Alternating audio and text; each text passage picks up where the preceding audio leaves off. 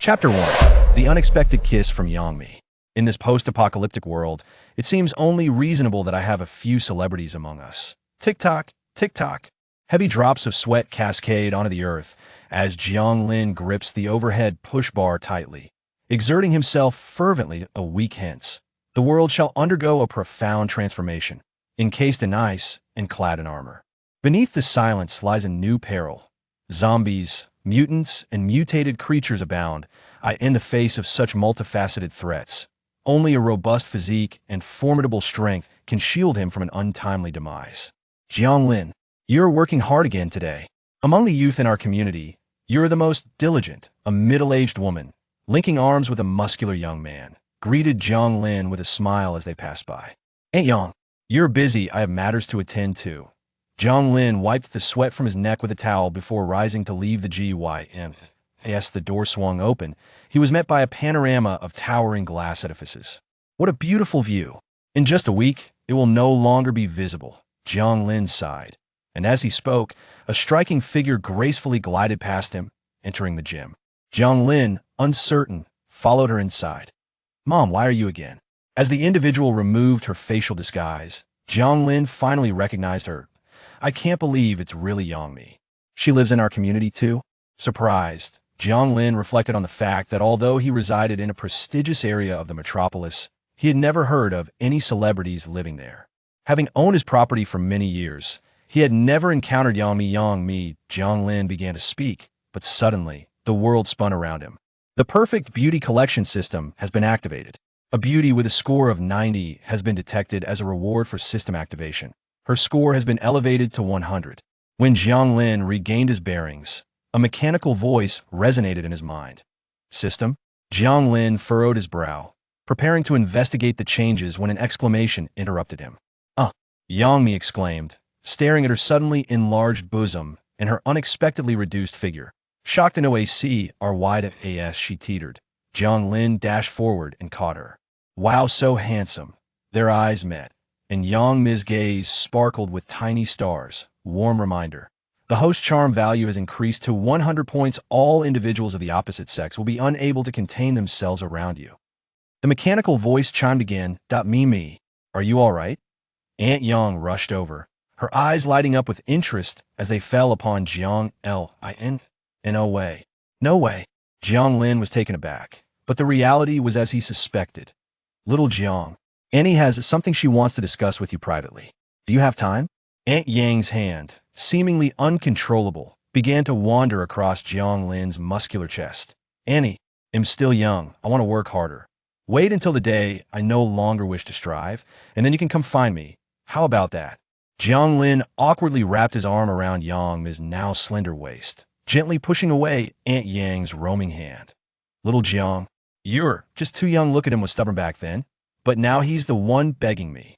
Aunt Yang pointed to a muscular man behind them, earnestly trying to convince Jiang Lin, Mom, he's my boyfriend. Do you really want to steal your daughter's boyfriend? Yang Mi glared, rising to her feet. Before Jiang Lin could react, she boldly kissed him on the lips. Boyfriend? Both Jiang Lin and Aunt Yang gazed in astonishment at Yang Mi.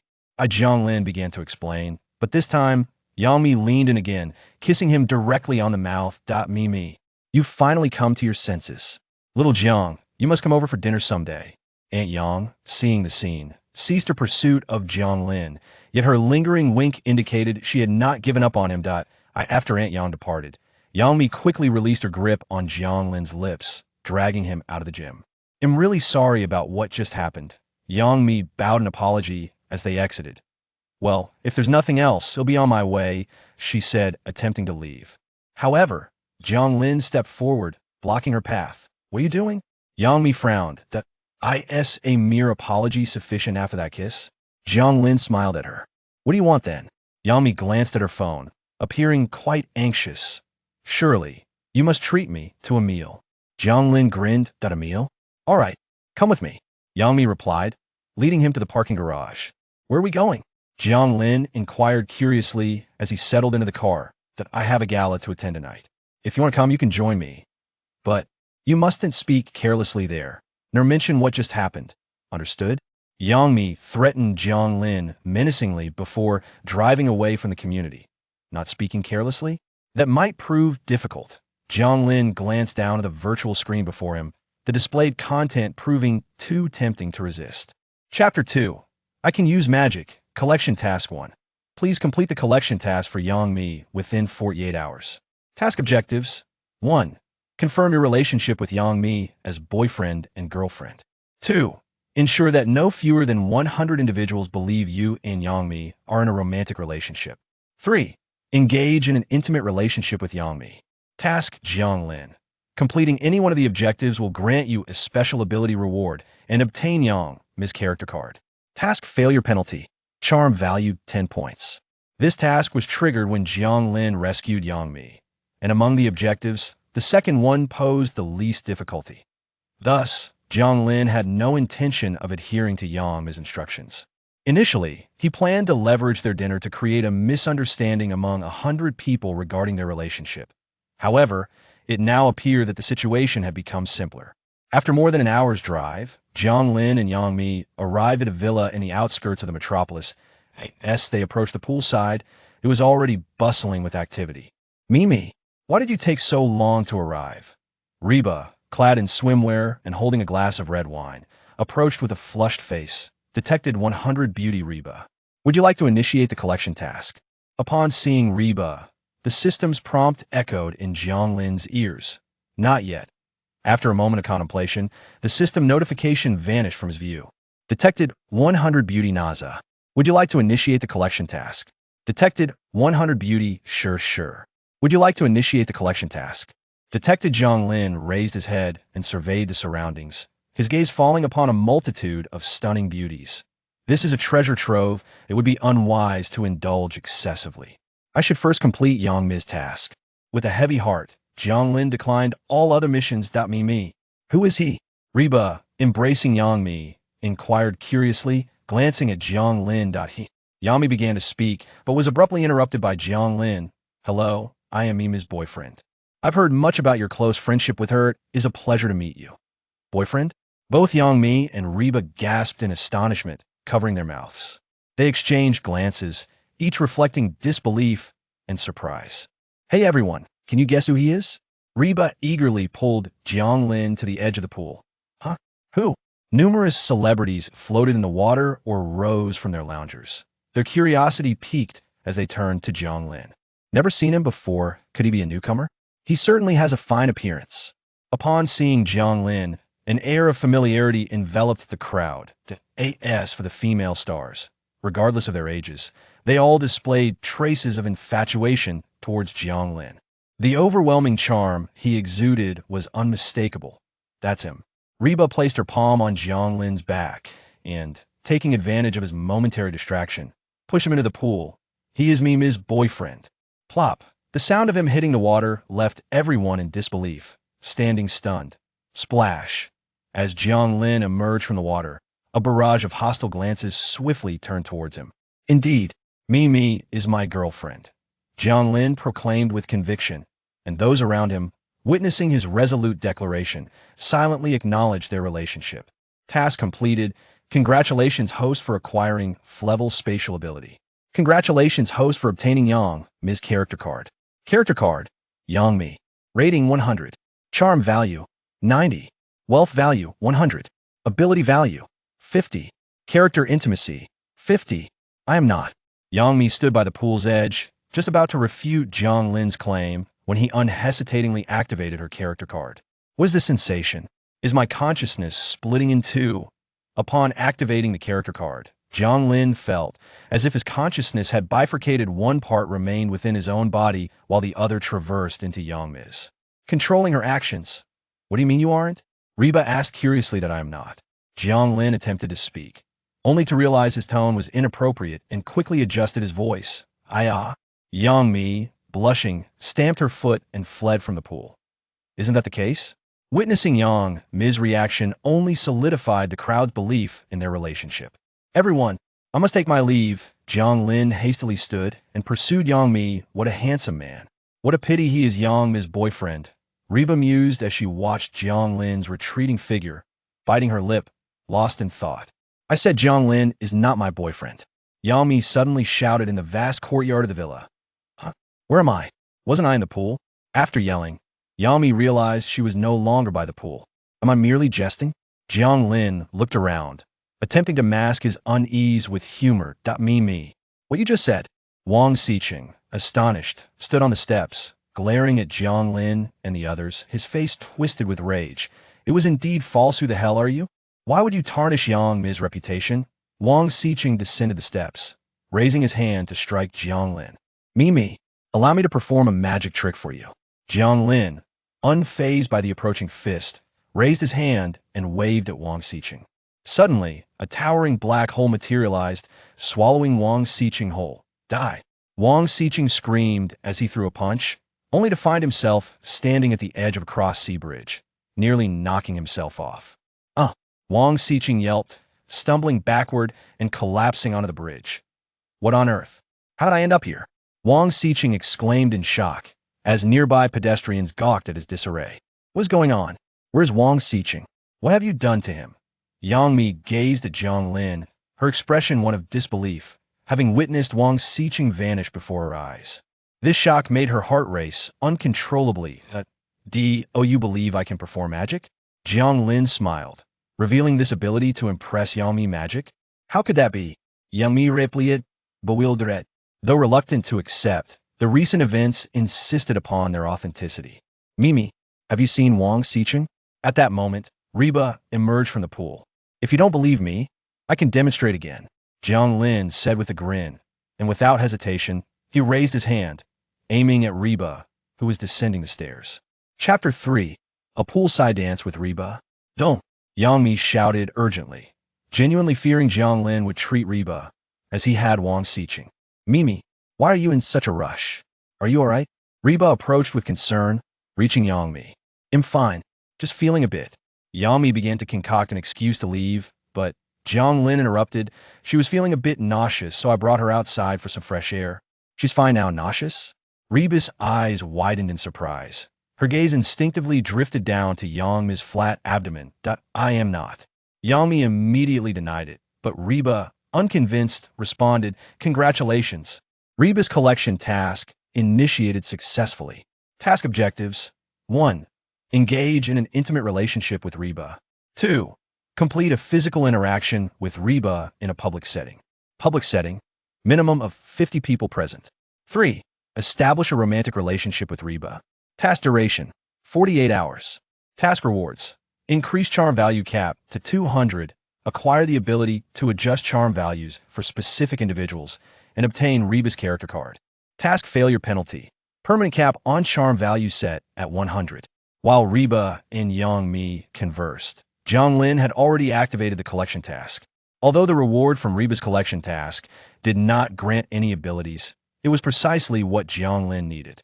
The charm value would serve as a potent tool for completing other collection tasks, and the adjustment authority was something he urgently required. Jiang Lin took the initiative, linking arms with Yang Mi and escorting her to the vehicle. Reba. Upon witnessing this, Yang Mi could only drive away from the scene. Is your name Jiang Lin? You wouldn't have really gotten me pregnant, would you? After Yang Mi left, Reba feigned anger, looking over with a playful glare. Why? Are you interested as well? Jiang Lin replied with a smile. Disgusting. In response to Jiang Lin's jest, Reba merely delivered a feeble punch to his chest before choosing to disregard it. With such charisma, you are indeed invincible, Jiang Lin mused as he gazed at Reba's retreating figure, already devising his next plan. Ladies and gentlemen, how about we indulge in a game? Jiang Lin announced, clapping his hands to capture everyone's attention by the poolside. A game? What do you have in mind? Sure inquired, curiosity piqued. Why don't we play the King's Game? Jiang Lin suggested enthusiastically. The King's Game, you say? Sound good. The male celebrities immediately raised their hands in agreement upon hearing Jiang Lin's proposition. However, the female celebrities exchanged hesitant glances, their reluctance evident, yet they ultimately acquiesced. Excellent. Let the game commence.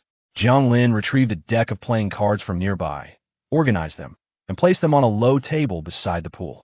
Everyone stepped forward simultaneously to draw their desired cards. Spatial ability, Jiang Lin chuckled, sensing the powers within his own spatial realm, where a wild card awaited him. Once all had drawn their cards, Jiang Lin discreetly exchanged a civilian card for the wild card hidden within his spatial realm. Apologies, for I am the king, Jiang Lin proclaimed, raising the wild card triumphantly. Whom shall I punish? His gaze swept across the gathering, and at the mere brush of his eyes, those he looked upon averted their gaze, faces pale. Let's start with something simple. All the gentlemen present, please remove your shirts, Jiang Lin announced with a mischievous grin. Upon hearing this, the male celebrities grimaced, while the female attendees erupted in excited cheers. Off, off, off. The chants echoed, unabated. While the crowd's attention was focused on the men, Jiang Lin's gaze lingered on Reba. Upon hearing his words, Reba sighed in relief, gathering her playing cards, spatial ability, void eye. Suddenly, the scenery within Jiang Lin's eyes shifted dramatically. He perceived Reba as if he were a camera positioned above her, observing her from above. Can't see. Jiang Lin furrowed his brow, for Reba had closed her cards, obscuring his view. Spatial ability, void hand. Jiang Lin extended his palm slightly forward, vanishing it into the void. In an instant, the card resting on Reba's thigh flipped over. Ah, the 10 of clubs, wow! A chorus of cheers erupted, the voices belonging to the typically demure female celebrities. Ahem. Now, let us get to the main event. Please, the 10 of clubs, step forward and join the king for a water ballet. Jiang Lin smiled invitingly. 10 of clubs? Who could that be? Surely not one of the male stars. That would be quite the sight. They murmured, flipping over their cards only to dejectedly place them down. I am the 10 of clubs, Reba declared, rising to her feet. As she met Jiang Lin's gaze, her cheeks flushed slightly, yet a glimmer of anticipation sparkled in her eyes. Wow, it's actually Reba, the crowd exclaimed in astonishment, envy flickering in the eyes of several male stars. Please, Reba. Jiang Lin stepped closer, extending his right hand toward her. All right. Reba placed her palm atop his hand, and together they leaped into the pool. As they submerged, enchanting music began to play. The other celebrities stood at the water's edge, their eyes fixed on Jiang Lin and Reba in the center of the pool, awaiting their next move. Splash! Splash! Reba looked up at Jiang Lin, her heart racing uncontrollably in his proximity. Do not worry, I shall guide you, Jiang Lin reassured softly, gently clasping Reba's delicate hand as they began to dance.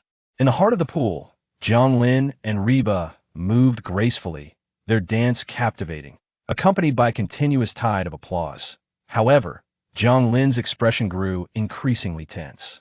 As he gazed at the unresponsive system interface, a sense of urgency gripped him. With the music nearing its conclusion, Jiang Lin resolved to take an action that would astonish everyone present. Chapter 4. The Pool and the Passionate Kiss with Reba. Ah, a sudden gasp echoed through the air, followed by Jiang Lin lifting Reba entirely out of the water. Young hero, what remarkable strength! The crowd on the shore could not help but exclaim in admiration upon witnessing this spectacle. He began to intentionally engage in physical contact with Reba, cleverly concealing his subtle gestures amidst grand movements. Splash! The sound of splashing water erupted violently. Jiang Lin leaned closer to the front facing Reba. The mingling of their breaths heightened the temperature between them. Still not enough? Jiang Lin frowned as the music gradually approached its conclusion. It is time to take the plunge. Listening to the increasingly mellow melody, he abandoned his restraint and, amidst the astonished gazes of onlookers, leaned down to kiss her. Wow! A chorus of gasps erupted from behind. Everyone was taken aback by Jiang Lin's audacious act. They never anticipated he would be so bold as to kiss Reba in front of such a crowd. Reba's body stiffened abruptly. She wanted to escape, yet felt utterly powerless. The two engaged in a fervent kiss at the center of the pool for a minute, witnessed by all. Only when the music fell silent did Jiang Lin finally release her. Apologies, Jiang Lin murmured. He felt he had no other choice. If he hadn't acted this way, he might have had to resort to two other options that, compared to this, would have been even harder for Reba to accept. Reba stood there, gazing dreamily at Jiang Lin. Her emotions were tumultuous. She should have been angry at his forceful kiss. However, upon seeing the sincerity in his face, all her anger dissipated in an instant. Success. Was it really just a kiss that was needed? Jiang Lin felt a wave of relief wash over him that, if kissing didn't work, he could scarcely fathom what other approach might suffice. Mission accomplished. Congratulations. The host's charm value limit has been elevated to 200 points. Charm adjustment permissions have been activated. Currently, one individual can be adjusted within a range of 0-100 points. Current charm value. Congratulations. The host has obtained the character card for Reba. Character card, Reba. Rating, 100. Charm value, 100. Wealth value, 100. Ability value, 60. Character intimacy, 30. Special ability, lucky star. Upon acquiring this card, the host's hidden attribute of luck is permanently increased by 10 points. Basic ability, obedience. Once activated, it allows the host to command the character to perform a specific task or establish an agreement. The tolerance of the task and the boundaries of the agreement are related to the intimacy level. At intimacy level 100, any task can be executed. The basic cooldown for the obedience ability is 24 hours. Every 10 points of intimacy reduces the cooldown by 1 hour. Current cooldown is 21 hours. Jiang Lin floated on the water's surface, his excitement growing as he read the information popping up on the system interface. The attributes of Reba's character card surpassed even Yang Mi's. After all, she was a natural-born beauty. Although he couldn't control Reba's body like he could with Yang Mi, he could command her through words. Wasn't he that akin to hypnosis? Jiang Lin exclaimed in delight. Multitasking was exhilarating, but too brief. The obedience ability, seemingly ordinary, could facilitate many extraordinary outcomes, especially the intimacy level of 100, which could permit any command. Stirred his intrigue. Intimacy could wait. For now, he needed to gather as many perfect beauties as possible and stock up on provisions. With a tinge of regret, Jiang Lin closed the system interface. Upon emerging from the pool, he was met with admiring glances from fellow male stars. Brother, what courage! They marveled, having witnessed him declare his relationship with Yang Mi just moments before passionately kissing Reba in the pool. If the paparazzi caught wind of this, it would surely dominate trending topics. But a circle of top male stars approached Jiang Lin, their eyes filled with admiration, presenting him with their business cards. Wang Heng? Jiang Lin glanced at the card casually before slipping it into his pocket. Reba! Jiang Lin spotted her in the parking lot.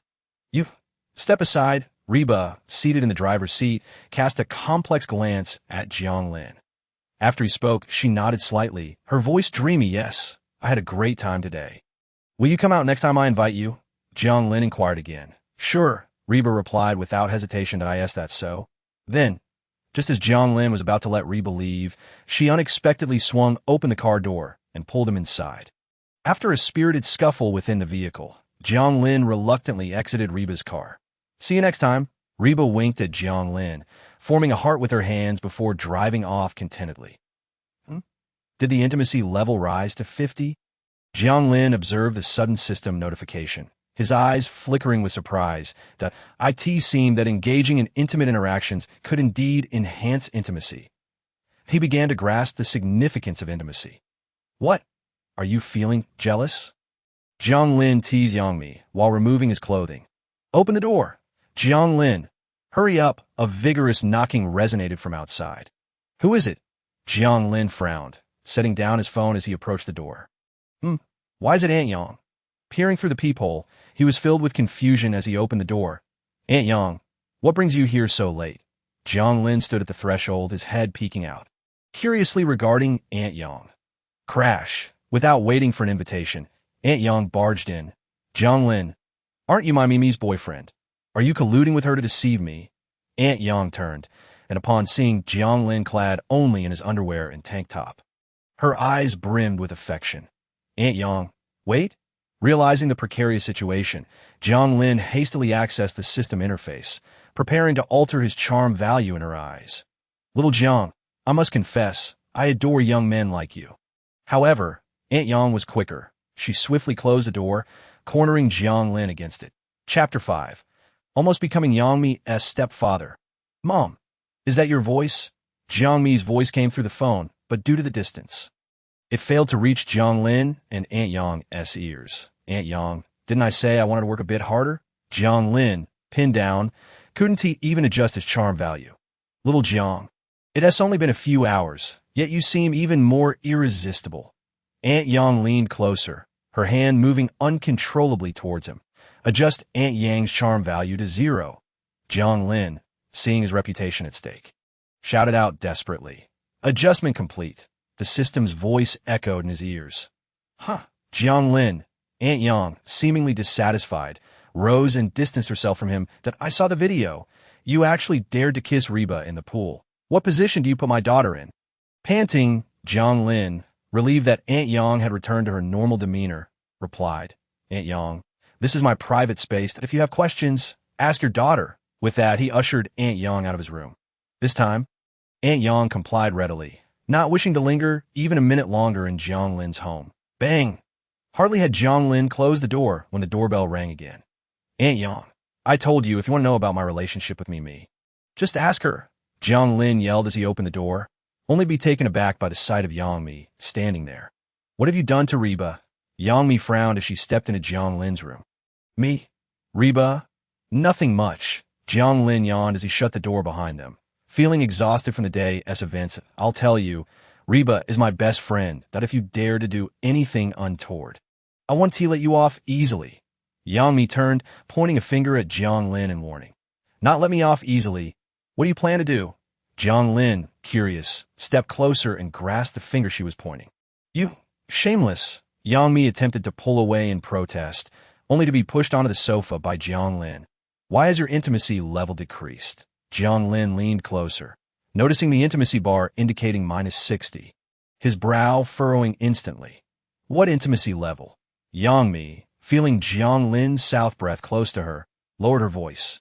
Nothing. What do you like? How about I take you on a trip? Jiang Lin inquired, sensing that a low intimacy level could pose a risk.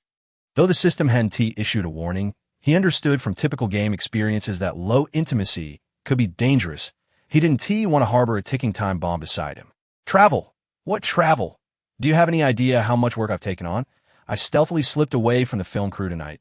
If it weren't for you, Yang Mi spoke with a fierce tone, wondering if she would have found herself in such a predicament if not for Jiang Lin, that it was already midnight, and she too needed her rest. Had she not feared that Jiang Lin might encounter any trouble with Aunt Yang, she would not have ventured to Jiang Lin's home at such an hour. Are you worried I might become your stepfather? Rest assured, I have no interest in your mother. Jiang Lin shook his head helplessly. After all, he had just encountered quite a perilous situation himself. Were it not for his timely intervention to adjust Aunt Yang's charm levels, he might have already lost his virtue. What stepfather? Yang Mi exclaimed in a moment of panic. Did my mother truly come looking for you? Indeed. Jiang Lin nodded slightly, but I managed to send her away. In a way. You are not safe here. You should come with me to the film set. If my mother sets her sights on someone, she will do everything in her power to secure them. Yang Mi grasped Jiang Lin's hand and headed towards the door, providing him no opportunity to explain. Once they were in the car, they took to the outskirts of the magical city under the cover of night. The film Yang Mi was currently working on was set in the wilderness. Thus her accommodation was rather humble, confined to a single bed within a caravan. So this is what you meant, Jiang Lin chuckled, then promptly removed his clothing and climbed onto the lone remaining bed, playfully beckoning Yang Mi, who stood frozen in place, to join him. Oh my. A gasp suddenly erupted, and Yang Mi was unexpectedly propelled toward Jiang Lin's side. Do you not remember? I possess magical abilities. Yang Mi blushed. But Jiang Lin interjected, do not worry. I am quite fatigued today. We shall merely lie down together to sleep. I will not act inappropriately.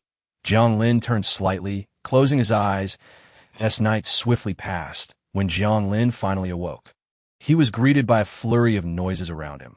There were gasps and the sounds of people moving about. When Jiang Lin rose, he found the caravan empty, devoid of anyone.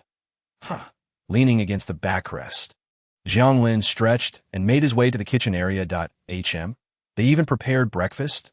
Jiang Lin's heart warmed at the sight of the fried eggs and sandwiches laid out beside him. Opening Yang Mi's attribute window, he murmured softly, and her attributes instantly appeared before him. The intimacy level has increased by 5 points. Could it be that sleeping together raises intimacy levels? A smile crept onto Jiang Lin's face as he seemed to have discovered a method to enhance their bond. Oh no! A sudden exclamation pierced through the air, followed by the sounds of numerous footsteps outside the caravan. Has she been bitten by a snake? Jiang Lin scrutinized Yang Mi, ultimately spotting two slightly swollen puncture wounds on her ankle. After the crowd worked together to place Yang Mi in the back seat of the car, Jiang Lin drove away from the film set. Racing at breakneck speed, he arrived at the hospital only to find Yang Mi had lapsed into unconsciousness due to a high fever. "Doctor, quick, help!" Jiang Lin parked at the entrance and rushed into the emergency room. Carrying Yang Mi in his arms, in her dazed state, Yang Mi caught a fleeting glimpse of a figure, and that figure was Jiang Lin. Though his presence was but a fleeting apparition, it would remain etched in her heart forever. "Hurry, prepare the serum," the doctor's commanding voice echoed, and the emergency room was instantly filled with a flurry of activity. "You must be all right." Jiang Lin stood at the door of the examination room, watching the comings and goings of doctors and nurses, silently praying for Yang Mi. Meanwhile, the intimacy level on Jiang Lin's character card was fluctuating wildly. Chapter 6, 550 million, Emptying the Magical City. After over an hour of frantic efforts, the doctor, drenched in sweat, approached Jiang Lin to explain Yang Mi's condition. "Is she all right?" "That's wonderful." Jiang Lin breathed a sigh of relief. "That person is Yang Mi, right? What is your relationship with her?" The doctor inquired curiously, his face alight with gossip. "Is my boyfriend." Yang Mi emerged from the nurse's care and quickly seized the opportunity to speak.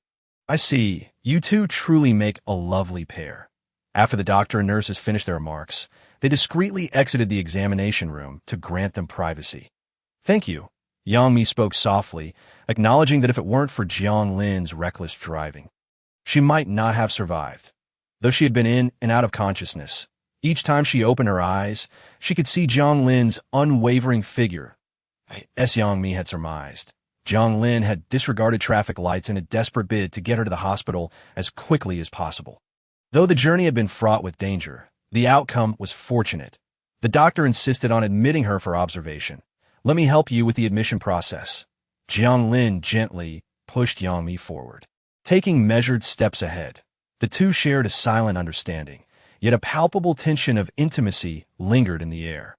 After Jiang Lin completed the admission procedures and escorted Yang Mi to her hospital room, he descended to procure some food, only to be taken aback by the scene before him. In the lobby of the hospital, dozens of reporters had set up their equipment, aiming their cameras at the entrance.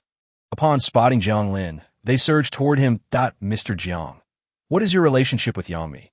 Previously, someone captured footage of you and Reba in parking lot, suspected to be involved in a scandal. What is your connection with her?" "Mr. Jiang." The reporters eagerly thrust their microphones toward him. Behind them, a fully disguised Reba had just entered the hospital lobby. Witnessing the commotion, she quickly turned to leave. Reba." Jiang Lin recognized her instantly and forcefully pushed through the throng of reporters. Rushing out, "Follow him." The reporters, without a moment's hesitation, grabbed their equipment and pursued him. A gasp rang out as Reba, in her haste, stumbled directly into Jiang Lin's chest. The disguise on her face had fallen away due to her earlier movements, revealing her true identity. "Reba! It's Reba!" The reporters, upon recognizing her, began frantically snapping photos of the two. I came to see Sister Mi. Please stop taking pictures," Reba exclaimed, her face filled with urgency. "How bothersome." Jiang Lin frowned, and the reporters' cameras suddenly malfunctioned. Cries of shock echoed as the startled reporters attempted to retrieve their phones to capture the moment, only to realize that Jiang Lin and Reba had vanished. Where is this?" Reba exclaimed, astonished. In the blink of an eye, she had been transported from the magical city to Paris, standing atop the Eiffel Tower. "How did you do this?" Reba gazed at the tiny tower peak beneath her feet, looking at Jiang Lin in astonishment. "Reba, this world is about to undergo a monumental transformation." Jiang Lin spoke gravely. "I am utilizing a special ability." Standing atop the tower, Jiang Lin succinctly explained the impending apocalypse to Reba. "Precisely. I require your abilities. To be specific, I need the wealth and status you possess. Will you assist me?" Jiang Lin lowered his head, a serious expression on his face. "Yes, I am willing." Reba nodded slightly and nestled against Jiang Lin's chest. Unlike Yang Mi, she naturally harbored feelings for Jiang Lin, and their relationship had already evolved. Thus, her agreement came without a hint of hesitation. "In that case, Could you introduce me to more actresses from the industry? Jiang Lin inquired lightly. Hey, what do you intend to do? Reba exclaimed in surprise, suddenly sensing that something was amiss. That I have my reasons. My actions are meant to aid us in surviving the apocalypse. Jiang Lin responded softly, not lying. Only by collecting more character cards could he gain further rewards and navigate through the impending doom. His intentions were entirely for the greater good of humanity. I don't believe you, Reba pouted, expressing her discontent with a huff. The discussion surrounding Jiang Lin, Yang Mi, and Reba dominated the internet, overshadowing all other topics. While everyone speculated about Jiang Lin's identity, he had completely withdrawn from the public eye. Spending a peaceful day in a hospital with Reba and Yang Mi the following morning, Jiang Lin took Reba to the bank. How much would you like to withdraw? The bank staff was taken aback upon hearing the amount. 500 million, and then I would like to mortgage my property for a loan of 50 million. After Jiang Lin spoke, he produced his property deed. 550 million. Upon hearing this figure, the staff hurriedly sought out their supervisor. The supervisor, upon receiving the request, promptly called for the bank president. Inside the president's office, the bank president looked at Jiang Lin and Reba with a troubled expression. My esteemed guests, I sincerely apologize, but according to regulations, to withdraw 500 million in deposits. President, are you certain you wish to address me in this manner? Jiang Lin removed his mask, and upon seeing him, the bank president was instantly captivated. With a charisma level of 100 fully activated, even a 50-year-old man could not resist Jiang Lin's allure. Rules are rigid. Since our guests require it, I shall grant you a green channel. The president stated, proceeding to expedite the paperwork for Jiang Lin and Reba. Before long, the transactions were completed, and Jiang Lin's account was suddenly credited with 550 million. Thank you. Jiang Lin nodded slightly before putting his mask back on. Jiang Lin, what are we to do now? Standing at the bank entrance, Reba embraced Jiang Lin, her curiosity piqued. What are you doing? Jiang Lin spoke with an air of grandeur, asserting that he intended to monopolize the entire metropolis. Chapter 7. The Auspicious Master Sure. Monopolize the metropolis? Reba gazed at Jiang Lin in astonishment. As she witnessed Jiang Lin's operations and recalled the apocalyptic information he had previously shared, she suddenly grasped his intentions. They first visited the local wholesale market in the metropolis, securing all food supplies for the following day. Subsequently, they made their way to the spice market, purchasing dozens of trucks filled with seasonings. Finally, they visited several of the largest supermarkets in the area to reserve all available food stock. By the time Jiang Lin and his companions exited the supermarket, dusk had already fallen. Jiang Lin rested at Reba's home for the night, and when dawn broke the next day, his phone erupted with notifications. What is happening? Reba, nestled beside Jiang Lin, sleepily turned to him. The goods have arrived. Come with me to pick them up? Jiang Lin tugged at Reba's arm, pulling her up from the bed. I'm exhausted. You go, Reba protested reluctantly. But you're the major shareholder. How can you miss witnessing this glorious moment? Jiang Lin chuckled as he playfully urged Reba to rise. By the time they finished dressing and stepped out of the community, chaos had already ensued within. Aunt Lu, are you going to buy groceries? I tell you, the markets have been completely emptied. Who would have thought that not only the markets, but even the supermarkets are devoid of food? As Jiang Lin passed by two elderly ladies, their conversation filled him with a quiet sense of triumph. In times of apocalypse, food is the most cherished commodity. This all because of us? Reba nestled close to Jiang Lin, curiously observing the scene. This is merely the beginning. Jiang Lin smiled mysteriously, and as they exited the community, they discovered the outside world had descended into utter turmoil. Angry crowds took to the streets in protest, and various food shops were forcibly opened and looted. Are we going to face any issues with this? Reba gazed at the frenzied scene before her, a sense of unease stirring within her. The seeds of chaos have long been sown. We are merely providing a push. Jiang Lin spoke softly, recalling that the turmoil of his previous life had occurred even earlier. Though it was then spurred by climatic anomalies, snowing, but it's August, the hottest time of the year. Reba exclaimed in surprise, extending her hand to catch the delicate snowflakes that melted slowly in her palm. This is just the start. Let us first receive the food. Jiang Lin looked at the snowflakes falling from the sky, his expression devoid of any surprise. They headed to the rented cold storage to accept all the purchased food. By the time they finished counting, another day had passed. After a day of chaos, the air in the metropolis had become stiflingly hot. That day, torrential rain poured down, flooding the streets of the metropolis. What is going on with this rain and snow? Reba stood behind the glass curtain wall, watching the surging waters that resembled a tidal wave, her eyes filled with worried, "I told you. The world is about to change dramatically." Jiang Lin embraced Reba from behind, lowering his head slightly to inhale the scent of her pristine neck. "How about we throw a wild party today? Invite all your friends from the circle," Jiang Lin suggested softly. Now, Reba looked at the rising water level below, a hint of apprehension in her gaze. "Don't worry, the rain will stop soon," Jiang Lin assured her, when Reba sent out the invitations. The rain indeed ceased. "How do you know everything?" Reba set down her phone and hugged Jiang Lin tightly. "I told you I can foresee the future. Do you believe me?" Jiang Lin turned his head slightly. Realizing that this party would be his last opportunity to expand his ranks, "That I believe." Reba tilted her chin slightly and kissed Jiang Lin's lips. After a moment of tender intimacy, they began preparing the food for the evening's gathering. The feast Jiang Lin prepared was lavish, featuring A5 Wagyu beef, fresh lobsters, and exquisite sashimi. Jiang Lin extended his utmost sincerity to host the stars from their circle. When the celebrities saw the sumptuous spread prepared by Jiang Lin, they could not help but swallow hard. The metropolis had been in a food shortage for 2 days. After Jiang Lin's purchase, the entire nation had plunged into a famine. Many among them had gone hungry for 2 days. "Reba, is he Jiang Lin?" Isn't Yang Mi.'s boyfriend? Sure approached curiously, her eyes filled with desire, not just for food, but also for Jiang Lin. With Jiang Lin's charm in full effect, every woman in the room was captivated by him. The men, too, felt an overwhelming fondness upon seeing Jiang Lin. Shure's collection task initiated successfully. Task objectives: 1. Establish a relationship with Shure.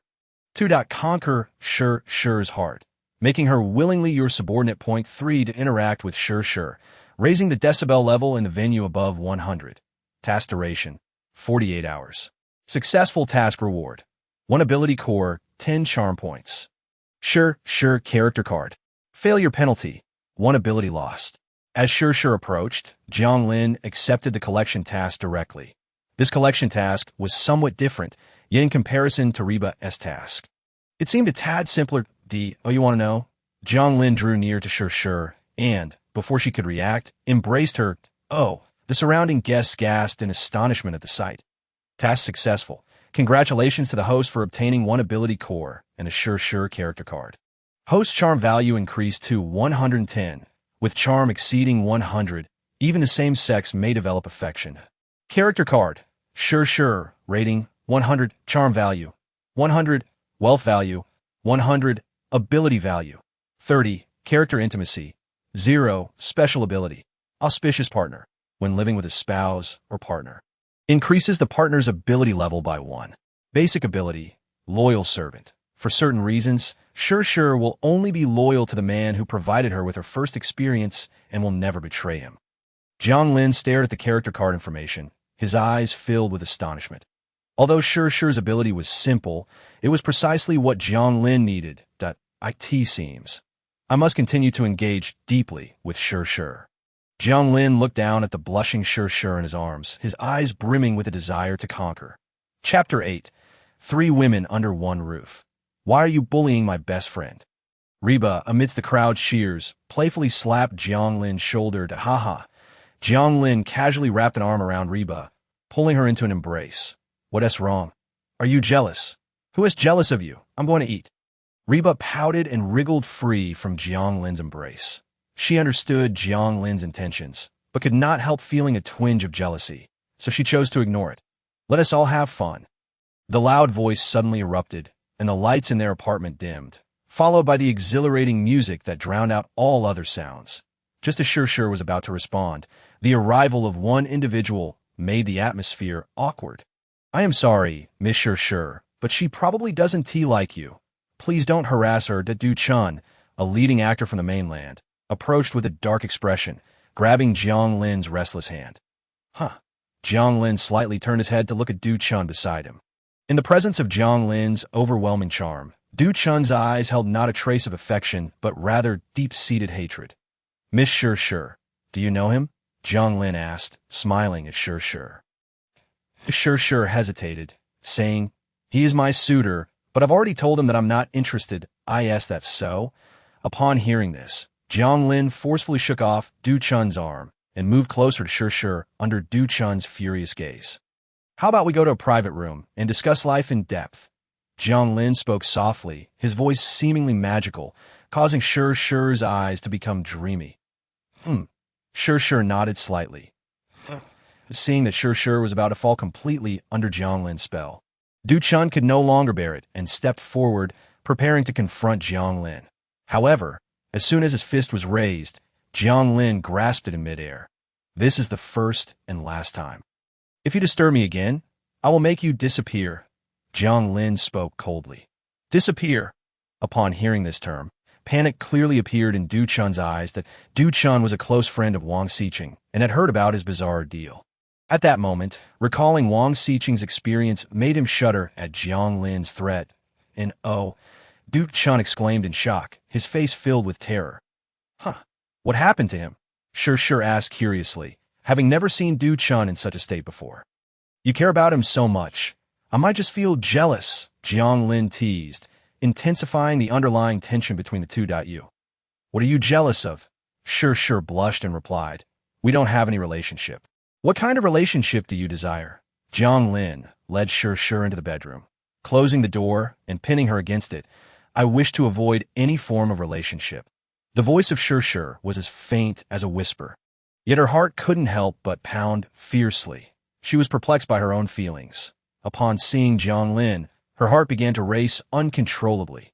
Thump, thump, thump. Just as Jiang Lin contemplated taking a step further, a dull knocking echoed from the door before him. Who could it be? Jiang Lin furrowed his brow as he opened the door.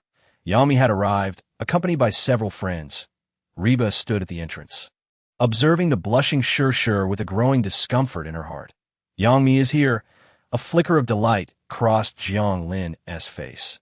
Yang Mi had been hospitalized for several days, and her appearance signified her recovery, which was splendid news for him. Have you started flirting with someone else? Just as the two were conversing, Yang Mi's dissatisfied voice resonated from behind Reba.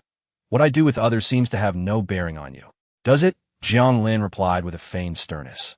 Although he and Yang Mi publicly acknowledged their relationship as boyfriend and girlfriend, they had yet to engage in any intimate encounters. This time, Jiang Lin intended to seize the opportunity and make advances towards both women. After all, time was of the essence. Yang Mi turned away in exasperation, just as Wang Xiqing approached with a grin. Me. I told you he was unreliable. Just look at him. Does he seem to hold you in any regard? So, it's you? Jiang Lin raised an eyebrow. Quickly piecing together the situation, it appeared that Yang Mi's presence was due to Wang Xiqing's instigation. Have you not learned your lesson and wish to be taught again? Jiang Lin scoffed. Jiang Lin, this time I'm wearing a camera. If you dare to act recklessly, it will serve as your evidence. Wang Xiqing pointed to the camera hanging around his neck, exuding confidence. A camera, you say? Jiang Lin smirked as he stepped forward, and at that moment, the camera around Wang Xiqing's neck began to emit a series of crackling noises. Soon after, the entire device burst into smoke and flames. What the hell? Wang Xiqing hastily removed the camera from around his neck. Now, do you have any evidence left? Jiang Lin sneered at Wang Xiqing. Brother, I was wrong. Truly. Please don't. Wang Xiqing's pleas were cut short as he was suddenly drawn into a black void. This time, Wang Xiqing found himself in the desolate expanse of Antarctica, when he, clad in a short-sleeved shirt and shorts, appeared outside the Antarctic Research Station.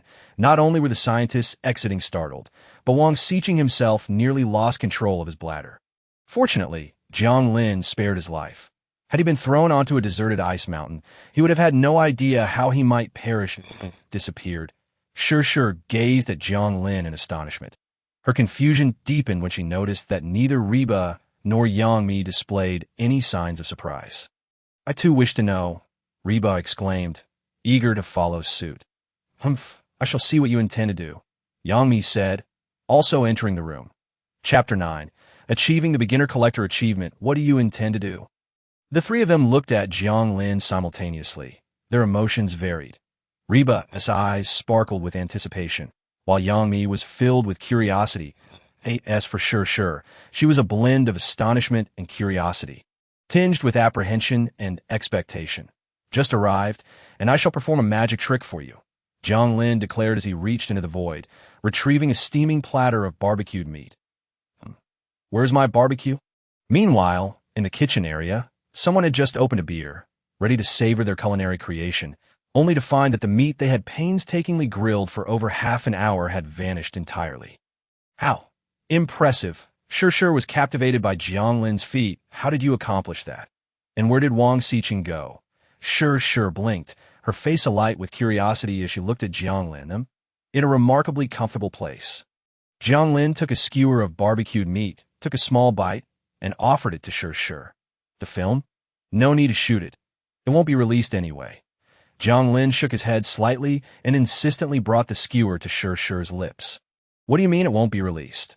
Sure was perplexed at, in 3 days, the apocalypse will descend. Are you certain you wish to squander such precious time filming nonsense? Jiang Lin stated bluntly. Indeed, I intend to feast heartily. Reba, disregarding decorum, grabbed a plate of delicacies and began to devour it ravenously. In these past few days, you don't think of wandering off. Yang Mi, with a dark expression, stepped forward, joining Reba in her unabashed eating. Mi.Jiang. Reba, what are you two talking about? Sure exclaimed in disbelief. That I'm saying? The apocalypse is coming in 3 days. Jiang Lin reiterated, this time with an exceptionally serious demeanor. Are you serious? Sure frowned. Indeed, what I demonstrated to you is not mere magic, but a supernatural ability that if you don't believe me, watch.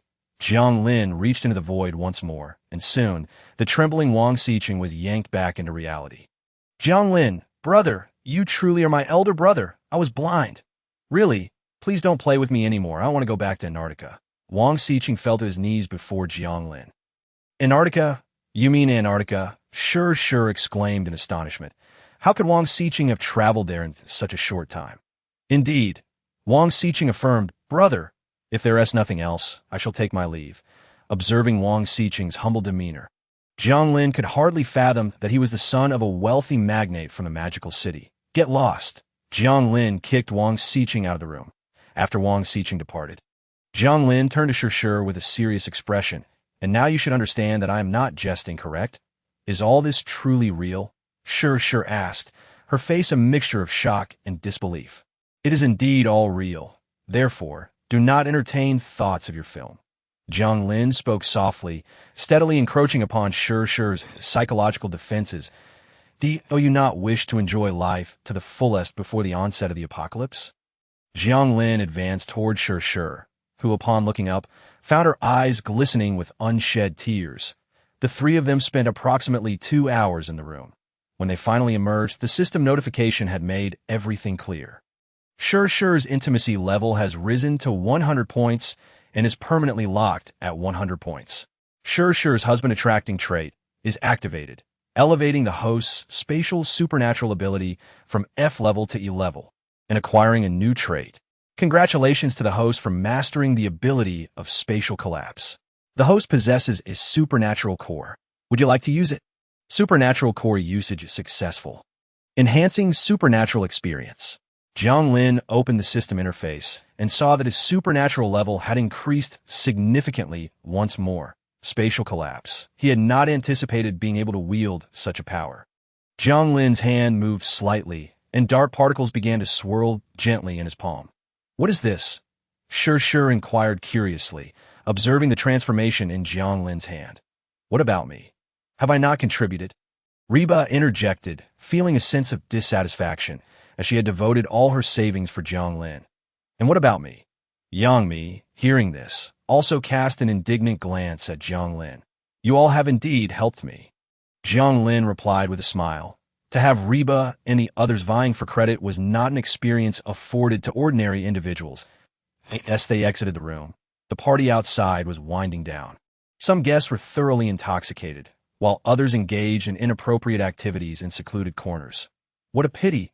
All the other prey have escaped. Jiang Lin's gaze shifted, yet he found no more enticing women. It seems we cannot stay here any longer. Jiang Lin sighed. Let us go to my place. Both Yang Mi and Sure suggested simultaneously. Then we shall go to your place. The two exchanged glances before simultaneously agreeing once more. Then let us first go to your place. And then to yours, Jiang Lin chuckled, pointing at Sure and then at Yang Mi. Congratulations to the host for successfully collecting 2 cards with 100 intimacy points, achieving the Beginner Collector achievement. Beginner Collector successfully collected 2 cards of 100 intimacy points from beautiful women. Reward: 1 F-level supernatural ball, 1 beginner bunker. Just as Jiang Lin was about to lead the 3 women away, the system notification caused his excitement to surge. A bunker. The system actually rewarded a bunker? Jiang Lin halted in delight. Beginner bunker, LV1. Description: a bunker equipped with basic survival conditions. Once established, it can resist high temperatures, extreme cold, strong acids, and strong alkalis, serving as the foundational form of the strongest underground fortress in the apocalypse. Bunker size: 100 square meters. Security configuration: 10 infrared cameras, 3 fully automatic machine guns, 5 living creature detectors. Furniture configuration: none.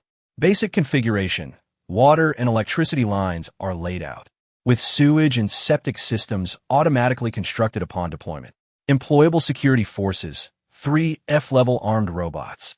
After reading the detailed introduction of the bunker, Jiang Lin could not help but exclaim in joy. I believe I know where we should go. Chapter 10. Bunker construction completed. Where are we going? The 3 women looked at Jiang Lin with curiosity etched on their faces. It's a secret. Jiang Lin replied with a mysterious smile, leading the 3 to the garage. Jiang Lin drove 3 companions to the area housing the cold storage facility. Contrary to expectations, the cold storage he had rented was not located at a distant port away from the city, but rather situated beneath a large commercial complex within the first ring of the bustling metropolis, known as Shanghai. This shopping center, named Taiping Port, boasted a colossal cold storage spanning nearly 100,000 square meters.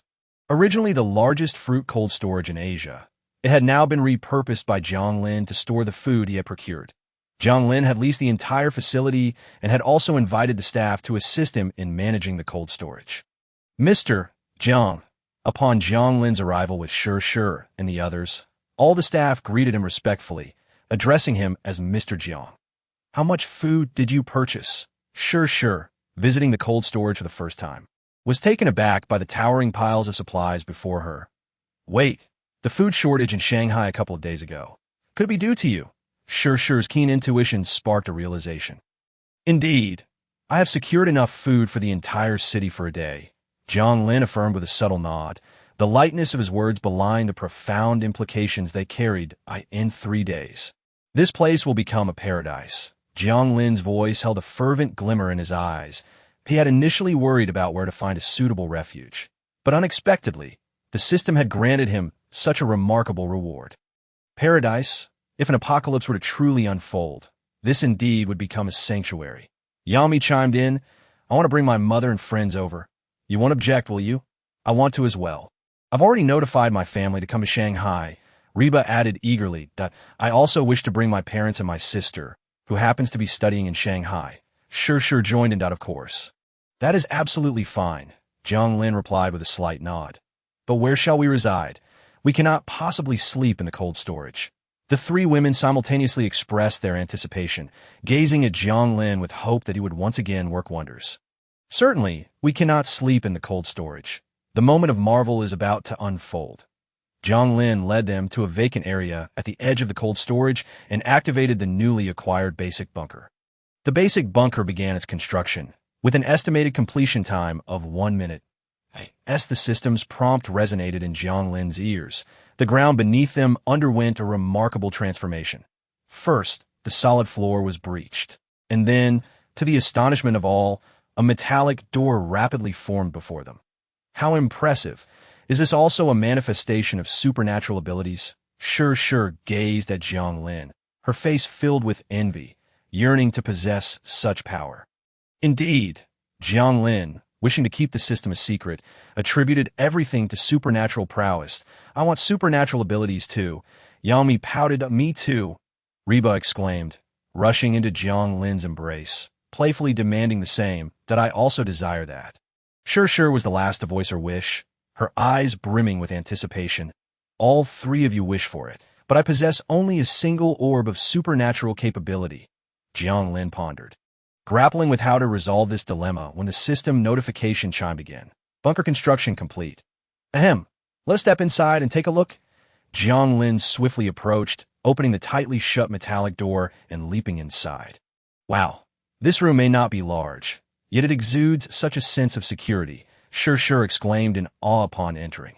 The room was encased in thick metal, soundproofed on the walls and floor to prevent noise. Remarkably, it had no supporting columns, yet could withstand pressure from all directions. An extraordinary feat. What is this?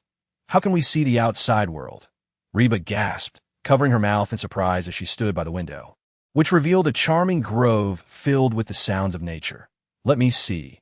Jiang Lin accessed the system and, after reviewing the bunker-S specifications, explained the window's function to Reba. This window was composed of 32K screens, capable of vividly reproducing any scene from Blue Star, and when connected to the network, it could provide real-time updates from various locations on Blue Star. Jiang Lin, what is this?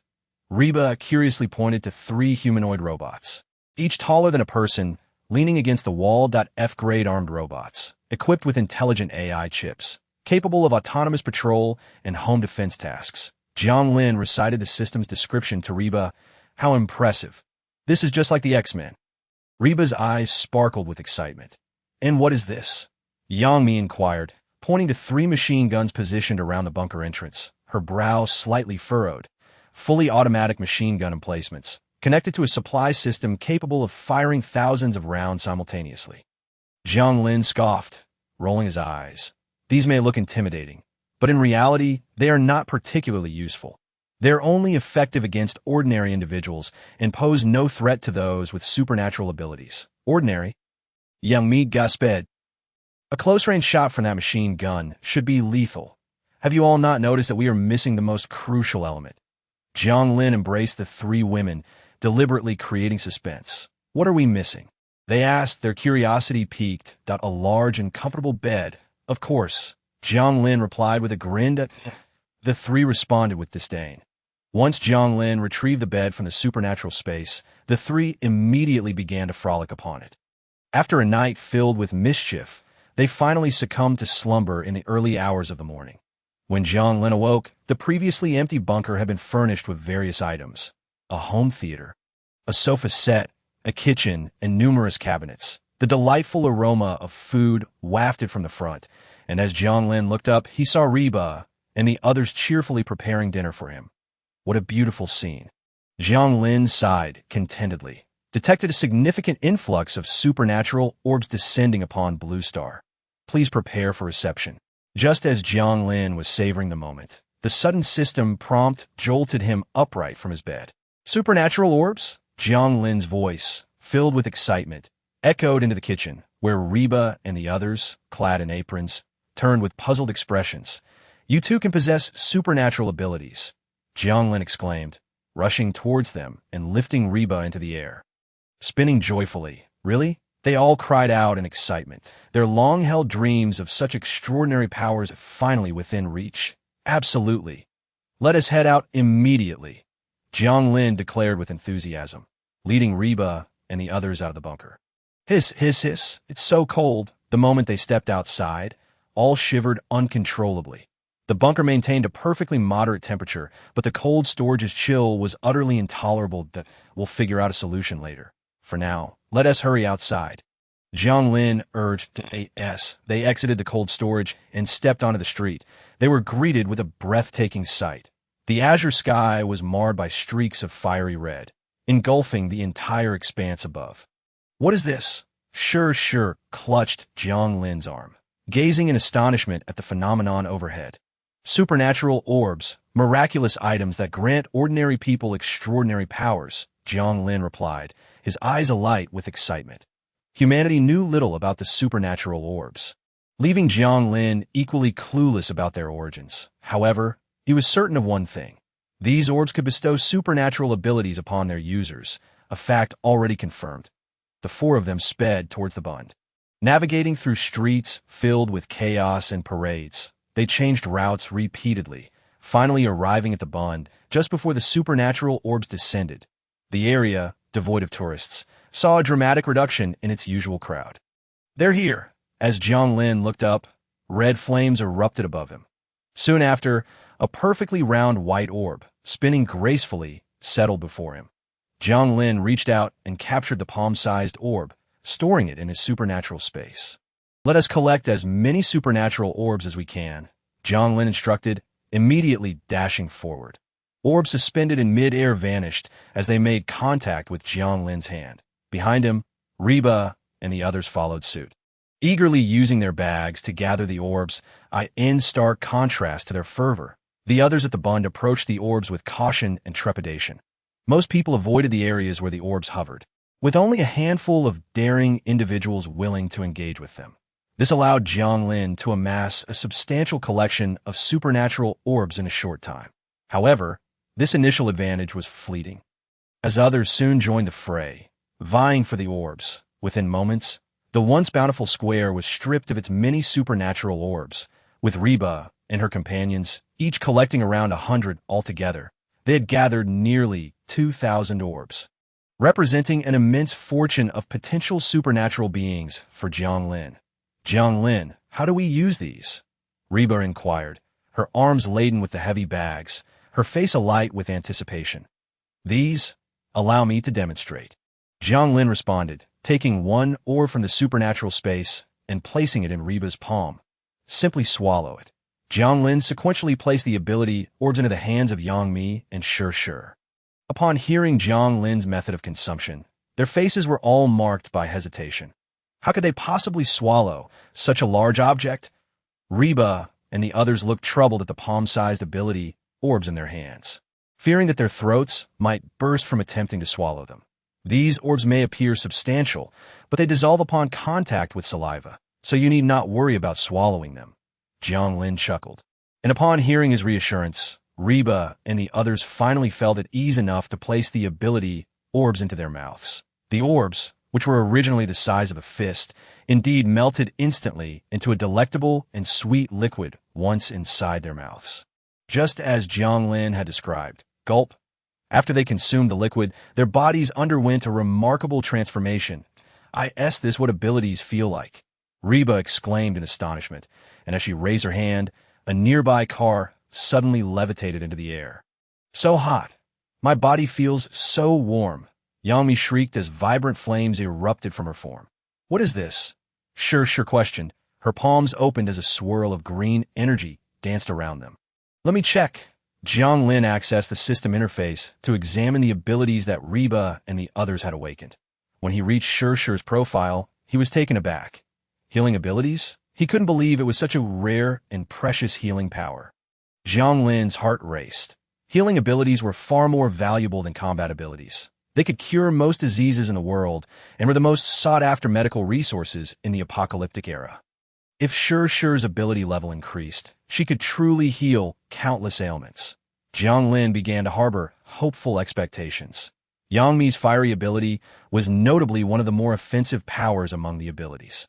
Meanwhile, Reba's gravitational ability was characterized by its versatility. All were incredibly useful talents. After reviewing everyone's abilities, Jiang Lin couldn't suppress the excitement that gleamed in his eyes. This outing not only yielded a plethora of ability orbs, but Reba and the others had awakened abilities that were all so compatible. It was akin to a fortuitous beginning. "What is that?" a voice exclaimed in astonishment. The people on the bund pointed at the sky, their faces filled with shock. Above them, what was once a cerulean sky now bore numerous holes. Snowflakes, as large as goose feathers, poured forth from these openings, causing the temperature on the ground to plummet. "It is about to begin," Jiang Lin remarked, gazing skyward. "Are the good days coming to an end?" Reba and the others approached him with forlorn expressions, realizing that everything they once possessed would soon be lost in the impending apocalypse. There's no time to dwell on this. We have much to accomplish," Jiang Lin said with a slight smile. What else is there to do? The three women turned to him with puzzled expressions, glancing at Jiang Lin, who stood beside the car. Chapter 12. The monsters roam before the apocalypse. Naturally, we must thoroughly enjoy these final days and indulge ourselves, Jiang Lin exclaimed as he rushed over, lifting the dazed Reba and Yang Mi into his arms. I want to join too. Sure quickly followed suit. The trio engaged in a playful battle atop the car before venturing to various popular spots, leaving their marks behind. Once they had their fill of fun, they drove to gather each of their families into the bunker. It's so small here, and with so many people, how will we sleep? Aunt Yang complained as she followed Jiang Lin into the bunker. It's not too bad. It might be a bit cramped, but we can manage. Reba's father, Mr. Ri, replied softly. Sister, is this your husband? Shi's younger sister. Qing looked at Jiang Lin with wide-eyed curiosity. Husband? Upon hearing Qing's words, all the parents in attendance turned their unfriendly gazes toward Jiang Lin. Ahem. It is indeed a bit small. Let me make some modifications. Jiang Lin said sheepishly, not wanting to be torn apart by Reba and the others' parents. How do we upgrade the bunker? Jiang Lin opened the system interface to find the upgrade options for the bunker. The materials needed for the upgrade were not ordinary construction materials, but rather energy. This energy could be directly exchanged for system currency or sourced from various energy-rich items. System currency? Jiang Lin wondered as he opened his wallet, only to find it devoid of system currency. System currency can only be obtained by completing system tasks.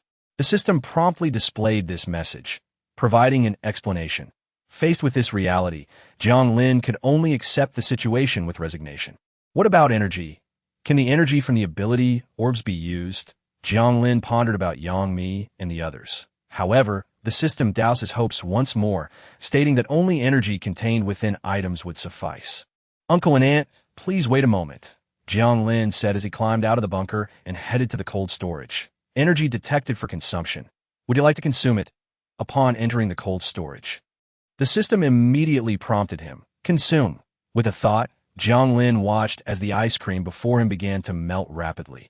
Collecting 10 million kilocalories of energy completed, bunker upgraded to level 2. The system notification echoed in Jiang Lin's ears. Suddenly, the bunker behind him began to tremble violently. Continuous screams erupted from within the bunker. When the cries subsided, the entire bunker had expanded twofold, increasing from 100 square meters to 200 square meters. Let's divide it like this, Jiang Lin said as he swiped his hand across the virtual screen, causing metallic walls to rise from the ground. The once empty bunker was swiftly divided into over 10 rooms, each approximately 10 square meters in size. Then, Jiang Lin retrieved pre-prepared beds and wardrobes from his ability space, arranging them within the rooms. All done, Jiang Lin stood before everyone, pointing to the newly created rooms, and smiled as he addressed Aunt Yang and the others. Uncle, Aunt, you may now choose your own rooms. How magical! Is this not a miracle? Aunt Yang exclaimed in astonishment, having witnessed the metallic walls rise from the ground before her eyes. A miracle? Not at all. It's all thanks to abilities. Jiang Lin attributed the feat to the powers. After explaining the effects of abilities in detail, he handed each person an ability orb. His intention was not to have Aunt Yang and the others fight on his behalf, but rather to grant them the ability to protect themselves. Once Aunt Yang and the others began selecting their rooms, Jiang Lin locked the door and was just about to relax when he was startled by the little girl standing beside Shi. Why are you still here? Jiang Lin asked with a pained expression directed at Qing. That I want to stay with my sister. Qing replied, clinging affectionately. She's always been attached to me since childhood. Shi remarked helplessly. Shall I take her outside for a bit? Forget it. Jiang Lin waved his hand in resignation. Tonight, we shall gaze at the night sky and await the arrival of the apocalypse. Jiang Lin picked up the remote and pressed the play button, projecting the external sky above them. The current starry night was far from beautiful. The white glowing holes marred the night sky, rendering it grotesque and terrifying. Tomorrow, will the world truly end? Shi mused as she held Qing and leaned against Jiang Lin's arm, staring at the heavens. Not quite an end. It is merely a rebirth, Jiang Lin replied, shaking his head slightly. The old order would vanish, replaced by a far more brutal new order. The thunderous, beastly roar suddenly echoed within the bunker. "What is that sound?" Reba asked, her face filled with trepidation. "The death knell of an era has sounded," Jiang Lin remarked softly, as he reclined comfortably in the bunker, savoring the moment. Outside, a meter-deep layer of snow had already blanketed the ground in the city of Mo. "Hurry! We must leave this place." Mayor Chun Lu of Mo City, under the protection of his soldiers, was hastily driving towards the safety zone outside the city. However, as they passed by the Taiping Port Shopping Center where Jiang Lin and the others were located, they were abruptly blocked by emerging monsters. What on earth is that thing?" Commander Wang Jun, leading the team, was struck with astonishment at the sight of a fearsome monster towering over 3 meters before them. "Quick, get Mayor Chun into the shopping center for cover," Wang Jun urged, glancing towards the Taiping Port Shopping Center as he began to retreat with his M.E.N.S. Mayor Chun and his group entered the shopping center. Another group, led by Wang Xiqing, accompanied by a number of celebrities, drove into the vicinity. "Why come here? Isn't it better to hide at home?" Du Chun frowned as he looked at the shopping center entrance, noting that in terms of comfort, this shopping center was far inferior to their homes. "What do you know? I've already informed myself that Jiang Lin has rented a large cold storage here." Wang Xiqing replied tersely. He had brought Du Chun and the others here not only out of friendship, but also because there was strength in numbers. Otherwise, he wouldn't have brought so many people along. "Ah, what is that monster?" a girl suddenly screamed, pointing at the massive creature towering over 3 meters behind them. Trembling and feared, a cacophony of piercing screams erupted as delicate celebrities fell victim to the monster's jaws amidst a chorus of crunching sounds. "Help! Help!"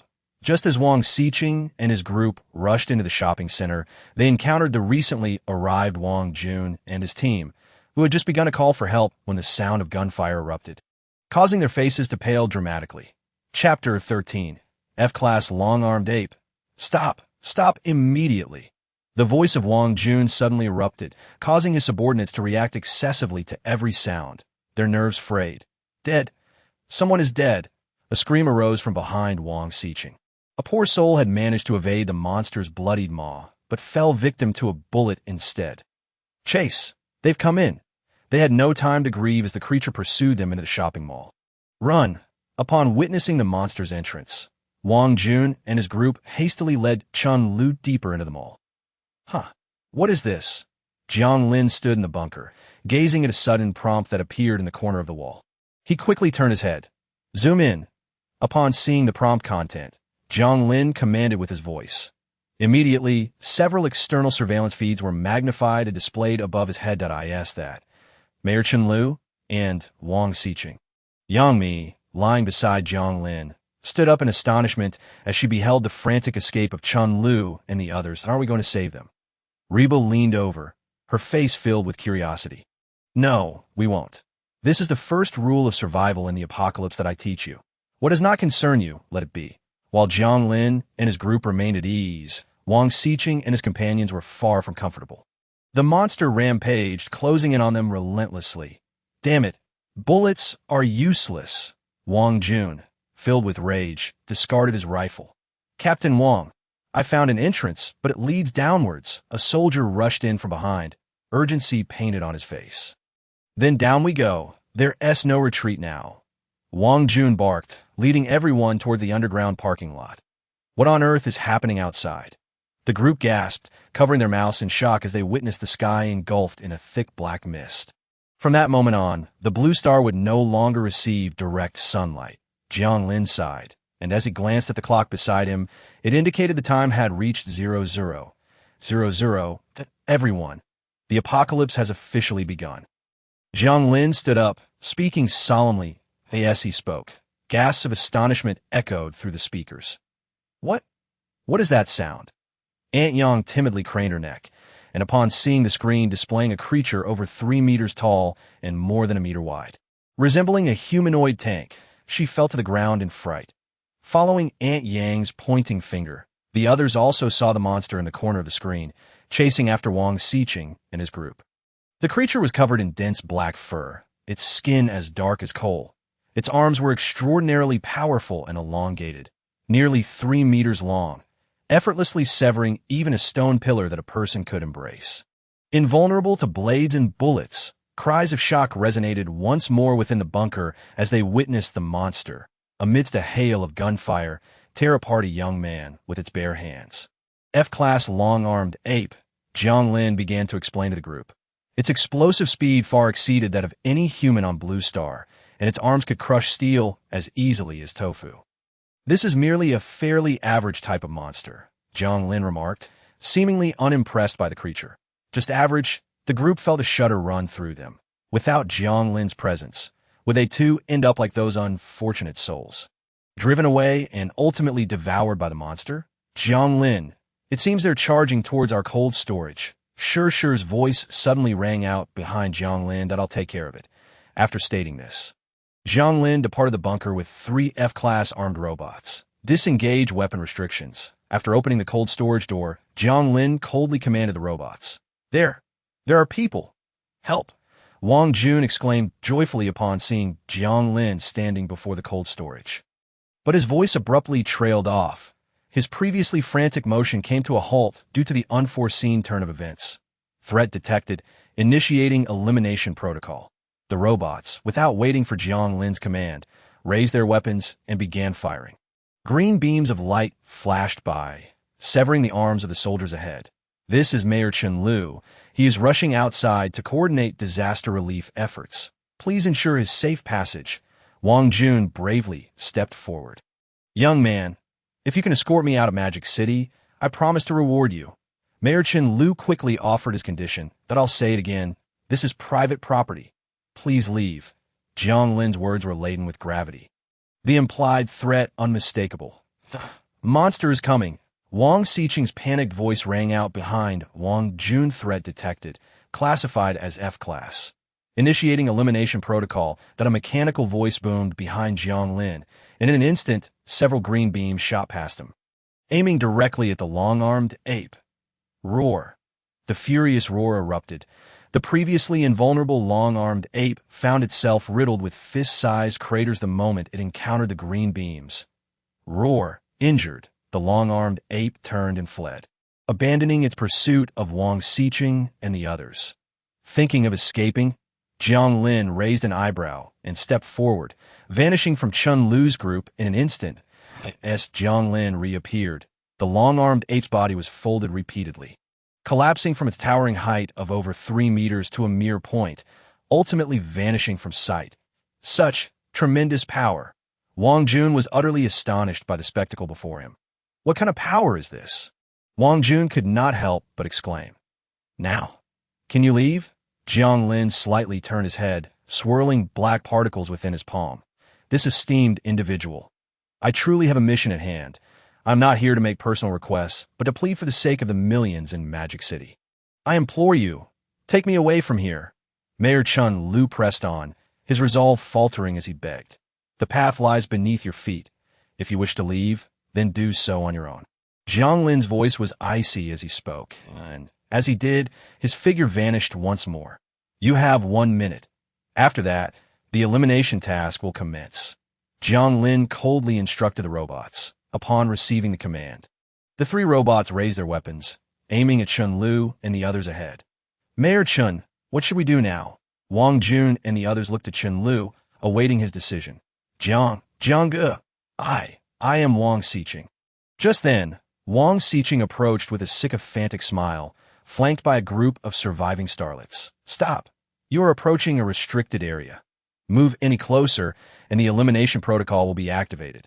The robot's warning blared as Wang Xiqing and his group drew closer to the cold storage. Let them through.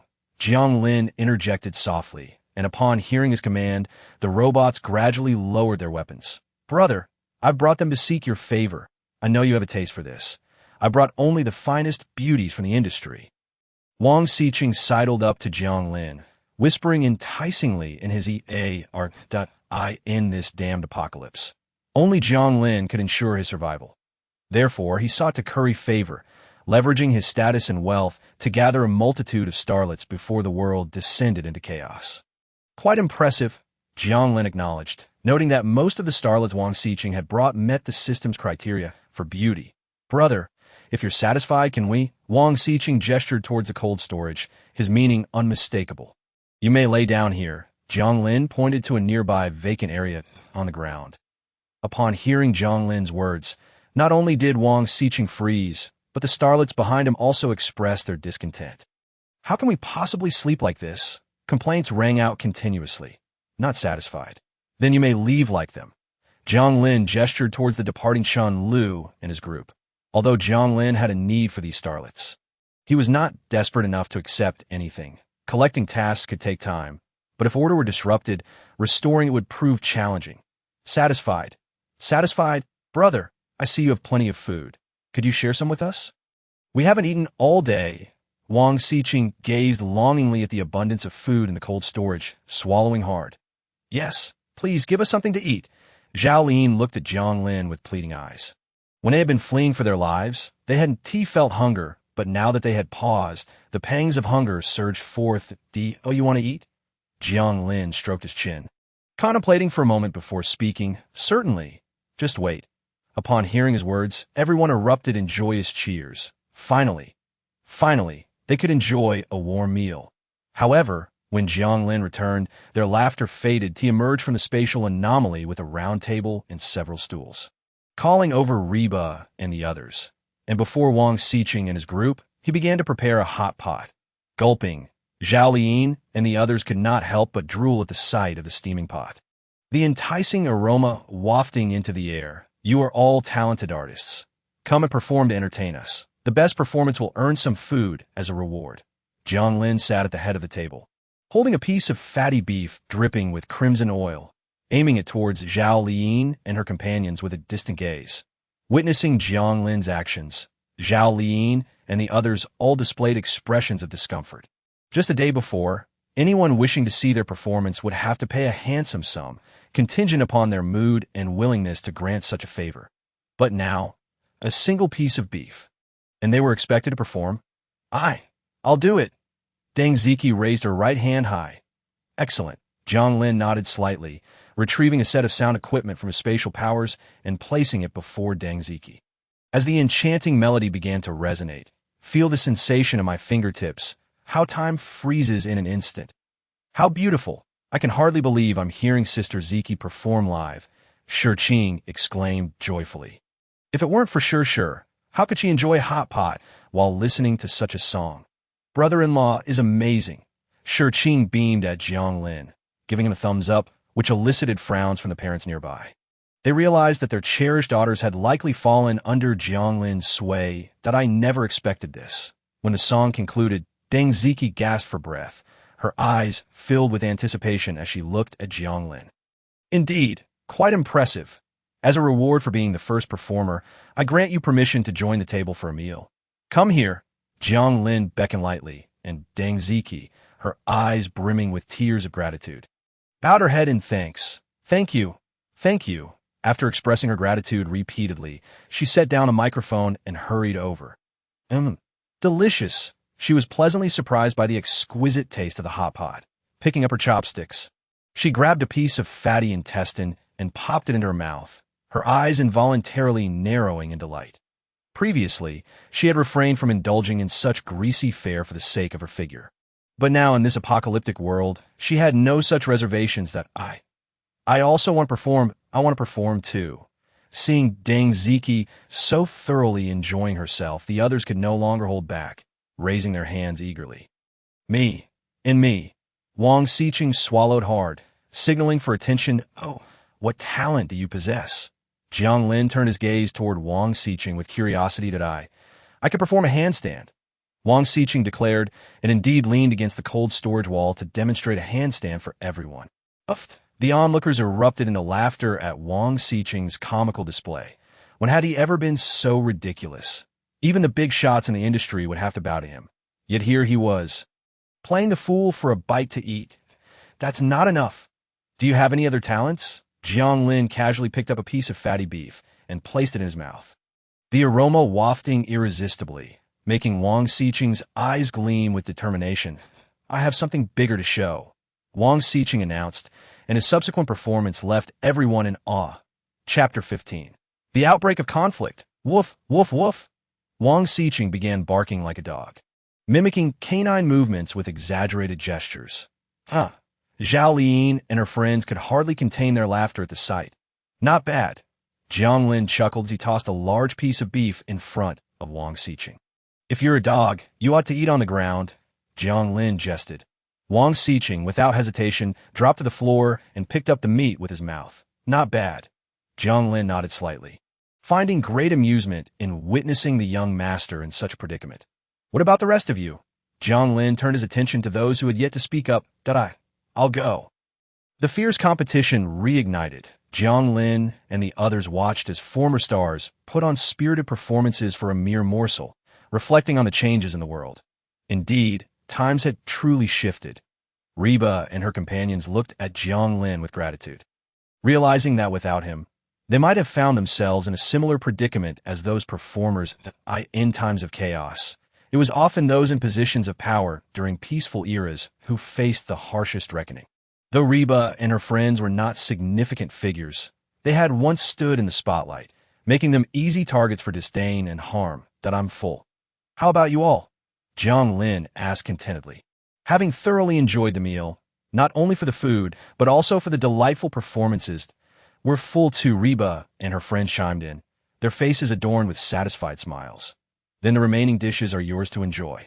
Remember, clean up after you finish. Jiang Lin pointed to the nearby faucet with a grin. Thank you. Thank you. Wang Xiqing and the others, who had barely eaten, rushed forward upon hearing Jiang Lin's words. The remaining food on the table was swiftly devoured. Brother, could you spare us some food? We can pay for it. Wang Jun called out to Jiang Lin, producing a wad of cash. Money? Jiang Lin scoffed dismissively. Do you think money holds any value here?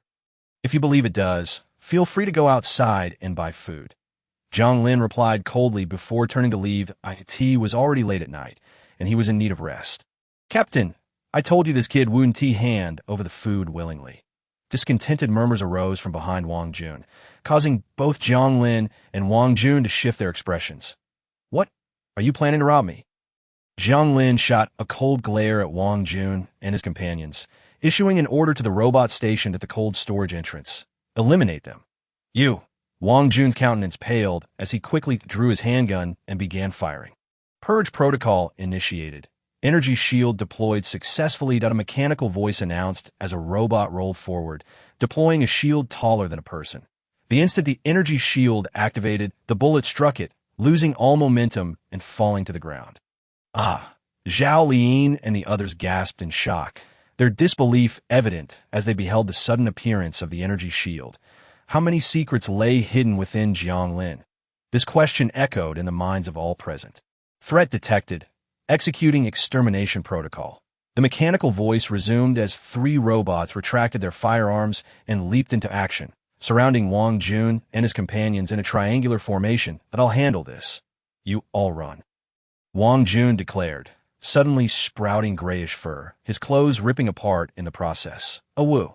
The piercing howl of a wolf erupted as Wang Jun transformed into a werewolf before the astonished crowd.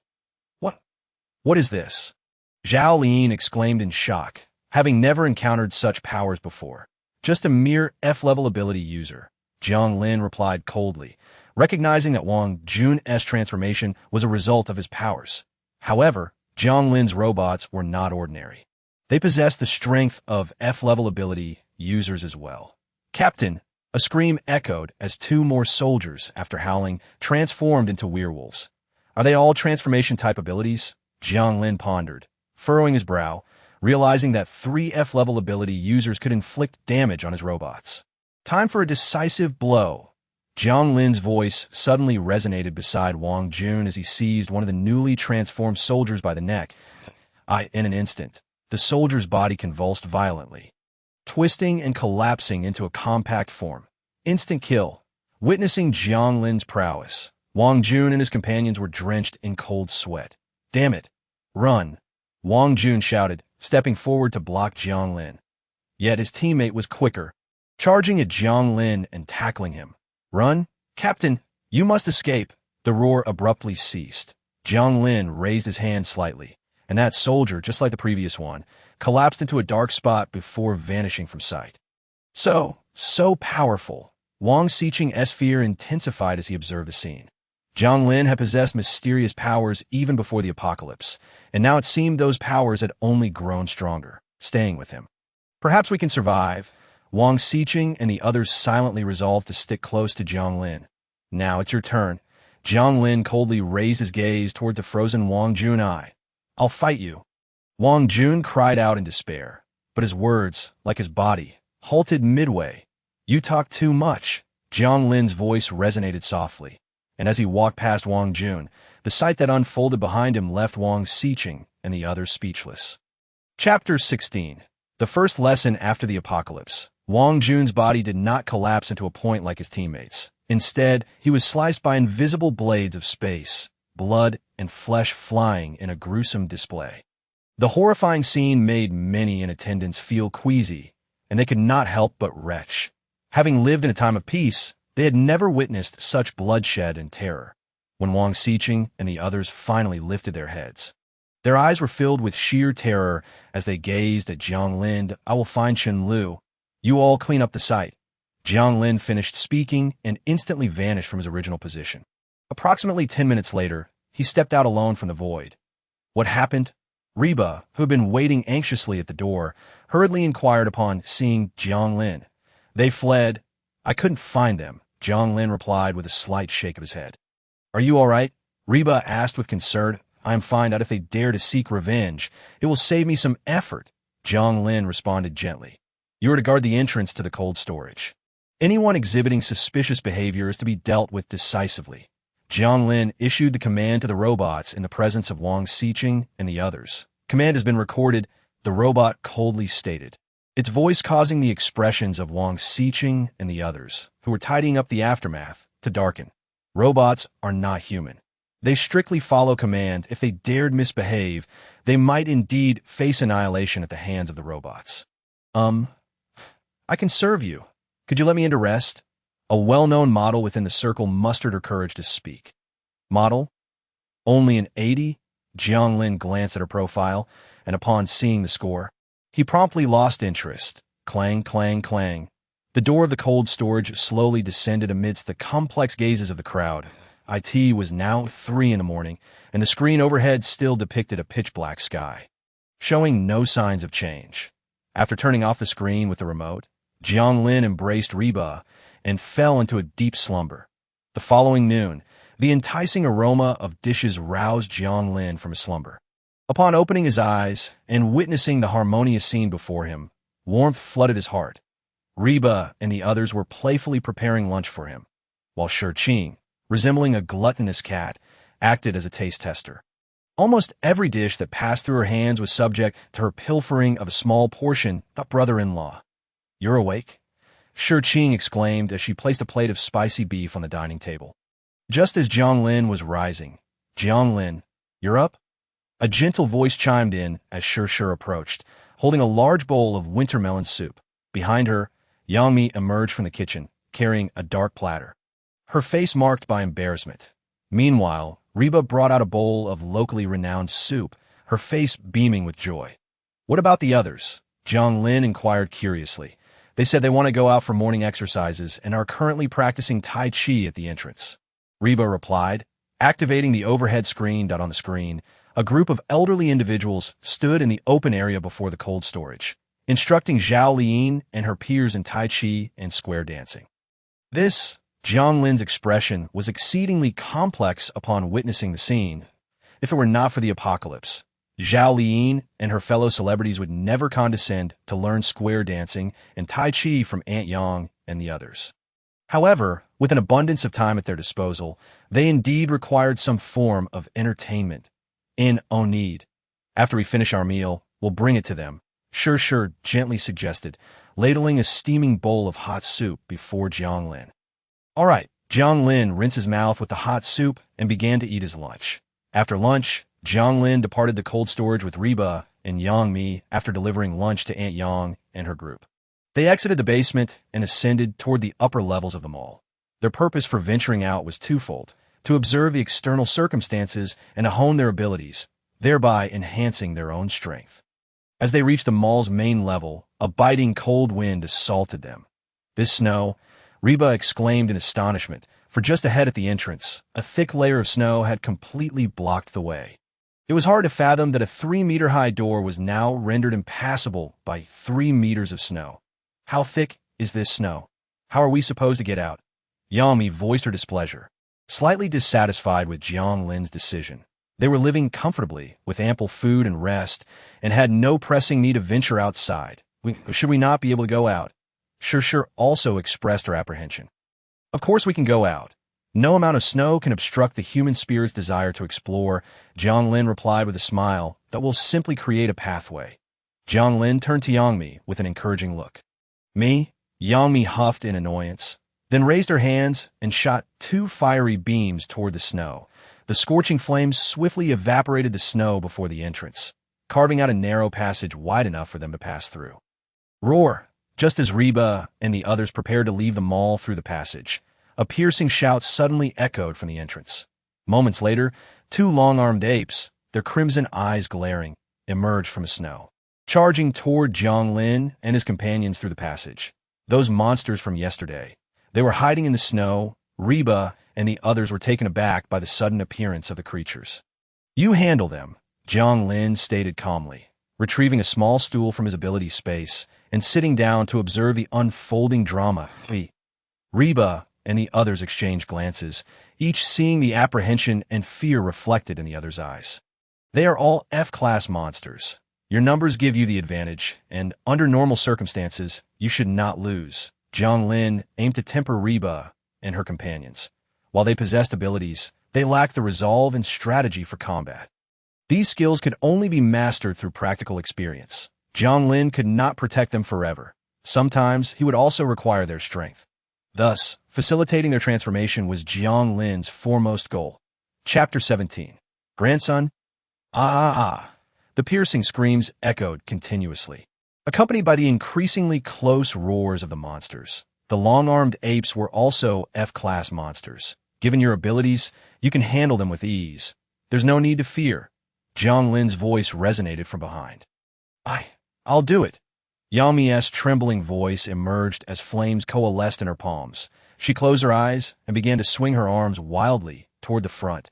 Flames erupted in bursts. Yet most of her efforts went to waste, failing to hit the monsters. Despite their bizarre appearance, the long-armed apes were swift, evading the barrage of fireballs with just a few leaps, closing the distance to Yang Mi. Be careful, Mi-Jiang. Reba's voice rang out suddenly as she raised her hand, managing to control one of the long-armed apes. However, the other ape took the opportunity to attack Yang Mi upon seeing the long-armed ape so close. Yang Mi froze in fear. You must assess your enemy before attacking. Jiang Lin's voice came from behind Yang Mi, and he swiftly stepped forward, wrapping his arms around her waist, causing them to vanish from their original spot. Bang! A thunderous crash reverberated from behind as the long-armed ape struck down with both hands, creating a gaping hole in the reinforced concrete floor. That is how you should execute an attack. Jiang Lin reappeared 3 meters behind the monster with Yang Mi in tow. He extended his hands toward Reba, grasping hers as they aimed at the long-armed ape's spine. Now, attack, Jiang Lin instructed in Yang Mi's ear. Boom! Boom! Fiery orbs erupted from Yang Mi's palms in rapid succession. With a series of resounding impacts, the long-armed ape, which had been so ferocious just moments ago, suddenly collapsed. Amidst the swirling smoke, its spine had been incinerated by the fireballs. Now, do you understand how to maximize your abilities? Jiang Lin glanced sideways, but noticed something was amiss with Yang Mi. She was panting heavily, her complexion pale, resembling someone on the brink of collapse. Jiang Lin, Yang Mi uttered, her body going limp as she slumped into Jiang Lin's embrace. Reba, stop playing. Yang Mi has fainted, Jiang Lin exclaimed as he appeared behind Reba, who was still engaged in manipulating the long-armed ape with her gravitational abilities. As the long-armed ape broke free from her control, it roared and charged toward her. Terror painted her face, a wave of impending doom enveloping her heart. No. Reba crossed her arms in front of her eyes, tightly closing them. However, the anticipated attack did not come. Mi. What happened to Mi? Aunt Yang, who had been maneuvering around the male stars, rushed over upon seeing Yang Mi, unconscious in Jiang Lin's arms. Her face filled with urgency. She's fine, just a bit fatigued, Jiang Lin replied. Yang Mi had overexerted herself during her initial use of her abilities, and her reckless behavior had pushed her body beyond its limits. The sudden relaxation had caused her to faint. Really? Is she truly all right? Aunt Yang's expression relaxed slightly. She is perfectly fine. I'll take her in to rest, Jiang Lin assured before carrying Yang Mi toward the cold storage. Inside the bunker, Yang Mi groggily opened her eyes, and the sight that greeted her made her cheeks flush with warmth. What are you all doing? Yang Mi turned her head away, her face burning. Yuri finally awake. Come, join us, Jiang Lin smiled. Who would join you? Yang Mi replied with a frown. Mi.Jiang. Come join us. Both Sure and Reba chimed in simultaneously. The three took advantage of the rare opportunity to indulge in a moment of intimacy. And the days swiftly passed. Jiang Lin. I want him. Can he live with me? During dinner, Aunt Yang entered the bunker with a young, handsome man in her embrace. Xiao Jiang, we want to cultivate some land. Could you help us brainstorm some ideas? Reba's parents approached Jiang Lin, their faces filled with regret. With so much time on their hands, they wished to engage in farming to pass the time. Xiao Jiang, we have no other requests. We simply hope to embrace our grandson soon. Sure's parents gazed at Jiang Lin with eager anticipation. Dad, Mom, what are you talking about? Sure exclaimed, her cheeks flushed as she rushed over. Reba, you must also put in the effort. We are looking forward to holding our grandson too. Reba's parents urged in support. That I have no objections. If you wish to have children, then so be it. If not, that's fine too, Jiang Lin replied nonchalantly. Relative to the others, Aunt Yang was the most open-minded. Perhaps her liberal attitude stemmed from her desire for personal enjoyment. Her delicate hands wandered over the young man's body. Seemingly unable to contain her longing, I'll find a way. I'll find a way, Jiang Lin declared, steeling himself to speak. With no worries about food and drink, it was time to address their spiritual needs. Tian's words, Jiang Lin's gaze drifted over the system interface, and he indeed found something. Fertile farmland, basic unit. Purchase price, 10,000 kilocalories energy or 10 system coins. Description: this farmland requires no fertilizer and is a fertile land where anything can thrive. 10,000 kcal of energy is not exorbitant. After a slight nod, Jiang Lin left the bunker, absorbed 10,000 kilocalories of energy from the cold storage, and brought everyone to the entrance of the cold storage. Below, it was time to witness a miracle. Jiang Lin theatrically fumbled around on-site before conjuring up an acre of good farmland. Thank you so much, Reba's father exclaimed with excitement, giving Jiang Lin a big hug. To be able to farm and embrace a grandson in this apocalyptic world was truly blissful. Ahem. As for the grandson, you still need to keep working hard, Reba's father whispered to Jiang Lin. Suddenly, a harsh alarm blared. Warning, a significant threat is approaching the bunker area. Jiang Lin's expression shifted dramatically as he dashed into the cold storage. Inside the bunker, Jiang Lin opened the overhead canopy, and when the image was projected, his face darkened considerably. Chapter 18. Zhao Lin's collection task. The screen displayed countless figures trudging through meters of snow, moving methodically toward a specific direction, towards the very shopping mall where Jiang Lin and the others were located. The snow outside had already exceeded 3 meters, yet these monsters traversed it effortlessly. Judging by their actual height, they towered far above the snow. Comparing their height to the snow thickness, these creatures stood over 20 meters tall. The monsters resembled upright lizards, their bodies covered in thick, black scales. Their long tails lashed against the snow, sweeping over buildings buried beneath, producing chilling crash sounds.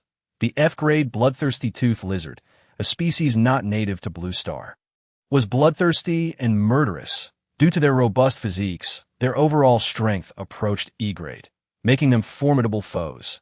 Jiang Lin frowned as he explained. They won't come in, will they? Yang Mi asked, her brow furrowed. They will definitely come in. Their sense of smell is sharper than a dog's, Jiang Lin replied gravely. The bloodthirsty tooth lizard may not be the most powerful monster, but for survivors in the early apocalypse, they were among the most troublesome. With their towering bodies, they could withstand attacks from similarly ranked ability users and easily eliminate them. To combat them, one would need at least an E-grade ability user to handle the situation with ease. Everyone, follow me. Jiang Lin instructed softly. After leading everyone out of the bunker, he glanced at Zhao Liyin, who was setting up a makeshift bed nearby. Jiang Lin coldly commanded. Upon seeing Jiang Lin's grave expression, Wang Xiqing and the others wisely entered the cold storage. Once the cold storage door closed, Jiang Lin handed an ability orb to Zhao Liyin. Eat this, Jiang Lin ordered. How can I eat something this large? Zhao Liyin replied, perplexed. Just put it in your mouth. It will dissolve automatically. Reba, already experienced, reminded her. Seeing this, Zhao Liyin no longer hesitated and swallowed the ability orb. Collection task accepted successfully. Zhao Liyin collection task. 1. Grant her an ability point 2. Raise her affinity to 100 points point 3. Engage in a relationship with Zhao Liyin point 4. Enhance her combat attributes to 100 points. Task rewards.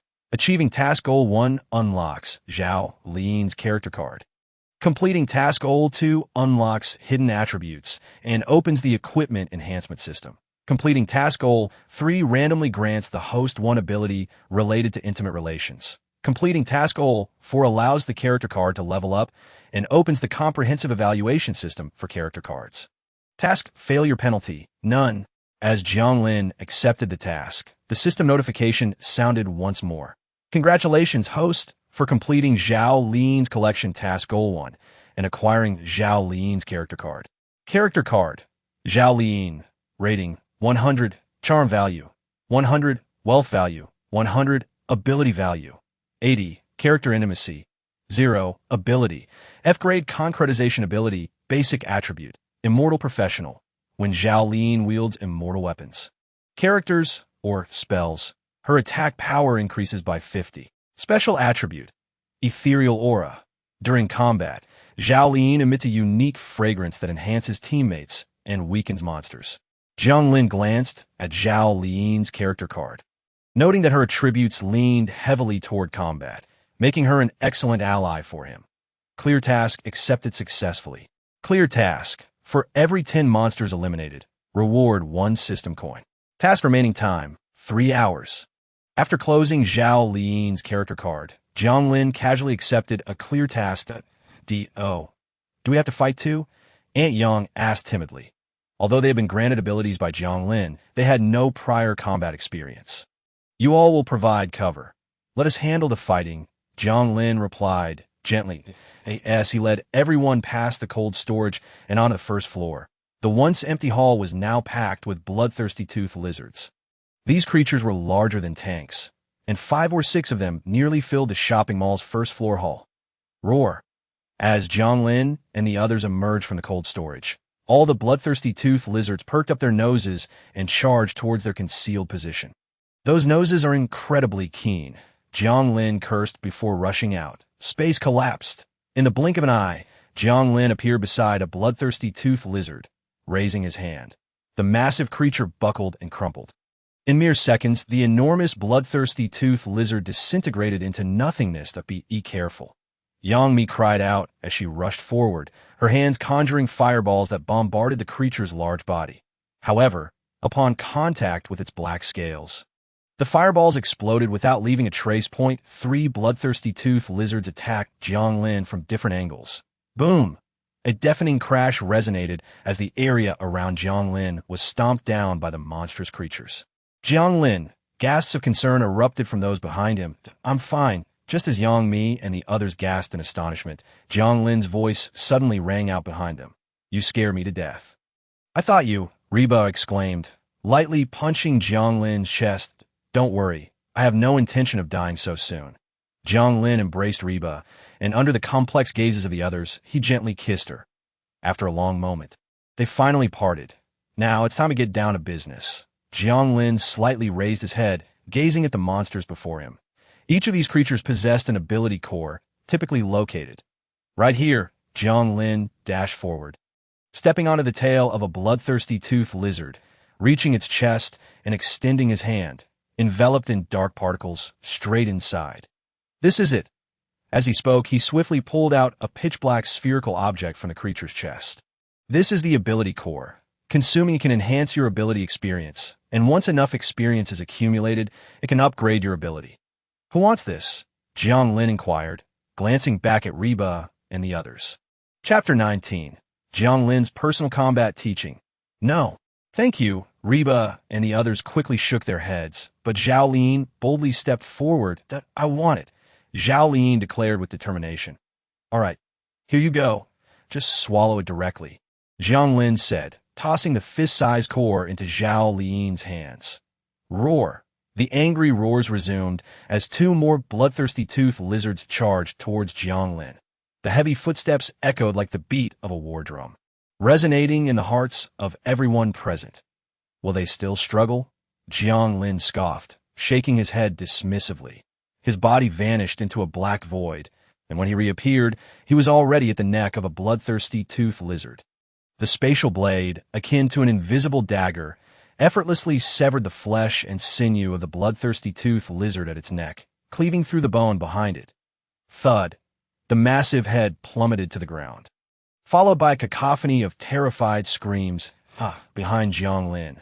The presence of the bloodthirsty tooth lizard's towering head, standing over 2 meters high, instilled a profound fear in everyone. They still had not adjusted their mindset. Jiang Lin gazed at the unfolding scene, shaking his head in resignation.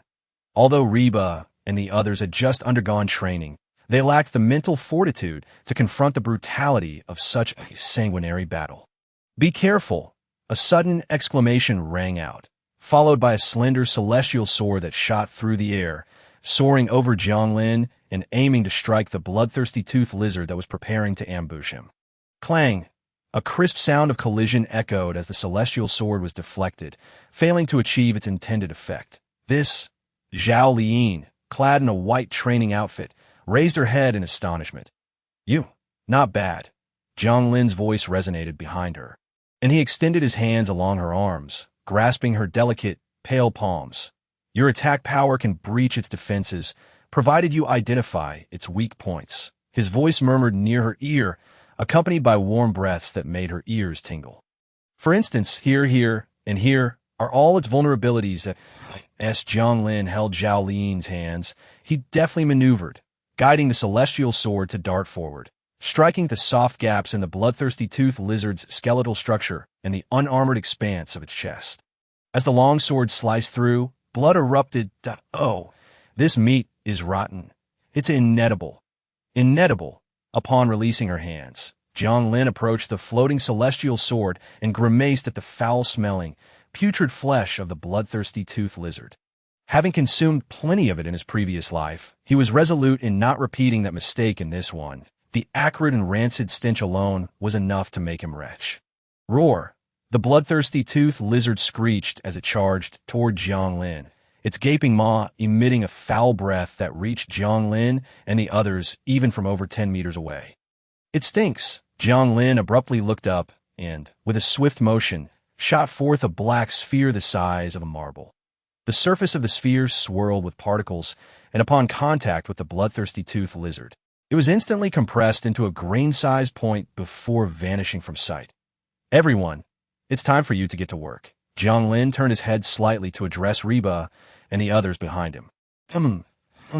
Although their faces were pale, they nodded in agreement with difficulty. They all understood that this was a trial they had to overcome.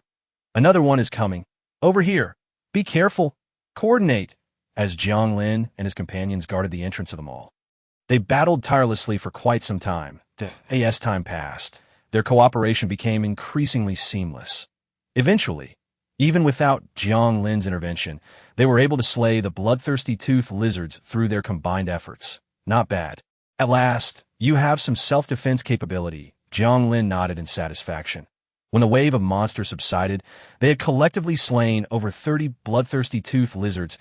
As the clearing task concluded, the system announced, Host, including team members, has killed a total of 25 monsters, earning 2 system coins. Given that the host has now acquired system coins for the first time, select items in the system mall are available at limited-time discounts, with prices starting as low as 10 off.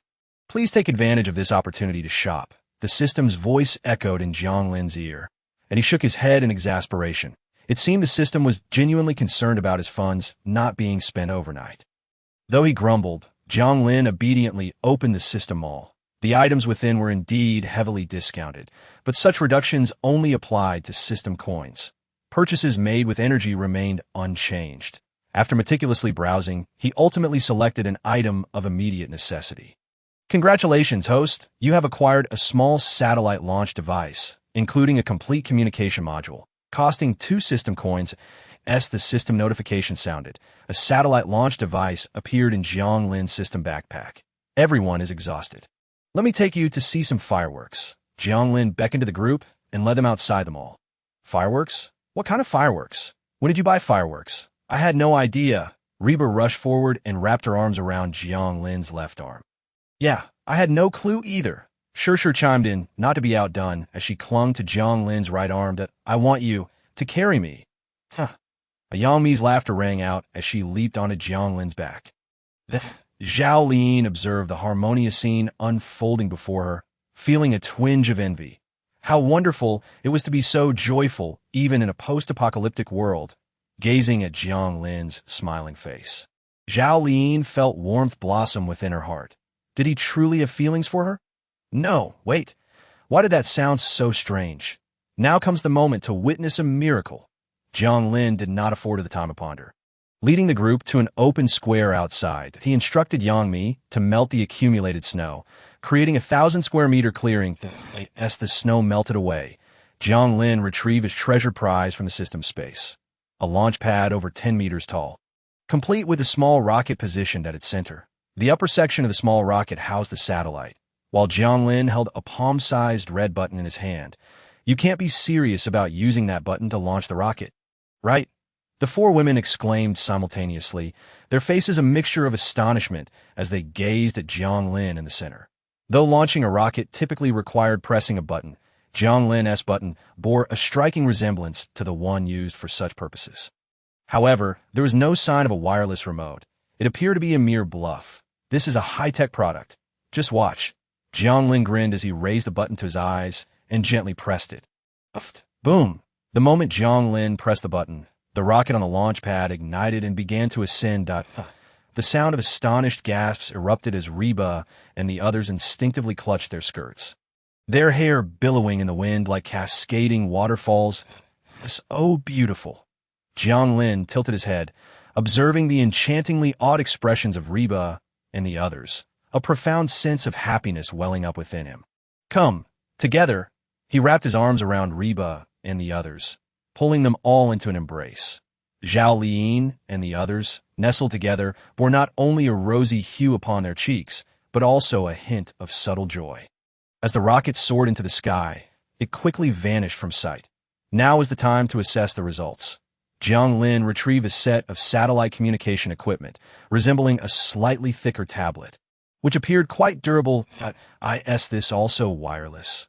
Reba inquired curiously, her long hair cascading over the top of the screen. The screen displayed their current location, with an impressive accuracy of within 1 meter. Reba waved her hand experimentally, and the image on the screen mirrored her actions without a delay of even a second. How amazing! Reba exclaimed, astonished. Yes, if you want to play with it later, I'll give it to you. But for now, let me check the situation outside. Jiang Lin replied as he adjusted the controls to zoom out his view. Found them. There are likely tens of thousands of bloodthirsty tooth lizards. Where could they be headed? Jiang Lin murmured in confusion. Tracking the lizards with the satellite camera, he finally spotted a grand fortress not far ahead, standing majestically upon the earth, surrounded by towering walls over 10 meters high. Upon those walls stood numerous supernatural beings. Are the bloodthirsty tooth lizards heading toward the human settlement? Who constructed that fortress? Jiang Lin pondered, manipulating the satellite to delve deeper into the fortress. Within the land-based fortress lay a small town. Occupying approximately a quarter of the area of an ordinary county, it contained several 10-story buildings, resembling a residential community. Are those monsters heading toward them? Could it be that the monsters possess intelligence? Zhao Lin questioned, astonished. Whether they possess intelligence remains unclear, but they certainly do attack human settlements in organized groups. Jiang Lin replied, shaking his head slightly. Knowledge about these monsters was limited among humans. One thing was certain. These creatures orchestrated coordinated assaults on large human gatherings. The reasons behind this remained a mystery. Yet each time monsters besieged a settlement, it posed a grave threat. This settlement is likely doomed, Jiang Lin remarked, observing that the experience of the supernatural beings within the fortress was lacking. And their coordination was utterly chaotic. Faced with the towering, bloodthirsty tooth lizards, many of them had already fallen victim to the lizard's jaws, becoming mere sustenance. Shouldn't we go save them? Sure, timidly suggested. Each person has their own fate. Some cannot be saved, Jiang Lin replied, shaking his head slightly. He had no ties to those individuals and would not risk himself for their rescue. An even greater crisis has yet to unfold. All right, Sure nodded faintly, and the others sighed softly, none daring to persuade Jiang Lin otherwise. They observed the once-piled bags of food at the entrance, now strewn about haphazardly, with remnants of food scattered across the ground. In the not-so-distant front of Jiang Lin and his companions, Wang Xiqing and his group were huddled together, voraciously consuming snacks such as potato chips and shrimp chips. Crunch, crunch, upon hearing the sound of the door opening. Wang Xiqing and the others were abruptly jolted awake, hastily discarding their food bags. Jiang Lin. Wait. Wang Xiqing stood up, his face flushed with embarrassment. Just as he was about to offer an explanation, Jiang Lin interjected. Are you all seeking death? His gaze swept across everyone, the bloodthirsty, killing intent in his eyes causing them all to lower their heads involuntarily. Listen to my explanation. We were simply too hungry. It was not intentional. Please forgive us. Forgive us, Wang Xiqing pleaded desperately. However, Jiang Lin remained utterly unmoved. Jiang Lin. Food represented the essence of survival, something that could not be trampled upon or tainted by anyone. Forgiveness? Jiang Lin tilted his head slightly, casting a glance at Wang Xiqing. Go to the underworld and seek forgiveness from King Yan. After uttering these words, a myriad of spatial blades descended upon Wang Xiqing from all directions, reducing his body to mere fragments, leaving only his head, marked by terror and remorse, tossed aside. And oh, don't kill me. I am willing to comply. Whatever you desire, I can do it. Please, spare my life. The top female model, who had previously expressed a desire to share a bed with Jiang Lin, crawled over to Jiang Lin's feet after witnessing Wang Xiqing's gruesome demise, directly licking the surface of his shoes before the eyes of all. Impressive tongue technique, Jiang Lin remarked with appreciation. Just as the model thought she might be spared, her expression abruptly froze. But I've already stated, you are not worthy. Jiang Lin coldly lowered his gaze, blood erupting before him, and ultimately, the model followed in Wang Xiqing's fate. As for the rest of you, Jiang Lin slightly raised his head, looking at the terrified group before him from this moment forth. You are my slaves. You shall no longer be human. They will be your masters, and they can do as they please. Anyone who dares to resist will meet your fate. Jiang Lin stepped forward, crushing the head at his feet. The blood that gushed forth only heightened the fear of the already terrified group, who dared not utter a sound, fearful that any noise would provoke Jiang Lin's wrath. I have prepared your food as well, bloodthirsty tooth lizard. Their flesh is in the lobby on the first floor of the mall. If you wish to eat, go and carve it out. Jiang Lin produced a dagger from his spatial ability and tossed it before the group. Chapter 21. Training Zhao Liyin. Zhao Liyin stood behind Jiang Lin, observing the scene before her with a sense of melancholy. Had Jiang Lin not summoned her during this battle, she might have ended up like those others. In light of Jiang Lin's decision, although Reba and the others felt somewhat uneasy, no one dared to voice opposition. Food was undoubtedly the most precious commodity in this dire situation, as the outside world lay blanketed in snow. Teeming with monsters, the challenge of obtaining sustenance was immense. Yet these individuals had callously wasted food even as they fought desperately. The thought of this ignited a flicker of anger within them. Hurry and get out. Jiang Lin's face darkened as he spoke, and the group, already paralyzed with fear, finally sprang to their feet in a panic. Follow her. Anyone who dares to run will be executed. Jiang Lin commanded the nearby robot. Command received.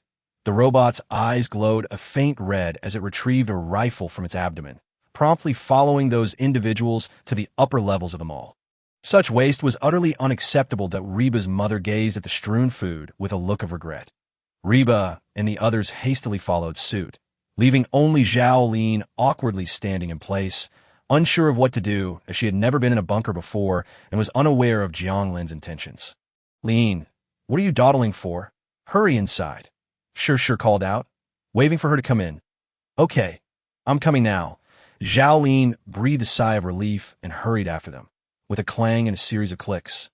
The bunker door sealed shut, and Zhao Lin felt the comforting warmth, the cozy decor, and the sight of an enormous bed made her eyes widen in astonishment.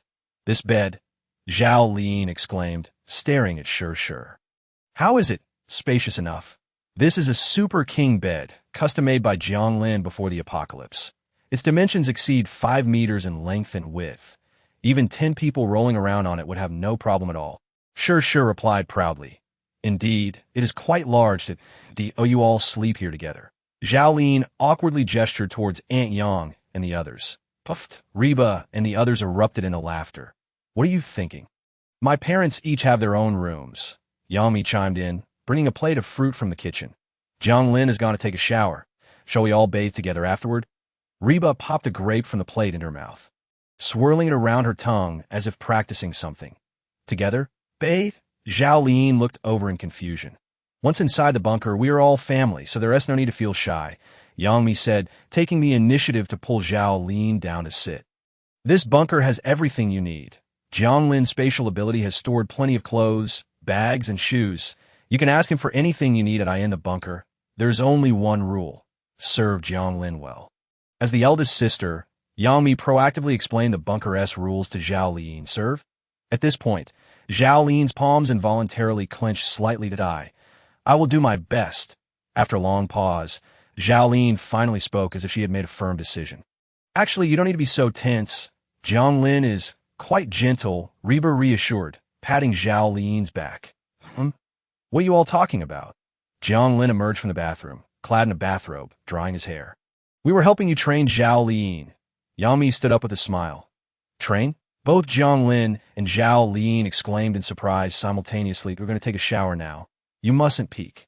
Yang Mi laughed as she approached, linking arms with Jiang Lin, planting a light kiss on his cheek before walking into the bathroom behind her. Don't peek. Reba and Sure giggled, rushing over to plant their own marks on Jiang Lin's cheeks. Zhao Lin blushed as she passed by Jiang Lin, struggling to find her words. With a click as the bathroom door closed, Jiang Lin felt an overwhelming surge of blood rush through him. Oh, what are you doing here? How annoying. Didn't I say not to come in? Oh dear. Within the cramped confines of the bathroom, a chorus of startled exclamations erupted.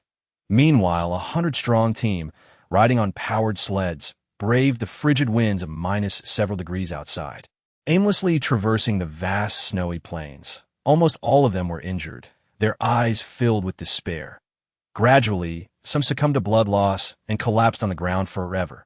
Let us hold on a little longer. There's a food store and mall ahead.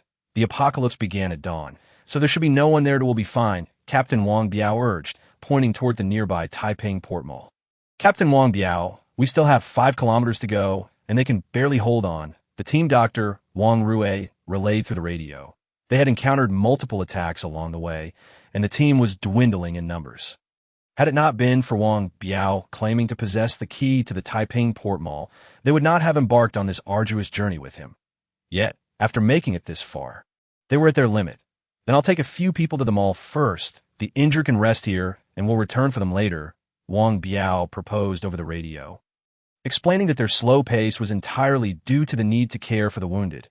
Understood, came the voices of Wang Rue and others through the radio.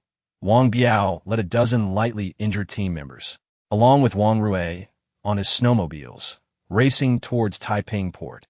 Without the burden of the injured, their pace noticeably quickened. When they arrived at the mall entrance and saw the doors wide open, their expressions turned wary. Stay alert, prepare for battle at all times, Wang Biao ordered before jumping off the snowmobile. Crunch, crunch, the team cautiously made their way through the snow, and, as they crouched behind the door and beheld the scene within the mall, their pupils dilated in shock. Chapter 22. My slaves are not for you to touch. Not far ahead of them, the corpses of monsters lay piled high like a mountain. Surrounding this mound of flesh were dozens of individuals, tearing at the raw meat and continuously shoving it into their mouths. Ugh! Cough, cough! They gagged as they ate, tears streaming down their faces, yet not a single one dared to pause. What astonished Wang Biao the most was the robot standing behind the crowd. The robot, armed with a rifle, displayed a flickering red light in its eyes, seemingly possessing intelligence. That's the actress Yang Mi, and beside her is actress Bai Lu. Good heavens! How did they end up here? And why are they feasting on monster corpses? Wang Rui exclaimed in shock after glancing around the mall. Yang Mi, Bai Lu, Wang Biao, upon hearing Wang Rui's words, scrutinized the scene before him for a moment. Once he confirmed that the individuals before him, who were indulging in a gruesome feast, were indeed Yang Mi and Bai Lu, he was taken aback, his eyes widening in shock. I am a fan of Bai Lu. They must have been taken hostage. I must rescue them. Without the slightest hesitation, Wang Biao commanded, "Action!" With his declaration, they charged forward. Upon detecting anomalous energy, the elimination protocol was initiated. The robots, upon the arrival of Wang Biao and his companions, immediately opened fire. Vivid green beams shot forth in rapid succession. Yet Wang Biao and his team deftly evaded them. Wang Rui, you go save them. We will deal with the robots, Wang Biao shouted, extending his finger as a laser shot forth. Piercing the eye of one of the robots, the threat level exceeded the predetermined elimination parameters. The scene was recorded, and the information was reported. The self-destruct sequence was activated. 3, 2, 1, boom! A deafening explosion erupted from the first floor of the mall, leaving a gaping hole in the ground. Wang Biao and his companions, originally at the first floor, were thrown down to the basement level due to the force of the blast. Warning, warning, anomalous attack behavior detected. Within the bunker, a shrill alarm blared. Freshly emerged from their showers, Jiang Lin and his associates were startled, their brows furrowing at the cacophony. Bunker AI Hamburger, tell me what is happening, Jiang Lin inquired, his brow knitted in concern. 3 robots locked onto Wang Biao and his group, but realizing they were outmatched, they chose to self-destruct. Damn it! Where did these people come from? Jiang Lin cursed, frustrated that just as he dealt with the issue concerning Yang Mi and the others, new intruders had appeared and dispatched as home defense robots. They come with ill intent. What should we do? Sure voiced her apprehension. What else can we do? Damn it! Jiang Lin replied vehemently, his previous good spirits evaporating. Lin, you stay in the bunker and rest. We will handle this. After giving Zhao Lin an assuring glance, he departed with Sure and the others. Upon reaching the basement level, Wang Biao was attempting to ingratiate himself with Yang Mi and Bai Lu. Bai Lu, hello. I am your fan. I have watched all your performances. Wang Biao nervously extended his hand toward Bai Lu. Despite the new injuries he bore and his dusty attire, his smile radiated brightly. For the first time in this apocalyptic world, he felt a flicker of joy. Without this catastrophe, how could he have met Bai Lu and engaged with her so closely? Why you? Hello. Bai Lu timidly extended her blood-stained palm. Shaking hands with Wang Biao. Yes. I shook hands with Bai Lu. Yes. Wang Biao exclaimed, jumping in exhilaration. However, upon witnessing this scene, Bai Lu could not hold back her tears. She had endured unimaginable suffering since following Wang's seaching to this mall. Living in a nightmare devoid of dignity, reduced to consuming foul, rancid monster meat. Seeing Wang Biao's exuberance shattered her already fragile spirit. Not just her, but others around them also succumbed to tears. Please, stop crying. Who did this to you? Wang Biao approached, attempting to console the sorrowful Bai Lu. Just as he was about to embrace his idol in her moment of despair, a chilling voice pierced through the air. My slave is not someone you can lay your hands on. Jiang Lin appeared like a wraith behind Wang Biao, pressing a hand against the back of Wang Biao's head, forcefully bringing him to the ground.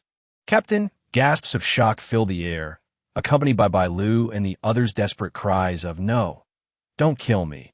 I have nothing to do with this. Upon seeing Jiang Lin, Bai Lu's tears abruptly ceased, replaced by profound despair in her eyes. A dull thud echoed at Jiang Lin's feet as Wang Biao, who had been so animated moments ago, now lay like a lifeless fish beneath Jiang Lin's weight. What you? Who are you? Wang Biao stammered defiantly. And who are you? Jiang Lin coldly inquired, his gaze piercing through Wang Rui and the others, who instinctively recoiled, taking 2 steps back. His eyes were frigid, almost devoid of compassion, as if they were the harbinger of death. Regardless of who you are, those who dare to touch what is mine meet only one fate: death. As Jiang Lin prepared to strike down Wang Biao, Wang Rui dashed forward recklessly. No, don't kill my brother, she cried out in abject terror, biting Jiang Lin's arm desperately. Jiang Lin's eyes widened slightly in surprise upon seeing Wang Rui. Let go of my brother. In that moment of distraction, Wang Rui bit down on Jiang Lin once more. Wang Rui, you must flee. Don't worry about me, Wang Biao shouted frantically. Such a collection task exists? Jiang Lin thought, astonished as he loosened his grip slightly. Jiang Lin, be careful, came as sudden exclamations as Reba and the others rushed in alarm. Feeling a change in the atmosphere, Jiang Lin quickly reacted. Chapter 23. He took away someone very important to me. Jiang Lin swiftly propelled himself through the spatial portal, vanishing from the scene in the instant he left. A blinding radiance erupted. Wang Biao cried out in agony, enveloped by the dazzling light. When the brilliance faded, his body radiated an overwhelming glow. Is it a power surge? Jiang Lin remarked, frowning as he emerged several meters away. A power surge? Reba sighed in relief at Jiang Lin's well-being. Yes, in his panic, he unleashed a power surge. While his strength has briefly escalated, he won't survive long, Jiang Lin stated quietly. Die. Wang Biao's eyes, now crackling with electricity, turned to Jiang Lin. A beam, as thick as an arm, shot forth from his palm, hurtling towards Jiang Lin, spatial slicing. Amidst Wang Biao's assault, Jiang Lin bore no hint of trepidation. With a mere flick of his hand, slender blades of space intersected before him, severing the beam into fragments of light. As the spatial blades dissipated, the light spots vanished before the onlooker's eyes. How is this possible? Wang Biao exclaimed in disbelief. Despite being an E-class ability user due to his power surge, his attack proved futile against Jiang Lin. Could it be you're also an E-class ability user? Wang Biao gasped in astonishment. Indeed, Jiang Lin nodded slightly. You should realize your time is running out, should you continue your reckless attacks. I cannot guarantee their safety. As Jiang Lin's voice resonated, Wang Biao's expression darkened. Brother, what does he mean by time running out? Wang Rui rushed to Wang Biao's side in desperation. I'm fine. Don't listen to his nonsense. You all must leave. I will hold him off. Wang Biao gritted his teeth, aware of his grim predicament. He knew his time was short, but before he perished, he needed to ensure his sister and idol escaped unharmed. What a pity. Just as I met you, I am to die, Wang Biao lamented inwardly. Although he and Bai Lu had no past connection, he had hoped for a future intersection. But now, time was not on his side. You may leave, but they cannot. Jiang Lin coldly gestured toward Bai Lu and the others behind Wang Biao, his tone unwavering. They're my slaves. You have no right to take them. Leave now, Wang Biao barked. Darkly, you all must go. I will hold him off. Brother, Wang Rui protested, unwilling to abandon him. Yet her companions forcibly pulled her away. I said they cannot leave.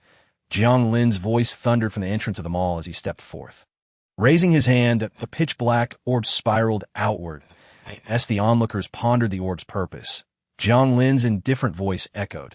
Spatial collapse. The instant his words fell, the black orb morphed into a void, voraciously consuming everything around it. Gravitational field. Fireball. Wang Biao found himself ensnared within the gravitational field, lifted off the ground. Soon, unrestrained flames raged within the field, engulfing everything in an instant. Brother, Wang Rui screamed in despair, while the others remained oblivious to Wang Biao.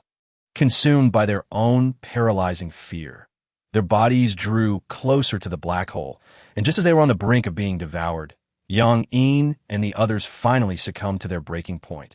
No, I don't want to leave. Don't pull me. Jiang Lin's slaves, frenzied, began to attack Wang Biao's team, biting and clawing, frantically fleeing backward. Witnessing this scene, Wang Biao's companions wore expressions of helplessness and sorrow. Wang Biao had sacrificed his life for them, yet they treated their savior in such a manner that it was undeniably disheartening. Be careful. The voice of Jiang Lin resounded once more, this time manifesting before Reba and her companions. In the very instant Jiang Lin appeared, Wang Biao leaped forth like a flash of lightning, hurtling towards him with fierce intent. Space collapsed. Jiang Lin struck forward with his palm, yet found nothing but emptiness. Wang Biao's speed had escalated to a terrifying degree. In the blink of an eye, he had surpassed Jiang Lin and stood beside Bai Lu, who was positioned behind him. Even if it's just you. Just you. I shall rescue you. Wang Biao's voice faded almost instantaneously, and he swiftly turned back with Bai Lu, vanishing along with Wang Ruwei from the scene. Damn it, Jiang Lin exclaimed, his countenance darkening in an instant. Who are you? Where did you come from? Where did that person go? Jiang Lin stepped forward, approaching a team member, his tone filled with menace. The individual's neck was ensnared by Jiang Lin's grip. Panic-stricken and unable to articulate the answers Jiang Lin sought before collapsing into a singular point. A scream pierced the air, rendering everyone present utterly stunned by the spectacle. Speak! Jiang Lin seized another person. His voice cold and commanding that I'll speak. Please don't kill me. We hail from the Evernight Fortress. Our stronghold was besieged by monsters, and only a little over 100 managed to escape.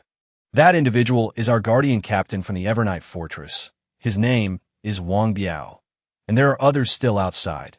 They should be searching for those who remain.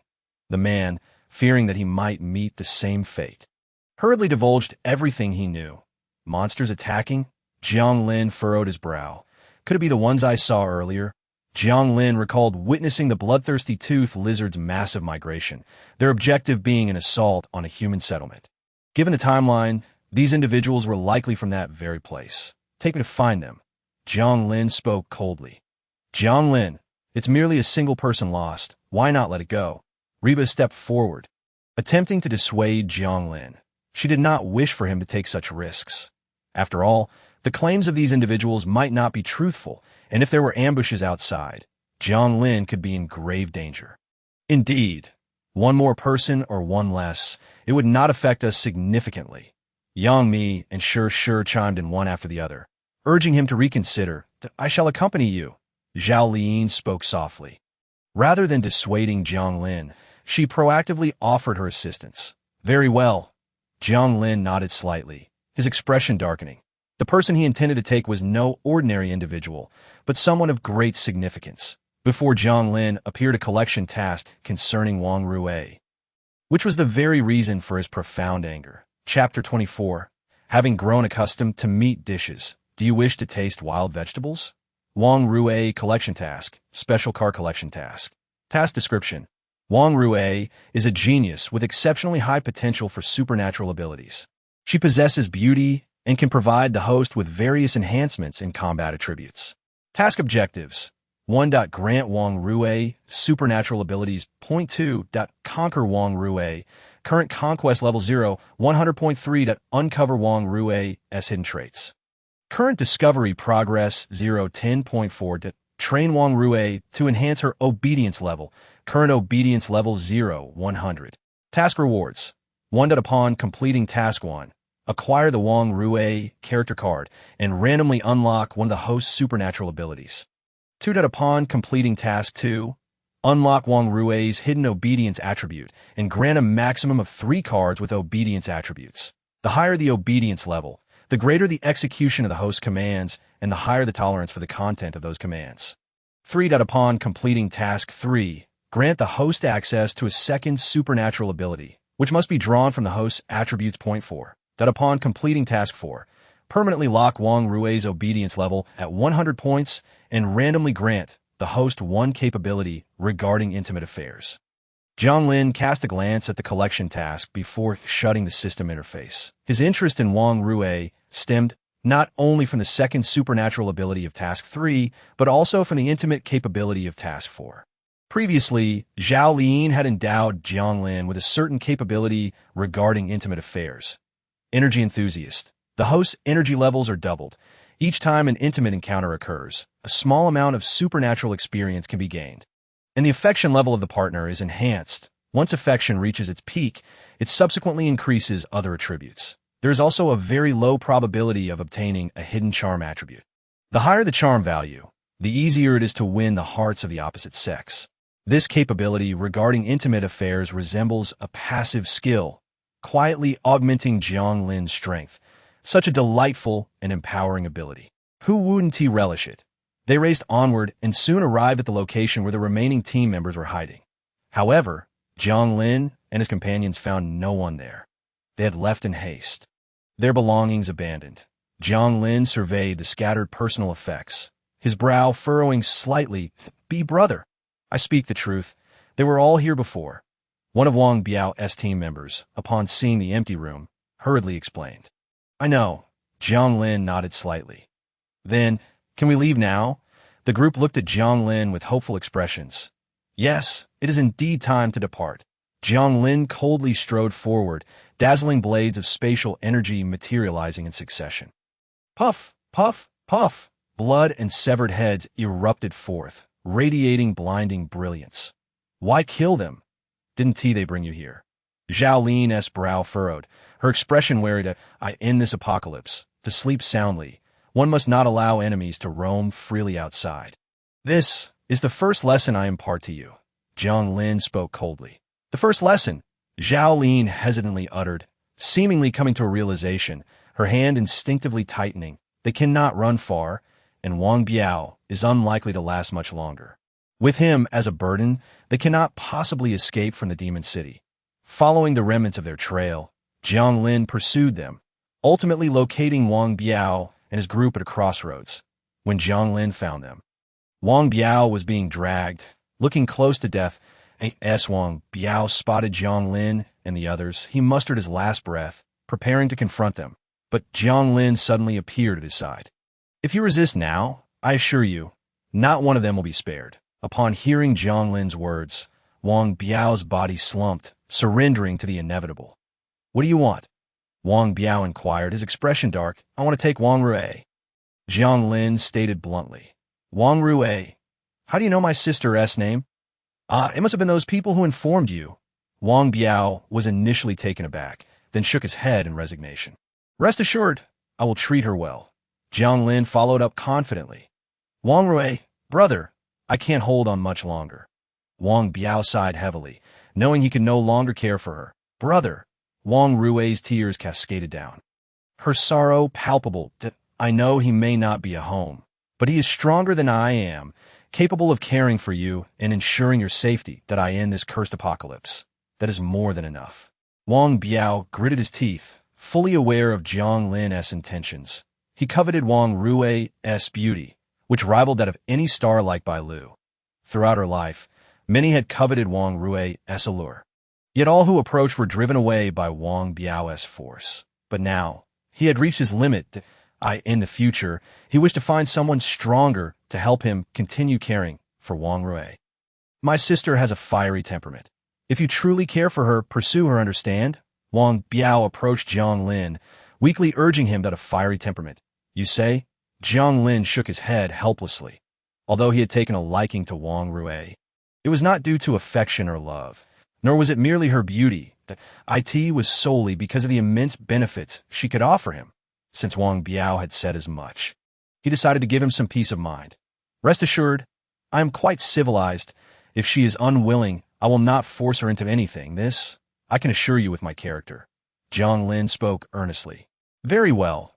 Wang Biao nodded slightly, turning to look at the wounded behind him. "I have one last request." Before Wang Biao could finish, he was interrupted by Jiang Lin. "The fates of the others are in the hands of destiny." "All right," Wang Biao acquiesced bitterly, his voice gradually fading into silence. When Jiang Lin looked over, he saw that Wang Biao's life had reached its conclusion. "Brother," Wang Rui cried out, her voice heart-wrenching, and the expressions of the other wounded mirrored her profound despair. "Death is irreversible. You must accept it. Only then can you survive in this damned apocalypse." Jiang Lin spoke softly, attempting to console Wang Rui. Slap. Wang Rui raised her hand, intending to strike Jiang Lin, but he caught her right wrist. "Cold-hearted, merciless! How could you be so callous?" Wang Rui exclaimed in anger. "Blood is not cold. You will eventually be consumed by this apocalypse. What you see now is merely the beginning." Jiang Lin replied coldly. Having witnessed the abyss, he could maintain an indifferent demeanor in the face of death. Compared to the cruelty of the apocalypse, Death may indeed be a form of liberation for them, but not forget. Your brother entrusted you to me. You wouldn't want him to leave this world with regret, would you? Jiang Lin's words rendered Wang Rui momentarily speechless. My affairs are mine alone. I will lead them to safety myself. Wang Rui, resolute yet burdened, struggled to bear the lifeless body of Wang Biao, making her way step by step towards the city, entirely blanketed by a thick layer of snow, were it not for the icy layer beneath the snow. The sheer depth of the accumulation would have easily engulfed Wang Rui and her companions. Observing Wang Rui's arduous trek through the snow, Jiang Lin, with a resigned shake of his head, swiftly stepped forward, lifting Wang Rui onto his shoulder. "What are you doing? Put me down!" Wang Rui cried out, writhing in protest. Be quiet. If you keep this up, I might just unleash my wrath," Jiang Lin coldly threatened, and upon hearing his words, Wang Rui indeed ceased her struggles. Although she cared little for her own safety, she held the well-being of her fellow companions in high regard. "Despicable!" Wang Rui hissed through clenched teeth. "You vile scoundrel. You just promised my brother not to force me, and now you go back on your word. I am saving your life. Do not be ungrateful, that if you continue to cause trouble, I may truly resort to violence," Jiang Lin warned, his brow tightening. Following his words, Wang Rui fell silent. "I will provide you with a location. Whoever among you survives to reach it shall be granted basic sustenance and a relatively secure shelter. For those who fail to arrive alive, I can only express my regrets." After revealing the location of the mall to the remaining group, Jiang Lin tossed Wang Rui onto the back seat. And without waiting for her to speak, he mounted his vehicle and departed the scene with her and Zhao Lin. "It's fine," Jiang Lin reassured, shaking his head slightly to indicate his well-being. "Get down." After dismounting, Jiang Lin pulled Wang Rui off the vehicle as well. "Allow me to introduce you. This is Wang Rui, and these are Reba, Yang Mi, and Sure.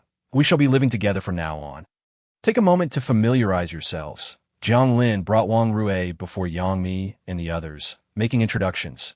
Living together, Wang Rui frowned. "When did you develop a fondness for ordinary folks? Have you grown weary of meat and yearn for some wild greens?" Yang Mi inquired, her words unreserved as she addressed Wang Rui directly. "Abilities," Wang Rui exclaimed with envy, recalling the extreme scarcity of ability orbs in her previous environment, where even she had not qualified to receive one. "Do you desire it? If you beg me, I might grant you an ability orb," Jiang Lin replied, producing an orb from his ability space and holding it in his hand. Chapter 25.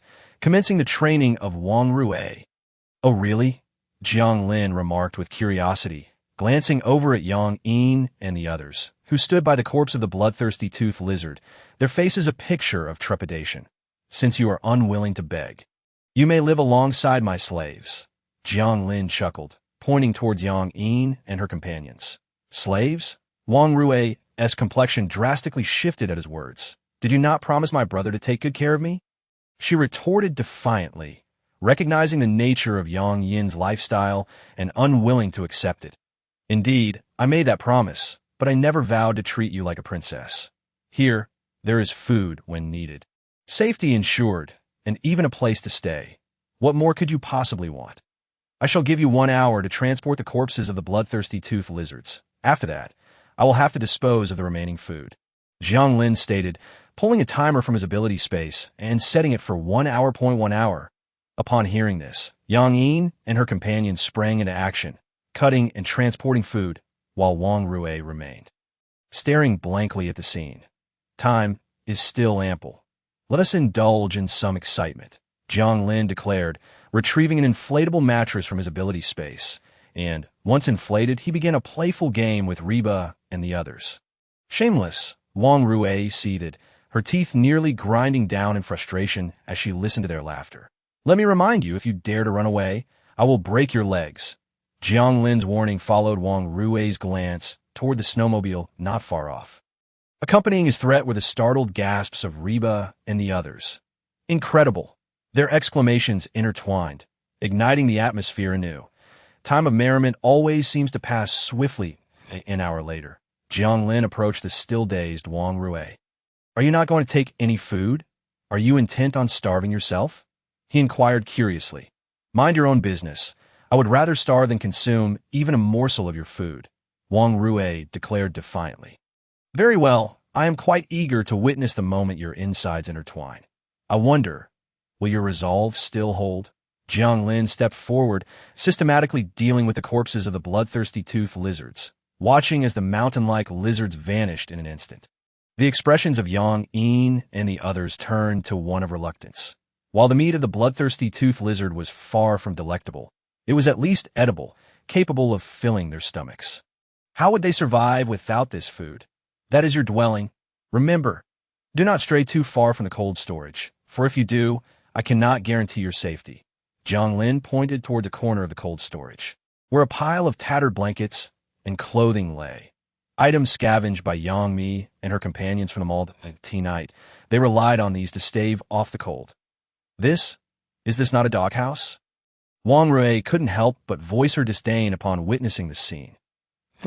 Upon hearing Wang Rui's remark, Yang Mi and the others all scoffed, casting her displeased looks. I have said what needed to be said.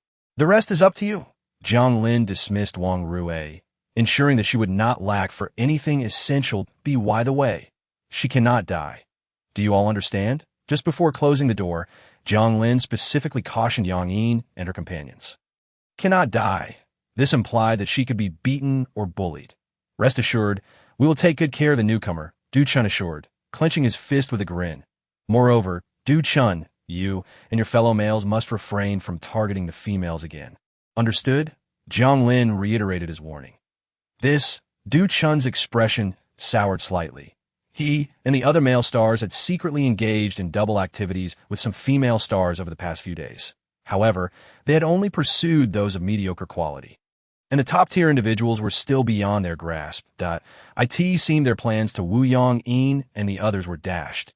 Understood. We comprehend. Du Chun's companion, Kuan, nodded eagerly, expressing profound respect for Jiang Lin. All right, I look forward to seeing you play basketball soon.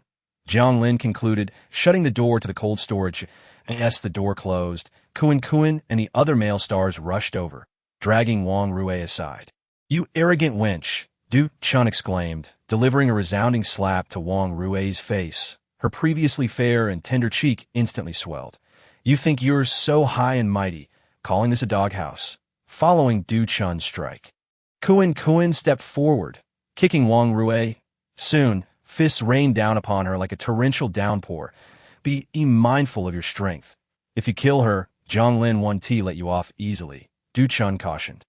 Behind him, Yang Mi and the other females retrieved a stove from the pile of blankets, setting it atop a stone platform before placing slices of bloodthirsty tooth lizard meat onto it. Cough, cough, cough. It stinks. The smoke and foul odor wafting from the cooking meat caused Yang Mi and the others to cough violently. This life is unbearable. I heard Zhao Lin mention that there is a bunker in the cold storage, complete with high beds, soft pillows, and even bathing facilities that I must enter the bunker, savor delicious food, and enjoy daily baths in new clothes. Yang Mi, suppressing the stench, picked up a half-cooked slice of meat and placed it in her mouth. Grimacing at the taste, even after cooking, the meat of the bloodthirsty tooth lizard remained exceedingly foul. Yet despite this, those present consumed it with fervor, not out of desire, but from lack of choice, with all the food in them all depleted, having been scavenged by Jiang Lin. The only fare available to them was the repugnant meat before them. After tiring from their exertions, Du Chun and the others settled by the stove, chewing on the meat. Meanwhile, Wang Rui lay on the ground, bloodied and battered, her body marred with wounds.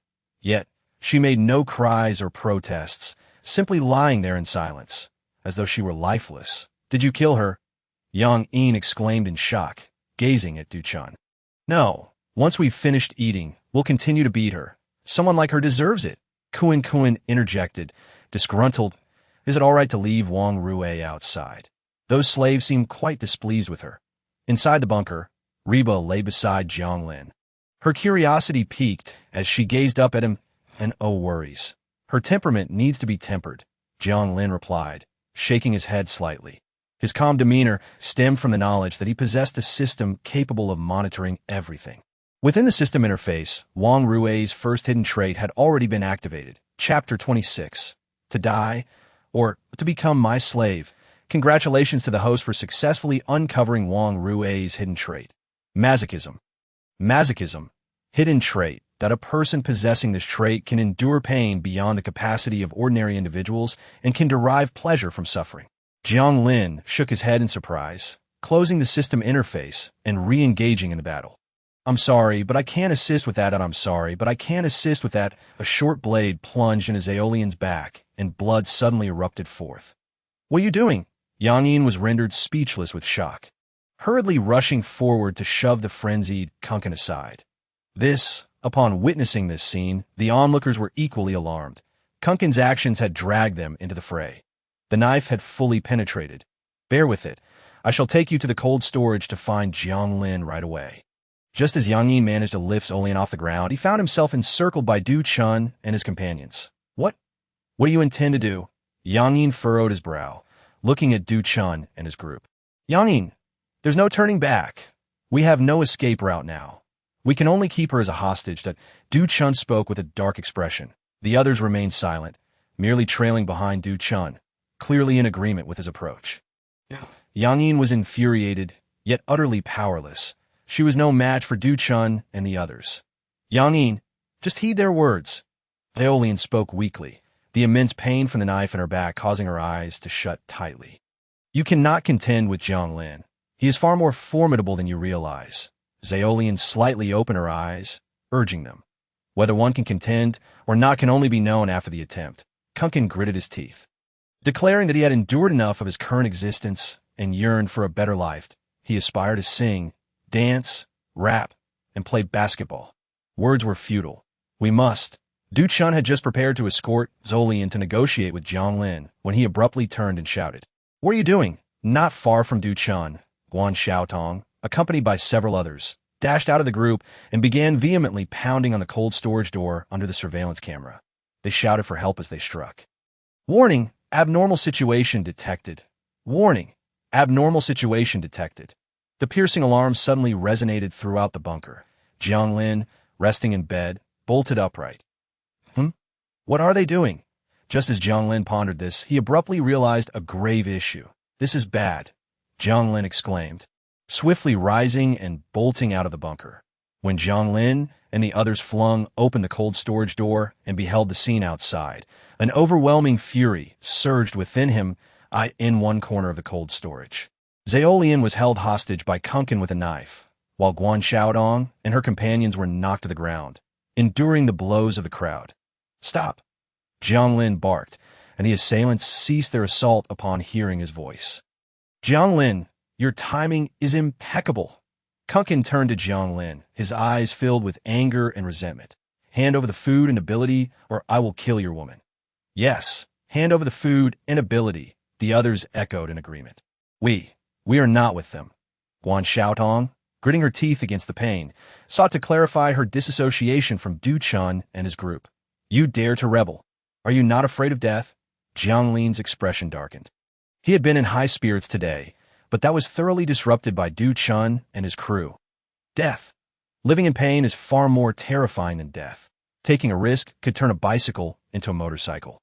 If we do not take the risk, we will live our lives like worms in this filthy ground. Kunkin shouted passionately, his discontent having reached its peak. Before the apocalypse, he had enjoyed a life of luxury.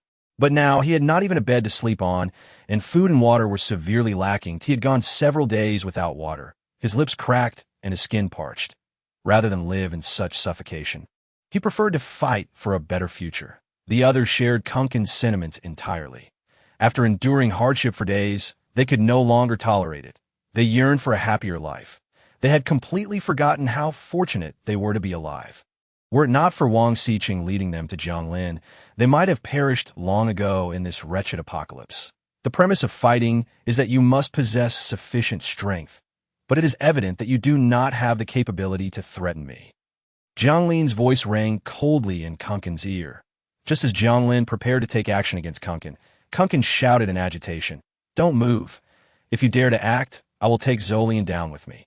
Kunkin abruptly jerked the knife in Zaolian's back, causing her to cry out in agony. Jiang Lin's palm shot out, striking Kunkin's head and forcefully pressing him to the ground. The tremendous impact forced Kunkin to spit out a mouthful of blood. Have you all grown weary of life? Jiang Lin suddenly raised his head, glaring at Du Chun and his companions. The moment the crowd met Jiang Lin's gaze, they recoiled in fear in the heat of the moment. They had only thought of how to obtain food and abilities from Jiang Lin, completely neglecting to consider the extent of his terrifying strength. It was only when Jiang Lin demonstrated his power before them that the memories flooded back. Once the fervor subsided, all that remained was an overwhelming dread that "I am sorry." The crowd began to apologize, then knelt in unison, pleading for mercy. "Do not kill me." Our choice was indeed correct. Nearby, Reba and Yang Mi exchanged glances, each reflecting relief in the other's eyes. "You do not think that an apology will suffice to let this matter pass, do you?" Jiang Lin spoke coldly. He kicked Kunkin to the side of Du Chun and the others, then helped Olian to her feet and approached Shur. "Since you all possess such abundant energy, how about we play a little game?" Jiang Lin looked at the crowd, a cold smile gracing his lips. A game? Du Chun and the others felt a chill run down their spines. The game Jiang Lin spoke of was clearly not a pleasant one. Why game is quite simple. I will take you all outside shortly. Of course, you may also choose to flee. Everything depends on your own choices. Jiang Lin's smile was chilling. What? You intend to send us outside? No. You are merely leading us to our deaths, Du Chun and the others exclaimed in unison. They had witnessed the corpses of 20-meter-high monsters with their own eyes. The outside was fraught with danger. Would they not be facing certain death? Is this not what you have always desired? I'm offering you your freedom. Do you have any complaints? Since that is the case, I might as well eliminate you all directly. Jiang Lin coldly approached Du Chun and the others. Chapter 30. Witness Kunkin sing, dance, rap, and play basketball. Do not. We will go outside. I will go outside. Du Chun stammered, and the others nodded in agreement. After all, compared to being killed by Jiang Lin, venturing outside still presented a glimmer of hope. Very well. Jiang Lin nodded slightly, looking down at Kunkin, who lay on the ground. As for you, if you dare to harm my woman, do not expect to leave. You. What do you intend to do? Kunkin gazed at Jiang Lin in sheer terror. Jiang Lin isolated Kunkin and Guan Xiaotong, who had reported him, while the others were led out from the underground. When Jiang Lin and his group emerged to the surface, the biting cold wind made Du Chun and the others, clad only in light summer attire, shiver uncontrollably. Let me see. Which location would be preferable? Jiang Lin pulled out a tablet and began searching meticulously. His tablet was connected to satellites, allowing him to easily observe conditions on the ground. This spot is excellent. Only over 20 kilometers away, and it is a renowned tourist attraction. You are in for a treat. Jiang Lin pointed at the screen, teeming with monstrous hordes, and smiled at Du Chun and the others. Jiang Lin approached Du Chun and the others, sending them one by one away from the Taiping Port shopping mall. When Du Chun and the others opened their eyes again, they were horrified to find themselves standing on the observation deck of the Oriental Pearl Tower, surrounded by a throng of monsters pressing against the glass wall beneath, and beside them the sound of terrified screams echoed in the clouds. Space abilities are indeed convenient. One can kill without lifting a finger. Jiang Lin shook his head in exasperation. Just as he was about to leave, a figure staggered into view at the entrance of the mall beside him. The frail figure was none other than Bai Lu, who had been abducted by Wang Biao the previous day. Bai Lu was drenched in blood, her once white clothing now covered in a thick layer of blood crust. Jiang Lin, Bai Lu leaned against the door, gazing at Jiang Lin from a distance. As her spirit relaxed, her body crumpled to the ground. Jiang Lin approached helplessly upon witnessing this scene. Is she all right? Does she need treatment? Shur stepped forward. She had just completed treating Zolian and still had some energy left. She appears uninjured, and I believe she has acquired powers. She is likely just exhausted. Jiang Lin flexed his arms slightly before speaking. Shall I take her in to wash up? Shur glanced at the bloodstains on Bai Lu's body, seeking Jiang Lin's approval. Have Wang Rue give her a bath. After she's done, instruct Wang Rue to clean the bathroom as well, stating it is my command. Jiang Lin nodded slightly. Shur nodded and helped Bai Lu into the cold storage. After Shur departed, Jiang Lin checked Zolian's injuries. The wound on Zolian's back was severe, Had it been before the apocalypse, she might have faced paralysis. However, with the healing abilities of Master Sure, even injuries severe enough to cause paralysis can be effortlessly cured. I am fine. Zhao Lin softly spoke, her face filled with guilt as she apologized. I'm sorry. I want to bring food to Yang Yin and the others anymore. It's nothing. You're not to blame for this. Jiang Lin gently shook his head, offering comfort to Zhao Lin. I was already aware of their dissatisfaction. I just didn't anticipate that they would be unable to contain it so soon. Let us not dwell on that. Allow me to treat you to a splendid performance, Jiang Lin declared, as he retrieved several stools from the realm of abilities and arranged them before Kun. Each of them took a stool. Directly facing Kun, I've heard you possess many talents. Why not entertain us with a performance? Jiang Lin suggested with a smile, gazing at the astonished Kun. A performance. What do you want to see me do? Kun asked, perplexed. Singing, dancing, rapping, or even basketball? Jiang Lin replied, tossing a basketball to Kun's feet from the realm of abilities that I never expected to witness Kun play basketball live. I've heard he's a professional player. His skills must be remarkable. Reba leaned closer to Jiang Lin, a rush of warmth flooding his face, stirring feelings within him.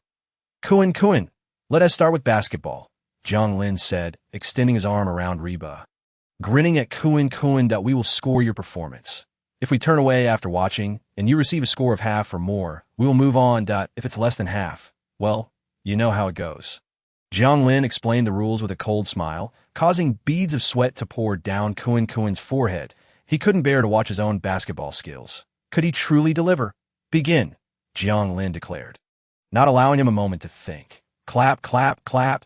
Kun hurriedly started dribbling the ball. Though his dribbling was lackluster, he could still manage to pull off some tricks. After showcasing some flashy dribbling, he tossed the basketball aside and commenced singing and dancing. Chick, you too beautiful. Chick, you're just too beautiful. Kun sang passionately, captivating Reba and the others. They were used to performing for others, never having the opportunity to critique someone else. This feeling of being the audience was quite exhilarating. Ha ha! Yang Mi and the others watched with rapt attention, occasionally applauding in delight.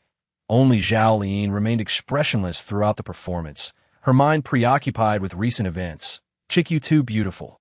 Kun concluded with heartfelt emotion, believing he had given it his all. Not bad, given the absence of sound equipment. Achieving this level is commendable, Jiang Lin critiqued fairly. Indeed, I also think it's quite good. Yang Mi nodded in agreement. I find it rather mediocre, Reba remarked, leaning against Jiang Lin. I believe we need to see more. Then let us vote, Jiang Lin proposed, and the four turned away, with the echoes of the spinning wheel. Yang Mi was the first to turn, casting her vote for Kun. After that, a long silence ensued. Jiang Lin, didn't you say I did well? Why aren't you turning around? Kun shouted in agitation upon witnessing this. Why? Jiang Lin coldly turned back, smirking disdainfully, because I never intended to let you go. You dare to touch my woman and still wish to survive in this world. I'm merely toying with you. Chapter 31. Despairing Kun. The choice of self-destruction toying? You're playing with me? Kun suddenly realized, his eyes darting left and right as if searching for a way out. And no need to look. There's no one here who can assist you, Jiang Lin said coldly. Speak. How do you wish to die? Jiang Lin slowly donned a pair of leather gloves from the realm of abilities. Taking deliberate steps toward Kun, he drew closer. Kun's expression grew increasingly grim. Help! Help me! Kun pleaded, casting a desperate look toward the distant Yang Mi. Are you seeking my assistance? Yang Mi inquired with interest, and Reba and the others looked on with curiosity. Yes, you turned for me, didn't you? You must have enjoyed my performance. If you can persuade Jiang Lin to let me go, I'll do anything you asked. I'll perform singing, dancing, rapping, and basketball for you every day. Kun exclaimed fervently, but Yang Mi's next words sent his heart plummeting. Actually, I turned not for you, but because of Jiang Lin, she said with a smile, shaking her head. What? Kun's face was a mask of shock as he gazed at the now closed Jiang Lin. It's you. You've been toying with me all along. Kun shouted in a frenzy, engulfed by overwhelming despair. Didn't I mention? I've merely been playing with you, offering hope only to shatter it utterly. That is the true essence of despair. Jiang Lin remarked coldly, gazing down at Kun with a mix of pity and resolve. That I gave you a chance to choose, yet you failed to cherish it. Henceforth, I shall choose your fate for you. With that, Jiang Lin seized Kun by the head, yanking him up from the ground before delivering a powerful punch to his abdomen, causing him to double over in pain. This punch is for Zhao Liyin. You know well she is my woman, yet you dare to harm her. Consider this a repayment on her behalf. Jiang Lin stated coldly, then raised his hand to slap Kun across the face, swelling one side of his visage instantly. This slap is punishment for your earlier insolence. Yang Mi is also my woman. Were you not trying to steal her from right under my nose? Jiang Lin growled, pulling Kun close, glaring menacingly into his eyes. No, I had no such intention. Kun stammered, two of his teeth knocked out, speaking through his broken mouth in a pitiful tone. Not yet. A stubborn duck, Jiang Lin retorted, delivering two more slaps, nearly knocking out all of Kun's teeth and rendering him more docile. I was wrong. Jiang Lin, I truly realize my mistakes. Please spare me. If you let me go, I'll be your servant. Kun cried, desperation evident in his voice. Yet Jiang Lin's murderous intent had already taken root. Uncontainable. Spare you? Jiang Lin scoffed, releasing Kun and producing a satellite device terminal. This place is quite nice, don't you think? Look how happy they are. Jiang Lin displayed the terminal to Kun. Upon seeing the footage, Kun's face turned ashen. The pinnacle of the Oriental Pearl Tower. A monstrous creature over 20 meters long coiled around the peak, its presence casting a shadow over the platform where Du Chun and the others stood. Although their cries of despair went unheard, Kun could feel their hopelessness through the silent imagery. Below Du Chun and the others lay a sea of monsters, with the inner hall, just a wall away, also teeming with beasts. Above them loomed the giant creature, making them mere prey awaiting consumption. And no, don't send me there, Kun pleaded, clutching Jiang Lin's leg desperately. Fear not. They seem to be fine, don't they? Jiang Lin replied with a smile. Just as he spoke, the towering dragon above swooped down, snatching an unfortunate soul and tossing him high into the air before swallowing him whole. He is dead. Kun cried out, nearly wetting himself in terror. Brother! He was completely swallowed. How could there be no blood? Kun was on the verge of tears, realizing the horror of being devoured without a trace. That's so. You must be seeing things. Jiang Lin assured, adding comfortingly, rest easy, I won't be so inhumane. You can choose a specific drop-off point. I'm quite generous, don't you think? I can choose the exact location. Kun's eyes glimmered with hope. Indeed, as long as it's within the Oriental Pearl's vicinity, you have free reign. How about that? I treat you quite well, don't I? Jiang Lin said with a mischievous grin, after a few moments of frantic searching. Kun excitedly pointed out a spot on the terminal, exclaiming, Here, I want to go here. Jiang Lin examined the terminal and remarked with approval, Excellent choice. There are no monsters around, and the scenery is delightful. Good, I'll send you there right now. That are really? Kun exclaimed, his heart racing. He had chosen a spot at the base of the Oriental Pearl, a rare safe zone well away from danger, of course. Jiang Lin replied, raising his hand to open a spatial portal, instantly engulfing Kun. Just make sure you have a parachute ready. Jiang Lin added with a smile. As Kun emerged from the portal. His expression turned a ghastly shade of green upon realizing where he was. He was indeed at the base of the Oriental Pearl, but perilously suspended at a height of 468 meters. Level with the tower's apex. Jiang Lin, I'm sorry, I can't assist with that. In the future, you shall proceed in this manner, I assure you. The master has surrendered. Wang Rui smiled as she glanced at Jiang Lin, her eyes once again radiating boundless desire. Well done. There's a reward for you. Jiang Lin approached Wang Rui, and before Guan Xiaotong, they engaged in a fierce battle by the time the skirmish concluded. Guan Xiaotong's cheeks were as red as a ripened apple. Stunned, she exclaimed, Let's go eat together. Jiang Lin lifted Guan Xiaotong from the ground and made his way to the adjacent kitchen. On the dining table beside the kitchen lay a simple spread of 4 dishes and a soup. Today's fare included spicy stir-fried beef, egg greens, scrambled eggs with tomatoes, and stir-fried asparagus. The soup was unique, a nourishing concoction of beef tendon and goji berries, a sight that promised robust health.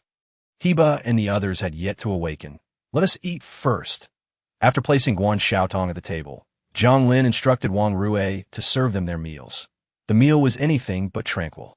As they dined, Wang Rue persistently teased Jiang Lin under the table, and had it not been for Jiang Lin's warning glance, she might have reignited their earlier tussle. Meanwhile, Guan Xiaotong blushed throughout, timidly nibbling on her food, too shy to glance in Jiang Lin's direction. After finishing their meal, Jiang Lin departed the bunker alone and walked to the entrance of the shopping mall. Outside, snow continued to fall heavily, even at midday. The temperature lingered below 70 degrees Fahrenheit.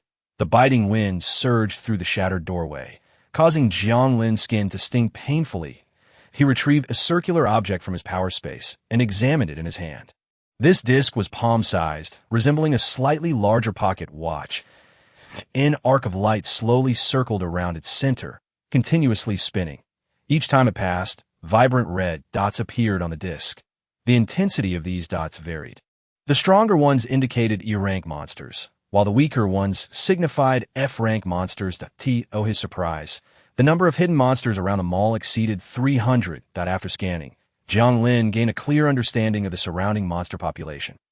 Holding the E-rank monster detector, he strode into the snowy expanse. Suddenly, a long-armed ape burst forth from the snow. With its arms outstretched, it lunged toward Jiang Lin, but a spatial blade swiftly cut through the air, instantly claiming its life. F-rank monsters pose no challenge for me. My sights are set on them. Jiang Lin observed the pulsating red dots on the disc and swiftly approached their location. They are here. After stowing the monster detector, Jiang Lin took a sudden step back. In the spot where he had just stood, a violent tremor erupted. Following that, a flurry of wind blades engulfed the area where Jiang Lin had been standing. An E-rank six-eyed butterfly, measuring 5 meters in length with a wingspan of 10 meters, stirred the wind blades, capable of slicing through a steel plate 1 meter thick with ease. You shall be my opponent. Just right. Jiang Lin's voice resonated suddenly beside the six-eyed butterfly as he emerged from the spatial gate, thrusting his palm forward. Just as his hand was about to make contact with the butterfly, it flapped its wings, swiftly creating distance between them. Approaching a creature of the same rank is indeed not so simple. With a sigh, Jiang Lin retreated a step and concealed himself once more in the spatial gate.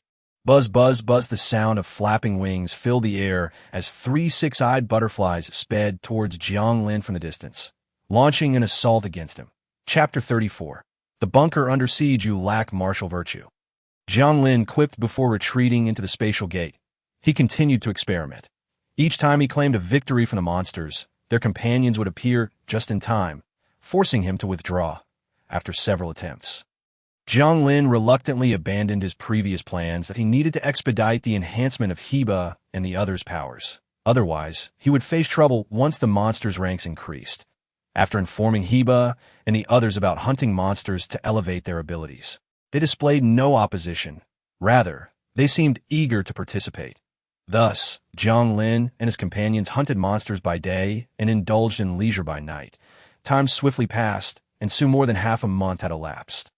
One night, a group of over 30 individuals stealthily approached the entrance of the shopping mall. Is this the place? A voice whispered in the darkness. Indeed, this is where our target lies, harboring a wealth of food. A familiar voice responded. Excellent. Brothers, today we seize food and women.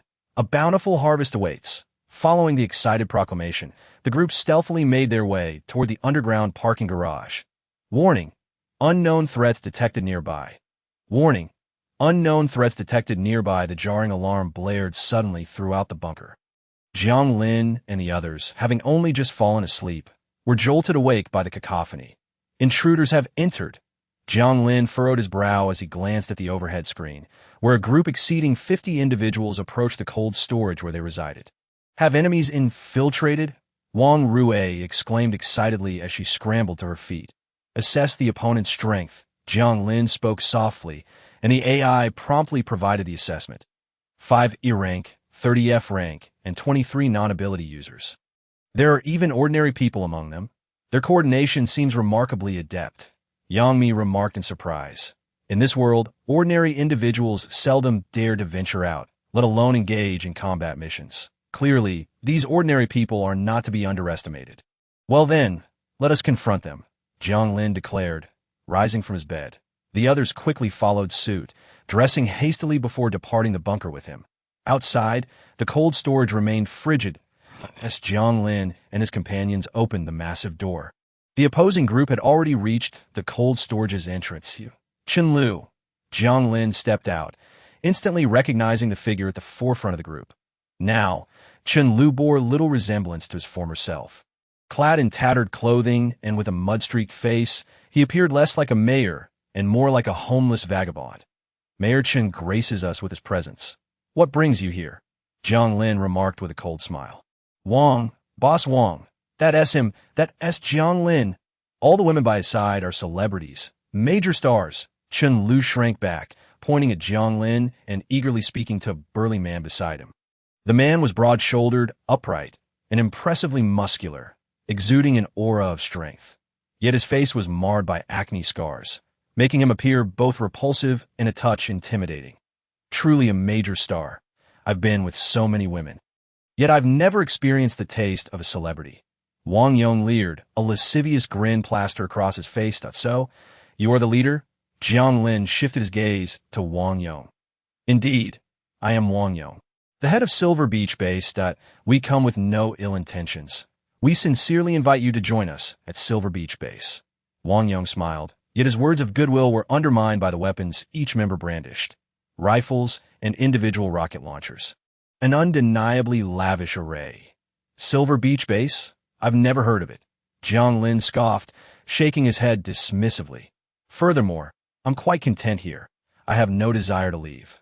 Our Silver Beach Base is backed by the former military district of Modu, boasting enough resources to sustain 100,000 people for a decade. We are currently absorbing survivors from various small gathering points to rebuild a new order in Modu, Wang Yong declared earnestly, his words likely to deceive the naive. But who is Jiang Lin? He had seen far too much. He had visited Silver Beach Base in his past life. While it did possess abundant resources, they were reserved for the elite, the lower-tier individuals, merely objects of exploitation. That I have no interest, I stated coldly. Youth is often impulsive in worries. I understand. Wang Yong slightly turned, signaling to his subordinates with a glance. Attack! Immediately, both sides shouted in unison. Jiang Lin stepped forward, appearing directly beside Wang Yong. Realizing what was happening, Wang Yong swiftly turned, extending his hand. The moment his palm reached out, his entire arm became covered in fur. A howling wolf's cry resonated as Wang Yong and four companions transformed into grayish-blue werewolves simultaneously, a shape-shifting ability. Jiang Lin furrowed his brow, raising his hand to unleash a black sphere. Wang Yong frowned and leaped to evade the attack. However, the unfortunate individuals behind him were not so lucky. Several team members, unable to activate their abilities in time, were consumed by the emerging black hole. Your abilities are indeed uncanny. After a moment of astonishment, Wang Yong charged straight ahead. Capture them. The focus of Wang Yong and his companions shifted from Jiang Lin to Reba and her team. Rain of fire arrows. Yang Mi posed, as if drawing a bow. And with a flick of her fingers, a barrage of fire arrows surged forth like a torrential downpour. Damn it! These women are also E-class supernatural beings. Upon sensing the intensity of Yang Mi's attack, Wang Yong's expression changed drastically. Chen Lu, you scoundrel! Filled with rage, Wang Yong had no choice but to momentarily retreat. Just as his assault was thwarted, a sudden, fierce wail erupted behind him. His team members, with the exception of Chen Lu, were all ensnared by dark chains stretching from the sky, hoisting them into the air. Strangulation from the void.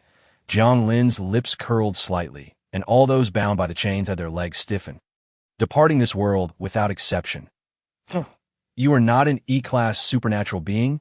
Wang Yong looked at Jiang Lin in shock, a deep-seated fear surging within him. When did I ever claim to be an E-class supernatural being? Jiang Lin sneered, tightening his grip on Chen Lu's neck as he slowly approached Wang Yong. Chapter 35. Departure to Silver Beach Base. Stop him. Wang Yong, watching Jiang Lin approach menacingly, commanded the four werewolves to intercept him. Meanwhile, he redirected his attention towards Wang Rui, who was positioned beside Yang Mi. I'll take you down first. With a cold shout, Wang Yong extended his sharp claws through his fingers. He moved with remarkable agility, swiftly reaching Wang Rui's front. Wang Rui stood at the back of the line, leading Wang Yong to mistakenly believe she was the weakest. In reality, among everyone present, Wang Rui was second only to Jiang Lin. Wang Rui forcefully pressed down with both hands, her once fair skin transforming into two chainsaws. Buzzing, amidst the splattering of blood, Wang Rui propelled herself forward, charging at Wang Yong. What sort of ability is this? Body weaponization? Wang Yong's pupils constricted in shock, but he had no path of retreat now. If he couldn't capture a hostage, he feared he would meet his end here today. It hurts so much. Wang Rui's agonized cries suddenly echoed. I'm going to cut you down. Wang Rui's eyes erupted with a blood-red glow, and her feet transformed. Radiant curved blades pierced through her delicate feet, erupting forth to strike at Wang Yong. Clang! The sound of metal clashing rang out. Just as Wang Yong managed to block Wang Rui's kick, the whirring of the chainsaw filled his ears, and oh, stop! Wang Yong's terrified shout was fleeting, replaced by the excruciating sound of cutting and the continuous splatter of flesh and blood. Oh no! Reba and the others fled the scene as if escaping, or else they would have been drenched in blood. Arg! Wang Yong's unwilling gaze fixated on the ceiling, his body thoroughly dismembered. Didn't I say not to act so recklessly? Jiang Lin frowned as he approached from behind. The entrance to the cold storage was splattered with blood, appearing bizarre and terrifying under the dim light. Master, Xiao Rui was wrong. Upon hearing Jiang Lin's reprimand, Wang Rui, who had just been fiercely aggressive, instantly transformed into a docile kitten. Humph. You made this mess, so clean it up yourself. After issuing this command, Jiang Lin turned his gaze toward Chun Lu at his side. Mayor Chun, speak up. Jiang Lin's voice resonated slowly, and Chun Lu had long since been rendered speechless by fear. The strength of Wang Yong's team was formidable, as they represented the most powerful force in a settlement with a population exceeding 10,000. Yet, such a well-armed elite had been effortlessly dealt with by Jiang Lin. This illustrates just how terrifying Jiang Lin's power truly is. Chun Lu stammered, struggling to articulate a coherent sentence. This is troublesome. Perhaps it would be better to just kill him. Yang Mi spoke impatiently, raising her hand to conjure a fireball, her expression menacing as she glared at Chun Lu. I will tell you everything. Chun Lu blurted out, drenched in cold sweat, desperately pleading for mercy. Were these people brought by you? Jiang Lin inquired coldly. Yes. Chun Lu nodded slightly before hastily shaking his head in protest, but I was coerced into it. The Silver Beach base recently suffered a monster siege, leading to significant losses in both resources and personnel. What does that have to do with us? Jiang Lin's eyes narrowed, a dangerous aura suddenly radiating from him. Yes, it has nothing to do with you. Chun Lu continued, sweating profusely, but I unintentionally revealed the situation here earlier.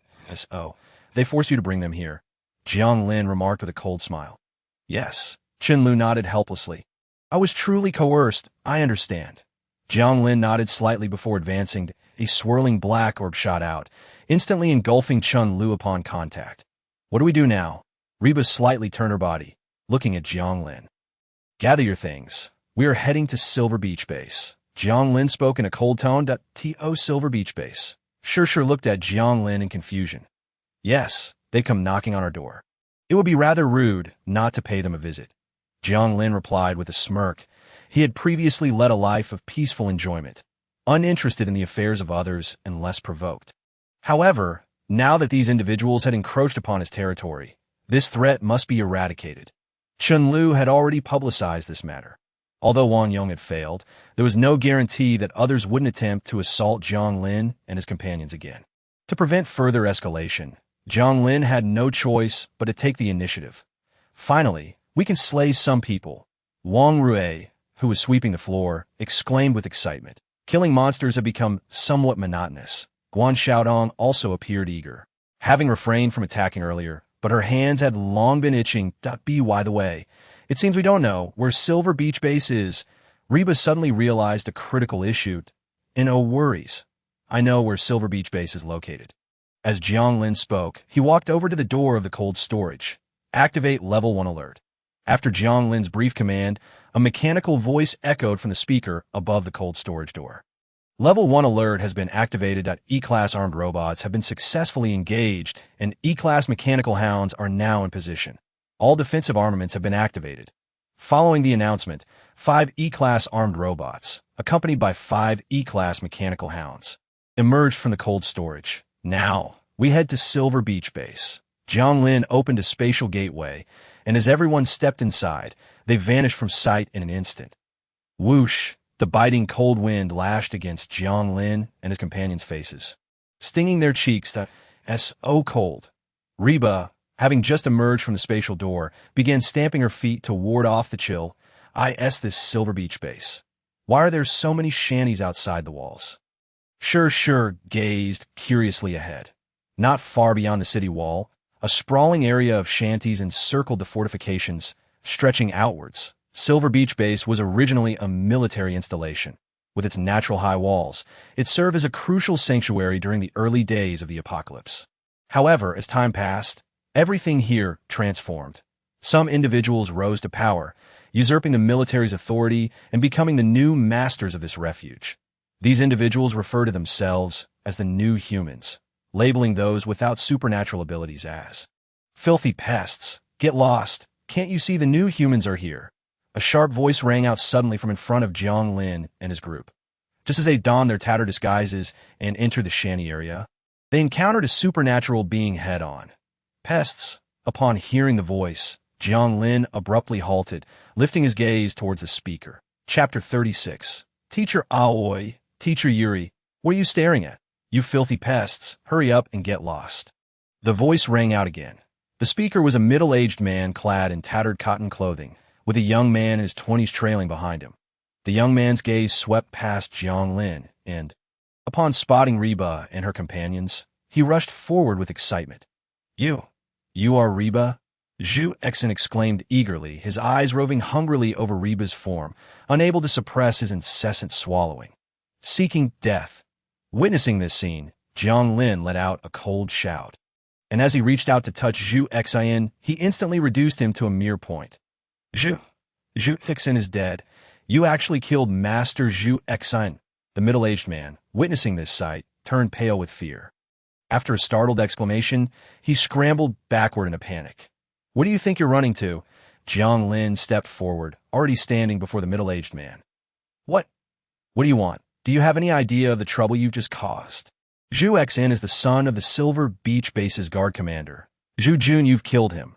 Zhu Jun will not spare you. The middle-aged man threatened, his face flushed with agitation, but Jiang Lin showed no reaction to his intimidation. So, you know where Zhu Jun is? Jiang Lin seized the man's collar, speaking coldly. Take me to see him. Who are you people?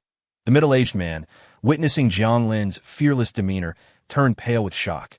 Who are we? We are merely here for vengeance, Jiang Lin replied with a chilling smile. Under the guidance of the middle-aged man, Jiang Lin and his companions successfully passed the city entry inspection and entered the Silver Beach Base. The base, built by the sea, was not far from a port where a submarine and several destroyers were docked. Such impressive assets. Upon witnessing these weapons, Jiang Lin nearly drooled. It is worth noting that the price of a submarine within the system is calculated in the hundreds of millions. With Jiang Lin's current financial status, he could not possibly afford one. This place. This is the garrison for the guards, and Zhu Jun is inside, working. However, I lack the authority to enter. After leading Jiang Lin to the entrance of a courtyard, the middle-aged man looked troubled as he spoke. This place? Jiang Lin slightly raised his head and began to observe. The courtyard appeared rather small from the outside, with armed guards and supernatural beings stationed at the entrance. How many supernatural beings are inside? What is their strength like? Standing in the alley opposite the courtyard, Jiang Lin turned to the middle-aged man. I have no idea. The man stammered, I told you everything I know, and I have done what I was supposed to do. Please spare me. The middle-aged man repeatedly bowed and pleaded with Jiang Lin, but Jiang Lin raised his hand and unleashed a black orb, folding and devouring him into a mere. You know too much.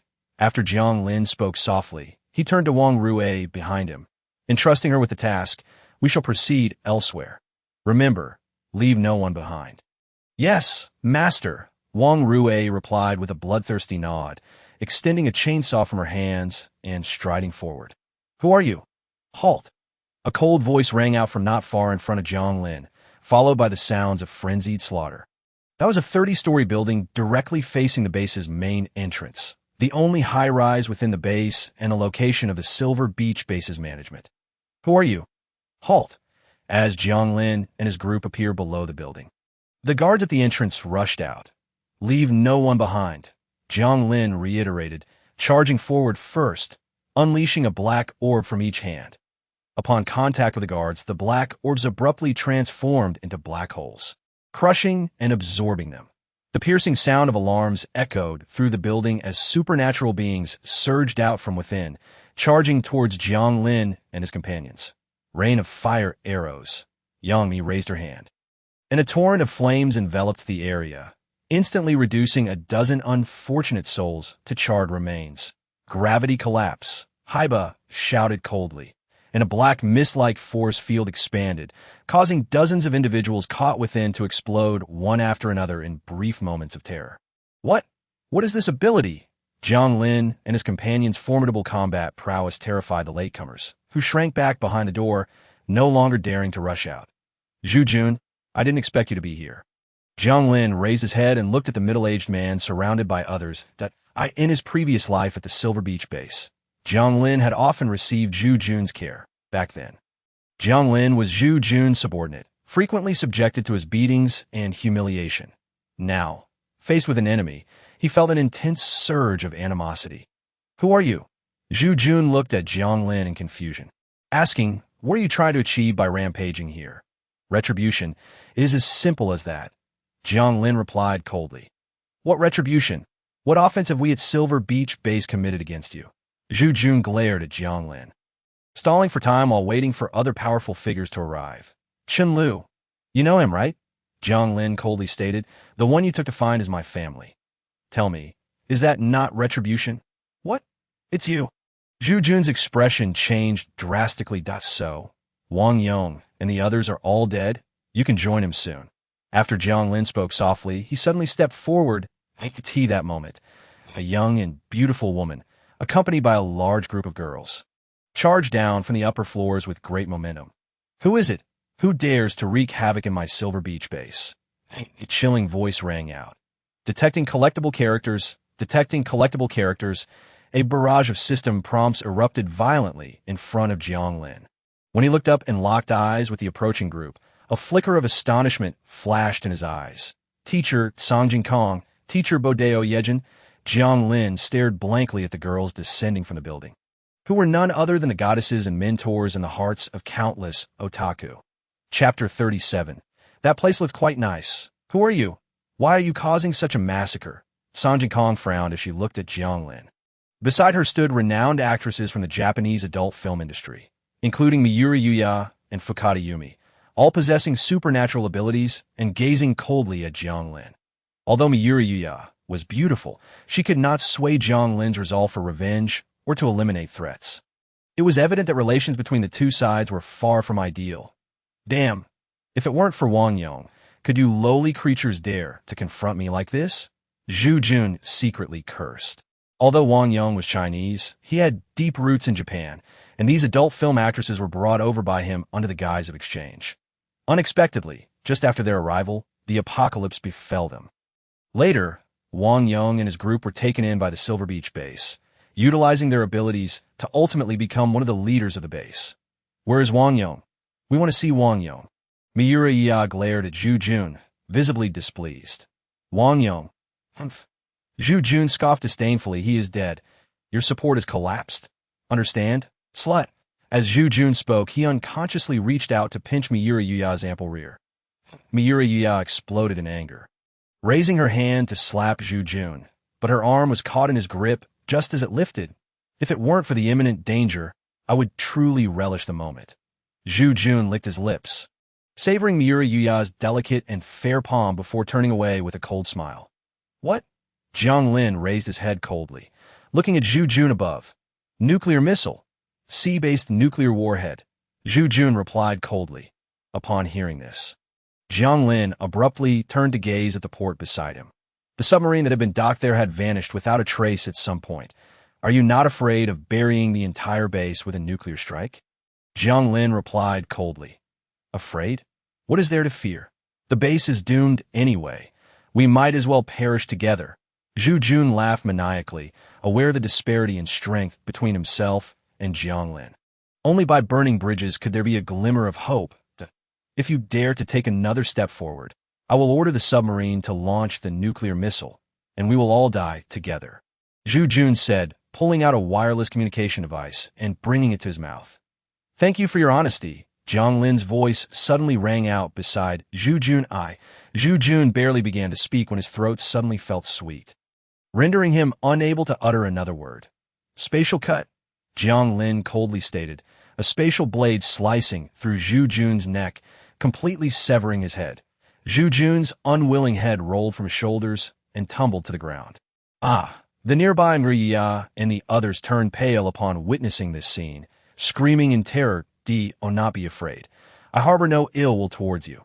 Jiang Lin stepped forward slightly, looking at them with admiration and affection.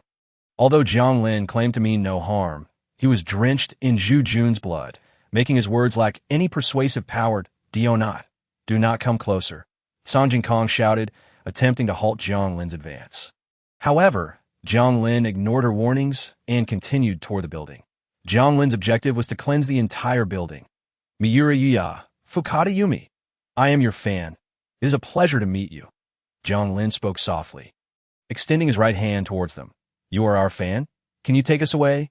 Miura Yuya asked, her face filled with fear as she glanced at Zhu Jun's corpse. I have never met so many adult film actresses before. Your skills must be exceptional. As Jiang Lin conversed with Miura Yuya and the others, Haiba and Yang Mi also rushed over, their faces brimming with excitement. Miura Yuya and her companions were renowned not only among boys, but also among girls who grew up watching their works. Consequently, Haiba and the others were equally thrilled to meet them, eagerly discussing intimate topics. For instance, they inquired about various positions and methods. Jiang Lin listened intently, filled with anticipation. Well, that might not be appropriate. Jiang Lin nodded slightly. If he could engage in further exchanges with these esteemed ladies in the coming days, it would indeed be worth the trip. In truth, we are not in such a hurry to leave. After exchanging glances, Miura Yuya and her companions also changed their tone. The reason they wanted Jiang Lin to take them away was that they recognized the strength in this apocalypse. Strength and cunning are paramount. Upon learning of Wang Yang's death, they sought to latch onto Jiang Lin as a formidable ally. Since they were to rely on him, they naturally had to offer a token of goodwill. Miura Ya stepped forward, suggesting, how about I accompany you for a stroll by the sea? Of course. Jiang Lin nodded slightly and extended his arm. Seeing this, Miura Ya stepped forward and linked her arm with his. Are you not concerned about the submarine? Yang Mi asked, her expression slightly displeased as she regarded Jiang Lin. Unfazed and unconcerned, Jiang Lin gently shook his head. The submarine lay concealed beneath the ocean's surface, beyond his reach. Without the orders from Zhu Jun, Jiang Lin doubted that the submarine commander would dare to launch a nuclear missile. Of course, that was a matter for another time. Presently, Jiang Lin strolled alongside Mayakami Yuya and Riba Yang Mi, searching for a suitable location by the embankment. That spot appears quite agreeable. Jiang Lin pointed toward a nearby golden beach, solidifying their final decision. Chapter 38. Battling with Mayakami Yuya and Fukata Yumi until midnight where? Mayakami Yuya glanced over, her cheeks involuntarily flushing with warmth. Jiang Lin referred to the expansive area of the beach, where anyone traversing the embankment could easily observe the situation. Jiang Lin, you're becoming increasingly audacious. Yang Mi could not help but murmur her thoughts softly. What is the matter? Don't you fancy it? Jiang Lin paused momentarily, wrapping an arm around Yang Mi. Of course not. Yang Mi retorted stubbornly, her voice barely above a whisper. What if someone sees us? Rest assured, the living souls at the base are likely fewer than cockroaches and rats. Jiang Lin chuckled. The snow and ice removal efforts within the Silver Beach base were commendably executed. Before them, the beach was merely covered with a thin layer of ice that barely reached their ankles. It. A bit chilly here, Mi.Jiang remarked, her expression displaying discomfort. Unlike Jiang Lin and the others, who possessed abilities to withstand a certain degree of cold, she remained an ordinary person. I possess a portable temporary shelter, Jiang Lin replied with a smile. Upon reaching the beach, he retrieved a circular tray from his ability space. The tray, half a meter in diameter, expanded with a resounding pop upon leaving Jiang Lin's control, transforming into a semi-transparent dwelling. The interior space measured over 10 square meters, just enough to accommodate a bed. "What is this? How marvelous!" Mi.Jiang exclaimed in awe as she entered the sanctuary. It appears thin, almost like a bubble, yet it effectively blocks the cold from outside. Truly astonishing. This is the power of technology, Jiang Lin remarked as he stepped through the entrance. Though the portable temporary shelter appeared modest, it was quite expensive, costing Jiang Lin 30 system coins. Despite its high price, it was certainly worth it. Not only was it easy to carry, but it also provided warmth in winter and coolness in summer, along with a supply of water and electricity, and even managed waste and refuse automatically. If Jiang Lin didn't already have a bunker, he would have relished staying in this shelter indefinitely. "What type do you prefer?" Jiang Lin inquired, subsequently producing several different styles of bed from his ability space. There were water beds, tatama beds, wooden beds, and even a large Simmons mattress. How on earth are these appearing? Mi.Jiang was once again astounded, as Jiang Lin seemed akin to a magician, effortlessly conjuring various items. "It's a secret," Jiang Lin replied with a playful shake of his head. "Then I shall have the waterbed. I've heard it's quite comfortable to sleep on." Upon hearing this, Mi.Jiang made her choice. "We, too, believe the waterbed is delightful." Reba and the others eagerly rushed over and flopped onto the waterbed. Observing this, Mi.Jiang followed suit, shedding her outer garments and lying down. "I am joining," Jiang Lin declared. Eyeing the enticing scene before him, he stripped off his clothing, arms wide open, and jumped down onto the bed. The merriment by the coastline continued for an extended period. With Mi.Jiang's participation, Jiang Lin's overall experience elevated to a whole new level. While they indulged in their revelries, Wang Rui, bloodied and battered, arrived at the main building. Is Jiang Lin not here? Wang Rui's gaze shifted slightly toward the lingering Songjing and her companions in the hall. "Please don't harm us. We're on your side," Songjing quickly interjected, fearing for her life at Wang Rui's terrifying appearance. Covered in blood crusts, with her hands still dripping from a chainsaw, "You're on our side." "What do you mean?" Wang Rui furrowed her brow as she regarded Songjing. "Truly, we are on the same side. If you don't believe me, I'll take you to Jiang Lin," Yumi hurriedly replied, gathering her courage as she approached Wang Rui, leading her toward the beach where Jiang Lin was located. Upon their arrival at the beach and entering the shelter, they found the intense battle ongoing. "Wang Rui, you've arrived. Is everything settled?" Jiang Lin slightly turned to face Wang Rui, who approached from behind. "Yes, master. I've cleared out all the enemies within the base. How would you like to reward little Rui?" Wang Rui shyly inquired, her face brimming with anticipation. Yumi, witnessing this, displayed a glimmer of desire as well. "May I join you all?" Yumi's throat involuntarily swallowed as she spoke dreamily. "Of course. Come join us." Jiang Lin beckoned with a gentle wave of his hand, and Wang Rui and her companions promptly joined the fray. The battle raged on, extending into the night. The evening at the Silver Beach base was devoid of the usual clamor, replaced by a rare tranquility. Only by the beach did discordant cries pierce the stillness. "Phew, it's exhausting with so many people." Jiang Lin lay on the bed, gazing at the night sky above. The sky remained a pitch-black expanse, an intimidating sight. Nevertheless, Jiang Lin felt remarkably content. It must be said that the prowess of Mi.Jiang and Yumi far exceeded that of ordinary individuals. Under their guidance, Reba and Yang Mi also made significant progress in their abilities. Ultimately, it was Jiang Lin who relished the experience the most, single-handedly battling numerous foes. Though tiring, the sense of conquest and satisfaction was profoundly gratifying. "Yuri, truly incredible, far surpassing any male performer I've encountered," Mi.Jiang remarked as she rested beside Jiang Lin, her face radiating satisfaction. Successful collection of Mi.Jiang and Fukada Yumi. AV Character Collection Achievement LV1 attained. Congratulations, host. You have received System Coins 100, Ability Core 100, and 1 Ability Replication Card. The collection missions for Mi.Jiang and her companions differed from those of Reba and the others. They were based on a system that rewarded achievements for collecting a certain number of character cards rather than individual character collection tasks. Although the rewards were somewhat meager, the task difficulty was significantly reduced. A fair trade-off indeed. The ability replication card had finally emerged. Jiang Lin was ecstatic. After completing Wang Rui's collection mission and obtaining the second ability permission, he had been searching for a way to acquire a second ability.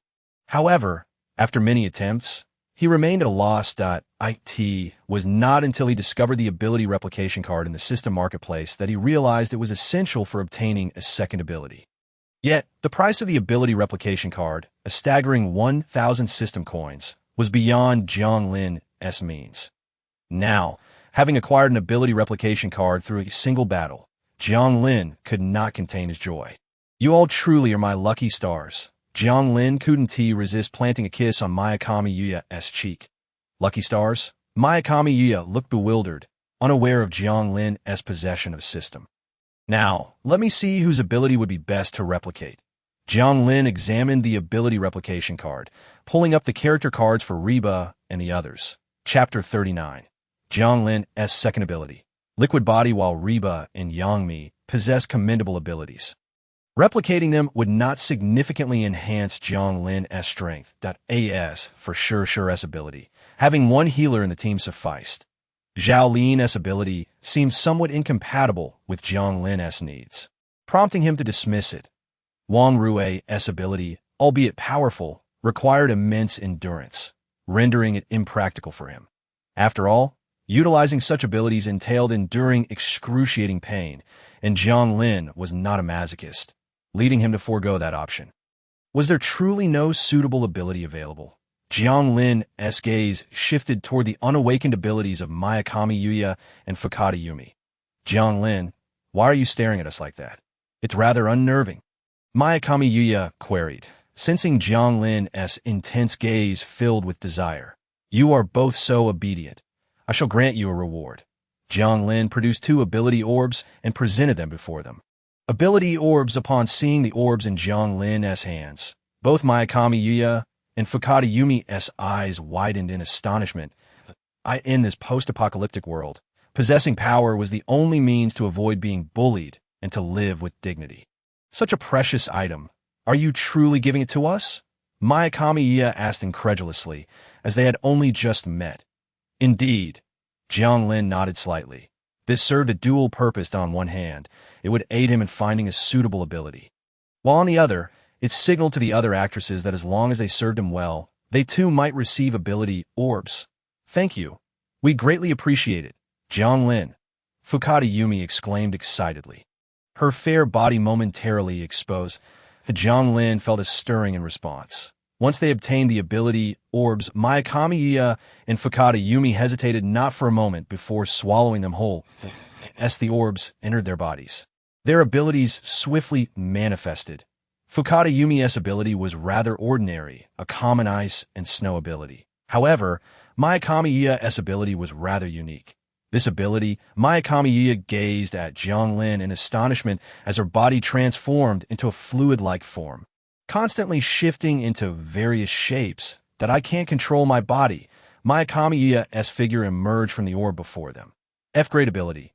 Liquid body. The ability holder can freely divide their body and transform it into various shapes. Even if only a single cell is separated from the rest, it can reconstruct into an entirely new body. This was the moment upon witnessing the introduction of Mi.Jiang's elegant ability. Jiang Lin's eyes instantly sparkled with excitement. The capability of the liquid body ability may seem trivial, yet it is precisely the life-saving power Jiang Lin desperately requires. Among all the known abilities, its life-preserving efficacy ranks among the highest. Without hesitation, Jiang Lin activated the ability replication card, successfully copying Mi.Jiang's power. As the system's voice echoed, announcing the successful acquisition of an F-grade ability, liquid body. Jiang Lin's own form began to meld away that he found himself unable to control the transformation, gradually taking on the same shape as Mi.Jiang. Jiang Lin, you haven't caught my condition, have you? How did you end up like this? Mi.Jiang's astonished voice resonated from within the sphere. Infectious? Hearing this, Yumi quickly scrambled out of bed and stood at the doorway, her body glistening that it's not an infection. Don't worry, Jiang Lin responded helplessly, attempting to assert his will over his body, yet feeling utterly powerless. Am I destined to become a sphere from now on? Jiang Lin felt a jolt of panic, hastily accessing the system interface to examine the details of the ability. So that's how the control method works? After perusing the information, Jiang Lin finally understood. Mi.Jiang, follow my method to control it. Thank you so much, Mi.Jiang exclaimed, rushing towards him and showering him with affectionate kisses. Her method of controlling the ability was surprisingly simple. She merely needed to give her body a unified command, allowing it to take over from there. Their bodies no longer resembled mere flesh and blood, but rather intricate machines. Previously, they had struggled to reconstruct their forms, unaware of the necessary components, cells, blood vessels, bones, and so forth. The more they intervened, the more impossible it became to achieve the reconstruction. Now, however, they merely needed to think, I want to revert to my original self, allowing their bodies to reshape autonomously. Jiang Lin found he could now control any part of his body, executing any transformation he desired. For instance, he effortlessly morphed from Jiang Lin into Wu Yinzu, not through AI face swapping, but genuine facial transformation that if he wished, he could even transition from male to female, and he could bifurcate his manhood, splitting it into 2, 3, or even 4 in a physical sense. Moreover, Jiang Lin no longer feared injury to any body part. Even if he lost an arm or a leg, he could simply reconstruct them. Mi.Jiang, Yumi, I shall elevate you both to bliss, Jiang Lin declared with a smile, gesturing below. Upon seeing this, Yumi and Mi.Jiang erupted in joyous exclamations. This night was destined to be filled with exuberance. Endowed with newfound abilities, Jiang Lin could now fulfill the desires of all the women at once. This unrestrained control over his body exceeded all his expectations. What a thrill! Truly exhilarating. The following morning, Jiang Lin emerged from the temporary refuge, invigorated. Though the sunlight outside was scorching, his spirits soared. However, upon turning his head, he was taken aback to see the shoreline brimming with armed soldiers. Where did all these people come from? Jiang Lin, rather than feeling alarmed, was filled with curiosity as he observed an officer descended the steps and approached him with measured strides. Ahem, the middle-aged officer, upon seeing Jiang Lin's exposed form, couldn't help but suggest perhaps you should put on some clothing first. Are you soldiers from the submarine that escaped earlier? Jiang Lin inquired directly. Indeed, I am Commander Zhu Min of the submarine. These are my soldiers. Zhu Min affirmed with a slight nod, revealing his identity. Are you here to surrender to me? Jiang Lin asked, glancing at the soldiers on the shore. These were not ordinary troops, but submarine personnel, even as mere civilians. They were invaluable, for they alone possessed the knowledge to operate submarines.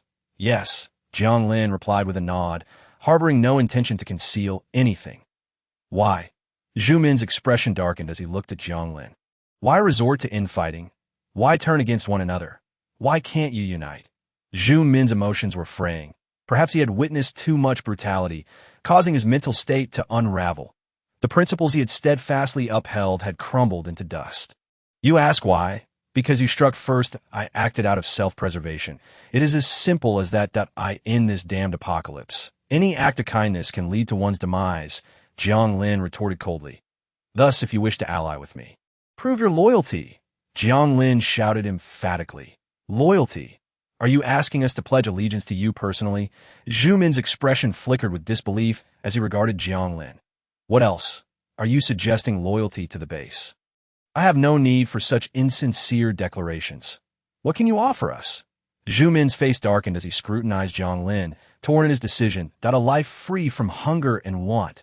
Jiang Lin's expression shifted dramatically. However, you must serve me. Fair enough?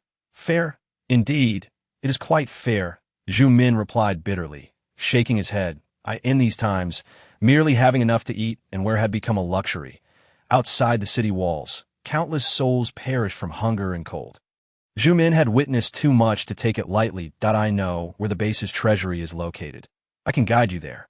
After a few minutes of internal struggle, Zhu Min finally relented. The base treasury, you know its whereabouts? Jiang Lin's brows lifted in mild delight. Although he had yet to search for it, he understood that such treasures were typically well concealed and without a guide.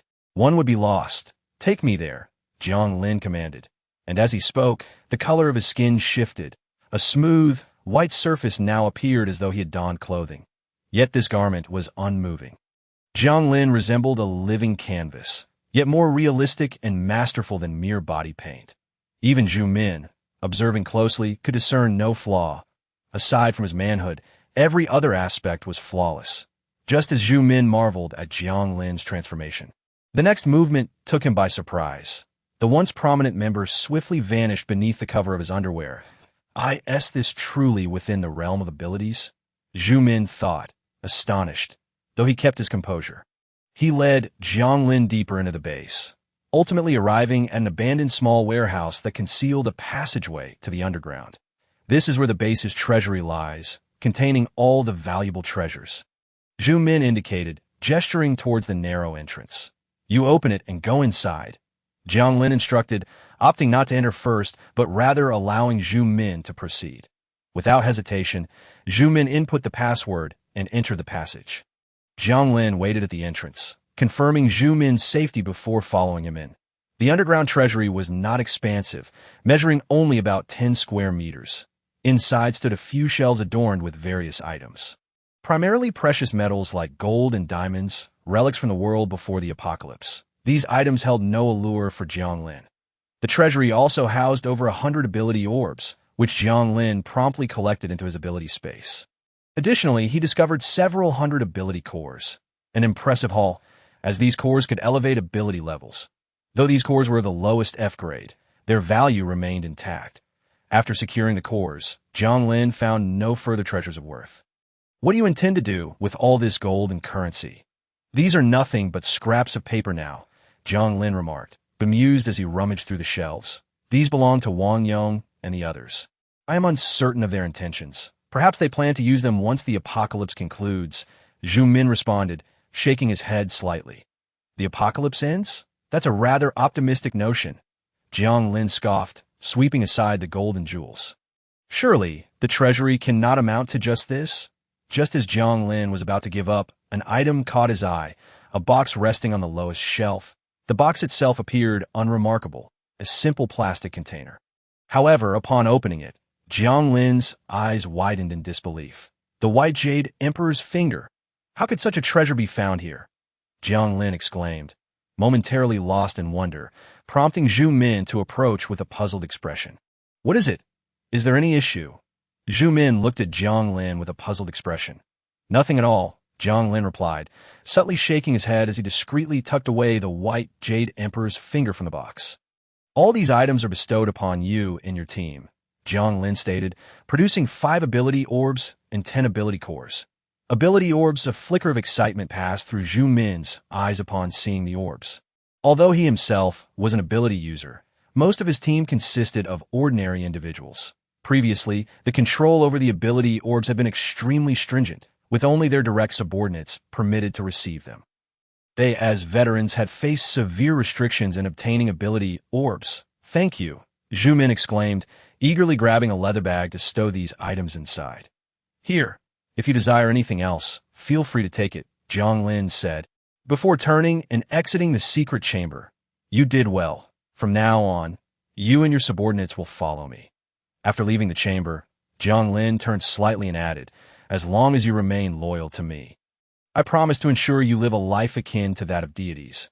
Although those actresses might not possess the same caliber as the likes of Yuya, they were still renowned in their own right. Thus, when Zhu Min's subordinates laid eyes on them, they were filled with uncontainable excitement. Upon entering, he could hardly wait to reveal the white jade emperor's finger he had previously concealed. White jade emperor's finger, the toe of the S-rank creature. White jade emperor, one of its insignia. Possessing this insignia allows one to access the White Jade Emperor's secret realm and acquire its treasures. Note: the treasures of the White Jade Emperor are fraught with peril. It is advised that the host ability level reaches a rank or above before attempting exploration.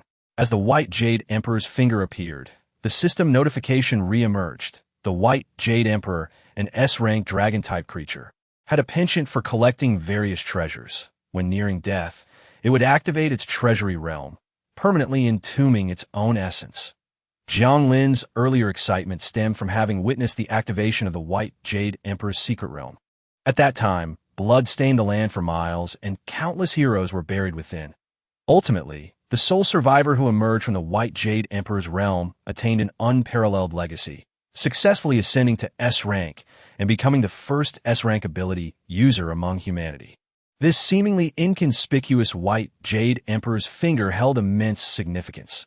Well, Jiang Lin tucked the finger away, approaching Zhao Liyin with a smile. "Are you hungry? I can prepare breakfast for you." Jiang Lin grinned as he leaned closer to Zhao Liyin.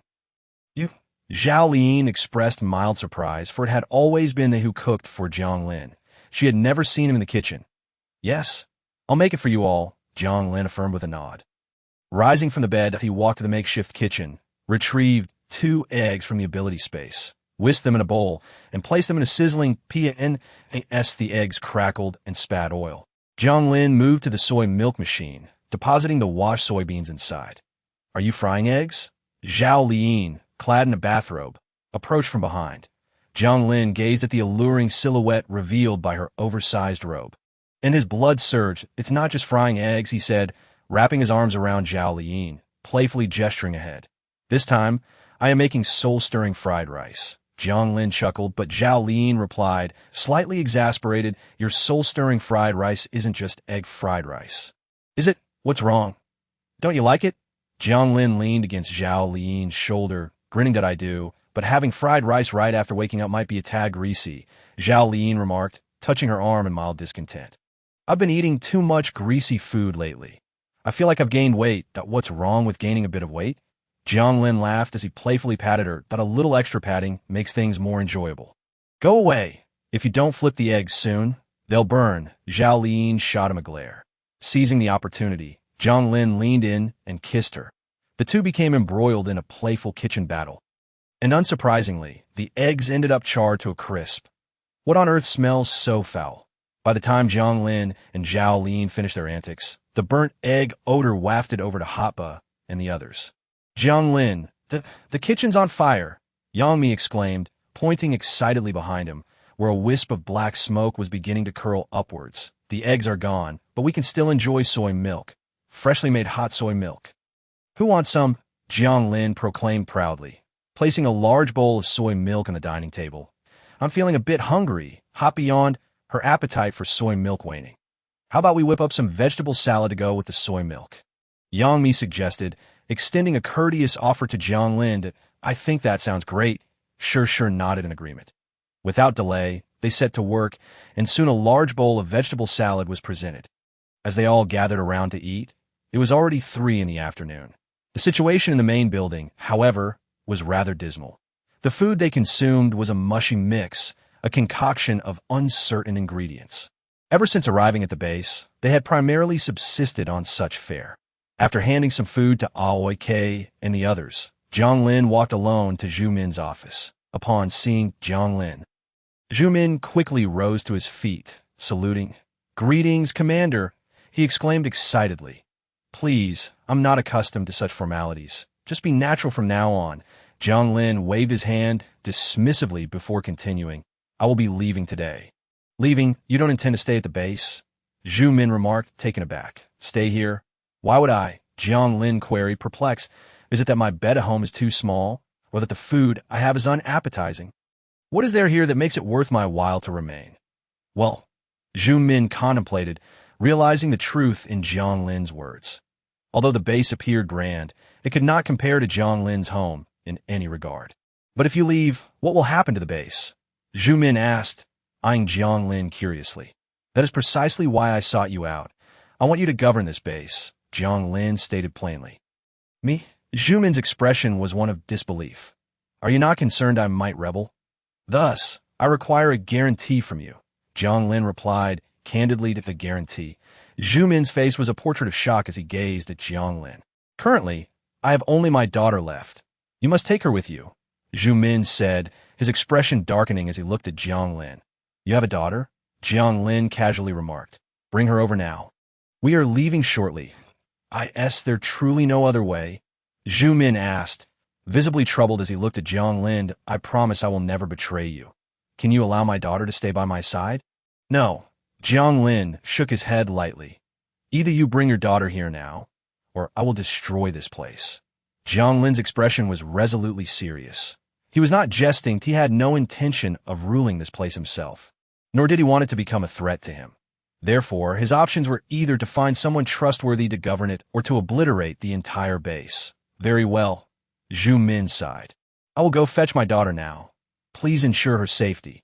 Rest assured, my home is abundant with food, spacious beds, and top-notch security, far superior to this dilapidated establishment, Jiang Lin proclaimed proudly. Unbeknownst to Jiang Lin, as he mentioned the spacious beds, a complex expression crossed Zhu Min's face. The living quarters and office area of the Yintan base were distinctly separated. At present, Jiang Lin and his group resided in the office area. Behind the office area lay the living quarters. While Jiang Lin had thoroughly cleared the office area, life in the living quarters had remained largely unchanged. When Zhu Min brought his daughter, Zhu Dai, from the living quarters to the office, Jiang Lin's gaze froze upon seeing her. Detected collectible character. The system notification suddenly appeared. Peeking out from behind Zhu Min, Zhu Dai curiously craned her neck to observe Jiang Lin. As Zhu Dai scrutinized Jiang Lin, his gaze lingered on her. She appeared to be around 20 years old, with glossy, black hair cascading down like a mesmerizing waterfall. Her lips were soft and full, exuding feminine allure, naturally curling upward as if perpetually smiling. Her smile was so sweet that it could illuminate the entire room. Her figure was slim and well-proportioned, clad in jeans and a loose white shirt, exuding a casual yet elegant aura. Yet, what captivated Jiang Lin the most were her pronounced curves and her stunning beauty, rivaling that of Hotba and the others. Zhu Min, how could you be so rugged? Yet your daughter has blossomed into such a beauty, Jiang Lin remarked in admiration. Humph, how dare you speak to my father that way? You seem to be about my age.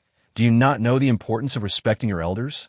Zhu Dai retorted, hands on her hips, glaring at Jiang Lin.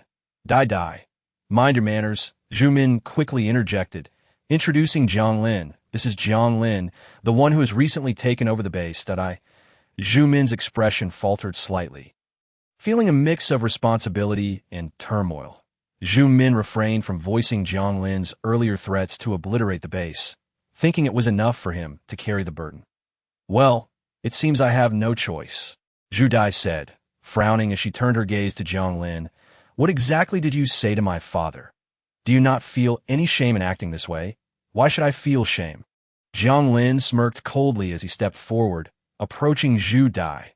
Had it not been for Wang Yong provoking me first, those individuals would not have met their demise, that I merely acted to mitigate unnecessary risks. What is wrong with that? Moreover, your ability to stand here now, speaking with such righteous indignation, is a testament to my mercy. Were it not for my intervention, you would already be a corpse. Jiang Lin cast a frosty gaze down at Zhu Dai before continuing. Zhu Min, ensure the security of this base. I expect to receive ample tributes each month. Should there be any delays or deficiencies, this base will no longer warrant its existence. His initially pleasant demeanor had been thoroughly soured by Zhu Dai's presence. He provided no standards for Zhu Min's offerings, leaving it entirely to Zhu Min's discretion. After Jiang Lin departed, Zhu Dai, under Zhu Min's gentle persuasion, followed suit. Upon reaching the room downstairs and encountering Reba and the others, her eyes sparkled with excitement. Sister Reba, Sister Yang Mi, Sister Sure. I am your devoted fan. Zhu Dai greeted them in turn. However, Reba and the others displayed little interest in her arrival, fully aware that Zhu Dai would inevitably become their rival. Reba, is it truly as wonderful as you say over there?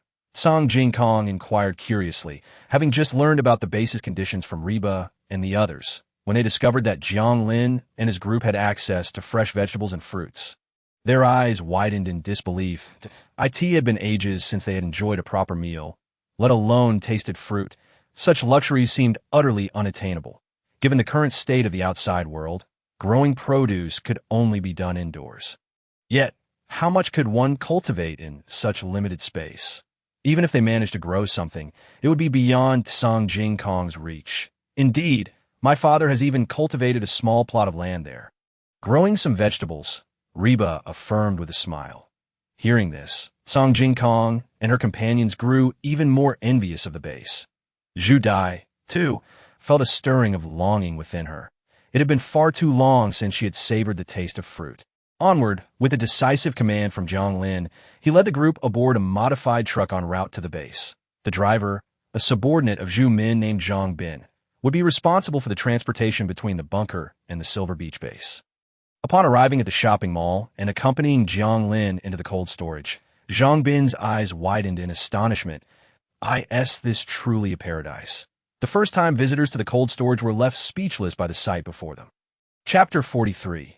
The hazards of the base and the mysterious visitors to the cold storage had undergone significant transformation since their last visit.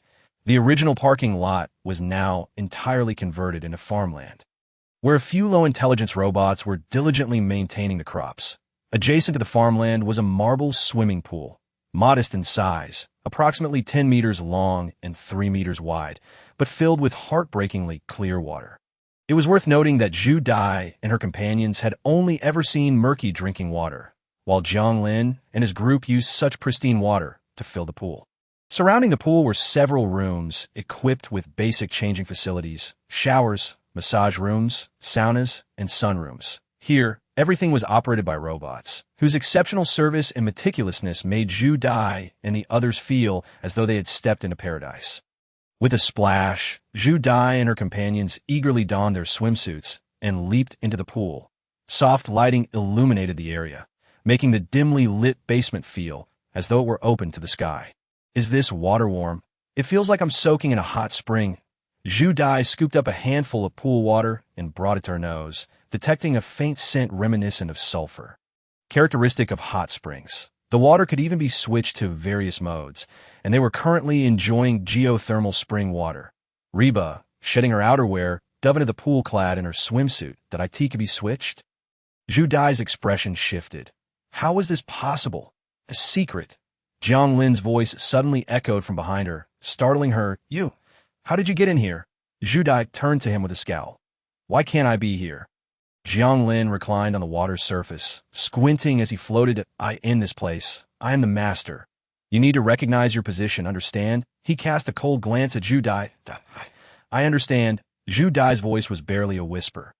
If you understand, then why are you still hesitating? Jiang Lin's tone was icy. Do what? Zhu Dai stammered, lost in thought. What do you think? Jiang Lin slightly tilted his head. No. Zhu Dai, frightened, bolted out of the pool. What's wrong? Why did you scare her like that? Sure gently approached, her hand caressing Jiang Lin's arm. Just a child, feeling shy. Jiang Lin turned slightly, taking the initiative as he pushed Sure against the pool's edge. Shall we do something different today? He pressed her head down into the water, submerging her beneath the surface. After a considerable time, Sure finally resurfaced, her cheeks flushed. Despite Jiang Lin's unreasonable demands, she bore no resentment. Quietly exiting the pool to rinse her mouth. Cough, cough. Jiang Lin, come here, I need to discuss something with you, Reba's father called from the poolside, waving Jiang Lin over. What is it? Jiang Lin rose from the pool. I took a look at the supplies in cold storage earlier. We have plenty of meat and seafood, but our stock of fruits and vegetables is dwindling, and the quality is largely subpar. Reba's father looked troubled as he addressed Jiang L. That's so. Jiang Lin nodded slightly. He had indeed not prioritized the storage of fruits and vegetables, as they were challenging to preserve. Even in cold storage, their quality would deteriorate. Thus, I wish to grow some fruits, but we lack seeds, and I also lack experience in cultivation. Reba's father expressed his concerns to Jiang Lin. Are you asking me to find someone and acquire seeds? Jiang Lin inquired, understanding the situation. Yes, Reba's father nodded slightly. Understood, leave it to me, Jiang Lin affirmed. There's one more thing I must tell you, Reba's father continued, leading Jiang Lin away from the cold storage. Ascending to the top floor of the shopping mall, the building had begun to show signs of cracking. It would require reinforcement. Reba's father pointed out a fissure in the wall, wide enough to fit his finger, and indicated the dilapidated ceiling of the shopping mall. Reinforcing the structure? That sounds troublesome. Let me consider how to resolve this issue, Jiang Lin replied, his demeanor serious, as he currently lacked any professionals in this field.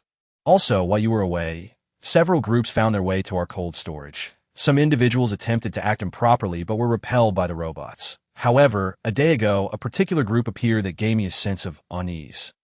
Although they did not engage in any misconduct, merely expressing a desire to trade supplies, their presence felt ominous, Reba's father stated, his expression darkening. What do you mean? Jiang Lin furrowed his brow. Though they were all women, I detected a strong scent of blood emanating from them, Reba's father exclaimed, his demeanor shifting dramatically, as if gripped by fear at a scent of blood. All women. Jiang Lin's brow furrowed deeper, though he was still a loss. Understood. I will remain vigilant, Jiang Lin replied, unable to draw any conclusions. Ultimately, in this post-apocalyptic world, encountering other survivors was not particularly unusual, as long as they did not provoke Jiang Lin. He had little interest in their affairs. Lastly, there's one more thing. Reba's father hesitated for a moment before reluctantly continuing. Aunt Yang asked me to have you find her a few young men. Aunt Yang? Has she grown bored again? Jiang Lin sighed in exasperation. I understand.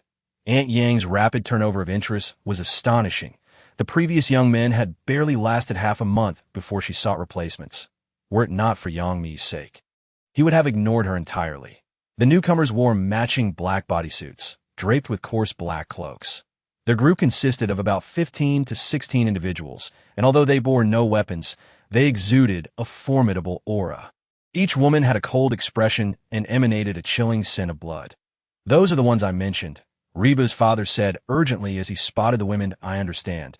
You can rest assured that I will handle this. Jiang Lin reassured him, patting Reba's father's hand to ease his concerns before approaching the group. Esteemed guests, having traveled such a distance, what brings you here? Jiang Lin addressed the women, raising his chin slightly as he regarded them coolly.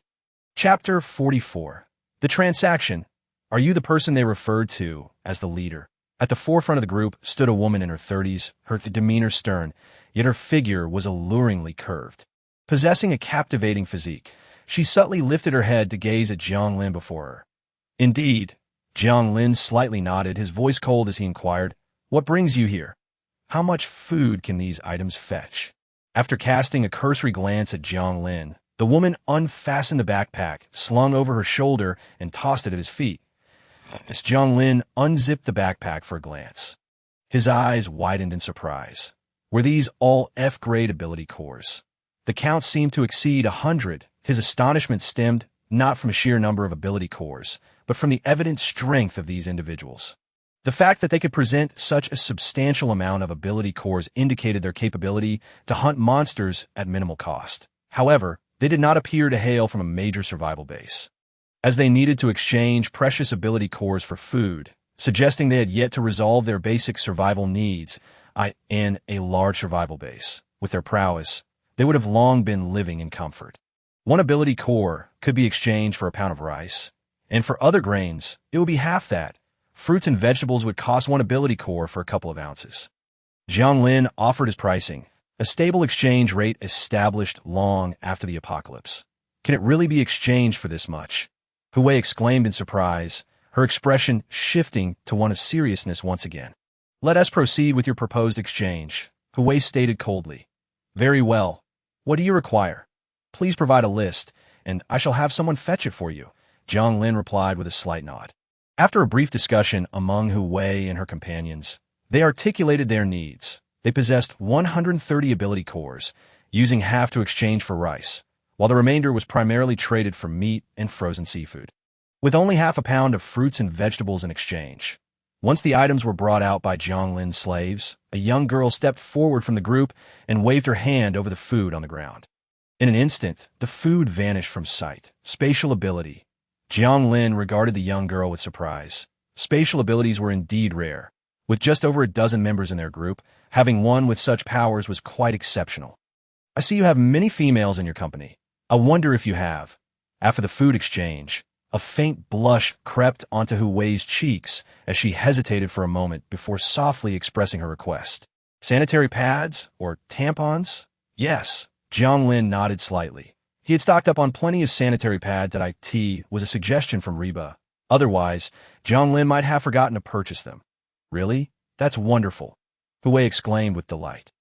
How many ability cores for a pack of sanitary pads? 1 core per pad, Jiang Lin stated. Upon hearing this price, Hu Wei's expression subtly shifted. Why is it so expensive? The young girl who had previously stored the food question with dissatisfaction. Well, Hu Wei's face darkened as she pondered for a moment. Then, gritting her teeth, she produced 10 ability cores, saying, "Just give me a pack." Understood. Jiang Lin accepted the ability cores and had a small pack of sanitary pads brought to Hu Wei. Handing it to her. "Thank you." Hu Wei expressed her gratitude with a slight bow before turning to leave. Wait. Jiang Lin's sudden call made Hu Wei and her companions tense up. What is it? Is there something else? Hu Wei turned back, her expression taut. Don't you need any seasonings? Perhaps salt? As he spoke, Jiang Lin reached into a spatial ability and retrieved a bag of salt. A spatial ability user. And judging by the fluctuations of their abilities, he was quite formidable. Hu Wei quickly assessed the situation, realizing Jiang Lin was deliberately warning them not to harbor any ill intentions. No, we have our own seasonings. Hu Wei declined, shaking her head before promptly turning away. Are you really letting them go just like that? Yang Mi approached from behind, her face a mask of disbelief. I in the past, when you encountered beautiful women, you would take them all. Yet today you seem to have changed your demeanor. If I don't let them go, should I invite them to stay for dinner? Jiang Lin teased Yang Mi, pulling her close and planting kisses on her. After a moment, Yang Mi blushed and said, You actually let them go. That's not like you. Jiang Lin slightly lifted his head, gazing towards the exit of the underground garage. They do not pique my interest enough. Though Hu Wei and her companions were indeed charming, they paled in comparison to Reba and Yang Mi, failing to meet his collection standards. Jiang Lin currently felt no inclination toward them. Moreover, given their adherence to the rules, it would be unbecoming of Jiang Lin to resort to violence over a mere handful of ability cores. Really, because it seems you are quite interested down below, Yang Mi said, reaching down playfully. That is only because of you. Today I must punish you by keeping you in bed, Jiang Lin declared, lifting Yang Mi and striding toward a nearby lounge chair at the entrance of the mall. Once Hu Wei and her group exited, one of her subordinates could not contain her curiosity. Sister Wei, weren't you planning to raid them? Why the trade instead? The young girl looked at Hu Wei in confusion. I misjudged the situation. It's too dangerous in there, Hu Wei said, her expression grim. That man named Jiang Lin gives me an extremely dangerous vibe. My instincts have always been accurate. That lecher Wang Yong. I heard he's dead. Had he lived longer, I would have ensured his castration, the young girl declared fiercely, making a scissor gesture with her fingers. Why Yuing? Where did you learn that? Hu Wei shot her a displeased glance. I picked it up from watching TV. That's how they always talk, Yuing replied innocently. Enough of that. Pack up and prepare to depart, Hu Wei instructed as she boarded the large truck parked nearby. At the Intan base, Zhu Min had recently taken over when the shrill alarm suddenly echoed throughout the base. Captain, we've been breached. A panicked voice rang out. Breached? Who? Zhu Min's voice had barely left his mouth when a series of piercing screams and a cacophony of static erupted from the other end. Hello. Can you hear me? You have 3 minutes to surrender. After that, I will kill everyone in your base. The voice on the intercom was chilling and bloodthirsty, akin to a predator preparing to feast. Upon hearing the demands, Zhu Min's expression darkened as he retrieved his satellite phone to call Jiang Lin. Hello. Jiang Lin's displeased voice came through the line. Jiang Lin, something has happened. Zhu Min's terrified voice pierced through the satellite phone. The base has been attacked. Zhu Min forced the words out. Attacked? Who is responsible? Jiang Lin's tone escalated with urgency. I don't know. Communications within and outside the base have been completely severed. They are incredibly strong. Dozens of our ability users fell silent after sending out a warning. I understand. I will head over immediately, Jiang Lin said before abruptly hanging up. What happened?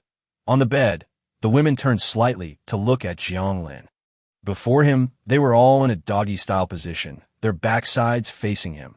Their expressions were filled with dissatisfaction. They had yet to be satisfied, yet Jiang Lin was leaving. Give me a few minutes. I need to handle a little trouble, Jiang Lin said, patting Wang Rui's backside, signaling her to get up and follow him. The other women looked on with growing disappointment.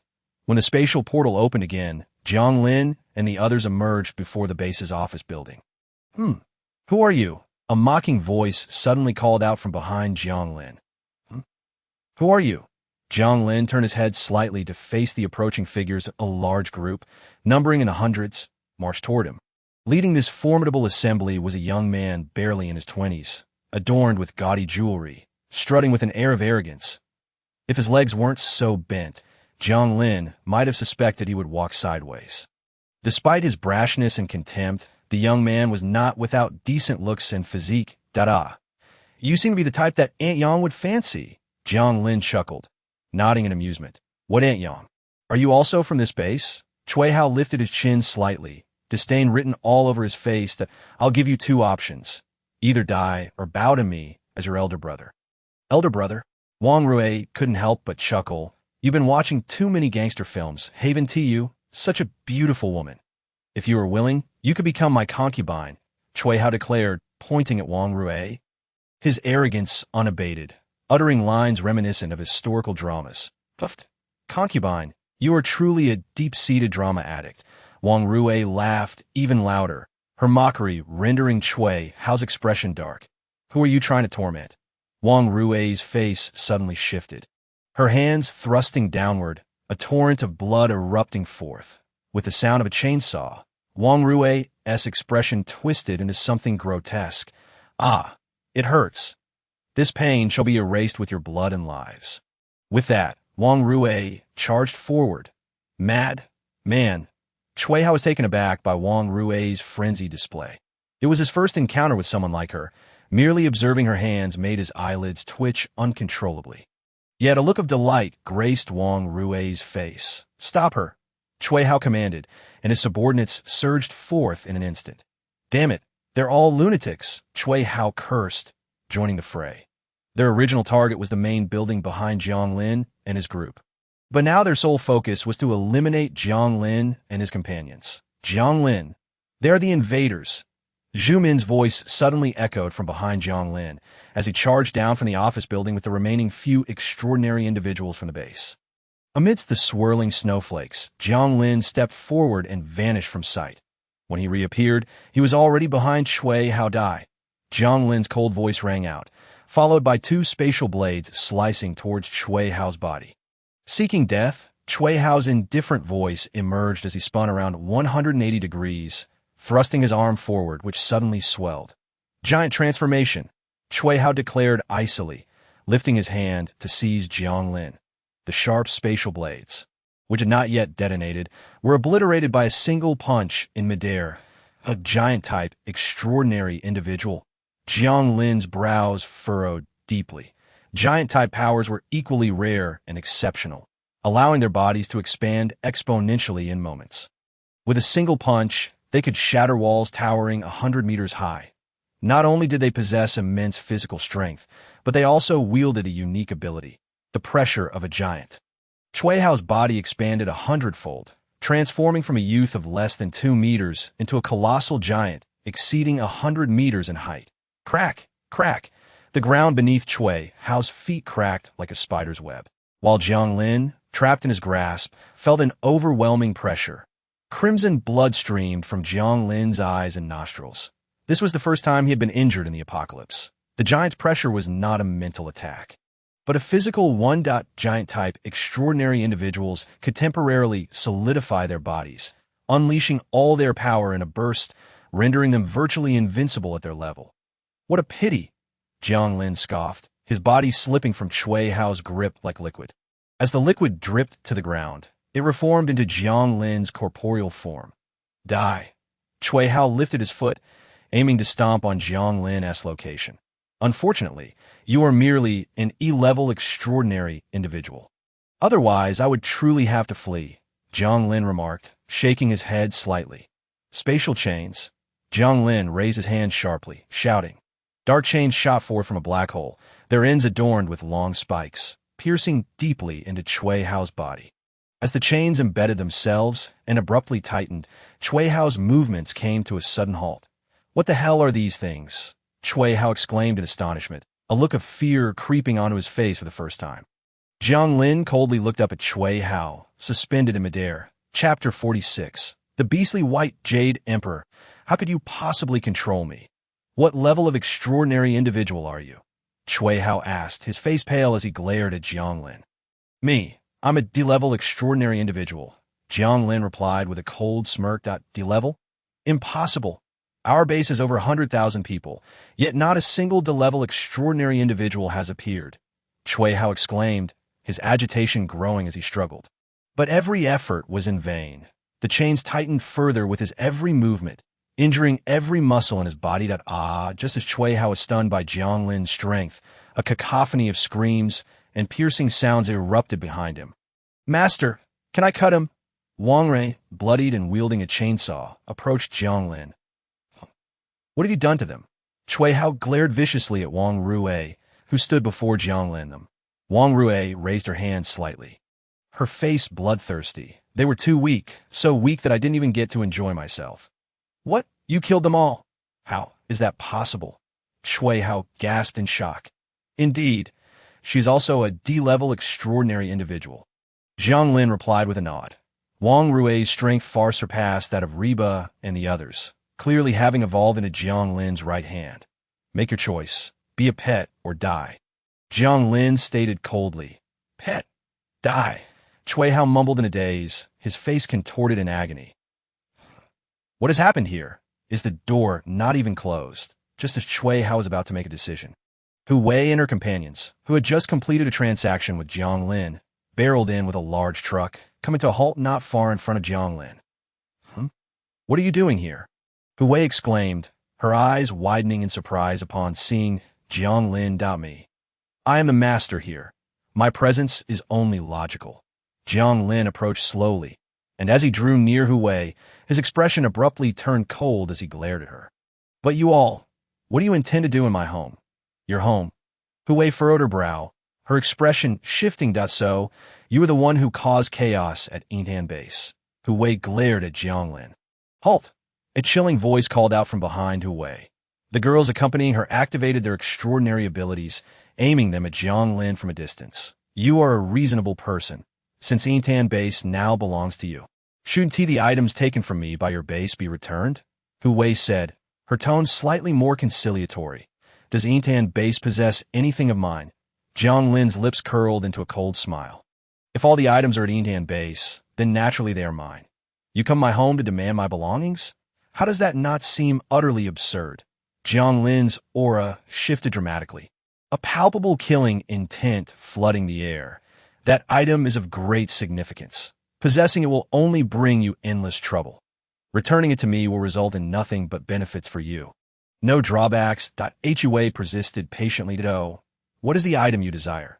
Jiang Lin inquired with feigned curiosity. A fragment of a finger bone, a piece of jade finger bone. Hu Wei replied slowly. Jade finger bone? Is this what you refer to? Jiang Lin said, producing the white jade emperor finger from his extraordinary space and placing it in his palm. Yes, that is it. Previously, Wang Yong took it from me. Can you return it? Hu Wei's expression became uncontainably excited upon seeing the white jade emperor finger. This jade finger is a treasured heirloom, holding special significance for me. I end this apocalypse. Such jade is worthless. If you are willing to return it, I can exchange something for it. You can ask for anything. Hu Wei declared eagerly, mistakenly believing Jiang Lin to be ignorant, while in reality, he was fully aware of everything. Oh, anything at all? Jiang Lin feigned ignorance, leering at Hu Wei. Of course. Even myself can be offered up. However, this is limited to a single occasion. Hu Wei bit her lip, stating, Sister. The other girls erupted in excitement at Hu Wei's words. Do you truly believe I am so naive? Jiang Lin sneered, stepping forward and firmly grasping Hu Wei's chin. This is the white jade emperor finger. Do you truly think you are worth such a trade? To exchange it for one single use? How would you know? Hu Wei's expression shifted dramatically, her previous facade vanishing in an instant. Return it to me. Hu Wei launched a surprise attack, reaching for the ring in Jiang Lin's hand. However, as Jiang Lin's palm morphed into a liquid form, the entire ring was swallowed into his grasp. Speak. Where did this ring come from? Jiang Lin thrust his hand forward, gripping Hu Wei's delicate neck. As he applied pressure, Hu Wei's once rosy cheeks turned pale. Sister, the onlookers gasped, wanting to rush forward, but Hu Wei stopped them. Do not approach. Jiang Lin, this item is of great importance. Possessing it will only bring you endless trouble. I am not deceiving you. It is not a treasure, but could potentially become the deadliest poison in the world. Hu Wei rasped, attempting to persuade him that, oh, you think that by saying this, I will willingly hand over the white jade emperor finger. Jiang Lin's expression hardened. Now, it is I who is interrogating you, not the other way around. Just as Jiang Lin was about to crush Hu Wei's neck, her body transformed into a flurry of white butterflies. Scattering into the air, beastly white jade emperor. Hu Wei's voice echoed before Jiang Lin, and the myriad butterflies swiftly dissipated, replaced by a towering dragon that roared before him. The white jade emperor wore a crown, its elongated and graceful form resembling an eastern dragon, its limbs as translucent as jade. Beneath the forelimbs of the white jade emperor, there were originally 5 dragon claws, yet at this moment, only 4 remained. With the missing claw's tip now resting within Jiang Lin's palm, to mimic a creature through the power of mimicry, one must have witnessed its existence firsthand. Could it be? You have seen the white jade emperor with your own eyes? Jiang Lin, his face a mask of astonishment, lifted his gaze. Could it be that an S-class creature has already emerged in this world? The words of shock escaped Jiang Lin's lips, swiftly followed by Chapter 47, the male pet Shui Hao. Jiang Lin, hand over the item. Hu Wei's voice emanated from within the body of the white jade emperor. The powerful pressure immediately radiated from the emperor's opening and closing jaws, even if you have mimicked the white jade emperor. Your current strength remains merely the ceiling of your original power. You are not my opponent. Jiang Lin retorted coldly. The mimicry ability, while formidable, was not invincible. Although one could replicate another's form, they could not transcend their own limitations of power. You are correct. I am indeed not your match. Hu Wei's calm voice resonated. My actions merely aim to illustrate a simple truth. In this world, there are greater powers beyond what you perceive. As Hu Wei spoke, the immense dragon form suddenly dissipated, and she, bare in her corporeal form, slowly approached Jiang Lin. Therefore, can you return that item to me? Hu Wei extended her right hand towards Jiang Lin. Apologies. I too yearn for the white jade emperor's secret realm. Thus that item shall remain with me. Jiang Lin coldly rejected Hu Wei. You even know of the white jade emperor's secret realm? Hu Wei's expression shifted, and after contemplating for a moment, she reluctantly shook her head, stating, if so, I hope you do not come to regret your decision. Jiang Lin, I shall return, and I hope by then you will not regret the choice you made today. As Hu Wei spoke, she activated her vehicle, departing with her team. Regret? Jiang Lin scoffed, shaking his head. He was utterly unfamiliar with the notion of regret. The white jade emperor's secret realm was of paramount importance. How could Jiang Lin easily relinquish it? And as for the so-called dangers, in this apocalypse, when has there ever been a lack of peril? Jiang Lin's expression shifted slightly as he turned mockingly towards Shui Hao. So, what say you? It is time for you to make a decision, Jiang Lin said with a smile. Shui Hao's body stiffened abruptly. He had no desire for death, nor to become the so-called pet. Your name is Jiang Lin, correct? I hail from the Sea base, where many survivors reside, including numerous ability users. The previous misunderstandings were mere miscommunications. If you release me, I am willing to offer compensation. Shui Hao's expression softened as he began to negotiate with Jiang Lin. Compensation, you say? Jiang Lin rubbed his chin, pondering deeply, and just as Shui Hao thought there might be a glimmer of hope, Jiang Lin's next words caused his face to pale dramatically. I am quite affluent, lacking for nothing. Jiang Lin shook his head slightly. Since you are unwilling to choose, it is better to eliminate you. Jiang Lin coldly issued the command, and just as Wang Rue, filled with excitement, prepared to dismember Shui Hao, Shui Hao cried out desperately, I am willing. I am willing to be your pet. Do not kill me. Why not say so earlier? How troublesome. Jiang Lin frowned, ordering, transform back to your original form now, after Jiang Lin's command. Chui Hao's massive body suddenly shrank. Although Chui Hao's physique diminished, he could not escape Jiang Lin's grasp. The chains binding Chui Hao's body also shrank and thinned as he shrank. These chains are directly connected to the vulnerable spot on your neck. Should you dare to make any sudden moves, they will claim your life. Jiang Lin raised his hand, and a slender iron chain emerged from the void, encircling Chui Hao's neck before transforming into a collar that ensnared him. As Chui Hao gasped in shock, the sharp end of the chain pierced deeply into his throat. Simultaneously, the chains that had restrained Chui Hao's body were drawn back into the void, vanishing from sight. Cough, cough. Just as Chui Hao attempted to speak, an intense discomfort in his throat triggered a violent coughing fit. Speak less. You're currently in a state of potential choking. Jiang Lin observed Chui Hao with a teasing smile. I am truly wealthy. Are you sure you will not reconsider? After a brief moment of adaptation, Chui Hao gazed at Jiang Lin with a pleading expression. With that physique of yours, Aunt Yang must be drooling. Jiang Lin paid no heed to Chui Hao's words. His mind was solely preoccupied with finding a plaything for Aunt Yang to silence her incessant nagging. Zhu Min, your notification came quite promptly this time. I see your subordinates have suffered considerable losses. Here, allow me to replenish your combat strength, Jiang Lin said, producing 20 ability orbs and around 10 ability cores, placing them on the ground. Thank you, I am truly grateful.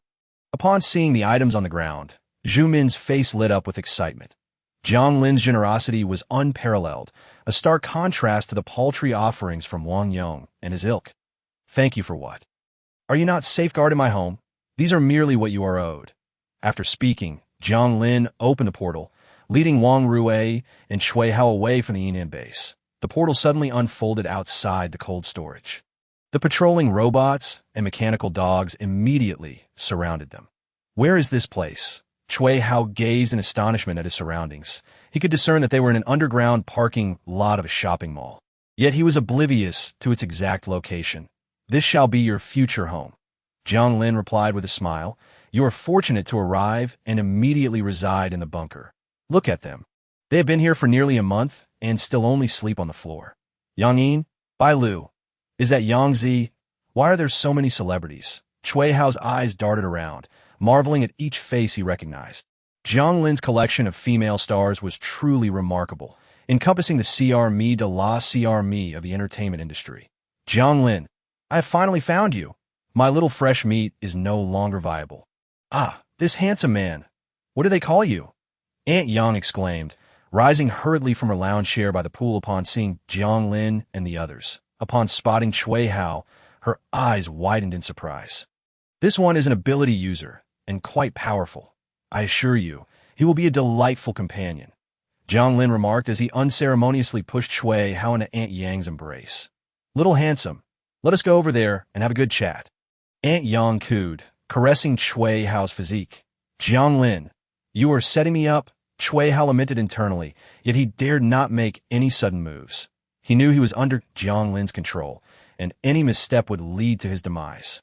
The battle continues, Jiang Lin chuckled as he approached, lifting the lovely Sanshang Yuya and carrying her into the cold storage.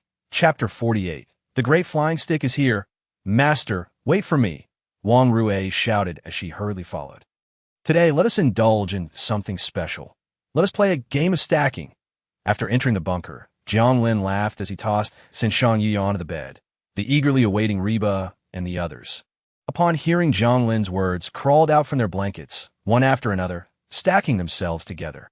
Here comes the great flying stick.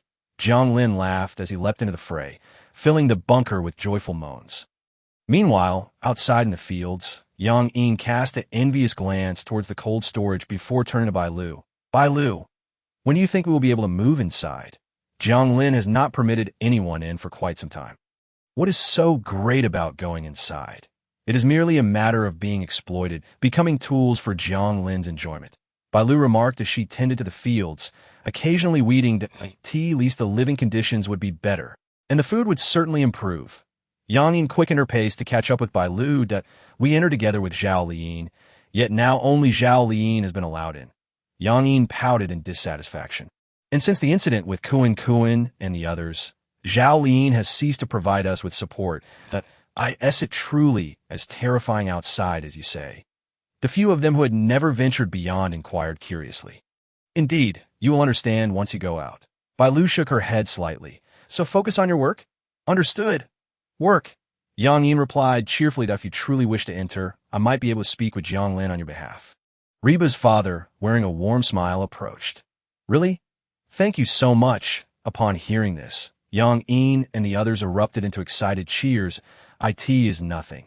Just a small favor. I see you all working hard, so I thought I would lend a hand. Reba's father waved his hand and turned to enter the cold storage. By the time Reba's father stepped into the bunker, Jiang Lin's battle was still ongoing. Ahem. Jiang Lin, could you perhaps pause for a moment? Reba's father, blushing, turned his head away. Just speak. What is it? Jiang Lin, at such a critical moment, could hardly consider stopping. Perhaps I should come back later, Reba's father suggested, his face still red. Then you must come back in the evening. For we intend to play all day long. Reba panted as she spoke to Very well, Reba's father awkwardly replied. It is just that I have observed that Yang Yin and the others work diligently and are quite pleasant. Could you possibly allow them to join us in the bunker? Yang Yin, are they not doing well outside? I have provided them with mattresses and blankets. There should be no issues, right? Jiang Lin replied, perplexed. Very well.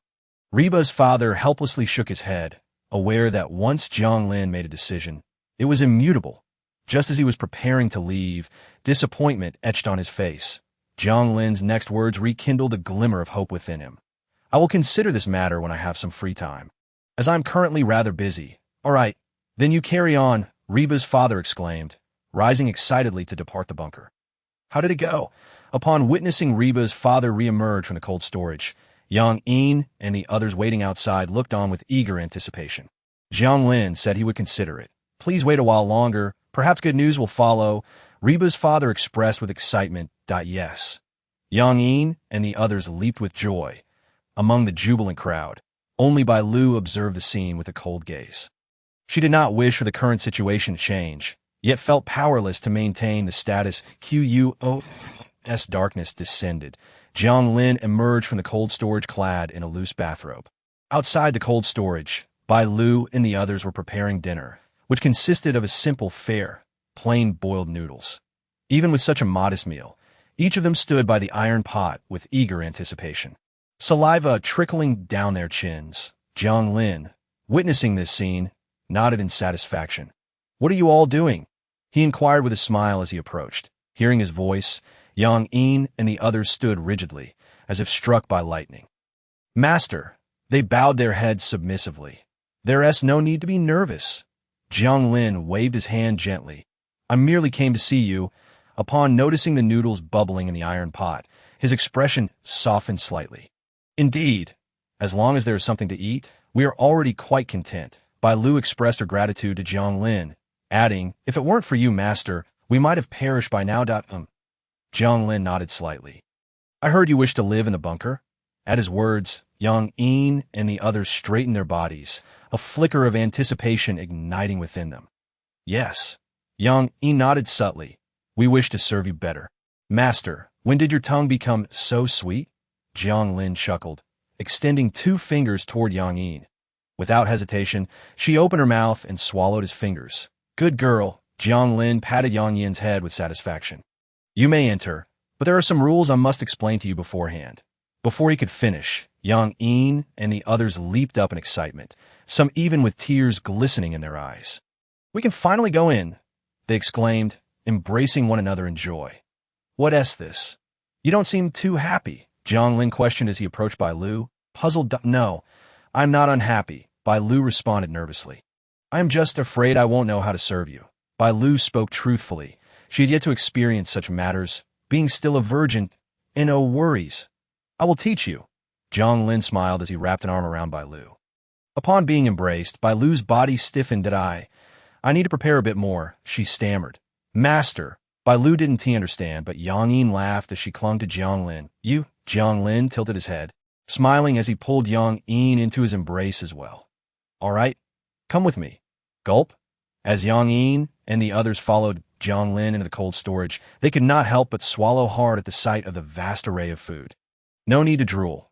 From now on, you will be responsible for cooking, and you will also get to enjoy the food here, Jiang Lin said with a smile. Really? Yang Mi looked at Jiang Lin excitedly.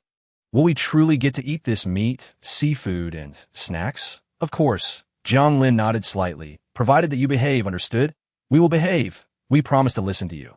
Yang Mi immediately made a solemn vow, and the others quickly followed suit to express their loyalty. Are you trying to tempt me into eating you? Jiang Lin chuckled as he released Yang Mi and strode forward, kissing Reba right in front of everyone. Cough, cough. After a lengthy moment, they finally separated. Once apart, Reba couldn't help but break into a fit of coughing. All right, now that everyone is here, I must announce an important decision, Jiang Lin declared, clapping his hands and addressing all present in the room. Chapter 49, The Rules of the Bunker and by Lu's Heart. What decision? Yang Mi and the others poked their heads out from under the covers, their faces etched with fatigue. Starting today, Yang Mi and the others will begin living in the bunker. Jiang Lin announced with a smile. Oh, is that so? Don't disturb my sleep. I am quite tired, Yang Mi retorted, pulling the blanket over her head. That's not just that, Jiang Lin said, opening his mouth slightly. Is there more? Yang Mi and the others peeked out from under their blankets, curious about Jiang Lin's words. Indeed. There's more, Jiang Lin nodded slightly, now that we have a considerable number of people in the bunker. Some rules must be established. Established rules? What rules will you set? Reba inquired with curiosity, her big eyes blinking, making Jiang Lin feel an overwhelming urge to engage with her. First and foremost, there is the matter of hierarchy. Tomorrow, I will expand the bunker. Song Jingkong and Yang Mi will reside in the newly developed area of the bunkered. In that section, each person will have their own sleeping space, rendering you ordinary citizens of the bunker. Your material provisions will be increased, but you must not enter the area you currently inhabit. Only those I approve may enter here, and to gain access, you must contribute to the bunker. You can offer labor or form teams to venture out and hunt monsters. I will provide each of you with an ability orb to help you acquire the basic survival skills. Based on your contributions and labor, you will earn points. Each month, the individual with the highest points, upon my approval, will be permitted to live here. Those residing here will hold absolute dominion over ordinary citizens. Any resistance from the latter will result in death. Jiang Lin spoke coldly, establishing a rudimentary set of rules. This was due to the fact that the number of people in his base was not particularly large, yet the foundational framework needed to be laid out. Jiang Lin aimed to motivate everyone to take action. Those at the bottom must strive for a better life, while those at the top must curry favor with Jiang Lin that a simple structure of power was established in mere minutes. You may divide these ability orbs among yourselves, Jiang Lin said, producing dozens of orbs and tossing them onto the ground. As soon as they saw the orbs, green light flickered in everyone's eyes. In this apocalyptic world, personal strength was paramount. Everything else was insignificant. You all should just sleep on the floor tonight, Jiang Lin said, lifting Reba and tossing her onto the large bed nearby. Hey, what are you doing? Reba exclaimed, scrambling to sit up. What do you think? Jiang Lin laughed as he pounced on her. Jiang Lin, if I serve you, will I earn points? Yang Mi raised her hand, looking at Jiang Lin. Of course. Jiang Lin smiled slightly. The bunker has the most advanced AI system globally. It will automatically score your actions. If you wish to earn more points, you must put in the effort. Of course. I excel at serving people. Yang Mi grinned as she climbed onto the bed. A few others hesitated for a moment before joining her. Bai Lu glanced at the lively scene on the bed and chose to lie down on the ground, turning her back to the direction of the bed. Bai Lu, are you betraying us? Bai Lu, why are you doing this? Bai Lu, Bai Lu, Bai Lu. Bai Lu's brow furrowed deeply as visions of countless despairing faces filled her mind. No, Bai Lu cried out, sitting up abruptly from the ground. Was it all just a dream? How long will this wretched dream torment me? She murmured quietly, gazing into the dark room. What dream? Jiang Lin's voice came from behind her. Bai Lu turned around sharply, and upon seeing Jiang Lin, she quickly stood up. Nothing. It's late. It would be rude to wake others. Jiang Lin spoke softly, Come with me. Bai Lu, feeling anxious, followed Jiang Lin outside the bunker as the cold storage lights illuminated the surroundings. She realized that Jiang Lin was only wearing a pair of shorts. Ah, Bai Lu gasped, quickly turning her head away. Aren't you a grown-up? Why are you still shy? Jiang Lin teased lightly. This cold storage is quite chilly. Let's head outside. Bai Lu nodded, her face flushed as she kept her head lowered, afraid of witnessing anything inappropriate. Fortunately, we're 2 levels underground. The temperature isn't too cold, Jiang Lin remarked as he opened the cold storage door and settled onto a lounge chair by the pool. Would you like a drink? Jiang Lin asked, holding 2 cans of beer and tossing one to Bai Lu. I don't drink, Bai Lu replied, shaking her head slightly. Have you forgotten what I said before? Jiang Lin feigned a stern expression. The heron, startled by the unexpected turn of events, hurriedly opened a beer and began to gulp it down. Enough of that. Drink like this, and you'll hurt your stomach. Jiang Lin rose and firmly grasped the heron's arm, halting her reckless consumption. I was just teasing you. I am, in fact, quite a kind-hearted person. With a blush adorning her cheeks, the heron nodded slightly, having only taken a few large swigs of beer, which had already left her feeling a bit tipsy. She began, her voice suddenly trailing off. Yes, she affirmed with a slight nod. What transpired that day? Jiang Lin curiously cracked open a bag of sunflower seeds, his expression eager for her story. The heron cast a hesitant glance at him, torn between the desire to conceal the truth and the fear of lying, especially considering Jiang Lin's previous decisive actions. Shortly after we emerged, we encountered a group of gibbons that we were utterly outmatched, and our team was scattered. A few of us fled together to a tall building. Inside, before she could continue, Jiang Lin interjected with a wave of his hand. Forget it. He motioned for the heron to come closer. Once she complied, he pulled her into his embrace. And no matter what happened before, there's no need for guilt over the actions taken to survive. Looking into the heron's eyes, he spoke those words before leaning in to kiss her. Chapter 50. Grilling and beer with the heron. An evening of spring. The heron's eyes widened, yet she found herself unable to resist Jiang Lin's advances, allowing him to explore her body with his tongue. She couldn't help but let out a soft murmur. In response to the heron's growing excitement, Jiang Lin decided to proceed unabated. The passionate encounter soon unfolded. Lost in Jiang Lin's strength, the heron quickly found herself adrift in ecstasy.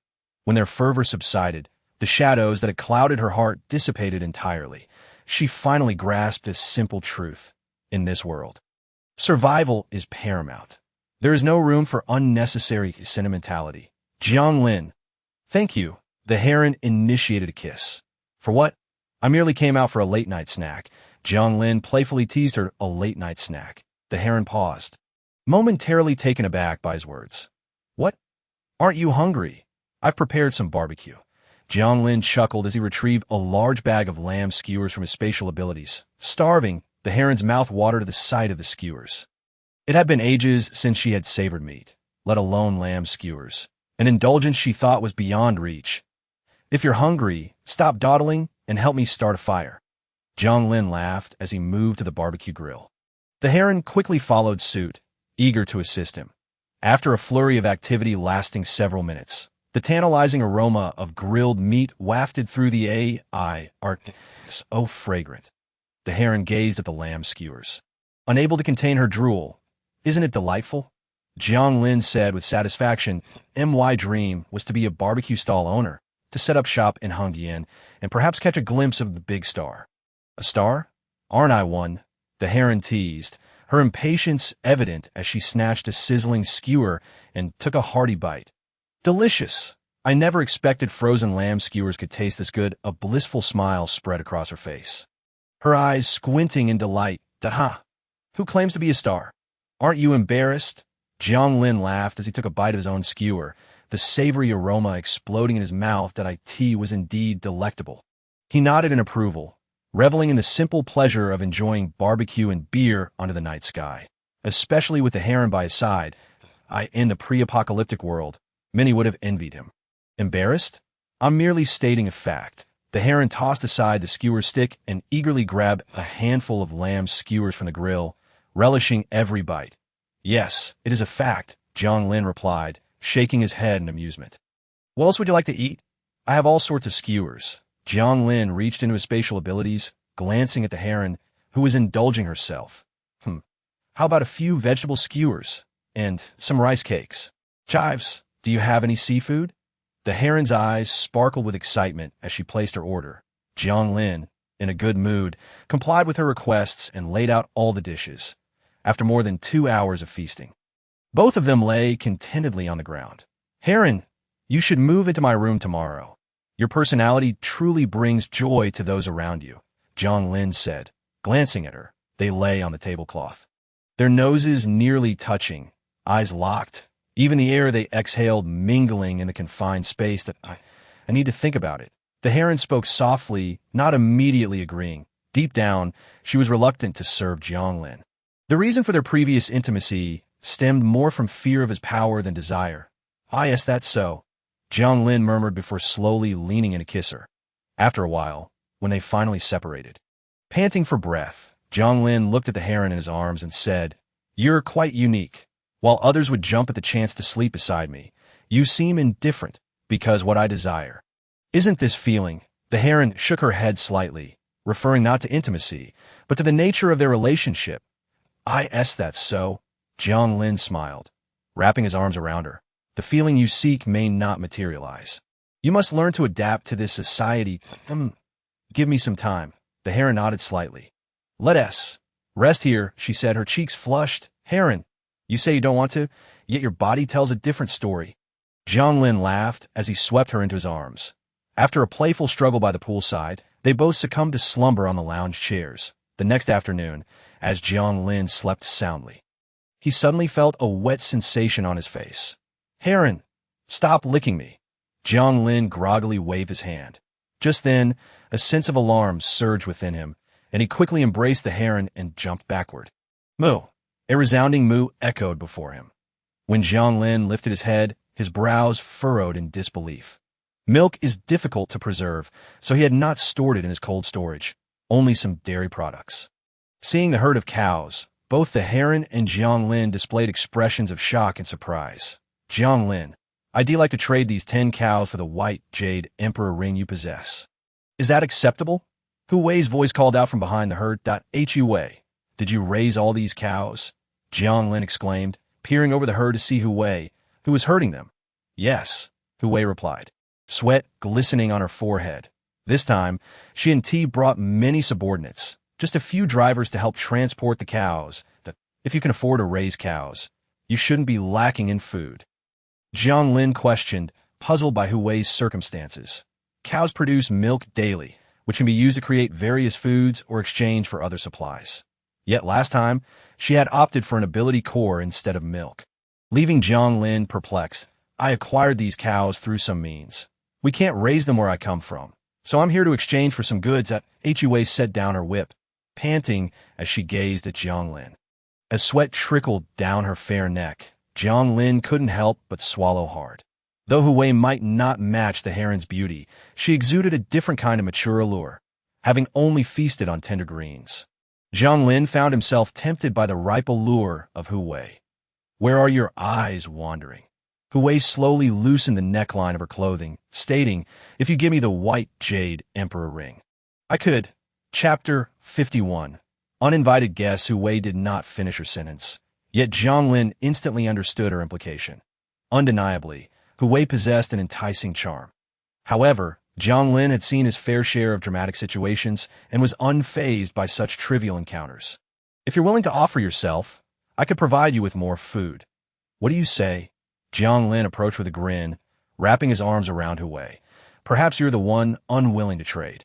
Hu Wei skillfully evaded Jiang Lin's grasp. That's so. Jiang Lin chuckled, bringing his hand to his nose for a sniff. Both were seasoned players, unwilling to concede. These cows are treasures. How much food do you intend to exchange for them? Hu Wei looked at Jiang Lin with eager anticipation. Having exerted considerable effort to acquire the cows, she was counting on a substantial haul. Where did you acquire these? Is there any trouble associated with them? Jiang Lin refrained from quoting a price, instead inquiring about their origins. After all, he had no desire to pay for trouble, especially if it meant cleaning up after Hu Wei's mess.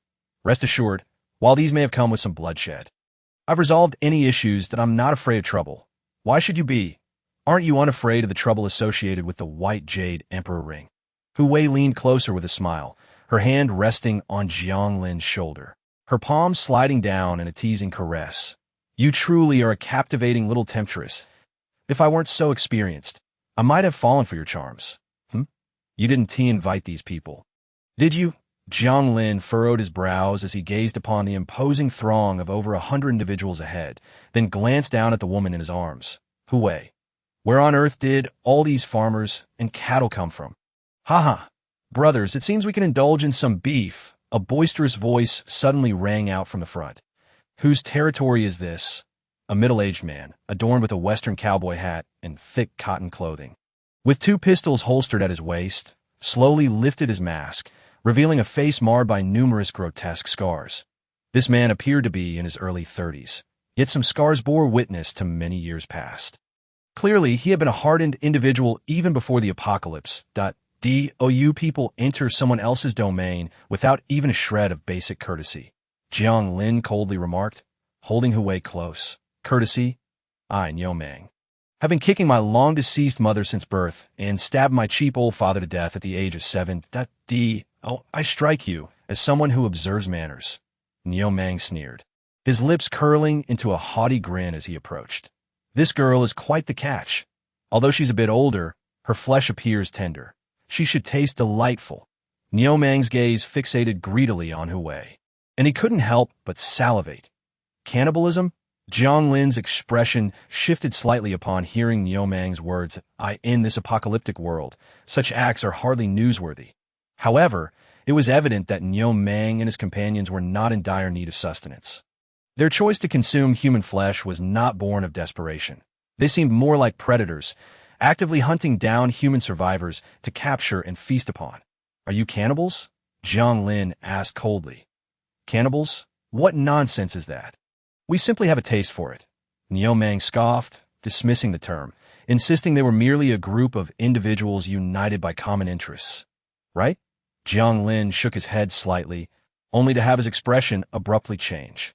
These individuals were likely the founders of the cannibalistic faction, albeit without an established organization or significant influence at this stage. The cannibals had previously posed a grave threat to humanity, colluding with monstrous entities to breach the defenses of a mega-settlement housing over 1 million souls, resulting in the near-total slaughter of its inhabitants. Through prolonged cannibalism, their minds and bodies had transformed. They became bloodthirsty, yearning for human flesh. Their bodies gradually underwent a malignant metamorphosis, resembling a swarm of cancer cells, with the sole purpose of ensuring humanity's annihilation alongside them. Enough of this nonsense. You are fortunate. We currently prefer to consume women rather than men. Hand her over to me, and we shall spare you. What do you say? It's quite a lucrative deal. Mi.Jiang grinned wickedly, pointing at Hu Wei and Bai Lu behind Jiang Lin. Indeed, quite a bargain, Jiang Lin replied with a sinister smile, nodding in agreement. Jiang Lin, you wouldn't be so lowly, would you? Hu Wei's expression shifted slightly. Rest assured, Jiang Lin reassured her, I would never allow my partner to lose a single hair. Activate the defense system, Jiang Lin commanded in a cold voice. What defense system? Who are you trying to scare? Mi.Jiang cursed and charged forward. Roar! A resounding beastly roar suddenly erupted before Jiang Lin. Mi.Jiang, mid-charge, found his entire body suddenly covered in a dense coat of azure bristles. His stature skyrocketed from a mere 1.7 meters to nearly 3 meters tall. Are you seeking death, boy? Mi.Jiang, now a towering beast, glared down at Jiang Lin, raising his foot to stomp down. Defense system activation successful. Ground-based laser cannons activated. Power adjustment complete. Output set to 100 fire. The mechanical sounds echoed as more than a dozen laser cannons emerged around the farmland. Once the cannons were positioned, they opened fire instantaneously. Thick beams of laser pierced through Mi.Jiang's body in an instant. Mi.Jiang collapsed to the ground, coughing up a mouthful of blood. What in the world is this? He exclaimed in sheer terror, his body riddled with over a dozen gaping wounds. The numerous fist-sized holes rapidly siphoned away Mi.Jiang's vitality. Boss, Mi.Jiang's subordinates shouted in alarm. rushing to his side. Don't mind me. Complete the mission and find Shui Hao. Niu barked, furrowing his brow. Leave this to me. After his exclamation, the wounds on Niu's body began to heal at an astonishing rate. Such a strong regenerative ability. Jiang Lin observed this scene with a slight frown. Yes, boss. Niu's subordinates, witnessing this, hastily armed themselves and charged towards the cold storage. You R&T wanderers. You hail from the Sea-High base. R&TU. Jiang Lin scanned the group, sneering as he spoke. I already told you. One must understand the importance of courtesy in another's home, with a few gentle claps of his hands. The cold storage doors swung open abruptly. Following that, more than a dozen robots, accompanied by mechanical dogs, appeared in perfect formation before the cold storage. Threat detected. Switching to combat mode. Transition complete. Upon detecting the imminent threat, the robots swiftly replaced their standard rifles with an array of armaments specifically designed for dealing with superhumans. The mechanical dogs accompanying them were also equipped with various close combat weapons. Kill! As the cries of battle erupted. The clash commenced on both sides. Chapter 52.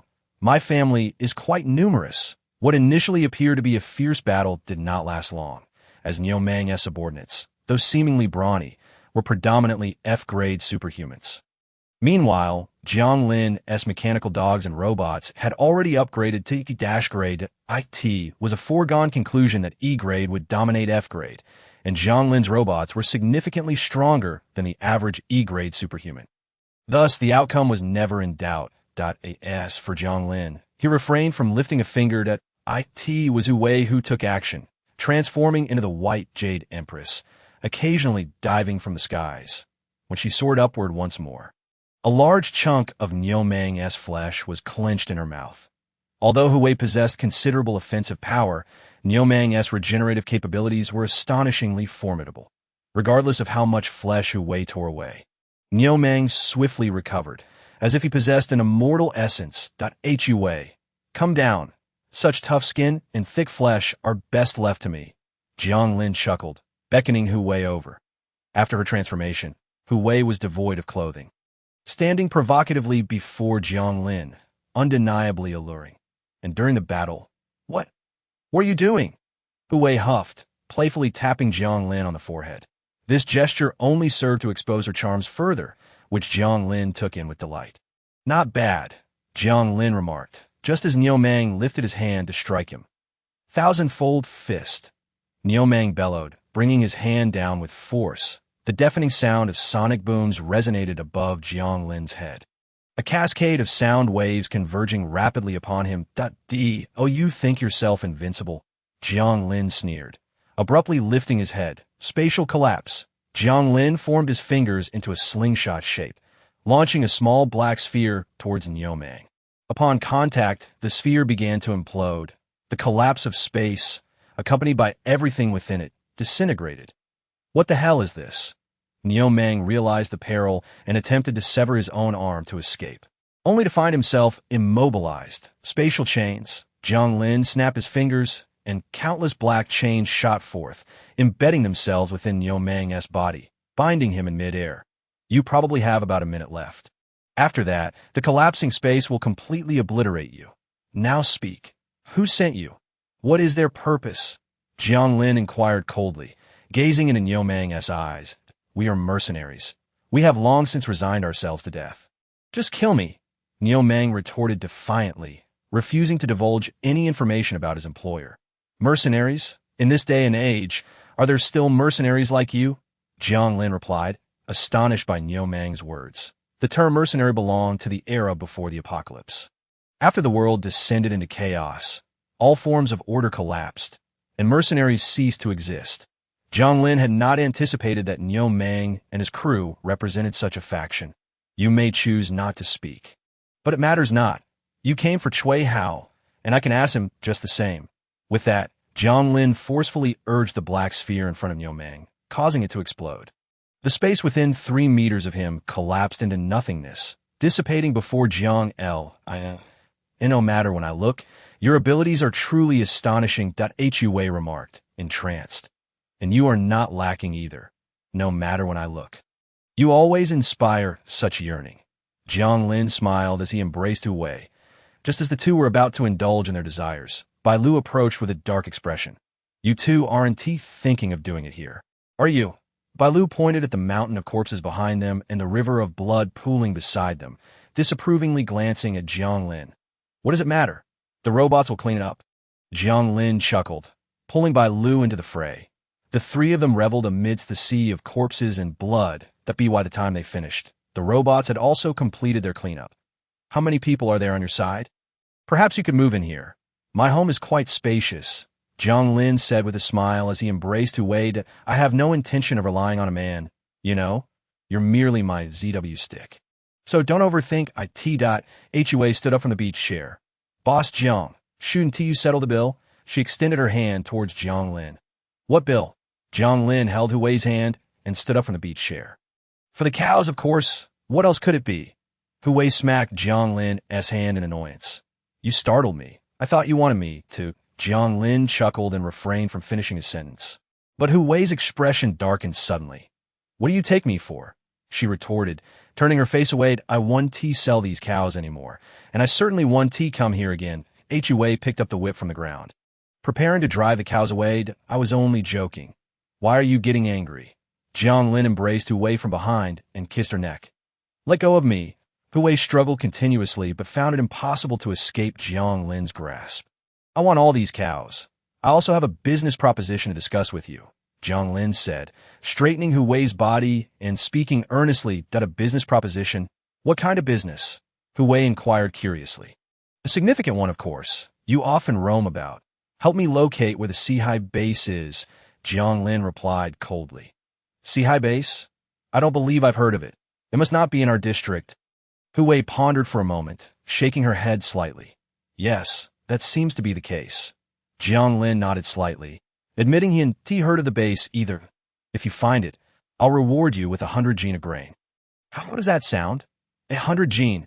Hu Wei's eyes lit up at the mention of the number. You can't go back on your word. If I locate the Sea base, you must give me 100 Jin of grain.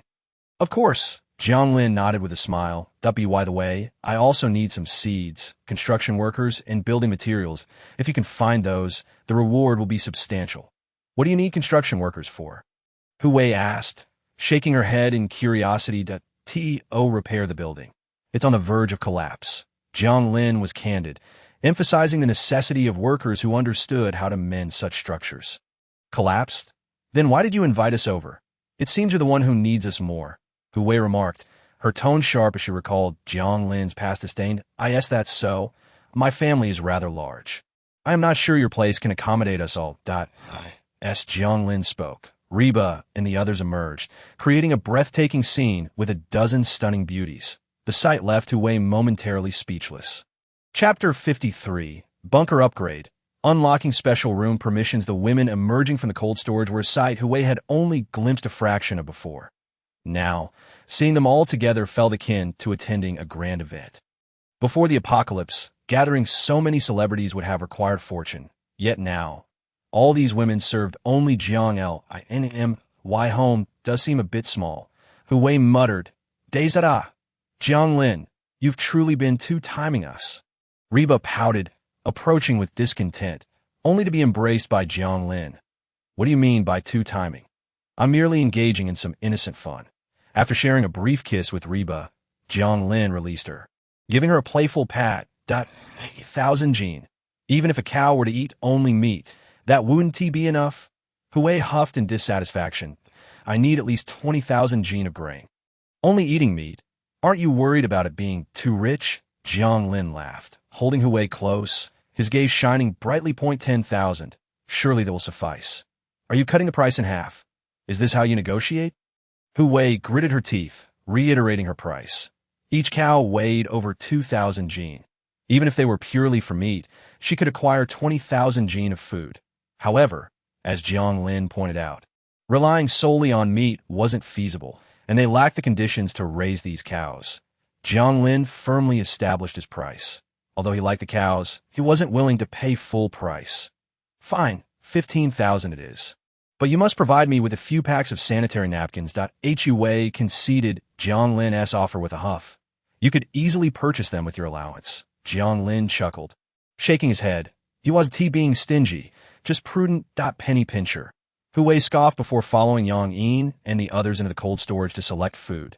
Jiang Lin, I heard that milk needs to be sterilized before it can be consumed. And we seemingly lack the necessary equipment. Yang Mi interjected with a frown. The beef from the cows wouldn't be palatable if the milk produced couldn't be used, making the deal seem like a loss.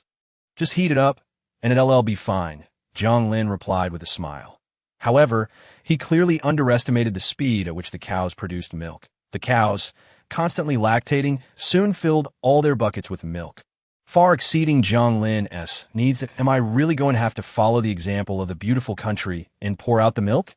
Jiang Lin lamented, shaking his head in frustration. Such waste seemed excessive. Friendly reminder.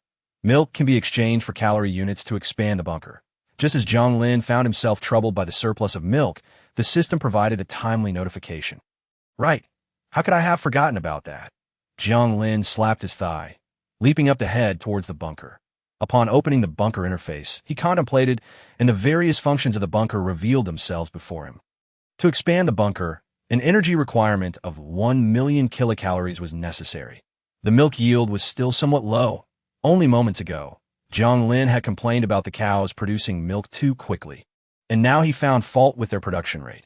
After a brief wait within the bunker, the system notified him that he had met the upgrade requirements. Jiang Lin instructed Yang Mi and the others to pour all the milk into a sealed container, then close the lid, allowing the system to absorb the milk. The bunker successfully upgraded to LV3. Upon detecting the bunker's upgrade to LV3, a special room was unlocked, as well as a training room.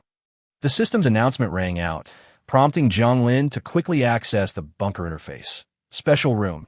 LV1. Currently, you may choose from a sex room, a deep training room, or a scenic room to place within the bunker. This room can be upgraded, and as its level increases, its effects will become more potent. Training room. LV1. Capable of simulating various F-level monsters to hone combat skills and discover monster weaknesses. This room can be upgraded, with each upgrade increasing the simulated monster's level and quantity. After reviewing the descriptions, Jiang Lin felt a surge of excitement. The functions unlocked by this upgrade represented a significant enhancement for the bunker. Firstly, the overall room space expanded by more than double, increasing from several hundred square meters to over 1,000. Moreover, he had unlocked permissions for special rooms. There were numerous styles of special rooms. Upon simply clicking through the options, he was presented with a dense array of over 1,000 different rooms. This was not the limit. According to the prompts below, if he unlocked a sufficient number of rooms and achieved certain milestones, he could also unlock a unique room, which would be even more powerful than these special rooms. The only caveat with the unique room was that only one could be unlocked, whereas these special rooms could be placed in countless numbers as long as Jiang Lin had enough energy and system currency. Jiang Lin strolled through the bunker, beginning the reconstruction. The current layout resembled a key shape, with their master bedroom being the largest room, akin to the handle of key. The other rooms extended outward, resembling the tip of the key.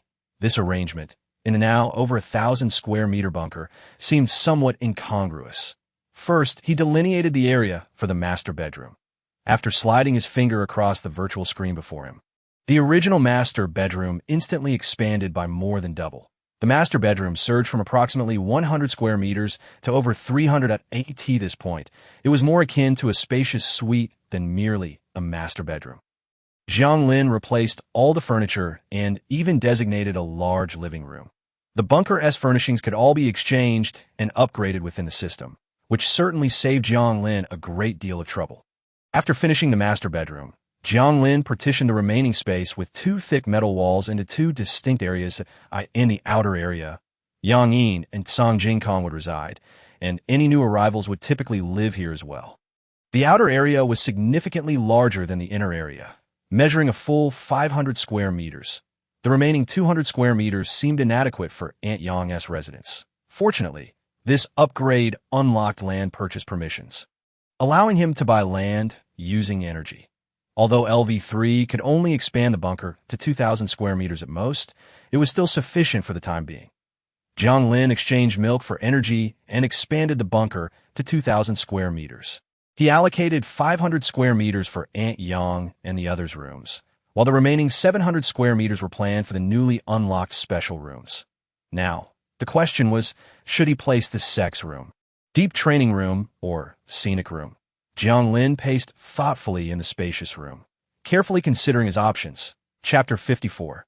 The potent functions of special rooms. The love room, as its name suggests, is designed for entertainment. Within this chamber, a plethora of items and amenities exist to enhance sensual pleasures. That it is considered a relatively commonplace special room. The deep exercise room, however, possesses unique attributes. It allows users to intensely train specific muscle groups, thereby augmenting their combat prowess. As for the scenic room, it offers a more ethereal experience, crafting a leisure space with diverse modes of relaxation. Inside, one can relish the sounds of chirping birds and the fragrance of blooming flowers. Wander through parks or ascend lofty mountains. That it encapsulates the simple joys of life that were only accessible before the apocalypse. Among these three rooms, Jiang Lin's favorite, naturally, is the love room. Yet he also harbors a keen interest in the scenic room. Why not indulge in both? With ample resources at his disposal, Jiang Lin spent several 100,000 energy units to unlock the scenic room, positioning it adjacent to the love room in the master suite. Each room spans approximately over 100 square meters, fully equipped with all necessary facilities. As Jiang Lin pushed open the door to the love room, he was greeted by the sight of an enticing, peach-colored waterbed. Everything within this room was bathed in shades of peach. The waterbed, the floor, and the walls, all harmoniously adorned. Even the condoms were peach-colored. Jiang Lin, bemused, discarded the just unwrapped condom from his hand. Nevertheless, the array of tools here was indeed impressive. His gaze flicked to the walls, which were adorned with an assortment of devices. Catering to both men and women, he casually picked up a toy and activated it, which immediately began to vibrate with a low hum. This room was worth the investment. It was time to engage in something extraordinary. Satisfied, Jiang Lin exited the room. Turning to enter the adjacent scenic room, he found its decor to be far more simplistic. Lacking any ostentatious embellishments, it featured practical amenities such as a naked-eye 3D area, immersive experience zone, and AR/VR zones. There was even an arcade machine. This was indeed a sanctuary of joy for men. Jiang Lin promptly seated himself before the arcade and indulged in a game of King of Fighters 97. Unfortunately, he had no opponent. The computer was no match for him. After easily knocking out the digital challenger, he stood up, feeling somewhat unfulfilled. With a sense of contentment, he exited the room and ventured into the final chamber, the training room. Standing before the entrance, Jiang Lin gazed at the deep gray wooden door, above which the words training room were inscribed in small seal script, his expression growing slightly solemn. With a swift motion, he pushed the door open and was met with a vast, empty expanse. The training room occupied the remaining 500 square meters of the bunker, its pristine interior devoid of any furnishings. Please select a simulated monster. Caution: simulated combat carries inherent risks. Proceed with prudence. Upon entering the room, a 32-inch screen gradually descended from above.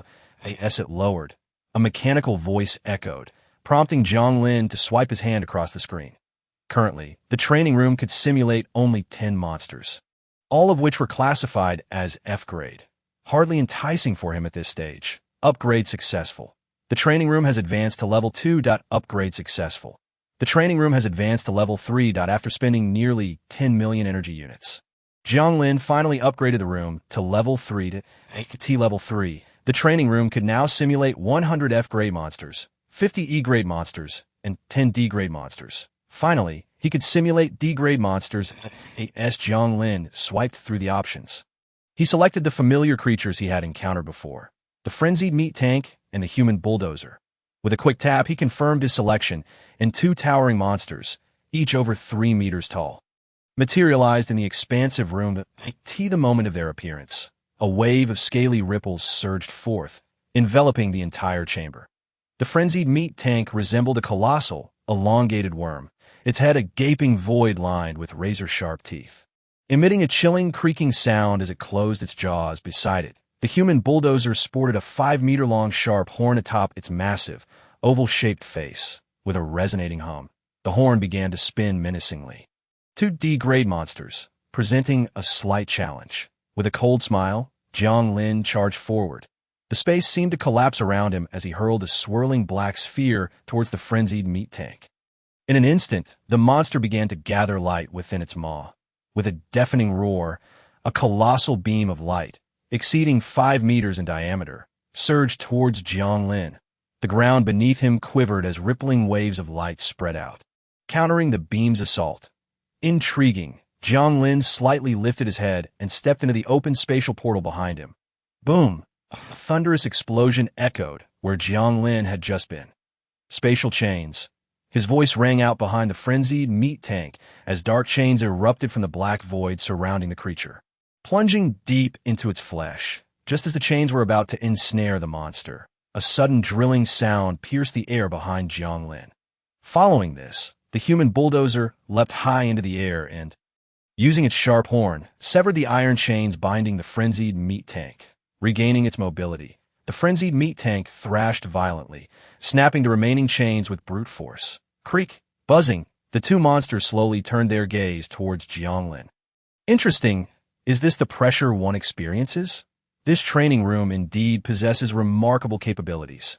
Jiang Lin commanded the room's AI to terminate the monster simulation, and as he did, the shimmering light barriers began to recede like a tide. The frenzied meat tank and human bulldozer gradually dissipated before his eyes. My heavens! What on earth were those? Just as Jiang Lin exited the training room, he was met with the astonished exclamations of Reba and the others from the master suite. After an intense workout, it was time to unwind. Jiang Lin slightly twisted his neck and smiled as he made his way towards the master bedroom. Chapter 55. Missile Launch. Target. 4C's Base. Jiang Lin. How did the bunker expand so much? Reba exclaimed, gazing at him in astonishment. The other women echoed her sentiments. They had initially felt the bunker was a tad small, especially with so many people around. Now, however, the space had multiplied several times over. Yet it was not merely an expansion. There were numerous changes. The array of tools in the love room was truly impressive. All the women unanimously praised the love room and expressed their approval of the scenic room as well. However, they harbored a grudge against the expansive training room. When Jiang Lin explained the usage of the training room and encouraged them to simulate combat daily, their expressions fell in unison. Jiang Lin. Let's skip the training. It won't benefit you if we practice anyway. Reba pouted, clinging to him. Behind her, Yang Mi and the others appeared equally disinterested. No, this is essential. We may have lacked the means before, but now that we have the resources, you cannot afford to be lazy, Jiang Lin declared with a decisive wave of his hand. The women lamented in unison. Of course. We'll let it slide for today. My theme for today is Jiang Lin led the women into the adjacent love room. Once engaged with the tools, their pleasures ascended to a whole new level. After a day of intense battles, they finally left the room, thoroughly satisfied. Following the expansion, the size of the sky dome had increased several-fold. Now, when gazing at the external environment, especially under the starry sky, it felt as if one were truly immersed in the cosmos. Roar, roar, roar. Time seemed to have slipped away while they remained in the bunker. Zhao Lin rested beside Jiang Lin, her tone tinged with nostalgia. Yes, I also appreciate the present moment. Sure chimed in with a smile. You all take a break. I need to have a word with Cui Hao, Jiang Lin said, rising from the enormous bed. Cui Hao. Is that the pretty boy my mother is seeing? Yang Mi stood up, wrapping her arms around Jiang Lin. You mustn't find any more pretty boys for my mother, understood? What is the matter? Jiang Lin inquired, puzzled. My mother. Never mind. Yang Mi replied, somewhat exasperated. Jiang Lin guided her to find Aunt Yang, where he discovered Cui Hao with a ball stuffed in his mouth, clad in alluring leather attire. Ahem, Aunt Yang. I need to speak with Cui Hao, Jiang Lin announced at the doorway, clearing his throat. Jiang Lin, it's you. The person you brought this time is truly remarkable. I quite like him. Aunt Yang gushed, her fondness for Cui Hao evident. After unshackling him, she playfully patted his rear, sending him off with Jiang Lin. I have matters to discuss with my mother, Yang Mi declared, entering the room and shutting the door behind her. Moments later, heated arguments erupted from within. Jiang Lin, save me, Cui Hao pleaded after exiting the room. Suddenly kneeling before Jiang Lin. Hold on. Let's discuss this elsewhere. Jiang Lin chuckled, leading Cui Hao into the guest area of the master suite. Previously, a group came to rescue you. What were you doing at the Four Seas base? What prompted someone to hire over 100 people to save you? Jiang Lin retrieved a chilled can of cola from a nearby mini-fridge and tossed it to Cui Hao, who was before him. Thank you, Cui Hao exclaimed as he caught the cola and immediately began to gulp it down. I am responsible for external expansion at the Four Seas base, essentially a pioneering team. After finishing the drink, Cui Hao revealed his identity. External expansion?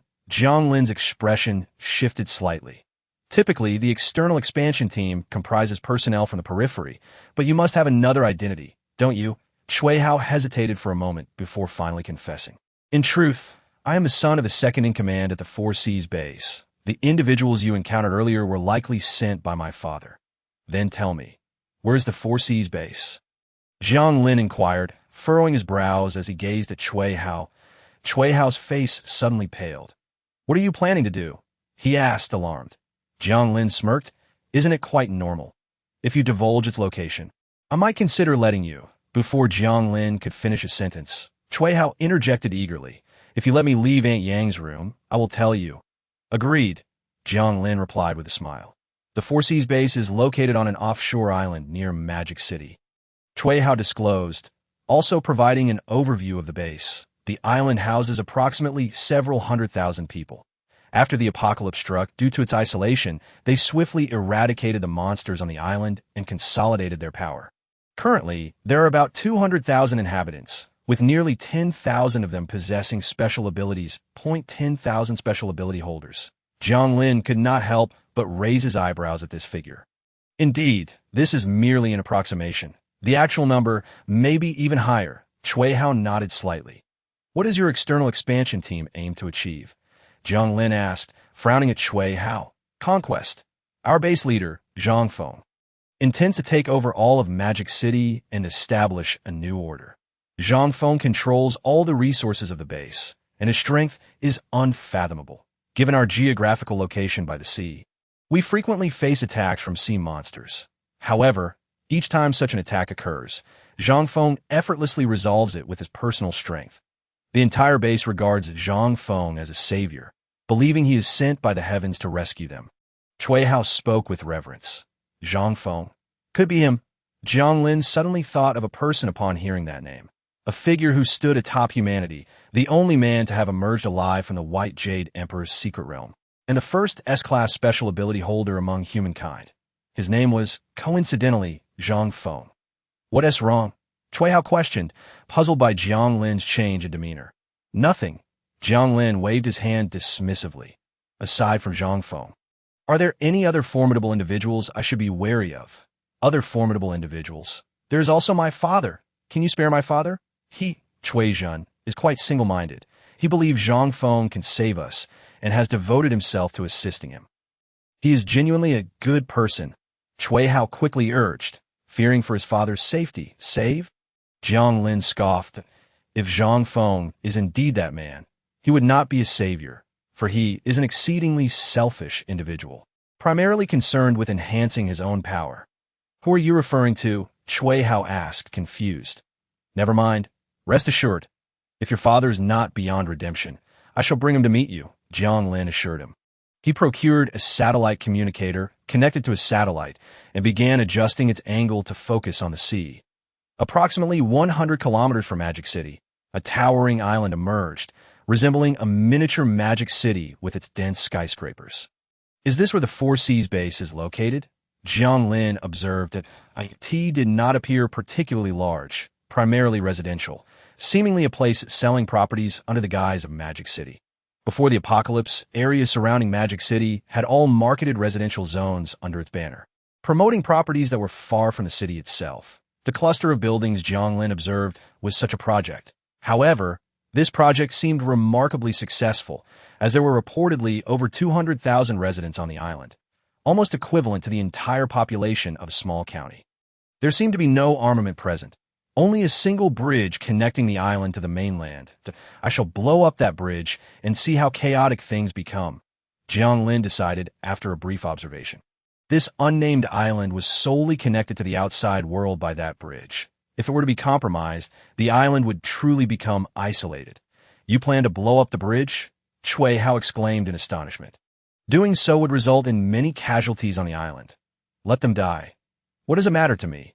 Who sent your father to disturb me? Jiang Lin retorted coldly that I detest trouble.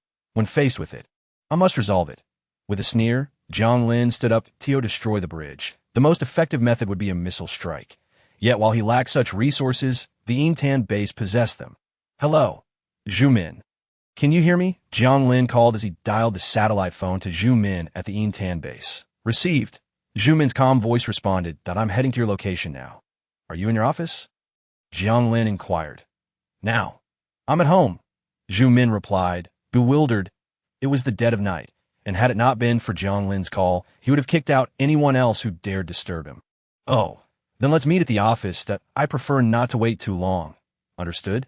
Jiang Lin concluded before hanging up. Thank you for the intelligence you provided. I will ensure your food rations are increased. Jiang Lin said with a smile as he patted Chui Hao on the shoulder. Jiang Lin, you did not say that before. Guarantee you supposed to let me leave Aunt Yang's room? Chui Hao stood up excitedly. Oh, speaking of which, I am a man of my word. You were dissatisfied with Aunt Yang's room, correct? I will arrange another for you, aside from the houses I occupy and those in the peripheral areas. You may choose freely. Once you select, you and Aunt Yang can move in there. Jiang Lin offered. You're deceiving me. Chui Hao suddenly realized, rushing towards Jiang Lin, if you act rashly, you'll meet your end right now. Jiang Lin warned coldly, causing Chui Hao to immediately calm down, beads of cold sweat forming on his forehead. You promised me you'd spare my father, Chui Hao exclaimed, suddenly agitated. Who knew you were such a devoted son? Rest assured, whether it is your father or anyone else, as long as they are willing to submit, I will accept them. However, should they remain obstinate, then there is little I can do, Jiang Lin replied before stepping out. Leaving the bunker. When he reappeared, he had arrived at the Yintan base. The nighttime air at the Yintan base had grown increasingly frigid, had it not been for Jiang Lin's significant progress and strength. The biting cold alone could have claimed his life. As Jiang Lin reached the base, Zhu Min soon arrived at the entrance, shivering. Jiang Lin, what brings you here at this hour? Zhu Min asked, puzzled that it's too cold. Let us discuss this in the office. Yes, Jiang Lin nodded slightly before following Zhu Min into the office. Once inside, Zhu Min promptly began to remove his outer cotton coat. His office was well heated, remaining warm even at night. You sought me out late at night. Is there an urgent matter? Zhu Min inquired, rubbing his hands together. Indeed, there's an urgent matter. You have a map of Magic City? Jiang Lin asked. Yes, Zhu Min responded, retrieving a map from the adjacent office and spreading it out on the coffee table. There's a base located roughly at this position. It is the Four Seas base where Chui Hao and his group are situated. The Four Seas base is connected to the outside world solely by a bridge. That I need you to launch missiles and destroy that bridge, Jiang Lin instructed, pointing to a small island on the map of Magic City's periphery. Destroy the bridge? There are quite a few people on that island. Aren't there? Zhu Min hesitated, looking at Jiang Lin. The number of casualties is of no concern to you, is it? Jiang Lin replied with a cold smile. I was merely inquiring. I meant no offense, Zhu Min said, shrinking back. Very well. I will provide you with the precise coordinates shortly. Prepare to launch the missiles, Jiang Lin nodded. Understood. Zhu Min saluted Jiang Lin before proceeding with the arrangements. Everything is in order. Please issue the command. Zhu Min presented the intercom to Jiang Lin. Jiang Lin took the intercom and coldly issued the order, open fire. Upon his command, 3 missiles shot forth from the vessels adjacent to the base, their trails blazing as they sped toward the target. Chapter 56. The battle is about to erupt. Jiang Lin stood by the window, watching the missiles race away with a glint of excitement in his eyes. What is that? In the Four Seas base, a white light pierced the night sky as everyone looked up at the 3 missiles, filling them with dread. What's happening? At the headquarters of the base, Zhang Feng abruptly rose from his office chair. What's the matter? Cui Zhen, seated not far in front of him, looked over in confusion upon noticing Zhang Feng's sudden movement. Something is coming, Zhang Feng exclaimed as he pulled aside the curtains behind him. In the sky not far ahead, 3 missiles were swiftly slicing through the night. Damn it! Zhang Feng shouted, shattering the window and leaping outside. What exactly is happening? Sensing the anomaly, the residents hastily gathered by their beds, where they beheld Zhang Feng, standing alone, charging towards the missiles. "Give me destruction!" Zhang Feng cried, raising his fist high into the sky, unleashing a powerful surge of energy that obliterated one missile. Whoosh, whoosh. However, the remaining missiles whizzed overhead, striking the bridge behind him from both sides. Creak, creak. The massive metal bridge collapsed under the assault of the missiles, plummeting into the sea. "Damn it!" Zhang Feng's voice echoed with frustration as his body began to descend slowly. When he fell to the ground like a meteor, a furious roar erupted across the skies of the base. "Who is it? Who on earth are you? No matter who you are, I will find you and tear you to shreds." Is that Zhang Feng? He destroyed a missile with a single punch. Such power is indeed terrifying. Jiang Lin observed the missile explosion from the satellite feed. Even from mere glimpse, Jiang Lin understood that Zhang Feng's strength was undoubtedly on par with his own. "Do we need to do anything else?"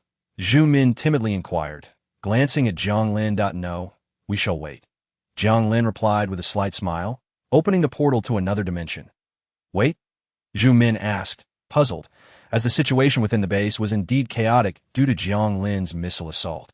The higher-ups of the base had been urgently summoned for a meeting by Zhang Feng, a woman in her early 20s, though nearly 40 in reality, named Zhou Shi, the third-ranking D-level ability user of the base. Entered the room. "Are we about to engage in battle? Just the opportunity one was hoping for," she remarked. Shortly after her arrival, a young man with a sinister smile, dressed in hip-hop attire and sporting bright yellow hair and numerous tattoos, strode in. He was Ding Chao, the fourth-ranking D-level ability user of the base. The four strongest members of the base had all gathered, along with nearly 20 other mid-level officials, all convened in Zhang Feng's office. Their presence was solely due to one alarming issue. The bridge had just been destroyed by missiles. Zhang Feng sat behind his desk, hands clasped under his chin, his expression dark as he revealed the terrifying news. "What?" Upon hearing the news, everyone turned to Zhang Feng, their faces filled with shock. Someone wishes to incite war. "Whoever this person is, find him for me." And Zhang Feng's gaze shifted coldly to Cui Hao and the others. "Eliminate him," he commanded. The others couldn't help but smile slightly at his words. "Finally, we may engage in battle again," Ding Chao exclaimed, excitement radiating from his face. "My abilities are best suited for tracking. Leave the search to me." Zhou Shi added with a charming smile, "I will coordinate this battle," Cui Hao stated calmly, being significantly older than Zhou Shi and the others, serving as the backbone of the base. Zhang Feng nodded slightly.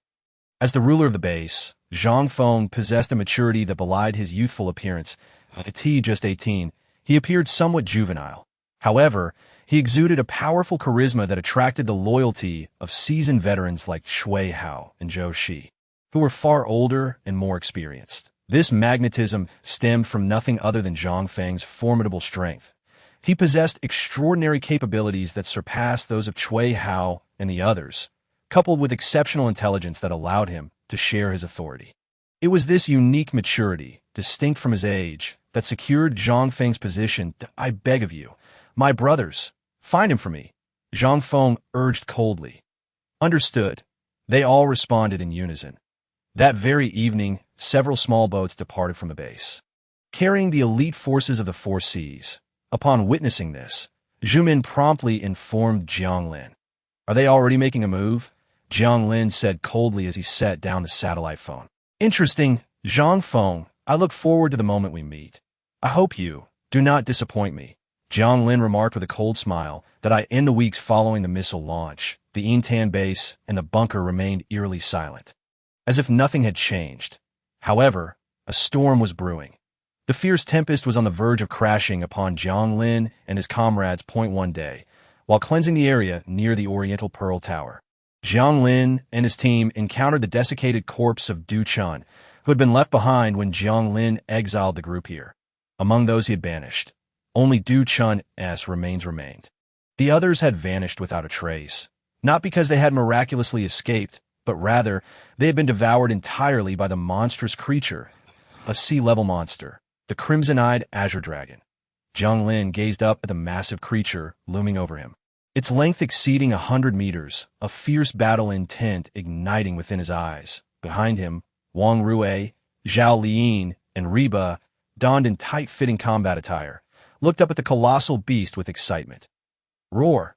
The dragon's roar echoed powerfully as its enormous eyes narrowed upon the diminutive human before it. It suddenly raised its claw, aiming to strike Jiang Lin. The crimson-eyed azure dragon was a western dragon, its forelimbs less developed than its hind legs. Yet, as a sea-level monster, even a single swipe could severely injure an ordinary D-level ability user. Spatial collapse. Jiang Lin formed his hands into a slingshot position and launched two small black orbs at the colossal dragon. Though small, the orbs expanded with the wind, ultimately transforming into a black hole that severed one of the dragon's arms. Roar! A deafening roar erupted as the crimson-eyed azure dragon's eyes blazed with hatred. Its wings flapped vigorously, propelling its massive body into the sky. Puffed! High above, the dragon's eyes turned completely crimson, unleashing beams of red light that widened as they descended. Transforming into thick torrents, the dragon's gaze swept across the battlefield below, unleashing destruction wherever the red light passed. Buildings crumbled, and the once mighty Oriental Pearl Tower was cleaved in two by the dragon's assault. Boom! The resounding crash echoed as the severed tower was obliterated, vanishing into the earth of the magical city. Roar! After demolishing the tower, the crimson-eyed azure dragon continued its search through the smoke for Jiang Lin and his team, who were equally intent on locating it. Double gravity! Reba's furious roar resonated from below, causing the dragon's wings to abruptly falter. The massive creature plummeted heavily towards the ground. Boom! A tremendous impact reverberated ahead. Roar! The mighty dragon's cry pierced the sky. Hearing the dragon's roar, Ding Chao, who was leading a search for targets, suddenly wore an excited expression. Dragon meat was a great delicacy. After a grueling half-month, he would treat his comrades to a feast. Super brother, we are counting on you, a short, stout man flattered. Li sure. You just can't resist food, can you? Ding Chao replied, rolling his eyes as he led his team toward the sound of the dragon's roar. Meanwhile, at the Oriental Pearl, the battle between Jiang Lin and his team had reached a fever pitch point. 10,000 swords returned to one. Zhao Liyin shouted, summoning a multitude of swords that rained down like a torrential sea towards the crimson-eyed azure dragon. Roar! Faced with a barrage of swords, the dragon bellowed, its eyes flashing crimson once more as it unleashed a torrent of red beams, instantly obliterating a vast swath of skyscrapers. This creature's attacks are rather formidable. Jiang Lin and his team took refuge in an alley, a block away from the rampaging crimson-eyed azure dragon. Before them, the crimson-eyed azure dragon unleashed a frenzied torrent of its fiery wrath. Patience is key. There is no need to rush in battling monsters. We must proceed gradually. If we corner it, it may become desperate, and we could find ourselves in peril. Jiang Lin spoke calmly, emphasizing that combating monsters relies on a war of attrition. This is particularly true when facing foes of a higher level, where caution and vigilance are paramount. After several minutes of unleashing its fury, the dragon ceased its assault upon realizing Jiang Lin and his companions had vanished. Now is the time as the crimson-eyed azure dragon lowered its guard. Jiang Lin and his allies launched their attack once more. Thus ensued a prolonged tug-of-war between the two sides, after several rounds of back and forth. The dragon became increasingly disoriented. Each time it prepared to unleash its full power, Jiang Lin and his group would retreat. Yet, as it contemplated retreating, they would emerge to harass it, preventing its escape. Just as both sides found themselves in a stalemate, Ding Chao arrived on the scene with her subordinates. HM, the dragon is covered in wounds, yet there is not a soul in sight. Ding Chao stood at the edge of a street, observing the crimson-eyed azure dragon. While she pondered this mystery, Jiang Lin and his companions struck again, distracting the dragon. Understood. After a slight nod, Li Shi and the others followed Ding Chao to the hideout of Jiang Lin and his group to set an ambush. Jiang Lin took a sip from his water bottle, while Reba and the others hastily consumed their rations. Engaging monsters of a higher level, especially those resembling bosses from games, exacts a tremendous toll on both stamina and mental fortitude. Now, not only was the dragon weary from the harassment of Jiang Lin and his companions, but they were also feeling the strain. Suddenly, a faint whooshing sound pierced the air behind Jiang Lin, prompting him to instinctively arch backward. A sharp dagger grazed his scalp, narrowly missing him. "I did not expect you to be so alert." Ding Chao's voice rang out in admiration, just as a massive pillar of fire erupted from the ground beneath Jiang Lin. The inferno soared into the sky, instantly engulfing Jiang Lin's figure. Jiang Lin. Upon witnessing this scene, Reba and the others gasped in shock. Chapter 58. Ding Chao's defeat. "Who are you?" Jiang Lin's cold voice suddenly resounded behind Ding Chao. Ding Chao frowned slightly, flipping her dagger to stab backward. How peculiar. After her attack failed, her confusion deepened. Was it an auditory hallucination? No. Teleportation. Alarm bells sounded in Ding Chao's mind as she retreated 2 steps. Trying to flee? Jiang Lin's voice rang out once more, this time accompanied by his assault. A flurry of spatial blades sliced through Ding Chao's form. Clang, clang, clang. The sound of metal clashing echoed relentlessly before Ding Chao. Your dagger can resist spatial attacks," Jiang Lin exclaimed in surprise, stepping forth from the spatial portal and observing Ding Chao with a frown. "You possess considerable strength. Would you be interested in joining our Sea-High base?" Ding Chao flipped her dagger, concealing it beneath her wrist, and smiled at Jiang Lin. "Sea-High base?" Jiang Lin's expression shifted dramatically upon hearing Ding Chao's words. "So you are from Sea-High base?" Jiang Lin's gaze turned to Li Shi and the others. After exchanging glances with Reba, he wasted no time and launched an attack. "Boss, they are resisting." Just as Li Shi spoke, a flurry of swords shot forth, aimed directly at him. "Damn it, what kind of bizarre ability is this?" "Sword control, sword flight." Li Shi watched in awe as Zhao Liyin soared through the air, resembling a celestial being, as she approached him with lethal intent. "How beautiful!" Li Shi exclaimed in admiration. Yet the next moment, the sudden onslaught of sword shadows sent him scurrying for cover. Li Shi was not the only one in distress. Others faced similar fates, with Wang Rue leading the charge, resembling a madwoman as she wielded a chainsaw to rend their flesh, gnawing at their very essence. Meanwhile, Reba and the others kept them in a state of despair. "Boss, the wind is fierce." Li Shi found himself cornered by Zhao Liyin, facing imminent peril. However, Ding Chao was also struggling to maintain her own position. Dark iron chains occasionally shot forth from the void, while pitch-black orbs flew through the air. If Ding Chao were not cautious, Jiang Lin could seriously injure her. Damn it! How can such a powerful team of extraordinary individuals exist? "Which base do you belong to?" Ding Chao gasped, astonished, as she gazed at Jiang Lin.Us. Jiang Lin sneered. "Why don't you take a guess?" "Guess your mother's," Ding Chao cursed, her hand brushing over her dagger as she murmured. "Enchantment, dispel, shield break, tracking, poisoning, critical strike." After uttering these words, Ding Chao hurled her dagger. Whoosh! The dagger departed Ding Chao's control, akin to a precision-guided missile, hurtling straight toward Jiang Lin.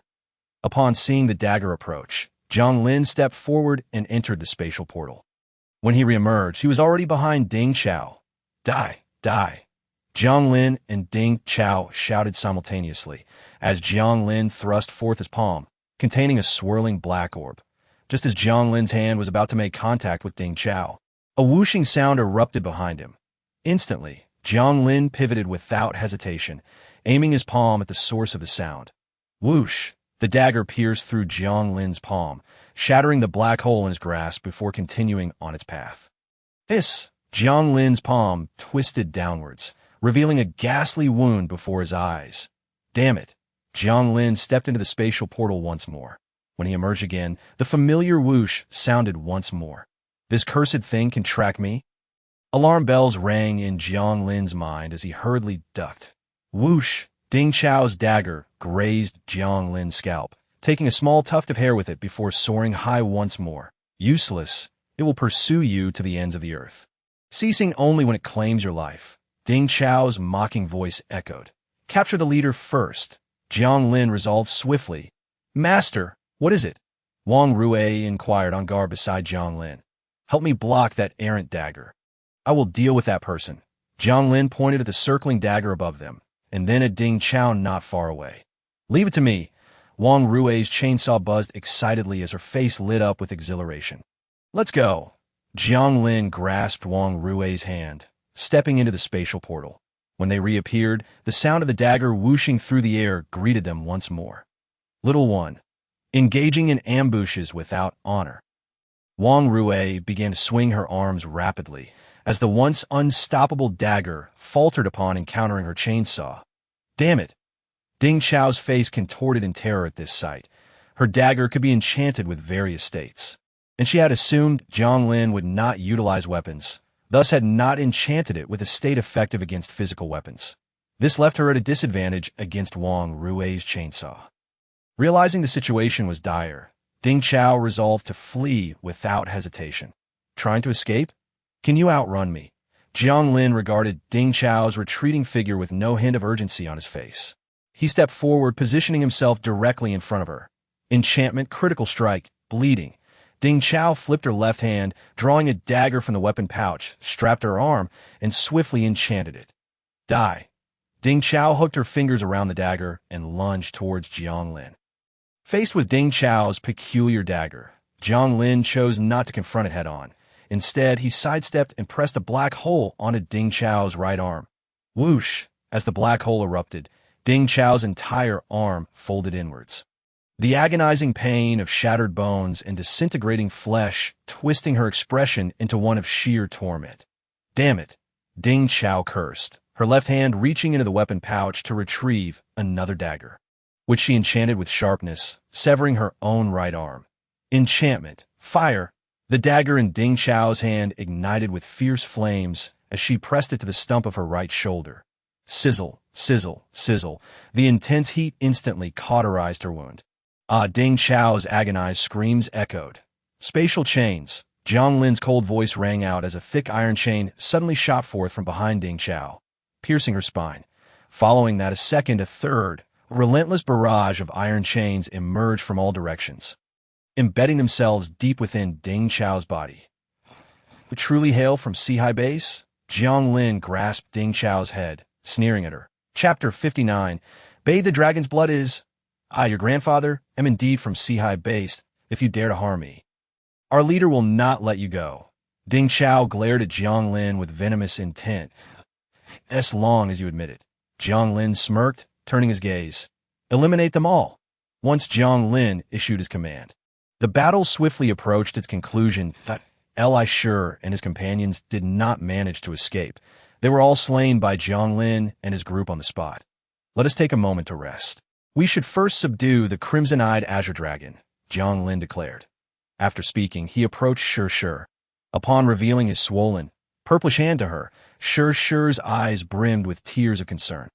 How could your hand swell so severely? And why is it still purple? She asked, examining his hand with a pained expression. Tea must be poisoned, right? Didn't your ability grant you the power to dispel such toxins? This could serve as a perfect experimental subject. Jiang Lin responded with a smile. No. I refuse to be your experimental subject, Shi retorted, casting an exasperated glance at him before activating her ability. Bathed in a radiant white light, Jiang Lin's hand began to rapidly lose its swelling, the skin gradually returning from purple to its original hue. Phew. After several minutes of using her powers, Shi finally healed Jiang Lin's injury. Using my dispelling ability is quite taxing. I'm feeling a bit drained now. So be cautious moving forward. She spoke weakly. It's all right. You just rest here. The crimson-eyed azure dragon is on the brink of defeat, Jiang Lin replied confidently, if it weren't for Ding Chao's sudden appearance. We would have already dealt with it. He added, be careful. Shi urged with concern. Okay. Jiang Lin nodded slightly and turned to Zhao Liyin and the others, saying, let us deliver the final blow to that beast. The battle against the crimson-eyed azure dragon commenced and concluded swiftly, precisely as Jiang Lin had anticipated. The dragon was at its last gasp. They dispatched it without expending much effort. Boom! As the massive dragon's body collapsed. Swirling snowflakes enveloped the vicinity, creating an atmosphere akin to dense fog. Once the mist dissipated, Jiang Lin stepped forward, retrieving a small knife from his ability space, and extracted a fist-sized crimson crystal from the dragon's heart. This crystal, pulsating with a liquid that resembled blood, was the core of the crimson-eyed azure dragon's powers. With this core, I should be able to reach C rank, Jiang Lin thought, excitement gleaming in his eyes. C rank, you're about to ascend to C rank, while I'm still at E rank, Reba exclaimed, drawing closer. Once I level up, I will enhance your abilities first. All right? Jiang Lin laughed, pulling Reba close for a kiss. With the expansion of his enterprise, the demand for resources had also increased. Speaking of which, the Silver Beach base is nearing its supply deadline. We should be able to significantly enhance our abilities then, Jiang Lin mused as he calculated the timeline. Really? That would be fantastic. Excited voices chimed in unison, and Yang Mi and the others approached with eager expressions. Zhang Bin, bring the truck over to haul the goods, Jiang Lin instructed over the walkie-talkie to Zhang Bin, who had been waiting in the distance. Upon receiving the command, Zhang Bin drove a 30-meter-long truck through the snowstorm and arrived before Jiang Lin. Although the truck was sizable, it could not accommodate the entirety of the crimson-eyed azure dragon. Jiang Lin had already devised a plan for this. Reba approached the dragon's corpse and unleashed her ability, gravity diminution. With a flick of her wrist, the once heavy carcass began to levitate. The dragon's body was a treasure trove, and Jiang Lin did not wish to waste the precious dragon's blood, hence he had no intention of severing its head for transport. Ultimately, the dragon's corpse floated above the truck's rear compartment, secured by a sturdy iron chain wrapped around its leg. Since the truck could not navigate the underground facility, Jiang Lin had to rely on manual labor to transport the dragon. Fortunately, with Reba's gravitational ability, the process was not overly arduous. When they finally brought the dragon's carcass to the cold storage, everyone gathered curiously around. Is this a dragon? Song Jing Kong exclaimed in astonishment, rubbing the dragon's tough hide. Reba, please help me build a pool. I intend to collect the dragon's blood. The pool need not be too large, just about the size of a bathtub, Jiang Lin instructed Reba's father, who was busy with farm work. He then entered the cold storage and retrieved a dusty bathtub that had been left over after the bunker had been upgraded. This bathtub was now obsolete, as a small swimming pool had been built within a bunker. Who wants to join me for a dragon's blood bath? Jiang Lin asked, playfully tapping the side of the bathtub and smiling at the crowd. I. Everyone eagerly raised their hands. Unfortunately, the bathtub was small, only accommodating 2 people. Otherwise, Jiang Lin would have loved to share the experience with all of them. Then let's make it Reba. You fought hard today. The rest of you can line up. Everyone will have a turn, Jiang Lin declared, wrapping his arms around Reba as they entered the bathtub. Hey, why aren't you cleaning up first? Reba gasped as she fell into Jiang Lin's embrace. We came here to bathe. Is a little dust a concern? Jiang Lin chuckled, instructing Wang Rue to use a chainsaw to cut a small opening in the dragon's foot. Subsequently, everyone carefully positioned the dragon above Jiang Lin's head. The steaming dragon's blood dripped down in streams. It's so hot, Reba exclaimed in surprise upon contact with the dragon's blood. Don't worry. The heat is normal. Dragon's blood is incredibly nourishing. It can help one undergo a transformation, strengthening flesh and bones after soaking. Your skin will be as smooth and tender as a freshly peeled egg, Jiang Lin reassured, pulling Reba into an embrace as the dragon's blood flowed down, quickly filling the bathtub. Once the bathtub was filled, the others hurriedly brought various containers to collect the dragon's blood. Meanwhile, Jiang Lin and Reba, already immersed in the dragon's blood, began to undergo intense transformations. Chapter 60. The group's abilities surge. The fiery dragon's blood scorched Jiang Lin and Reba's skin, penetrating their insides and reshaping their bones. So hot, Reba gasped, feeling as though she were melting. It was as if she were in a furnace. All she could do was cling tightly to Jiang Lin. Jiang Lin himself was not faring any better. His body was also undergoing a metamorphosis. The dragon's blood stripped away his skin, leading to a rebirth. The reborn flesh was nearly perfect, yet it possessed an added resilience compared to his original skin. Both Jiang Lin and Reba experienced a complete dissolution and reconstruction from flesh to bone. Throughout this process, the temperature and color of the dragon's blood began to change. The once searing blood gradually cooled, transforming from a vivid crimson to a pitch-black hue, resembling a murky swamp. Huff, huff, huff. Heavy breaths escaped from Jiang Lin and Reba's lips. When they finally emerged from the abyss, their skin was as tender and smooth as that of a newborn. Their transformations extended beyond mere appearance. Boom! Jiang Lin punched a nearby iron barrel, which was over an inch thick, shattering it with a single blow. His physical strength had at least doubled, and now came the abilities. With a mere thought, a swirling black orb appeared in his palm. The orb was now significantly larger, having grown from the size of a glass bead to that of an egg. The increase in size was not the most significant aspect. Jiang Lin stepped forward, arriving at the entrance of the shopping mall.Go. He commanded, tossing the black orb into the deep snow ahead. The orb spun through the air, and upon contacting the snowbank, it suddenly expanded into a massive black hole. The black hole devoured everything in its path, swallowing the towering snowdrifts whole. Not only that, it continued to grow, expanding outward. I never expected to gain such an ability as the power to consume. Jiang Lin marveled at the ever-expanding black hole. With a thought, he caused the black hole, now swelling to several hundred meters in diameter, to collapse. When he reappeared, Reba was brimming with excitement over the changes to her powers. Jiang Lin, look at this, she exclaimed proudly, stepping before him to showcase her newfound abilities. Reba's gravitational power had acquired a brand new trait, vacuum. She could now reduce the gravity surrounding objects to zero, achieving a true vacuum state. However, this new attribute offered Reba even more possibilities. In a state of zero gravity, she could float effortlessly.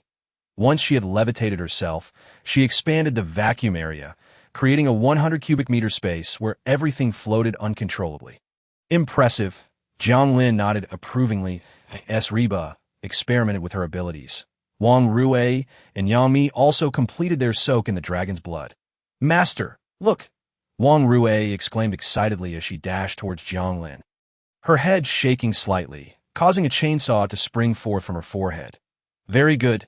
Jiang Lin nodded, noting that the dragon's blood had greatly enhanced Wang Rui's physical strength. Wang Rui, possessing an inherently robust physique, has now undergone a transformation after immersing herself in dragon's blood, resulting in an even more extraordinary physical strength. This chainsaw affixed to her head is merely the icing on the cake. Jiang Lin, behold! Yang Mi's exuberant voice resonated from behind Jiang Lin, and in an instant a fire dragon surged forth. D-class. You've broken through? Jiang Lin exclaimed, feeling the intense heat enveloping him. Indeed, I just achieved the breakthrough. And I can sense that my abilities have more than doubled, Yang Mi replied, her eyes gleaming with excitement as she gazed at Jiang Lin. Excellent. Jiang Lin nodded with satisfaction. From now on, your training in the practice room will yield even greater results. However, the once ecstatic Yang Mi's expression suddenly fell upon hearing Jiang Lin's words. Although the crimson-eyed azure dragon was magnificent, the dragon's blood was insufficient for everyone in the bunker. Ultimately, only those closest to Jiang Lin reaped the benefits of the dragon's nourishment, with the most surprising recipient being Sure.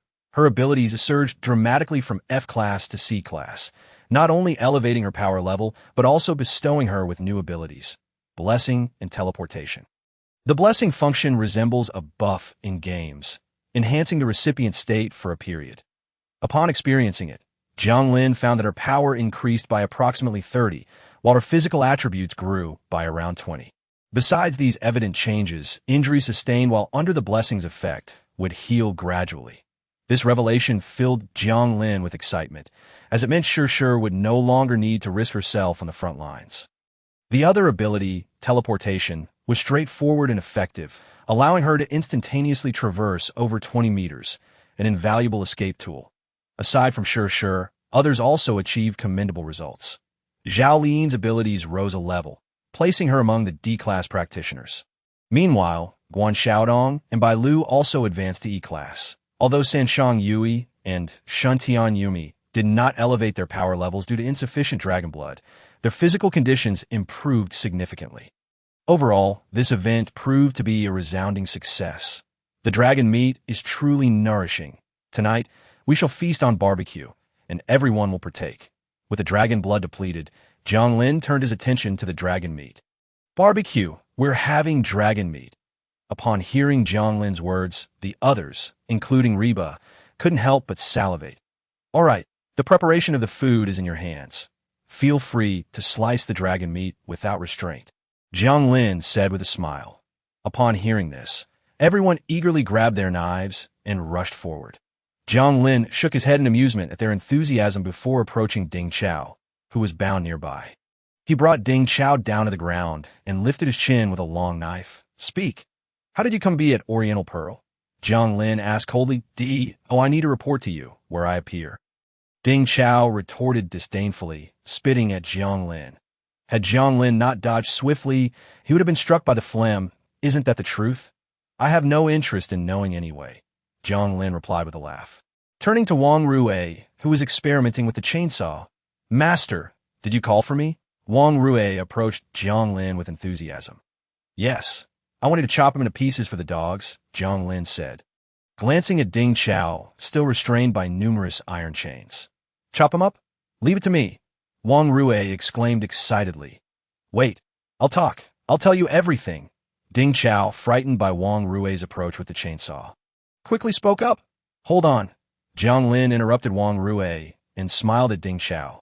If you had spoken sooner, we wouldn't have to make it so unpleasant. Jiang Lin looked at Ding Chao's already damp pants and remarked, Look at you, a grown man, and yet you've wet yourself. Ding Chao, terrified by Wang Rue's frenzied expression, had indeed lost control, realizing that Wang Rue would dismember him. It was this very premonition that prompted him to confess so quickly. I'm one of the 4 kings of the Sea-High base. I came here primarily to seek out the enemies who severed our bridge. I recently learned of a place called Enian Base, which used to be a military base, hence my presence at Oriental Pearl, Ding Chao explained, his face filled with urgency, revealing no secrets. 4 kings, Jiang Lin scoffed derisively. Is this your level? You dare to call yourself a king? Of course not. Our leader, Zhang Feng, is much stronger than I, Ding Chao replied, his pride evident as he held his head high. What level of ability does Zhang Feng possess? Jiang Lin inquired. Ding Chao hesitated, attempting to soften his tone. Our leader values emotions greatly. With how you are treating me, he will surely not let this slide. As soon as Ding Chao finished speaking, Jiang Lin couldn't help but burst into laughter. Ha ha! At your age, how can you still be so naive? Do you truly believe you will leave here alive today? Jiang Lin's laughter ceased abruptly as he raised his hand slightly toward Wang Rue, who was now eagerly charging forward with the chainsaw. No. I've already told you everything I know. Why are you going back on your word? Ding Chao's voice, filled with terror and rage, echoed from behind. However, his protests were swiftly drowned out by the relentless roar of the chainsaw. Honestly, how can one be so deluded? When did I ever promise to let you go? I distinctly said to wait. The women had completed the cleaning of the dragon meat and lit the barbecue grill just as Jiang Lin arrived. He casually picked up a pair of tongs from the serving platter and placed a thick, uncut piece of dragon meat onto the grill. The sizzle, accompanied by an enticing aroma, immediately filled the air. Oh dear, you can't just throw it on like that. What if it doesn't cook through? Yang Mi rushed over, visibly distressed as she picked up the hefty piece of dragon meat. After a few minutes of cooking, the dragon meat before Jiang Lin was, as he had anticipated, fully cooked. Come, taste the flavor of the dragon meat, he said, slicing a small piece with a knife and offering it to Yang Mi. How is it? Does it melt in your mouth? Jiang Lin asked, smiling at her. It truly does melt in my mouth. There is no trace of fishy or gamey flavor, and the juices are incredibly rich, Yang Mi exclaimed, her face alight with excitement as she looked at Jiang Lin. Indeed, this dragon meat is delicious even without seasoning, but you girls should limit how much you consume. Jiang Lin shook his head in regret. Why? Yang Mi asked, puzzled. Because consuming too much is invigorating for the body. Jiang Lin chuckled. Enough with the nonsense about invigorating. Yang Mi playfully swatted Jiang Lin. I'm serious. This dragon is quite lecherous. Its flesh is a natural aphrodisiac. If you eat too much, I fear you won't be able to get out of bed tomorrow. Jiang Lin jested. Really? Is it that potent? Yang Mi quickly swallowed several more pieces of dragon meat. As Jiang Lin had predicted, that evening, Reba and the others truly found themselves unable to rise from their beds. Naturally, Jiang Lin was no exception. It wasn't until dusk the following day that he finally got out of bed for his first meal. This dragon meat is indeed a fine delicacy. But one must not overindulge, Jiang Lin remarked with a hint of trepidation, as he noticed Reba and the others shared a similar sentiment. They had nearly met their end in bed. Had there not been enough women in the bunker, they might have truly faced dire consequences. Nevertheless, Jiang Lin also had a share of gains. Thanks to the timely intervention of Kong and her companions, Jiang Lin's accomplishments in AV collection had reached a new level. Kong, Hebei Cauliflower Collection successful. AV Character Collection Achievement LV2 attained. Congratulations! Host has received 100 system coins, 100 ability cores, 350 discount coupons, and 110 discount coupon. Jiang Lin gazed at the 4 new discount coupons displayed on the system interface, his heart soaring with joy. Discount coupons are indeed precious, especially the 10 discount coupon. If used wisely, it could significantly enhance Jiang Lin's strength. After quickly finishing his meal, he opened the system mall to browse. Now that his bunker had just completed its expansion, he didn't need to consider supplies for the bunker. Thus, he focused solely on items that would enhance his personal abilities, that single soldier mecha, with a maximum level reaching A-class. What a treasure! Jiang Lin marveled at the gossamer thin metallic mecha in the mall, nearly drooling. Unfortunately, the price tag was far beyond his reach. Jiang Lin shook his head in resignation. Even with a 10 discount, he could not afford it. Never mind. Let us look for something more within my budget.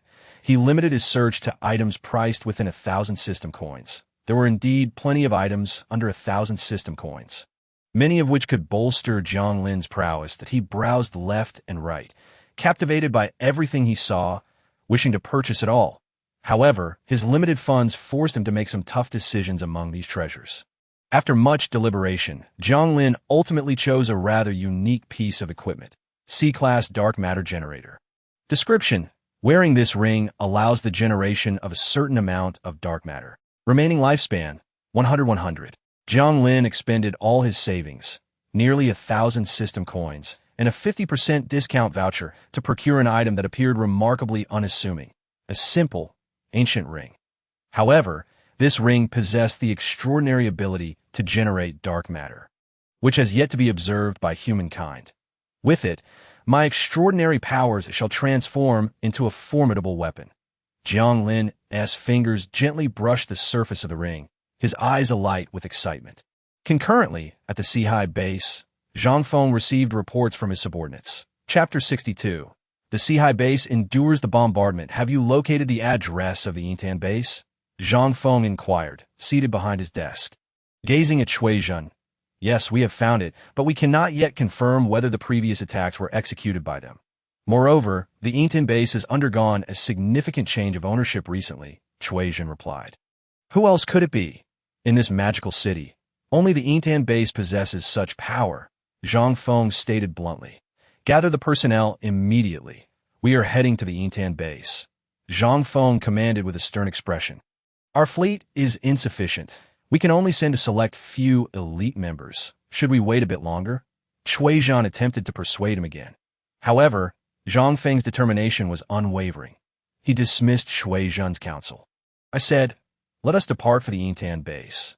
Zhang Feng's face remained cold as he reiterated his order. This time, Shuizhen refrained from further arguments, aware that Zhang Feng had made up his mind.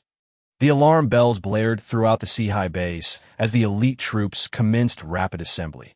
The gathered personnel were all endowed with extraordinary abilities.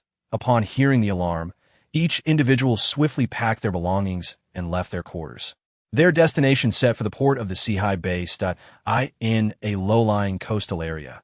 After a fortnight of repairs, Zhang Feng and his team had established a small port.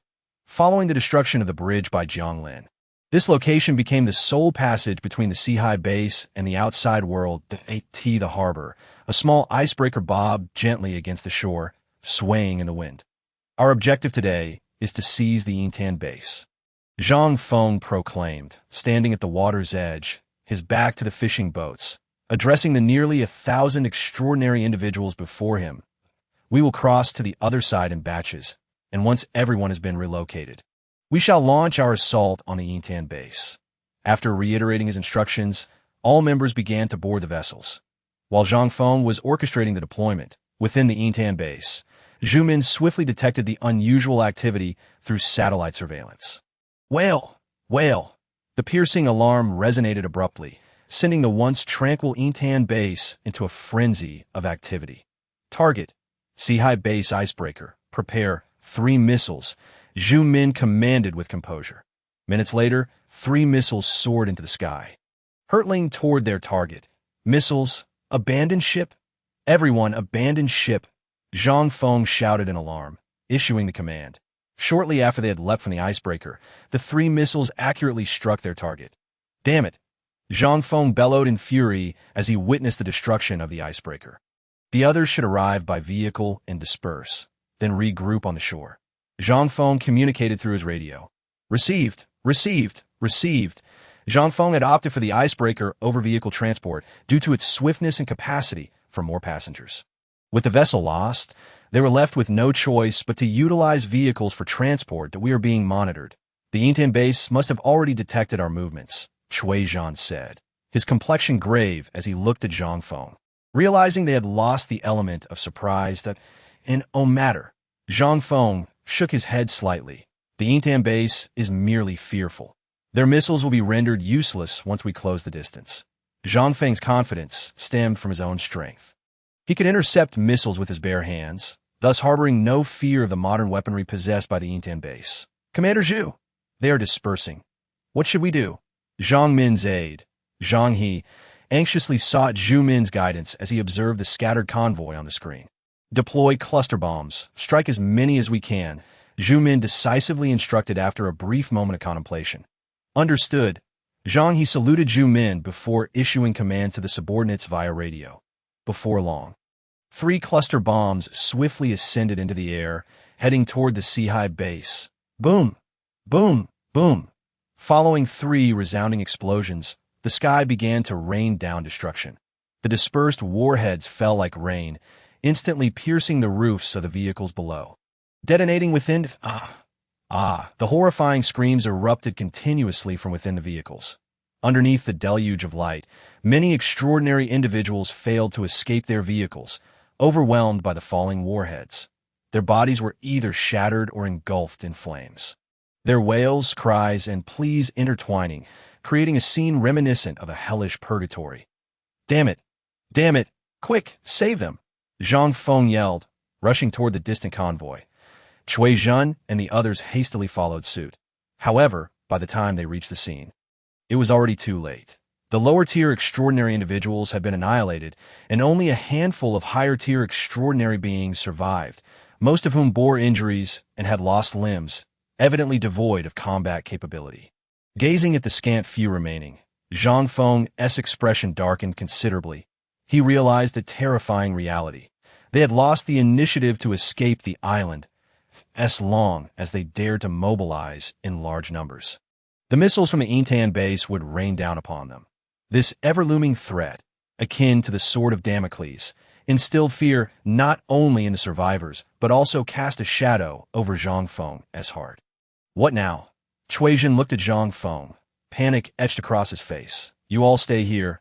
I will go alone. Zhang Feng gritted his teeth, resolute. Alone? No way. Cui Zhan promptly objected. I will accompany you, I will go too. Zhou Shi chimed in. All right, you two come with me. The rest stay behind. Zhang Feng concluded, then swiftly turned and dashed towards the island. Report. Everyone except for the 3 has remained in place. What shall we do next? Zhang He inquired, observing the satellite feed beside Zhu Min. We have done all we can. Now it is time to leave the rest to Jiang Lin, Zhu Min declared, picking up the satellite phone to contact Jiang Lin.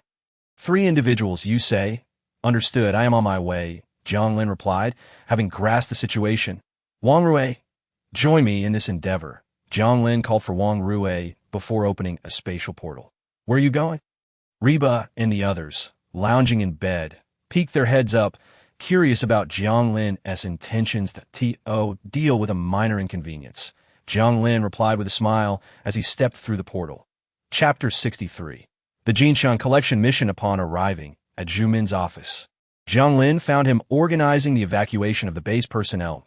In own need for evacuation. We shall go outside to greet our guests. Jiang Lin intervened. Halting Zhu Min, you've done well this time. You are becoming a seasoned commander, Jiang Lin remarked appreciatively at Zhu Min. Thank you for the compliment. It is all due to your excellent leadership. Zhu Min humbly responded, "In no need for flattery.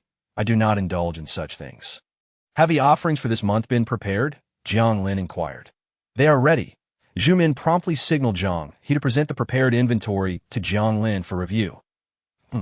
Jiang Lin perused the document, his brow furrowing in discontent. Why so few? You haven't pilfered any, have you?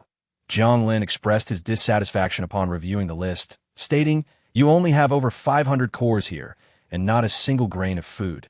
The other miscellaneous items are of no use to me. Don't tell me this is what you have managed to procure after a month's effort." He forcefully slammed the document onto the table. Seeing Jiang Lin's displeasure, Zhu Min, bracing himself, explained, "The base has suffered significant losses, and we have spent this month primarily focused on restoring production. However, the demand for energy cores is tremendous, and our extraordinary personnel are severely lacking. The cores listed here were obtained through the utilization of our base's weaponry that I wish I could provide you with more, but it is simply not feasible." Zhu Min's agitation grew as he expressed his wish to supply Jiang Lin with more food and energy cores. However, the base was struggling to meet its own needs, let alone provide for Jiang Lin's for the energy cores. He had risked everything to acquire them.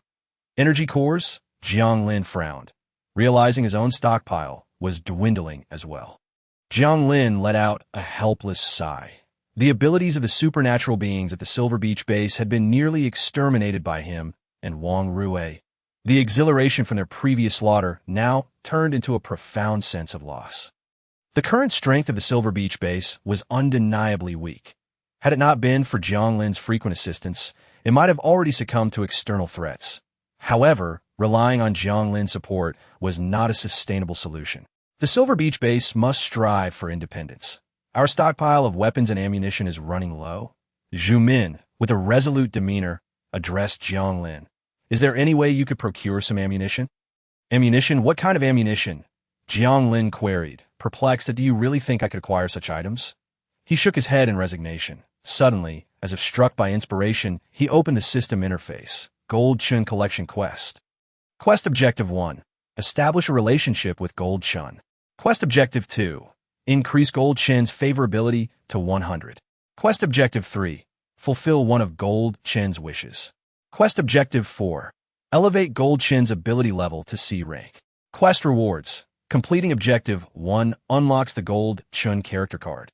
Completing Objective 2 permanently locks Gold Chin's favorability at 100. Completing Objective 3 grants various rewards based on the difficulty of the wish, including powers, food, weapons, weapon factories, bunker upgrade vouchers, etc. Completing Objective 4 rewards 100 system coins. Jiang Lin had previously dismissed the task due to its mundane rewards, but now his interest was piqued, primarily due to the potential rewards from Objective 3. The uncertainty of the rewards meant that upon fulfilling Gold Chin's wish, he could attain something valuable. This task presented an opportunity to exploit a loophole, as long as Jiang Lin could encourage Gold Chun to select a challenging wish within his capabilities. He could significantly enhance the rewards. Among these rewards was a particularly coveted item, a weapon factory, precisely what Jiang Lin currently lacked. Given that the task mentioned this item, it signified a possible avenue for obtaining it through Gold Chun. Desperate times call for desperate measures. After all, the factory items in the shop were exorbitantly priced. With another resigned sigh, Jiang Lin reflected on the store's offerings, where various factories could be directly purchased, food production plants, pig farms, fishing grounds, and more. However, all these factories had price tags exceeding 100,000, with some even soaring into the hundreds of thousands.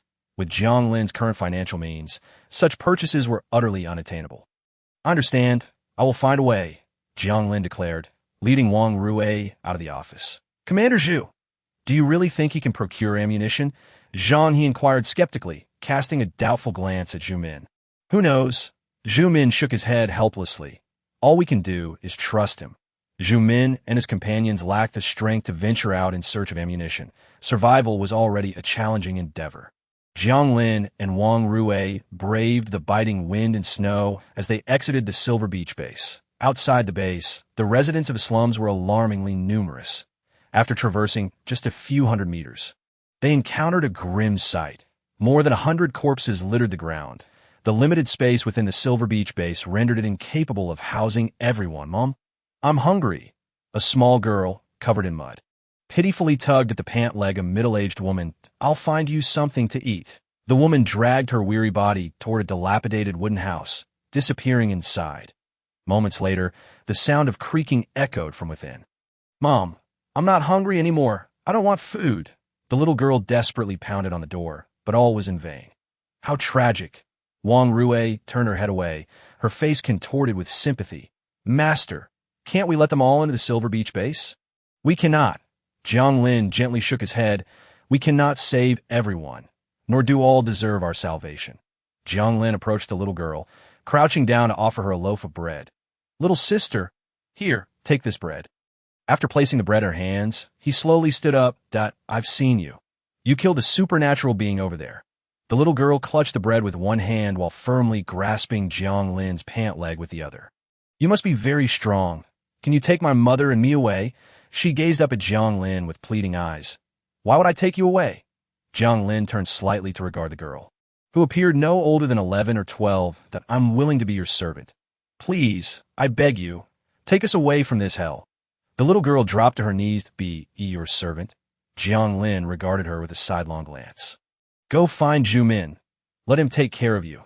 When you are strong enough, come find me." Jiang Lin took out some paper and a pen, writing a brief letter of recommendation for the girl. "Thank you. Thank you so much. I will repay your kindness in the future." The little girl knelt before him, bowing repeatedly in gratitude. "Master, why did you save her?" Wang Rue asked, puzzled, as they walked along. "Perhaps for good fortune," Jiang Lin replied lightly. A simple act on his part could profoundly influence another's life. This illustrated Jiang Lin's current prowess. He had unwittingly distanced himself from others. Good fortune. Indeed, Wang Rue shook her head slightly.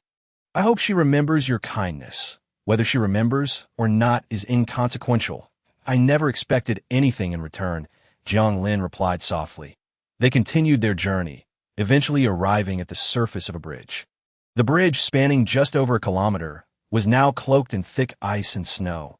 Beneath it, the river had transformed into a frozen expanse. Jiang Lin stood at the bridge's edge, gazing at an approaching vehicle with a grave expression. "Is it coming?"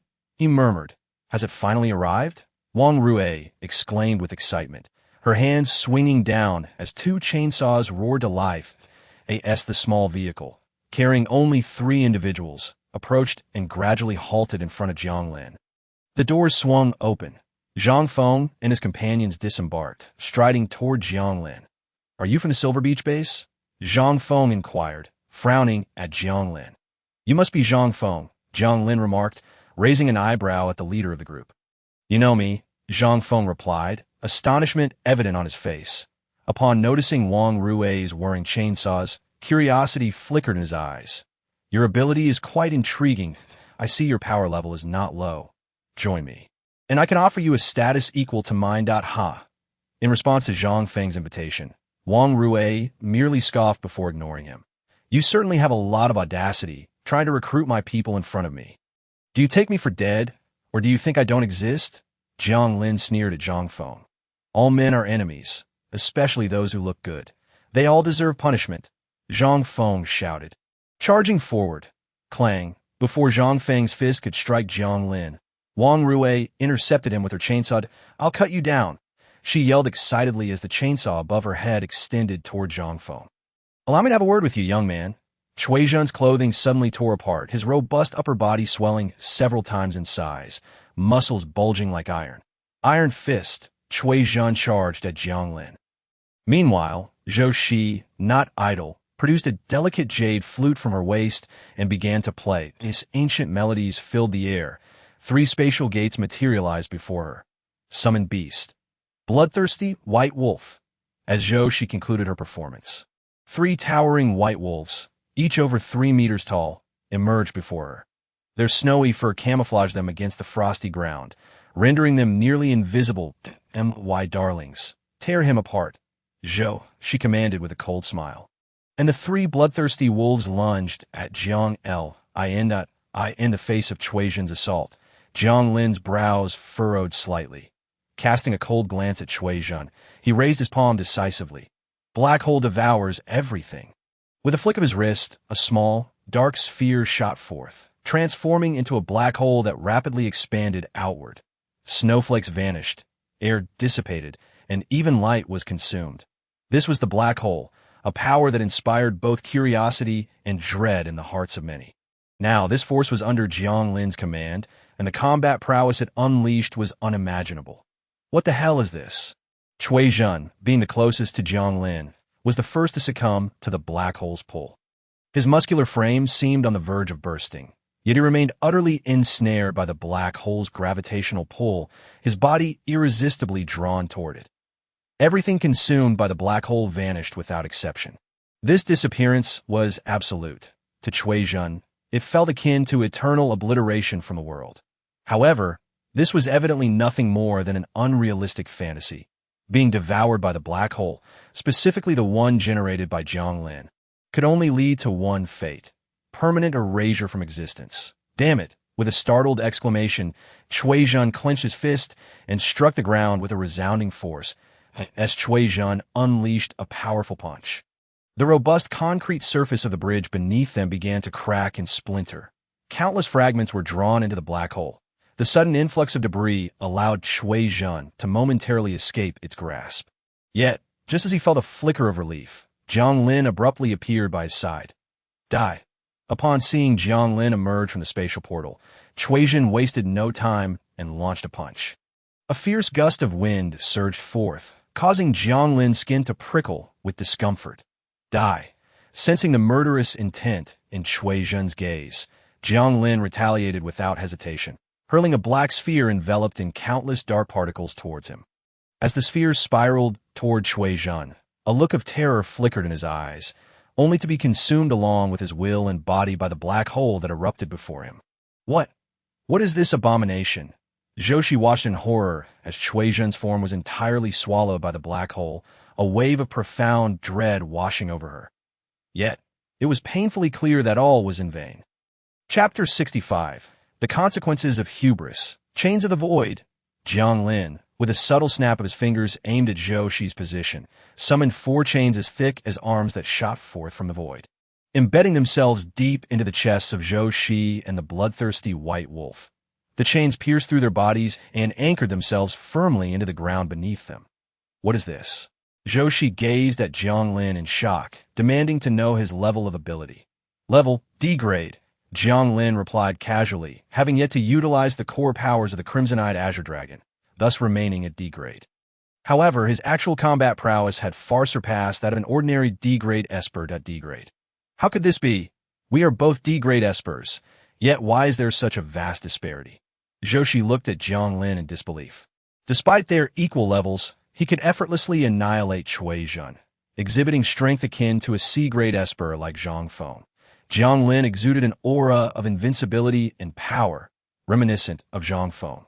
When facing Jiang Lin, Zhou Xi felt as if she were confronting Zhang Feng himself, a profound despair seeping into her soul, leaving her devoid of the courage to resist.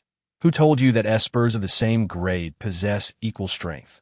Jiang Lin sneered, his fingers beginning to dance with purpose.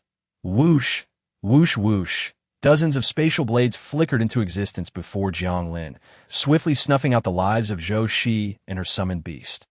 Even in her dying moments, Zhou Xi could not fathom why Jiang Lin was so formidable. And she was not alone in her confusion. Even Zhang Feng, who fought alongside Wang Rui, was equally perplexed. As their battle escalated, Zhang Feng was increasingly alarmed by Wang Rui, who fought like a berserker, seemingly impervious to pain. She engaged in a frenzied exchange, trading blood for blood, life for life. Whenever Zhang Feng attempted to force her back with lethal maneuvers, Wang Rui made decisions that left him aghast. She was oblivious to the concept of retreat, relentlessly assaulting Zhang Feng's vulnerable points without regard for her own potential injuries. Strangely, the more wounds she accrued, the more exhilarated her expression became, as if the pain acted as a catalyst, empowering her further. Damn monster, you will perish, Zhang Feng roared. charging forward with a clenched fist, unleashing a blow that sent shockwaves crashing through the bridge beneath him. "Did you consult me before harming my people?" Jiang Lin's icy voice suddenly resonated behind Zhang Feng. His fist struck out without an ounce of hesitation, generating a powerful sonic wave that obliterated the bridge's surface. Dark matter, generation, and annihilation. Jiang Lin gently stroked the ring on his right hand, and countless tiny black dots arranged themselves neatly before him. Though each had appeared modest in size, their collective weight was astonishing, each exceeding several tons, as hundreds of these black dots surged forth like heavy artillery shells. Zhang Feng remained unfazed, his confidence bolstered by his formidable strength. However, when his fist made contact with the black dots, his expression shifted dramatically. Boom! With a tremendous roar, Zhang Feng's fist shattered into pieces. Crackle! The sound of exploding firecrackers erupted as his entire arm was crushed, bones and flesh flying in every direction. Yet this grim spectacle was merely the beginning. More black dots raced toward him. Die. I will die. For the first time, fear blossomed within Zhang Feng's heart. His confidence evaporated, and without hesitation, he rolled off the bridge in a desperate bid to escape. Flee! He bolted forward, panic etched across his face, but Jiang Lin would not allow him to escape. Spatial chains. Jiang Lin stepped out in front of Zhang Feng and snapped his fingers. Dozens of stout, iron chains shot forth from a void, piercing Zhang Feng's body. "Get away from me!" Zhang Feng roared, launching a punch that sent shockwaves rippling outward, momentarily halting the advancing chains. Yet this reprieve lasted but an instant. In the next moment, the chains plunged into Zhang Feng's body, binding him in midair. 30 seconds. Jiang Lin approached slowly, regarding Zhang Feng, suspended like a piece of meat ready for roasting, and coldly declared, "You have 30 seconds to repent for your sins." "Sins? What sins have I committed?" Zhang Feng thrashed violently, but the chains only tightened with his struggles. Upon experiencing the excruciating pain that threatened to tear him apart, he resigned himself to his fate. Behind him, hundreds of black spheres hurtled toward him. "Nothing." Jiang Lin shook his head in disappointment, recognizing that Zhang Feng still failed to grasp the gravity of his transgressions. "What have I done wrong?" Zhang Feng bellowed in fury. "Your error lies in provoking me and daring to lay hands on what is mine. That is your sin, and it is regrettable. You could have left a legacy in history. But alas, you chose to cross me." Jiang Lin sneered as he passed by Zhang Feng. "Time us up," as he reached Zhang Feng's rear. Nearly 100 black spheres converged in an instant. Whoosh, whoosh, whoosh. Amidst the thunderous sound of rupturing air, Zhang Feng's body was reduced to a shower of bloody fragments that I never anticipated it would be this effortless. "Does this mean I have ascended to the pinnacle of human strength?" Jiang Lin tilted his head, glancing at the remains behind him, chuckling as he shook his head. "One must not become arrogant. The blue star is vast, and it is entirely possible that someone may have a fortuitous encounter that poses a threat to me." Jiang Lin silently reminded himself, steadfast in his resolve he would not allow himself to err. In this damned apocalypse, mistakes equate to death. Just like Zhang Feng, who, in his hubris, dared to confront the Silver Beach base with merely 2 companions, oblivious to the fact that their strength was insufficient to sustain such audacity. Hubris invites failure, and failure's consequence is death. Zhang Feng's life bore testament to this, and Jiang Lin had no intention of following in his footsteps. With a smile, Jiang Lin ruffled Wang Rui's hair as she rushed to his side. "Thank you, master. It is my duty." After instructing Wang Rui to tidy the battlefield, Jiang Lin unexpectedly stumbled upon something valuable. Chapter 66. "Are you really trying to mooch off me?" In Zhang Feng's vehicle, Wang Rui discovered a map. This was no ordinary flat map. It indicated various special locations. Most marked sites were survivor bases already confirmed by the Seahai base. In addition, there were some peculiar notations. A seed bank? Jiang Lin was astonished to find a seed bank in the Magic City. Just as he had been fretting over where to procure seeds for fruits and vegetables, fate had delivered a solution to him. Though the quantity of seeds within the seed bank was limited, the variety far surpassed that of typical stores. Moreover, Jiang Lin might also encounter agricultural experts in the vicinity, and if he could locate specialists in seeds, it would greatly aid him in subsequent cultivation endeavors. Unfortunately, the seed bank was rather distant, situated over 100 kilometers away. After verifying the map's coordinates, Jiang Lin stored it within his ability space. With the land enveloped in chaos, pinpointing the seed bank's precise location would not be a straightforward task. Wang Rue, in addition to the map, also discovered several core abilities that AS for these items. Jiang Lin did not retain them and handed them all over to Wang Rue as rewards. Jiang Lin, today I went upstairs to take a look again, and the cracks in the walls have worsened significantly. If we do not repair them soon, I fear it won't be long before they collapse. I'm aware of this issue. I've already sent someone to investigate, and I will make a call now. After speaking, Jiang Lin stepped aside, retrieved a satellite phone, and dialed Hu Wei. Hello. Hu Wei's languid voice came through. It's me, Jiang Lin. I know. Have you found the construction workers I asked you to look for last time? I managed to find a few, but most of them are just ordinary workers that if you need them, I can send them over tomorrow. Just ordinary construction workers? Jiang Lin sighed in resignation, realizing there was no other option. Before the apocalypse struck, he had never anticipated that this building would eventually collapse. My suggestion is that you might as well demolish the building since no one resides there anymore. Demolish it? Jiang Lin mused softly. Although the space of the mall is currently of no use, having it is better than nothing, at least for now. Jiang Lin had no intention of tearing it down. Forget it. Send the workers over. By the way, if you have materials, bring those along as well. I will settle the payment with you. Jiang Lin spoke lightly. Oh, this is going to cost you dearly, Hu Wei replied with satisfaction in her voice. The next morning, Hu Wei and her team arrived at the cold storage with over 100 ragged, ordinary people. As the construction workers disembarked, they gazed at the vast fields and the fruits growing upon them, unable to suppress their salivation. Clearly, this place was inhabited by significant figures after enduring the apocalypse for so long.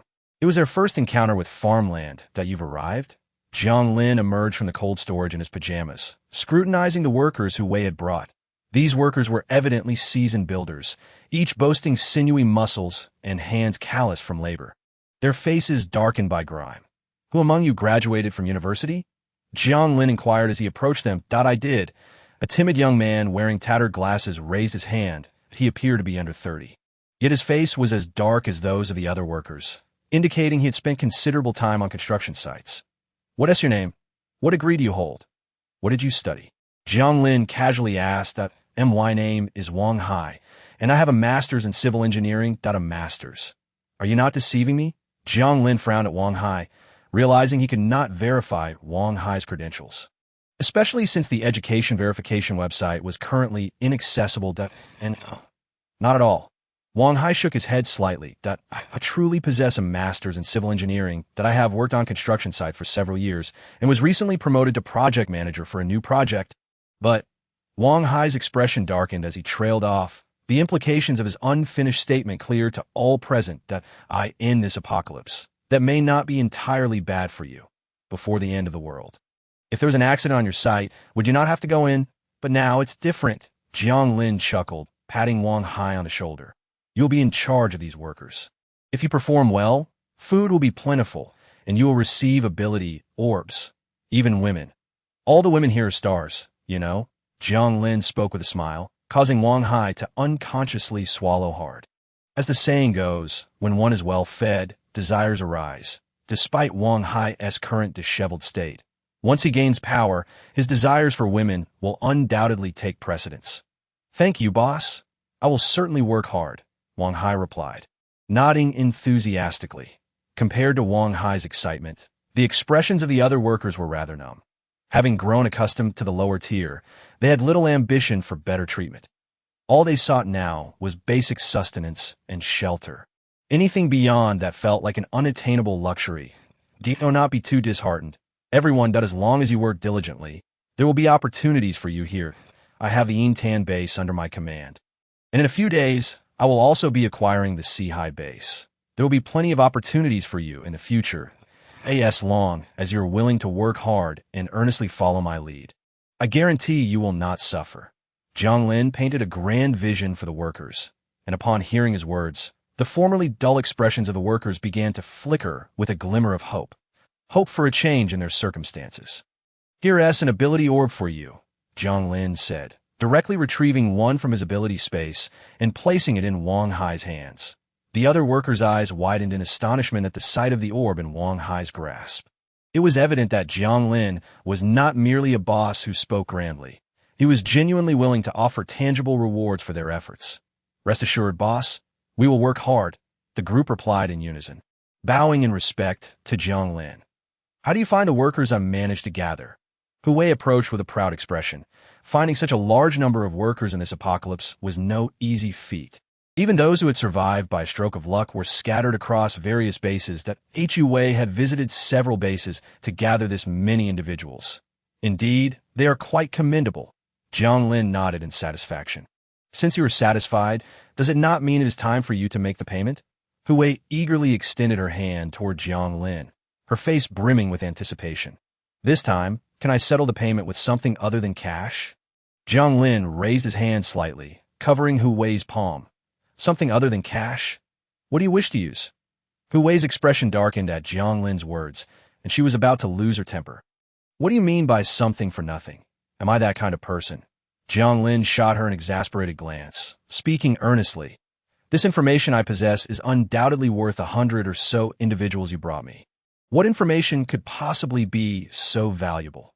Hu Wei gazed at Jiang Lin in disbelief. "The second batch of ability orbs is about to descend upon Earth, and with it, the second wave of monster tides is imminent." Jiang Lin stated gravely.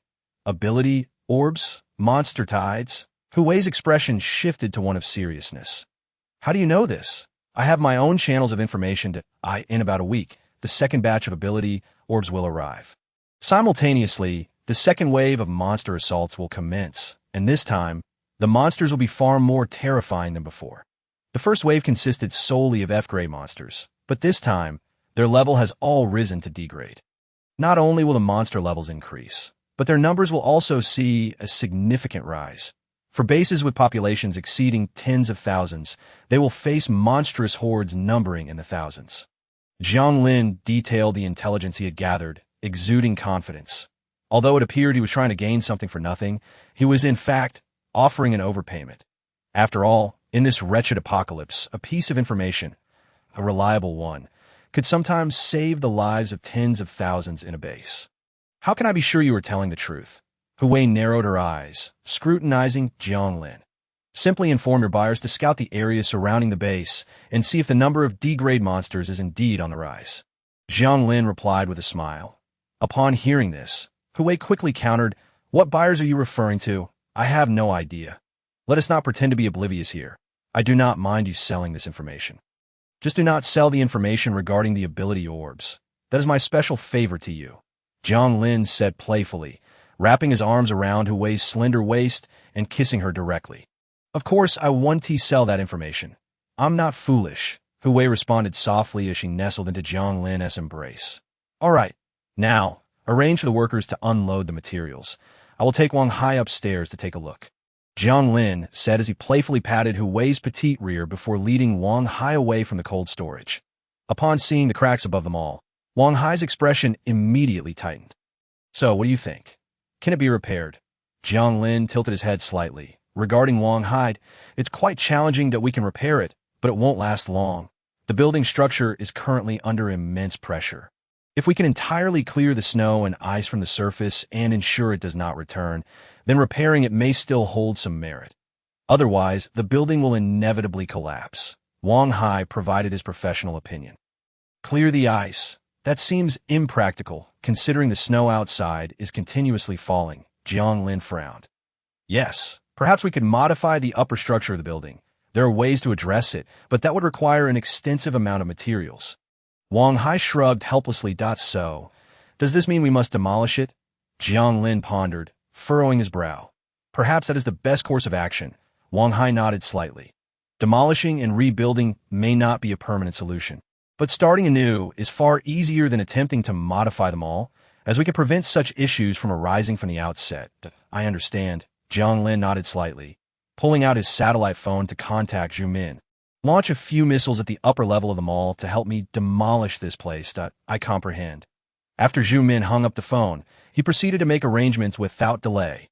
Before long, 5 missiles simultaneously ascended into the sky, And this time their targets were not the enemies, but rather the Taiping Port shopping mall, where Jiang Lin was located.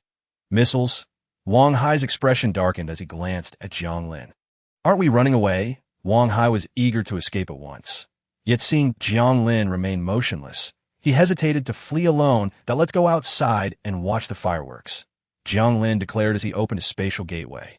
Watch fireworks? Wang Hai followed Jiang Lin, bewildered. By the time they exited the spatial portal, they found themselves on the rooftop of a tall building approximately 500 meters away from them all. Whoosh!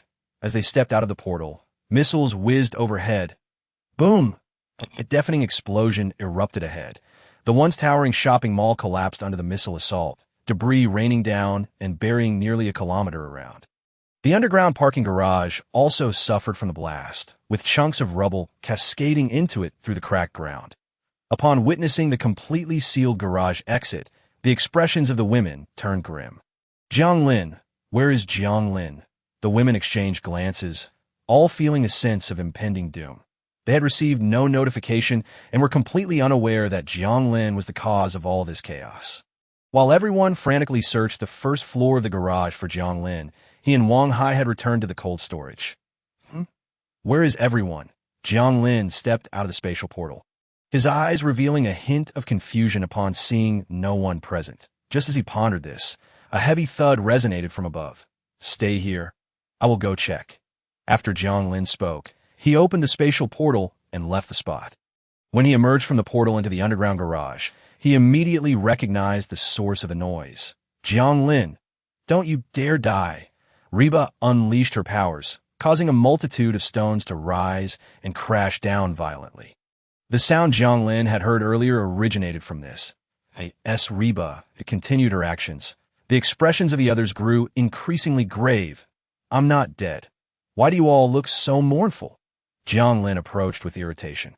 Jiang Lin, are you all right? This is such a relief. Reba rushed toward him in tears and embraced him tightly. Yang Mi and Sure followed suit, wrapping their arms around Jiang Lin. Feeling the concern emanating from the women warmed Jiang Lin's heart. I'm fine. What is the matter with all of you? After reassuring Reba and the others with a smile, he inquired about their distress. Upon learning that they believed he had been crushed by the collapsing building, Jiang Lin felt a mix of amusement and exasperation. By the way, why did this building suddenly collapse? Zhao Lin asked with curiosity. This building, I blew it up, Jiang Lin replied lightly, but the moment the words left his mouth, the expressions of the women shifted dramatically. Chapter 68. The Wise Ruler. Why? Everyone looked at him in confusion. To construct new buildings, the existing structure could not be repaired and had to be demolished and rebuilt. Jiang Lin explained softly. That's how it is, Reba exclaimed in realization. But how do we get out? Right. After you clear a path, leave the rest to the workers. Jiang Lin pointed to the obstructed passage ahead. Are you asking me to do manual labor? Reba frowned. I appreciate your effort. I will prepare a special meal for you. How does that sound? Jiang Lin leaned closer to Reba, whispering, No problem. Reba, satisfied, walked to the blocked passage and began to use her powers to clear it. You all should help clear the passage as well, Jiang Lin commanded the workers standing by. Upon receiving the order, they promptly began to move the fallen debris. Before departing, he specifically instructed Yang Mi to prepare a special breakfast. Leave it to me. Yang Mi nodded slightly and moved to the open kitchen to start her tasks. After leading Wang Hai aside, Jiang Lin asked directly, what materials are needed for reconstruction? My requirement is to construct a factory of no less than 10,000 square meters, ensuring it remains unaffected by harsh weather conditions. For reconstruction, the most basic materials like cement and sand are essential, as well as steel and plenty of rebar. Let me make a list for you, Wang Hai said, pulling out paper and a pen to quickly jot down the necessary items. The materials required for construction were quite complex, many of which could not be produced at present. However, even if they could not be manufactured, it did not mean they were entirely unattainable. Jiang Lin could trade food and other goods for them. For the majority of people, food was far more desirable than construction materials. Aren't these items likely to be found at the building materials market?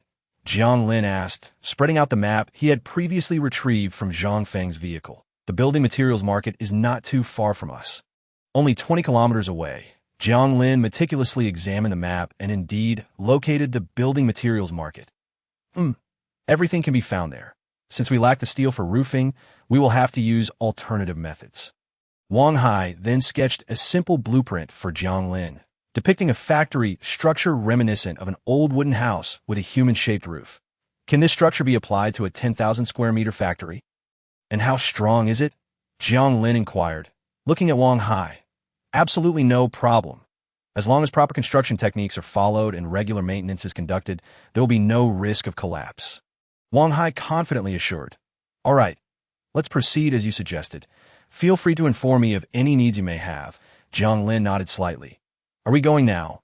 Wang Hai asked, slightly surprised. What? Is there an issue? Jiang Lin gazed at Wang Hai with curiosity. Could I have something to eat first? Wang Hai hesitantly asked. He and the workers had gone several days without food and were now extremely hungry. Had it not been for their fear of Jiang Lin's authority, they would have voiced their needs long ago. Jiang Lin laughed heartily, patting Wang Hai on the shoulder. I was wondering what it was. Let us go eat. How is it? Have you finished clearing? Jiang Lin approached warmly, wrapping an arm around Reba. Of course. You still doubt my abilities? Reba playfully extended her fair hand toward Jiang Lin. What about the special meal you promised me? I'm working on it. Why don't you eat something else for now? Jiang Lin chuckled. That you're being unreasonable. Reba playfully punched Jiang Lin's chest in mock annoyance. How is this unreasonable? I am merely cherishing you. Jiang Lin replied as he picked Reba up in a princess carry. Hot water? The others followed Jiang Lin's gaze to a small room behind the pool that resembled a mobile toilet. When the workers opened the door and picked up the shower head, feeling the steaming hot water pouring forth, many of their eyes misted over. They had lost track of how long it had been since they last bathed. Half a month? A month? Even longer? Water resources were incredibly precious, regardless of location or the population of the base. Those who could indulge in bathing were extremely rare. Moreover, this hot water flowing from the pipes was something only the heads of the base could enjoy. Therefore, their excitement upon seeing the hot water was indescribable and no need to rush. The hot water here is unlimited. Everyone can have a shower, but according to regulations, each person is allowed to bathe no more than once a week. Reba's father, who was tending to the fields nearby, quickly interjected. Once a week? Upon hearing this, the workers were once again stunned. They were not complaining about the length of the period. Rather, they felt it was far too short. Bathing once a month, with no restrictions on hot water, was a privilege even the higher-ups at the base did not enjoy. Thank you, Mr. Jiang Lin. We will work diligently to repay your kindness. The crowd shouted enthusiastically at Jiang Lin's back, all considering him a wise ruler in their hearts. Jiang Lin's treatment was unexpectedly generous for these ordinary people who felt utterly useless. They truly felt as if they had received a windfall from the heavens. Work hard. As long as you assist me diligently, I will ensure you are well rewarded. Why do you employ so many construction workers? Are you planning to build houses? Reba asked curiously as she lay in Jiang Lin's embrace. Chapter 69. The Wholesale Building Materials Market in the Demon City. I intend to construct a factory on the upper level, Jiang Lin replied with a slight nod. Building a factory? Do you have the equipment? What kind of factory do you plan to build? Reba inquired with keen curiosity. You'll find out in due time, Jiang Lin said with a mysterious smile. Miss Reba, would you like to become the boss lady? What benefits would I have as the boss lady? Reba wrapped her arms around Jiang Lin's neck. What benefits do you desire? Jiang Lin replied with a grin as the ethereal haze enveloped Reba. She seemed momentarily lost in thought. Surely, she ought to receive a semblance of compensation. However, at this juncture, money seemed utterly futile. When did you become so avaricious? I shall have to discipline you properly. Jiang Lin, cradling Reba, dashed into the bunker, and upon their entrance, the atmosphere was instantly filled with jubilant laughter. After ensuring Reba's hunger was sated, Jiang Lin instructed Yang Mi and the others to hastily prepare a few simple dishes in a large iron pot. When the steaming meals were presented to Wang Hai and his companions, they were once again astounded by the sumptuous spread before them. Hurry and eat. Once you're done, there will be more work to attend to. Jiang Lin urged before stepping aside to find Hu Wei. May I borrow that heavy truck outside for a couple of days? Jiang Lin directly articulated his intent to Hu Wei, having previously noticed the imposing vehicle parked across from the mall while observing the missile cleanup. His own fleet consisted solely of lighter vehicles, utterly inadequate for transporting cargo, that if you wish to borrow it, you must account for the fuel and usage fees, Hu Wei replied with a smile. Of course, that is a given. Jiang Lin nodded slightly, then embraced Hu Wei and jested, "Shall we trade a cannon shot for a fortune?" "Go away. Who would exchange a cannon shot for a fortune with you?" Hu Wei retorted, pushing Jiang Lin away. "Even brothers must keep accounts clear. That truck is quite precious. If it gets damaged or destroyed, you must compensate me at full value." All right. Jiang Lin ultimately conceded, paying the price of 1,000 pounds of grain to successfully rent Hu Wei's heavy truck. By the time their negotiations concluded, Wang Hai and the others had finished their meal that we are so familiar with each other. "I won't see you off." After bidding Hu Wei farewell, Jiang Lin, accompanied by Wang Rui and Wang Hai, boarded several vehicles and set off towards the construction materials market. The market lay on the outskirts of the bustling metropolis, a distance of 20 kilometers that seemed trivial, yet it took Jiang Lin and his group an entire day to reach their destination. Their sluggish pace was attributable not only to the poor road conditions, but also to the multitude of monsters obstructing their path. It was uncertain whether the onset of the monster siege had heightened their encounters. But the likelihood of meeting monsters had evidently surged several-fold compared to usual. Before the entrance of the construction materials wholesale market, Jiang Lin surveyed the vast expanse of the site, his brows furrowing in concern. Most of the shops had been buried beneath layers of ice, with only the 10-story main building remaining mostly intact, save for its lower 2 floors. "Had I known, I would have brought Yang Mi along," he lamented, shaking his head before leading his companions into the towering structure. With a creak, he pushed open the heavy glass door and stepped inside. They entered through a 3rd-floor window, which had now become the 1st floor. The moment they stepped inside, the ominous howls of monsters erupted around them. F-class monster, sharp-toothed rat. Jiang Lin glanced ahead at the seemingly endless tide of rodents surging towards them. Without hesitation, he shouted, "Run," and pivoted, racing back towards the window from whence they came. Bang, bang, bang. After a series of thunderous noises, they all burst out of the building. Hiss, hiss, hiss. Countless sharp-toothed rats flooded out from the mall, quickly encircling Jiang Lin and his group beside their vehicle. Faced with the overwhelming swarm, there was no route for escape. They had no choice but to confront the threat head-on. "Get in the vehicle and take cover," Jiang Lin bellowed, charging forward alongside Wang Rui. "Wang Rui, be cautious not to get surrounded or knocked down." After cautioning her, he unleashed 2 black spheres from his hands, which exploded and crushed a multitude of sharp-toothed rats into mere points. Although Jiang Lin's attacks were formidable, the sheer number of rodents was staggering. The few dozen he had just eliminated were but a drop in the ocean of their kind. Meanwhile, Wang Rui unleashed her full firepower, cutting through the horde with fervor. "Kill, kill, kill!" Her manic laughter echoed through the chaos. "Damn it! At this rate, we'll either be devoured by these rats or exhausted to death," Jiang Lin exclaimed, summoning a flurry of iron chains that sprang forth around him, swiftly impaling dozens of the sharp-toothed rats.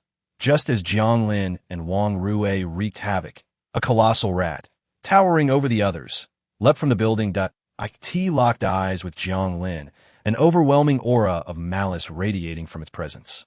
"The Rat King. So, there's a Rat King after all. This simplifies matters," Jiang Lin mused, a flicker of excitement igniting in his gaze. "Wang Rui, do not get entangled with these small rats. Let's focus on the Rat King." Jiang Lin shouted, opening a spatial portal and diving through as he vanished. The rats turned their heads towards the Rat King's location, displaying a surprising sensitivity to their surroundings. The Rat King, standing a short distance ahead, cast a glance at Jiang Lin before immediately turning to flee. "Trying to escape?" Jiang Lin scoffed, reopening the spatial portal. This time, he successfully positioned himself directly in front of the Rat King, blocking its path. The Rat King reared up, its forepaws resting on its ample-bellied. His astonishment. It was a C-class sharp-toothed rat. "What a pity you encountered me," Jiang Lin remarked, gently caressing the ring on his finger, causing several pea-sized black spheres to launch forth, hurtling towards the Rat King at speed. Upon seeing the black spheres, The Rat King screeched, and the surrounding sharp-toothed rats huddled together to form a thick wall of flesh. However, this formidable barrier did not deter the advance of the black spheres. Boom! A resounding crash echoed as the Rat King's meaty shield was reduced to a pulpy mass. Witnessing such a horrifying spectacle, terror flickered in the Rat King's eyes that it turned to flee, but the black spheres clung to it like a relentless parasite. In a moment of desperation, the Rat King shifted its focus to Wang Rui, who had just entered the building. With a frantic cry, it charged towards her. However, far from being frightened, Wang Rui greeted its approach with exuberance, shouting, "Come on, little rat."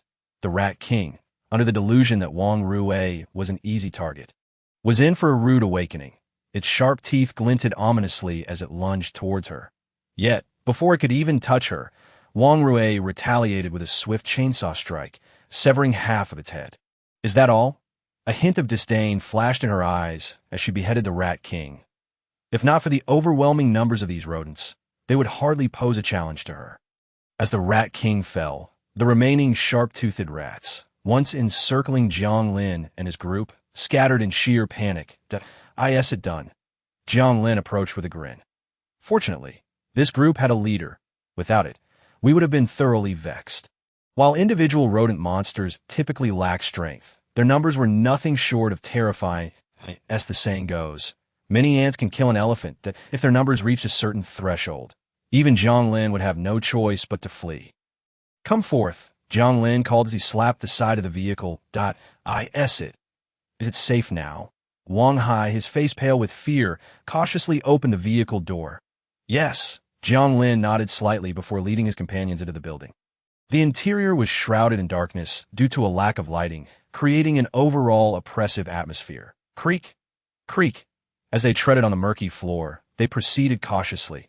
The building was filled with vendors of construction materials, and the area they occupied primarily dealt with indoor decorative items, such as furniture and flooring. "You all should explore the surroundings. If you find anything useful, load it into the vehicle." Wang Rui, "You stay here to protect them while we check the upper floors." Jiang Lin led his companions to the staircase. After ensuring the first floor posed no danger, he instructed Wang Hai and the others to search the shops on the first floor for supplies while he ascended to the second floor, which was lined with more shops.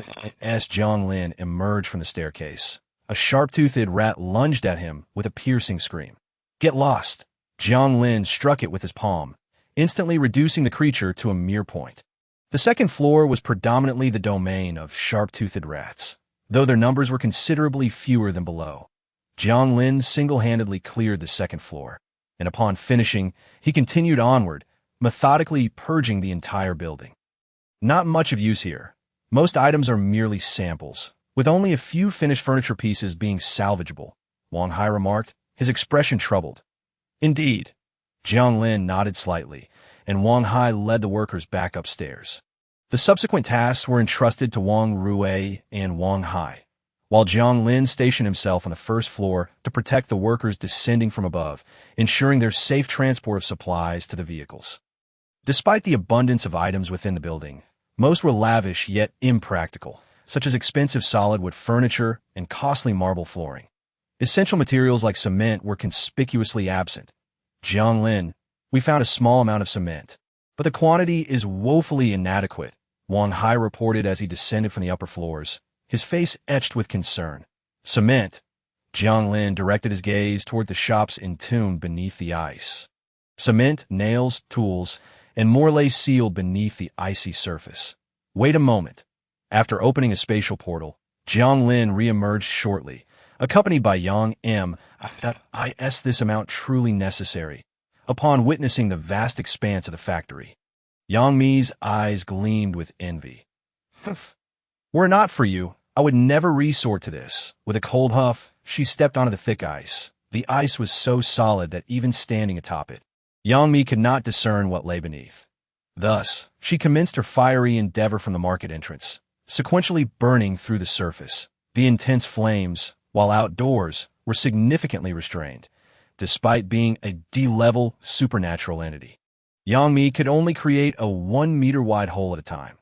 "This one is worthless," After melting and opening and glimpsing the sign below, she proceeded to the next shop. She ignited a series of holes, but none revealed a cement store. Found it. An hour later, Yang Mi finally located the cement shop, frozen beneath the ground. Fire at will. After burning through a 1-meter-wide hole at each corner of the cement store, she unleashed her full power, scorching through the ground. As the ice melted away, the rooftop of the cement shop was finally unveiled. That I will descend with you, Jiang Lin remarked, following Yang Mi as they leaped into the icy pit. Yang Mi melted the ice ahead, while Jiang Lin provided cover from behind. They worked in tandem for nearly half an hour before finally extracting the shop from its icy prison. Boom! Upon smashing open the rolling shutter door, Jiang Lin couldn't suppress a flicker of excitement as he beheld the stacked cement within. The shop contained over 1,000 bags of cement, a quantity sufficient for Jiang Lin's needs for some time. After entering the shop, he utilized his supernatural spatial ability to store the cement, making multiple trips due to the limited capacity of his spatial realm. Once the cement was secured, they salvaged some tools from beneath the ice. With tools and cement in abundance, Jiang Lin could only procure sand from the system store using system currency, as he could not locate a sand pit. Fortunately, sand was inexpensive. A few system coins could buy a cubic meter. The return journey proved less than smooth, as they encountered numerous monsters along the way. However, everything remained under Jiang Lin's control. He hardly needed to intervene, as Wang Rue dealt with the creatures herself. Time swiftly passed, and within a week, the night had arrived. At 11 o'clock, Jiang Lin and his companions did not rest but drove away from the base. Their mission was simple: to gather supernatural orbs. Chapter 71. The Mysterious Ruined Temple. Creak. The heavy door swung open as Zhang Bin drove the truck into the Silver Beach base. At 10 o'clock at night, the Silver Beach base was brightly lit, with hundreds of vehicles neatly parked in the square and thousands of people standing in front, quietly awaiting something. When Jiang Lin's truck halted before them, everyone promptly closed their legs and saluted Jiang Lin as he disembarked. "We have met Commander Jiang Lin." The synchronized chant echoed through the air. The crowd gazed at Jiang Lin with anticipation and curiosity, most of them having never seen him before. Many were new recruits, selected by Zhu Min from among the refugees and families at the base. These individuals were primarily non-supernatural beings and would become the backbone of the future base. "Good," Jiang Lin waved slightly, signaling them to lower their hands. Those present were fortunate, for they would all receive supernatural orbs and become supernatural beings. Standing before the crowd, Jiang Lin began his speech. However, he added, "In return, I require your loyalty. I would offer my heart and fight to the last drop of my blood for you." Upon hearing Jiang Lin's declaration, the crowd raised their right hands, fists pressed against their left chests, pledging their oath to him. "Excellent." Everyone board the vehicles, Jiang Lin commanded, and the crowd complied, boarding the nearby parked trucks. Once everyone was prepared, the convoy began to depart from the Silver Beach base. Their destination, the Oriental Pearl TV Tower. The reason for their journey was that it would serve as one of the key points for the upcoming supernatural orb explosion. Unlike the previous random dispersal, the second wave of supernatural orbs would be released at fixed locations, and the Oriental Pearl Tower would be among the sites with the highest concentration. Having been reborn, Jiang Lin possessed an advantage in intelligence, while others remained oblivious to the imminent arrival of the orbs. He had already brought people to the base of the Oriental Pearl Tower. The monsters here had already been cleared, and there should be little threat remaining. Wang Rue, take a team to eliminate any monsters inside the tower to ensure they do not interfere with our orb collection. The rest stay on standby. After issuing the command, Wang Rue led several soldiers into the tower, while the others remained in place, awaiting further instructions. Sounds of combat occasionally echoed from within the tower, but such noises subsided within half an hour. At 11:30. With half an hour remaining until the gates opened, everyone readied themselves, aware that the portal could appear at any moment. Glancing at his watch, Jiang Lin called out to the soldiers around him. As time ticked by. At 11:45, a strange light portal materialized beneath the Oriental Pearl Tower. The portal stood a height suitable for one person, its overall thinness akin to that of paper. Yet, it exuded an inexplicable allure, drawing people towards it. "Everyone, turn away," Jiang Lin commanded coldly, and upon hearing his order, the crowd dutifully turned their backs. midnight. We will turn around and enter the portal. Jiang Lin reiterated, this time also turning his back. Time continued to flow, and when the clock struck 12, the crowd turned back at Jiang Lin's command. Yes, they did. The portal had transformed. The once thin light portal now featured a solid door frame, intricately carved with mysterious characters unknown to them. In the center of the frame, an ancient wooden door displayed a magical array that seemed to breathe, subtly revealing itself before the crowd. Reward, Secret Realm No. 030. This is identical to the circumstances of my previous life. Jiang Lin thought to himself, astonished upon seeing the wooden door. In his past life, he had never entered this place, but he had heard disturbing legends about it later.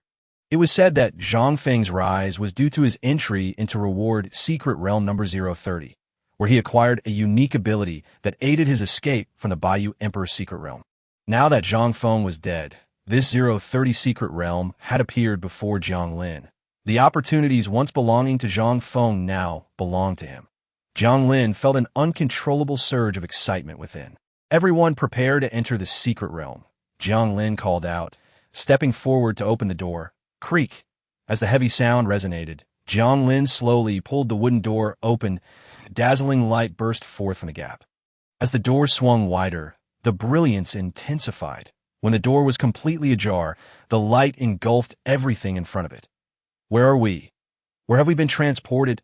Once the light faded, Yang Mi and Reba gasped in astonishment, their expressions reflecting shock. Before them lay not a white expanse of snow, but a vast, lush grassland. The prairie stretched endlessly, seemingly without end to their left. A gentle stream flowed forward, branching off like veins. To their right stood a quaint, dilapidated temple. The temple was small and worn, with its open door revealing only 2 wooden huts and a single statue. Do not wander off, Jiang Lin said gravely. For he knew little about this place. He only understood one thing. When Zhang Feng had explored this base, he brought over 1,000 people, yet fewer than 5 managed to leave alive. And those survivors, aside from Zhang Feng, mysteriously disappeared after their exit. It was evident that this place was not as safe as it appeared. Everyone, stay alert, Jiang Lin instructed before turning to Zhu Min, asking him to select a few sharp-minded individuals to investigate the ruined temple. Zhu Min promptly chose 3 young men who cautiously approached the temple with their guns drawn. As they ventured within a 10-meter radius of the temple, the 3 figures abruptly vanished from sight. What happened? Jiang Lin's countenance grew serious. This temple undoubtedly conceals danger. Fire mortars at it. Jiang Lin coldly issued the command, and soon 10 mortar positions were established. Fire! With Jiang Lin's order, shells flew forth, targeting the ruined temple. However, a bizarre scene unfolded once more. The shells mysteriously vanished as they approached within 10 meters of the temple. Upon witnessing this, Jiang Lin's heart sank with realization. Chapter 72. The Witch Corpse Beast. This temple is enveloped by a domain of rules. Jiang Lin spoke solemnly to a domain of rules. What does that mean? Zhu Min inquired, perplexed as he looked at Jiang Lin. A peculiar domain, enveloped by an array of rules. For instance, certain realms prohibit any sound. For to utter a word is to invite death. In contrast, others dictate that ascending heights is a fatal endeavor. This particular domain, as it appears, seems to grant immunity against certain external assaults. Jiang Lin spoke in a hushed tone. So, Zhu Min gazed at Jiang Lin in disbelief. Indeed, if we wish to uncover the situation of the dilapidated temple, we must venture forth and investigate for ourselves. Jiang Lin nodded slightly, surprised that upon entering the secret realm, they encountered such a unique domain. Perhaps we should refrain from entering? It looks rather ominous. Reba furrowed her brow, attempting to dissuade Jiang Lin. Yes, I believe it would be wise not to proceed. Yang Mi concurred, with others chiming in, the majority urging Jiang Lin to reconsider. Very well. Let's first explore other areas. Jiang Lin acquiesced, acknowledging that he was not impervious to danger. This secret realm undoubtedly harbored significant perils, the specifics of which had yet to manifest. It could very well be linked to the eerie, dilapidated temple. Let us first inspect the riverside. Jiang Lin gestured toward the small river to his left, leading the group to its banks. The river was not particularly narrow, yet its depth was quite shallow. Spanning over 10 meters, the water was less than half a meter deep, crystal clear, revealing the riverbed in its entirety. Not a single fish? As the group approached the river, they curiously observed the tranquil flow of water. Perhaps the saying clear water yields no fish applies here, Jiang Lin chuckled, moving closer to the river. Just as he reached to scoop some water, a sudden scream from nearby sent chills down his spine, prompting him to retreat several steps. Before him, a soldier's body began to crumble like a sand sculpture meeting water, disintegrating before the astonished eyes of the assembled crowd. How could this happen? Jiang Lin inquired. He just scooped a handful of river water and drank it. Then he transformed like that. A soldier, terror etched on his face, recounted he and several others had also scooped water, but they were merely a moment too late to consume it. This water, Jiang Lin probed further, confirming that the one who had scooped the water was unharmed, that he approached the riverbank, using a ladle to collect a small amount of water, scrutinizing it closely. The once pristine water darkened immediately upon being ladled, emitting a foul stench. This is the urine of the wuxia beast, a highly toxic substance capable of dissolving flesh instantaneously. Jiang Lin's expression was one of horror. As he spoke, those who had previously scooped the water began to scream, mirroring the fate of the first soldier, their forms dissolving before the horrified onlookers. What is this wuxia beast? Its urine is so lethal, Reba exclaimed, her face a mask of fear. The wuxia beast is a type of undead creature, replete with toxins, proving exceedingly troublesome. The fact that its urine has pooled into a river here indicates an astonishing abundance of wuxia beasts in the vicinity. These creatures are at least Class D, with some even reaching Class B, Jiang Lin remarked, his brow furrowing. What? Class B? Then what about us? Reba's fear intensified upon hearing Jiang Lin's words that we must exercise caution, but there remains a glimmer of hope. Jiang Lin replied coldly that in my previous life, Zhang Feng, who was weaker than I, managed to escape the secret realm.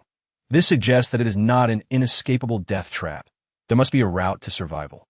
I will position the mortar team at the entrance of the secret realm. If we require assistance, we can communicate with them via radio. However, there is no precise location, so the accuracy may be compromised.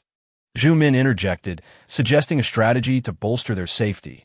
Agreed. Jiang Lin nodded slightly and continued, let us establish a camp at the entrance, and you send someone to investigate the situation. Under Jiang Lin's direction, dozens formed pairs and ventured deeper into the grasslands from the entrance of the secret realm. As the scouts embarked on their mission, Jiang Lin and the others began to set up camp. They were situated on flat terrain, ideal for pitching tents. However, Jiang Lin opted not to erect a tent, instead bringing forth a temporary shelter, far superior to a mere tent, equipped with water, electricity, and a large bed for rest. Jiang Lin, Reba, and their companions rested within the shelter, and this respite extended for a full 12 hours.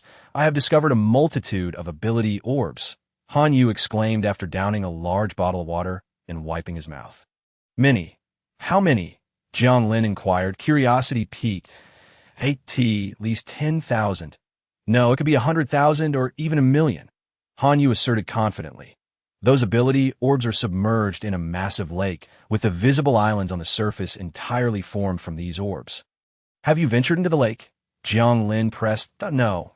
The creatures there are exceedingly vigilant. That M.Y. companions who descended were immediately discovered and executed. Han Yu replied, his expression grim. You did well. Jiang Lin lightly patted Han Yu's shoulder, producing an ability orb and handing it to him. Thank you. Thank you. Han Yu expressed his gratitude with a beaming face. After consolidating information from others, Jiang Lin's countenance grew increasingly grave. He summoned Zhu Min for a brief meeting. Are you saying? Zhu Min looked at Jiang Lin, astonished. Indeed. In this operation, the vast majority may not survive to leave this place. Jiang Lin nodded slightly, reluctant to voice such grim tidings, yet the collated information indicated a perilous undertaking. One faction was the tribe discovered by Han Yu. Based on Han Yu's description, Jiang Lin surmised that this tribe belonged to a cannibalistic clan. The composition of the cannibal tribe was highly diverse, lacking a specific lineage, potentially encompassing all sorts of creatures. Moreover, Han Yu's account suggested that this tribe was likely comprised of highly intelligent monsters, as they had already grasped the concept of worship. The lake and islands he spoke of were their sacred river and holy ground. The second faction was the Wuxia beasts. According to one scout, the number of Wuxia beasts he encountered exceeded 10,000, and he could not ascertain how many more remained unseen. Wuxia beasts were virtually ubiquitous throughout the grasslands. However, it was the third faction, also a source of great concern and trepidation for Jiang Lin. That troubled him further. The Buddha beasts. The scouts had actually encountered Buddha beasts within the secret realm, and the number detected exceeded 1,000. Buddha beasts are a collective term for a certain type of monster, their individual strengths varying greatly. However, they all share a peculiar trait: the ability to draw upon external powers, namely the various deities of Buddhism. The presence of Buddha beasts here suggests that the dilapidated temple may harbor far more formidable beings. Jiang Lin spoke solemnly. "Should we withdraw?" Zhu Min inquired, his face pale. "Withdraw? How can we?" Jiang Lin scoffed. "The entrance to the secret realm is already sealed. The next opening will not occur for at least a week. Whether we can survive that week is entirely uncertain." Jiang Lin chuckled darkly, observing that they seemed to be in no immediate danger. Such a perception stemmed from the fact that they had yet to be detected by those entities. But it would not be long before they were discovered. To that point, their only recourse would be to fight to the bitter end.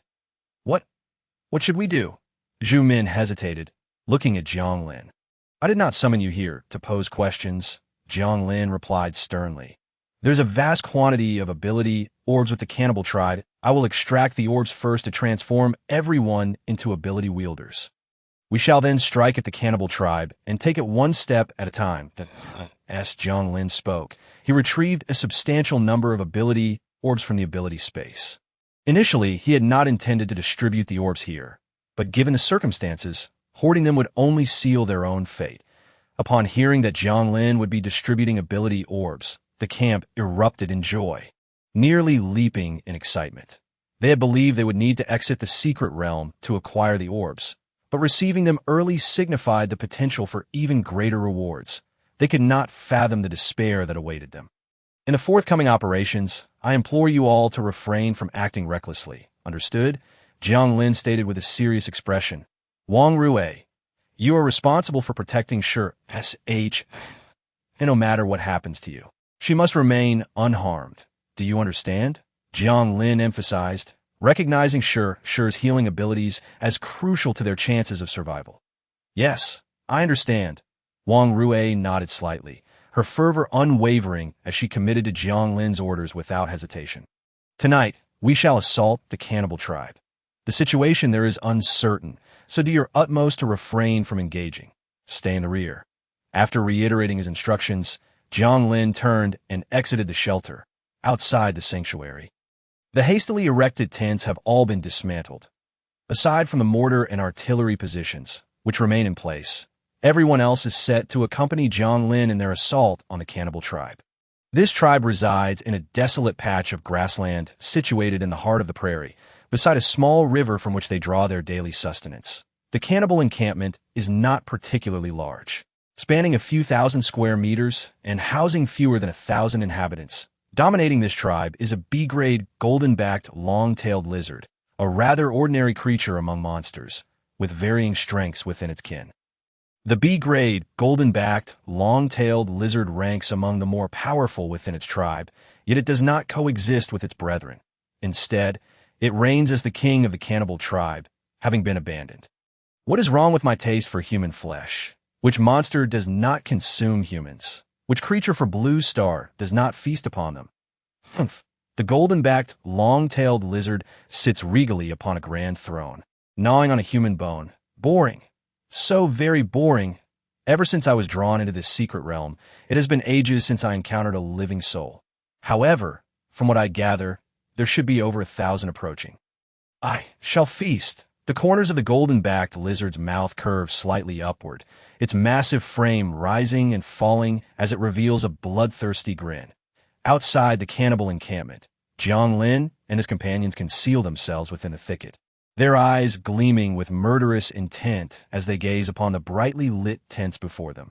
"Prepare the artillery," Jiang Lin speaks slowly into the walkie-talkie. Fire! With his command, the cannons positioned at the entrance of the secret realm simultaneously unleash their fury. Dozens of shells soar through the air, landing within the encampment. Adjust the angle. Zhu Min begins to recalibrate the artillery based on the shell's impact points. The B-grade, golden-backed, long-tailed lizard.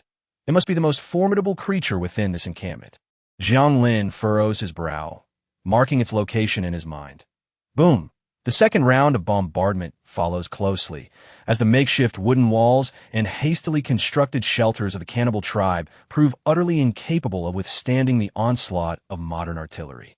Merely a single precise volley obliterates the encampment into ruins. Another round, Jiang Lin commands, just as Zhu Min prepares to issue the order when a chilling voice suddenly echoes from behind them. Found you, damned little rat. Chapter 74. Confrontation with the golden-backed, long-tailed lizard dam. Jiang Lin exclaims, leaping aside. Boom! A violent crash reverberates through the air. The long lizard's elongated tail lashes out violently, striking down over a dozen soldiers who had no time to evade. Their bodies explode upon impact, a thick mist of blood showering down, saturating the air with a metallic scent. Huh! The golden-backed, long-tailed lizard glances in confusion at the commotion, only to see Jiang Lin and his companions vanish into a spatial portal, reappearing hundreds of meters away in an instant. There is no place to hide here.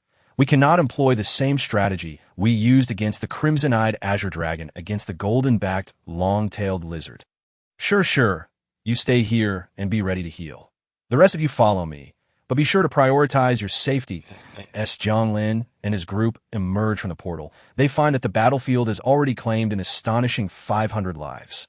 In less than a minute, those soldiers who had recently consumed ability orbs and gained powers have suffered catastrophic losses. Even Jiang Lin and his companions are far from being its match. Retreat, at Jiang Lin's command. The soldiers, already paralyzed by fear, begin to withdraw.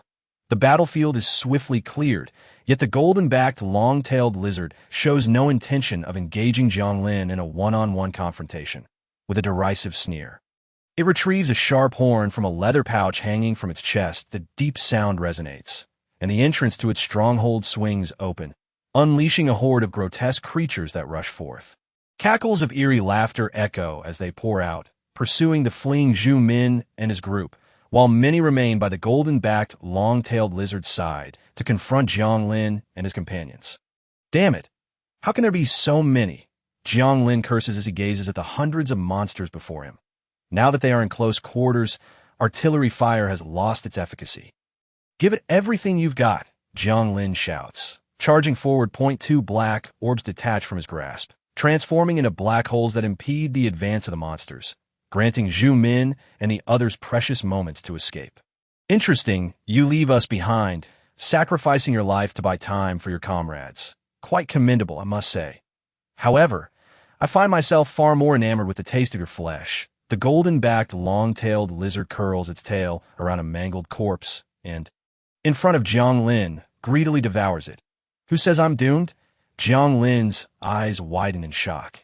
Task to eliminate the golden-backed, long-tailed lizard has commenced. Task to eradicate the cannibal tribe has commenced. The system interface flashes before Jiang Lin as he accepts the mission without a moment's hesitation, barely glancing at the details. Wang Rui, slaughter these beasts, Jiang Lin bellows, pointing at the intercepted cannibal tribesmen, while he himself sets his sights on the golden-backed, long-tailed lizard. The golden-backed lizard, a level above Jiang Lin, would prove a formidable opponent in direct combat, so Jiang Lin's current strategy is to draw it away from the horde of monsters. And you, if you have the capability, come chase me, Jiang Lin taunts, making a gesture that elicits the golden-backed lizard's ire. Thud, thud, thud, the heavy footfalls echo ominously behind Jiang Lin and his companions. Once he has lured the creature to an adjacent clearing, Jiang Lin and his group finally pause, turning slowly to face it.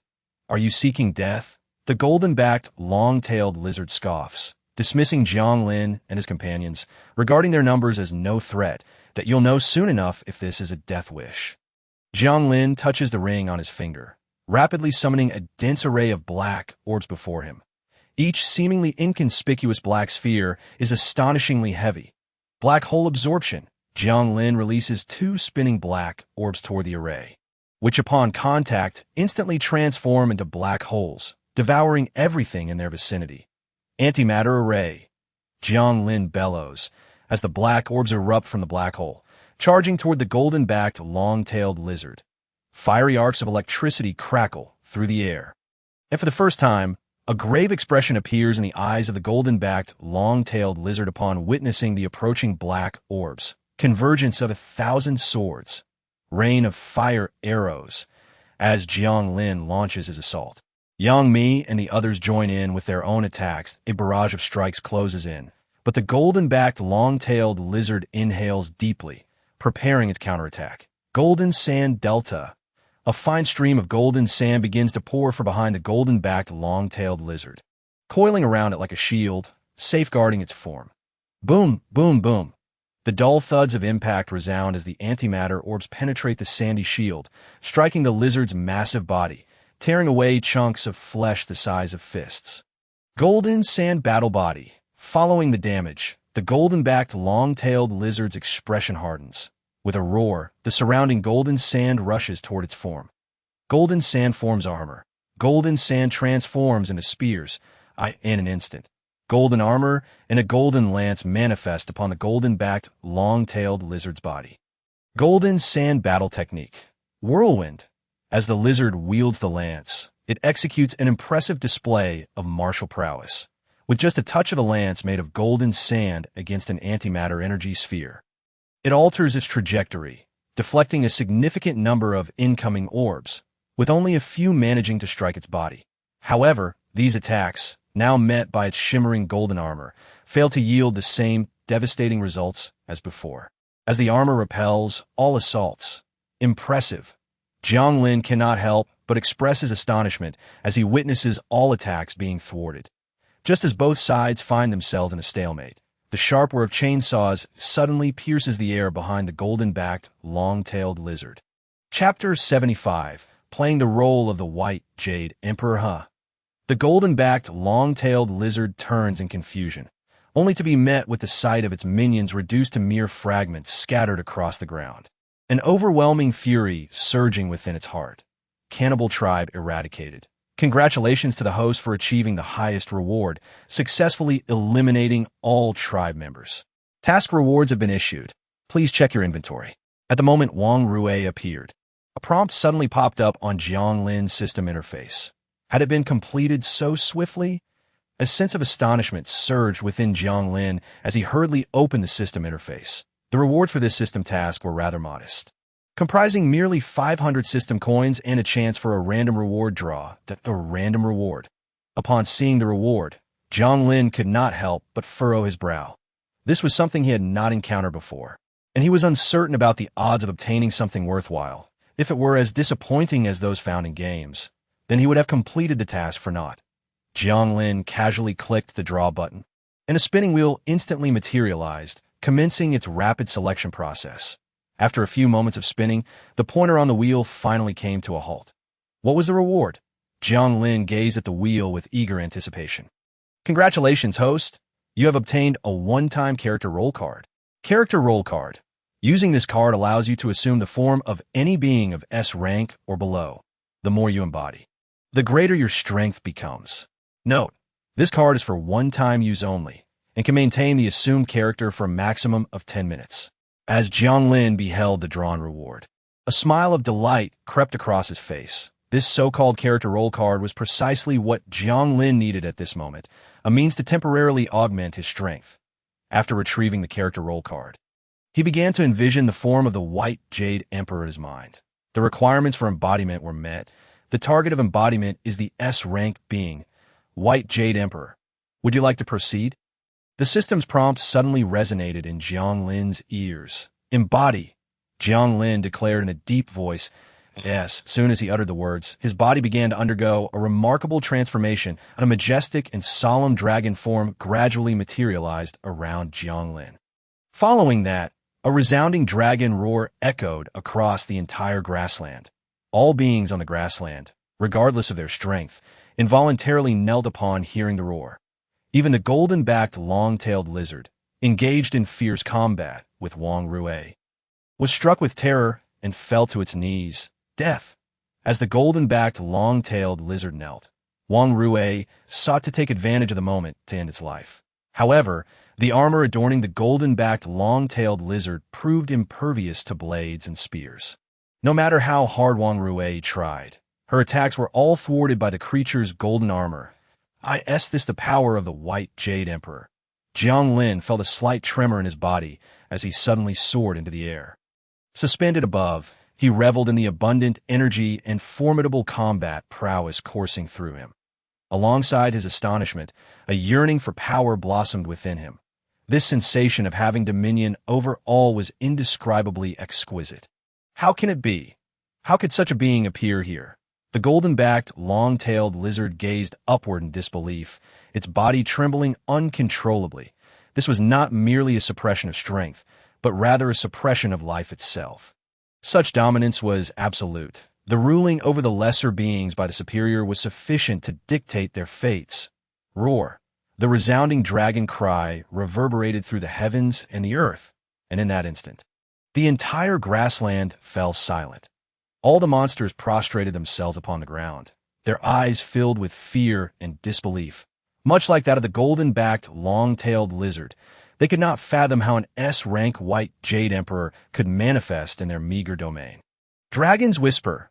The White Jade Emperor slowly opened its mouth, and countless whispers immediately filled the ears of the golden-backed, long-tailed lizard.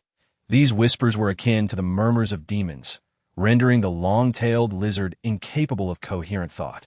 Dragon's Severance. Jiang Lin spoke once more, and this time, the light in the golden-backed, long-tailed lizard's eyes began to fade rapidly. This was a sign of its soul dissipating. The creature attempted to resist, but found itself utterly powerless. How is this possible? The golden-backed, long-tailed lizard's eyes widened in disbelief. Yet despite its unwillingness, its life ultimately drew to a close. Thud. The massive body of the golden-backed, long-tailed lizard crashed heavily to the ground. Streams of fine golden sand flowed from it like a golden river. Wait for me, Jiang Lin shouted, his body vibrating as he departed from the spot. These two heads belonged to the Witch Corpse Beast and the leader of the Buddha Beast, both possessing B-rank strength. In a secret realm, 3B rank monsters posed a grave threat. Had it not been for Jiang Lin acquiring a roll card, their fate would have been dire. Phew, have we resolved it? Sure approached, still shaken. Yes, Jiang Lin nodded slightly and casually tossed the two monster heads on the ground. Due to the urgency of the situation, I could only manage to behead them. However, the other two factions should now be thrown into disarray. After we catch our breath, we shall devise our next course of action. Jiang Lin panted, revealing that embodying the White Jade Emperor was exceedingly challenging. Had he not witnessed Hu Wei embody it once, he would never have been able to suppress the golden-backed, long-tailed lizard. Fortunately, the outcome was favorable. He successfully embodied the White Jade Emperor and seized the opportunity to execute a beheading maneuver against the three major forces. Indeed, the others nodded in agreement. Having been thoroughly intimidated by the golden-backed, long-tailed lizard, they fully supported Jiang Lin's proposal. Jiang Lin. Zhu Min approached with a grim expression. What should we do next? Upon seeing Zhu Min, Jiang Lin reiterated his previous statement that it is indeed time for us to recuperate. Zhu Min let out a slight sigh of relief and nodded. After incurring such significant losses to capture this wretched place, it was imperative to uplift their spirits. Uplift spirits, you say? Jiang Lin mused with a smile, leading the group into the cannibal tribe settlement. After traversing through the settlement, they found the sacred lake and holy ground that Han Yu had mentioned not far behind the tribe. The sacred lake spanned over 10 square kilometers, with a small island formed from energy orbs at its center. The island appeared modest, measuring less than 1,000 square meters. Han Yu, dive into the lake and see how many energy orbs lie beneath. Jiang Lin commanded excitedly, standing at the edge of the sacred lake. Yes. Han Yu saluted Jiang Lin before shedding his outer garments and plunging into the water. In less than a minute, he resurfaced. But instead of coming up for air, he swam frantically toward the shore, his face filled with terror. Chapter 76. A bountiful harvest. Just as the crowd gasped, Jiang Lin rushed forward. He swiftly pulled Hanyu from the water. And at that moment, a massive fish monster, exceeding 100 meters in length, erupted from the depths, opening its gaping maw to bite down on Hanyu. "Damn it!" Jiang Lin exclaimed, immediately opening a spatial gate and dragging Hanyu through. Crack! A sharp sound echoed as the fish monster's jaws snapped shut, crashing heavily onto the shore. The onlookers, including Yang Mi, could not help but exclaim in shock. "I'm fine." Jiang Lin's voice, tinged with anger, resonated from behind Yang Mi. The water is filled with corpses," Hanyu stated in horror, gazing at Jiang Lin. "The lake's depths are strewn with white bones, and atop those bones lie countless corpses, some belonging to monsters, others to humans in the water. Those fish monsters are devouring the flesh and blood of the dead. This place is a breeding ground for fish monsters." Hanyu spoke in astonishment, recounting how he had been taken aback by the sight of so many corpses beneath the lake. Tens of thousands, perhaps even hundreds of thousands, lay submerged, some decayed, others reduced to mere skeletons. "Are there no energy orbs underwater?" Jiang Lin was uninterested in the corpses, focused solely on the energy orbs. "Energy orbs?" "There are energy orbs," Hanyu gasped, but the location of the energy orbs was swarmed with fish monsters. "How many?" Jiang Lin pressed, frowning. "There are over 1,000 fish monsters, all densely packed in that area." Hanyu replied, fear evident in his voice. "I meant how many energy orbs?" Jiang Lin continued. "The energy orbs are piled into a pyramid shape, wider at the base and narrower at the top. Those shimmering spheres in the water are the energy orbs that countless individuals yearn for but cannot obtain." "Over 10,000, perhaps?" Jiang Lin pondered, standing still for a moment before arriving at a decision. "We must secure the energy orbs here." Jiang Lin spoke slowly at the lake's edge. "But how do we retrieve them? The lake is too wide. We cannot drain it." Zhu Min frowned as he approached Jiang Lin.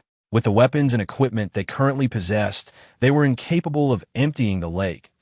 "If we cannot drain the water, we cannot deal with the fish monsters lurking below. Humans need to breathe, and the fish can breathe underwater. That is a natural advantage. If we cannot drain the lake, we shall simply slaughter the fish." Jiang Lin replied coldly. "Slaughter the fish? How do we do that?" Zhu Min inquired. Perplexed. "Hanyu, I will need your assistance." Hanyu felt a shiver run down his spine upon seeing Jiang Lin smile. The next steps were straightforward. Hanyu and several soldiers would enter the water to distract the fish monsters. Once the fish monsters approached the shore, Jiang Lin and the others would then implement their surgical tactics. Precision fish slaughter. Although the fish monsters were enormous, their individual strength was not formidable to ASC rank creatures. They might be a nightmare for similarly ranked ability users underwater. However, once on land, they were easily at the mercy of Jiang Lin and his companions. After a day of combat, the fish monsters in the lake had been largely eradicated. That evening, Jiang Lin and his companions roasted fish by the lakeside, holding a celebratory feast. The meat of these fish monsters was truly delectable. Zhu Min held a large piece of roasted fish in his hand, greedily savoring it as oil dripped from the corners of his mouth. The meat was indeed fragrant. Jiang Lin nodded slightly and approached the water's edge. Ahead, numerous soldiers donned diving gear, busily transporting ability orbs from the lake. Baskets of ability orbs were being carried ashore. Jiang Lin gazed at the gradually accumulating orbs, his eyes nearly widening in disbelief. Standing at the water's edge, he began contemplating his next steps. There were simply too many survivors at the Sea-High base. After Zhang Feng's demise, Jiang Lin had instructed Zhu Min to monitor the Sea-High base via satellite. The reason he had yet to take action was due to his fear of unforeseen circumstances.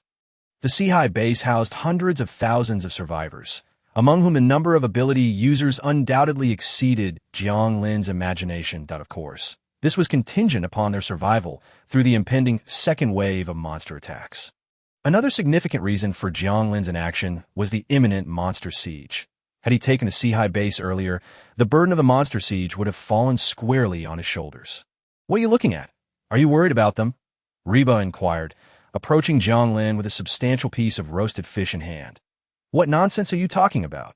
Jiang Lin gently wrapped his arm around Reba's delicate waist. "I was merely contemplating future matters." "Future matters? Indeed. We ought to give it some thought. I wonder when we can escape this wretched place." Reba sighed. "What's wrong?" Don't you like it here? Jiang Lin teased, leaning closer to Reba and passionately kissing her enticing red lips. Who likes this place? The food is terrible. The rest is dreadful. And there's a constant threat to our lives, Reba lamented, shaking her head in resignation. What you say is undeniably true, but isn't this just the norm in a post-apocalyptic world? Jiang Lin chuckled. Yes, it really. I prefer the life we had before. Reba pouted slightly, shaking her head. What is the matter? She furrowed her brow, looking at Jiang Lin. Not long after, the camp was filled with joyful sounds of celebration. After a night of hard work, when Jiang Lin emerged from the temporary shelter the next day, the piles of ability orbs outside made his heart race uncontrollably. Chapter 77. 111,000 ability orbs outside the temporary shelter. Baskets of ability orbs were neatly stacked by the lakeside, forming a vast white sea. You're awake? Zhu Min approached Jiang Lin, his face brimming with excitement. Yes. How was the haul? Jiang Lin nodded slightly. We extracted all the ability orbs from the lake. After a rough count, the total number is around 111,000. Zhu Min exclaimed enthusiastically. 111,000. Is that so? Jiang Lin nodded. No one hoarded any, right? No. Each time we dove into the lake, I arranged for 3 people to go together, and after each retrieval, we shuffled the order, minimizing the chances of personal greed. Zhu Min replied. Having anticipated the potential for hoarding, he had set it up so that while some individuals might have hidden a small portion, large-scale concealment was out of the question. Nevertheless, he felt compelled to make sure. Otherwise, his conscience would not be at ease. Really? Can this truly be resolved? Have you found the military factory? Zhu Min's face lit up with joy. We lack neither talent nor weapons here. We only need ammunition. While we still have sufficient stock of large-scale destructive weapons, such as precision-guided missiles, if we consume without replenishing, we will eventually run out. It's indeed true. You needn't concern yourself with the specifics. I have resolved the issue for you. Jiang Lin assured he had given Wang Hai a week to address the situation. Although this seemed impossible in the past, with the aid of abilities, it was entirely feasible now. Great. If we can solve the ammunition problem, everything else will fall into place. Zhu Min nodded eagerly. I plan to allocate 10,000 ability orbs to you. Jiang Lin announced. 10,000? That's an enormous amount. Zhu Min's heart surged with excitement upon hearing the figure. 10,000 ability users was something unimaginable in the past. Expand your base. Recruit any viable talents you can find. Additionally, bring in a group of workers. I have use for them.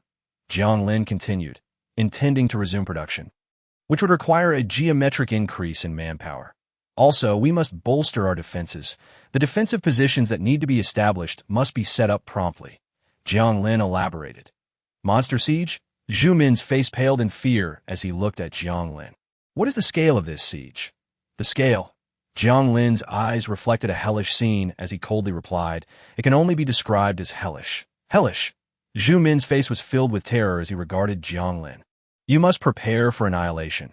After the siege begins, if we cannot hold our ground, we'll have to escape in submarines. Jiang Lin stated, in the face of a monster siege, individual strength was ultimately insignificant. Only through collective power could they hope to survive. Understood. Zhu Min nodded gravely. Jiang Lin chose to exercise caution in controlling the scale of the base, as he did not wish for it to be decimated beneath a monster siege. Currently, the base consisted of only a few hundred people, a number that Jiang Lin could manage against the oncoming monsters. However, if the population were to swell 100-fold to tens of thousands, even Jiang Lin would find that risk insurmountable. For a week, they held their ground at the cannibal tribe's stronghold. During this time, they faced sporadic monster incursions. But fortunately, these were merely isolated disturbances and did not pose significant problems. By the 7th day, the sealed entrance to the secret realm reopened. Should we take a look over there? Zhu Min pointed towards a dilapidated temple as they returned to the entrance. Jiang Lin stood in contemplation for a long while before shaking his head in resignation. Forget it. That decrepit temple may hold opportunities, but attempting to seize them with our current strength is far too perilous. We can return next time when the secret realm opens again. After saying this, Jiang Lin stepped into the exit of the secret realm, leaving it behind.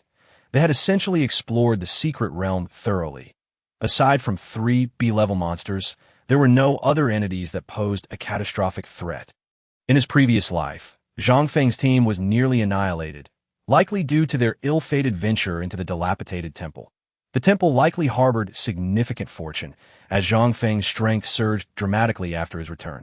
However, it undoubtedly concealed great dangers, as evidenced by the near-total demise of his team. After weighing the risks against the potential rewards, Jiang Lin ultimately chose not to enter the temple. He had many pressing matters to attend to and could not afford to lose a substantial number of elite personnel in this endeavor. You keep watch here and prevent anyone else from approaching, Jiang Lin instructed Zhu Min after leaving the secret realm. The Dongfang Mingzhu secret realm operated on a periodic opening and closing schedule. To deter others from entering, Jiang Lin must assign someone to guard it. Understood, Zhu Min nodded. Let us go. Zhu Min climbed into the truck, and they departed the scene, and the convoy behind them. Truck were filled to the brim with ability orbs. We've run out of materials, Wang Hai said with a bitter shake of his head. Materials? I distinctly left enough supplies before I left. Jiang Lin frowned, certain he had left ample resources that I miscalculated. The materials needed are far more than I anticipated. Additionally, our construction quality is lacking, resulting in significant waste, which is another reason, Wang Hai hesitantly explained. Forget it. I'll provide you with unlimited materials. You must complete the work within 3 days. Understood? If you fail, you'll come to see me with your head, Jiang Lin said sternly, his mind elsewhere, as he had more pressing matters to attend to. I hadn't expected the reward for the golden-backed, long-tailed lizard task to be so substantial. Jiang Lin stepped aside to access the system interface. Chapter 78. Fully automatic water treatment factory. After completing the golden-backed, long-tailed lizard task, Jiang Lin had not yet had the opportunity to review the rewards. The system granted him 1,500 system coins, a fully automatic production line selection ticket, limited to LV1, and 1,000 factory production raw material packs, LV1. The system has truly been generous this time, Jiang Lin thought, elated by the rewards presented. The fully automatic production line selection ticket was something that started at a price of 100,000 system coins in the shop. The 1,000 raw material packs were worth at least another 100,000 system coins. This one task had rewarded Jiang Lin with hundreds of thousands of system coins, highlighting the difficulty of the previous golden-backed, long-tailed lizard mission. Had it not been for Wang Rui's timely elimination of the remaining tribe members, or if Jiang Lin had not obtained the character impersonation card, the subsequent events would have been utterly unpredictable. After reviewing the system rewards, Jiang Lin turned back to urge Wang Hai, with Jiang Lin's full support. Wang Hai completed the factory construction in just 1 day. The next morning, when Wang Hai woke Jiang Lin with excitement, he leapt out of bed. What is going on? Reba gazed at Jiang Lin. Still drowsy. There's something wonderful to see. Do you want to take a look? Jiang Lin wore a mysterious smile. What good thing is it? Upon hearing Jiang Lin's words, Reba's interest was immediately piqued. She hurriedly donned her clothes and followed Jiang Lin to the upper-level factory area. The factory spanned over 10,000 square meters, with only a few supporting columns, its immense weight sustained primarily by the overhead structural mechanics and the surrounding square columns. The roof of the factory resembled a steel structure, yet due to their circumstances, Jiang Lin and his companions had to settle for a roof made of reinforced concrete. What is there to see in this emptiness? Reba frowned, having been awakened early for the sole purpose of gazing at a dilapidated factory. What follows is the moment of witnessing miracles, Jiang Lin replied with a smile. The LV1 fully automated production line selection voucher has been successfully used. Please select your factory type. After Jiang Lin tapped on the system interface, a massive celestial screen unfolded before him, densely populated with numerous factories. As the levels increased, the quality of the products they could produce also rose correspondingly. The LV1 production line could only manufacture basic items, such as firearms, ammunition, primary agricultural products, and basic chemical goods. Currently, Jiang Lin's greatest need was for an ammunition production line. However, the LV1 line could only produce bullets for light weapons, unable even to manufacture ammunition for rocket launchers. After glancing at the upgrade requirements, Jiang Lin decisively opted to forego the upgrade 0.1 billion kilocalories of energy or 500,000 system coins. Why not just rob a bank? Jiang Lin silently cursed before abandoning the idea of a weapons factory and instead selecting a different type of production factory. The LV-1 fully automated water treatment factory has been successfully established. Each unit of purification material can purify 10 tons of pristine water. Upon completing his selection, a complete set of water purification equipment appeared before Jiang Lin in the blink of an eye. How astonishing! How did you accomplish this? Reba gazed at Jiang Lin in amazement, as the previously barren workshop was now filled with an entire suite of purification devices. It's a secret, Jiang Lin replied with a smile. He approached the machine, retrieved a unit of purification material from the system store, loaded it into the machine, and pressed the switch as the machine powered on. A lengthy pipe extended outside, directly drawing in snowflakes to commence the purification process. This machine can even purify snow. Truly a remarkable product of the system. Jiang Lin stood by, watching the transparently pure water flow continuously into the storage tank, feeling a surge of excitement within. Despite the apocalypse seemingly inundated with snow, making it appear that water was abundant, relying solely on snow as a source of hydration would be detrimental to one's health. Not to mention the impurities and hazardous substances contained within the snow, which could easily claim a life. The presence of these dangerous substances in the snow was discovered only years after the apocalypse began. Their origins remained inconclusive, with some attributing them to nuclear radiation while others believe they stem from the excrement of various creatures.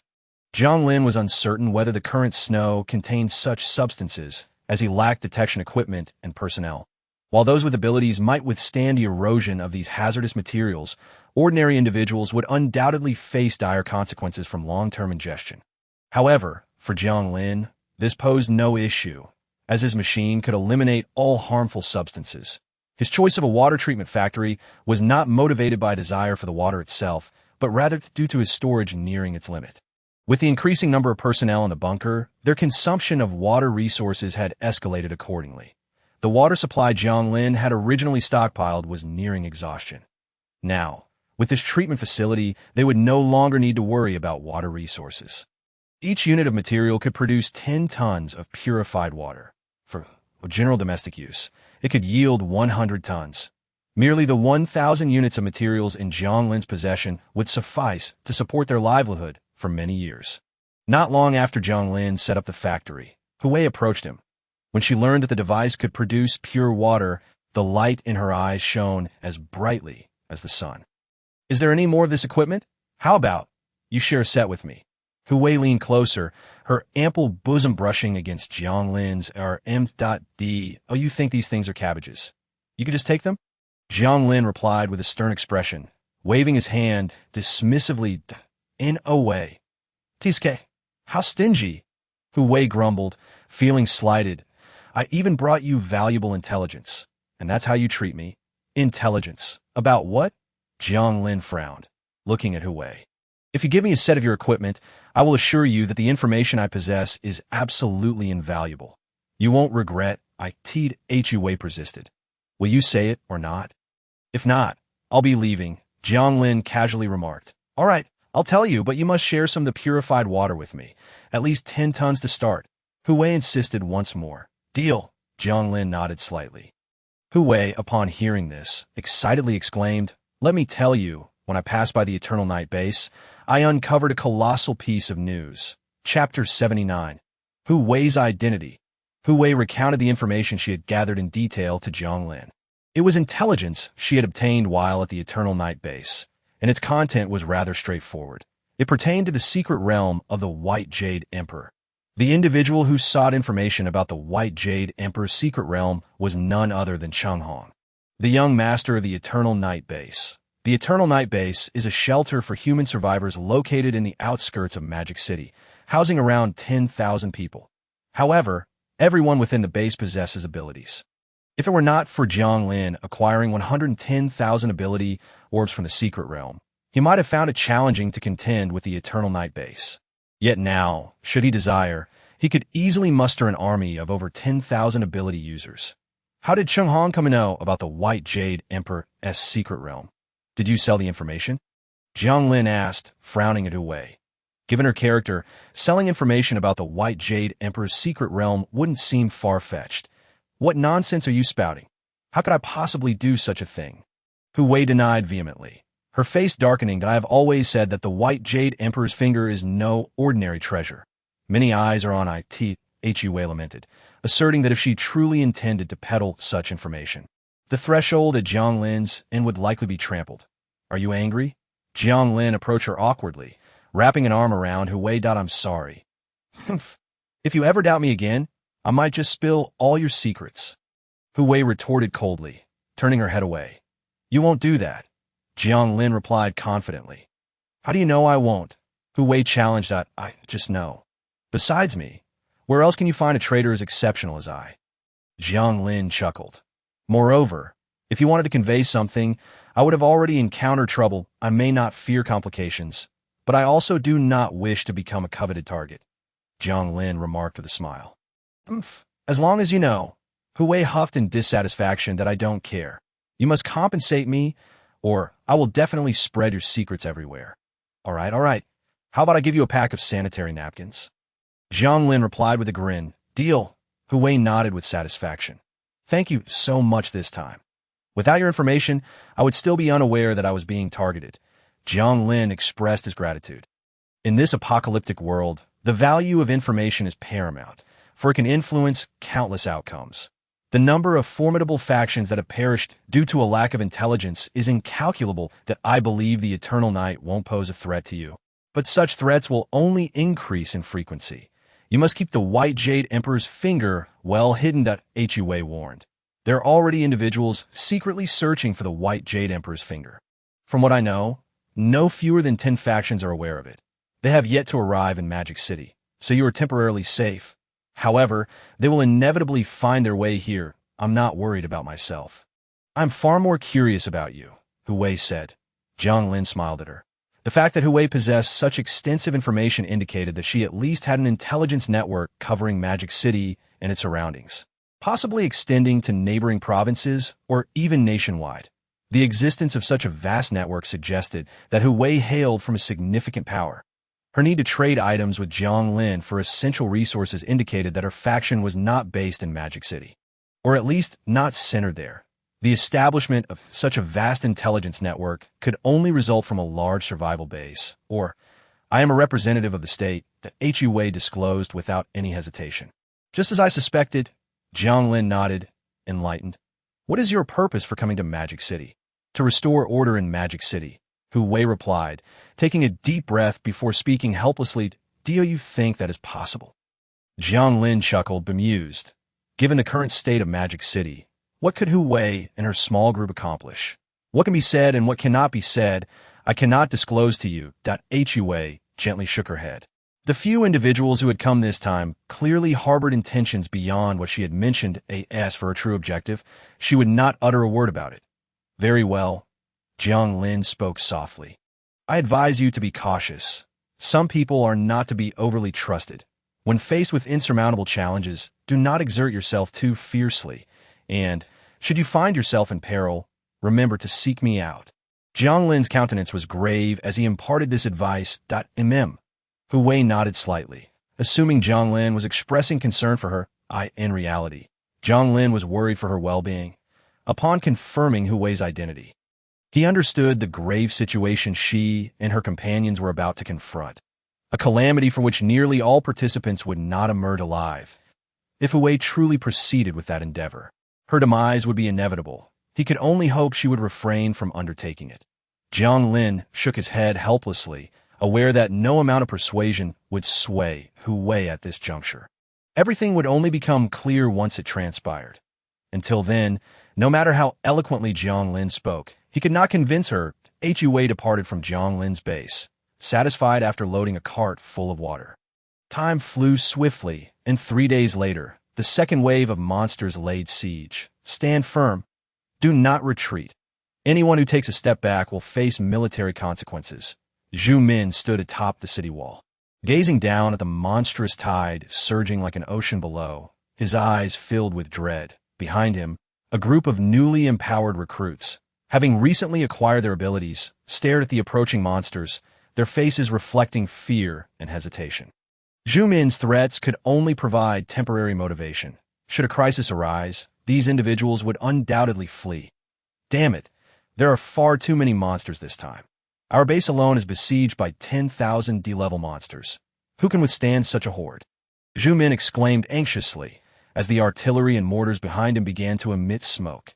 Yet, the distance between the monsters and the city wall continued to diminish at an alarming pace. 100 meters. 90 meters, 80 meters. When the distance closed to 80 meters, Zhu Min could no longer contain his anxiety. He retrieved his satellite phone and dialed Jiang Lin. Jiang Lin, having just dealt with the monsters at his base, was preoccupied with a leisurely bath alongside Reba and her companions, showing little interest in Zhu Min's plight. If you only seek my assistance when trouble arises, what use are you to me? Jiang Lin coldly ended the call. After hanging up, Zhu Min felt a flicker of despair grow within him. However, after a brief moment of despondency, he promptly seized the walkie-talkie to commence coordination. Chapter 80. Nuclear Explosion. Zhang He, where the hell are you? Zhu Min roared into the walkie-talkie, as shadows of monsters began to manifest right beneath him. I'm by the port. What's the matter? Is support on the way? Zhang He's excited voice crackled through the device. There's no support. This battle relies solely on us. Zhu Min replied sternly. What? Only us? Zhang He's face instantly paled. After a long silence, he finally spoke up. What if we run? Run. Zhu Min bellowed in fury upon hearing Zhang He's suggestion. Get your ass over here immediately. After his command, the walkie-talkie fell silent. The two remained in tense silence until, minutes later, the roars of the monsters echoed ominously beneath Zhu Min artillery team. Unlimited ammunition. Target outside the city. Fire. With Zhu Min's command, the artillerymen, who had been prepared in the rear, sprang into action. Whoosh, whoosh, whoosh, shells soared overhead, plummeting into the mass of monsters below. Others hold the line against the monsters below.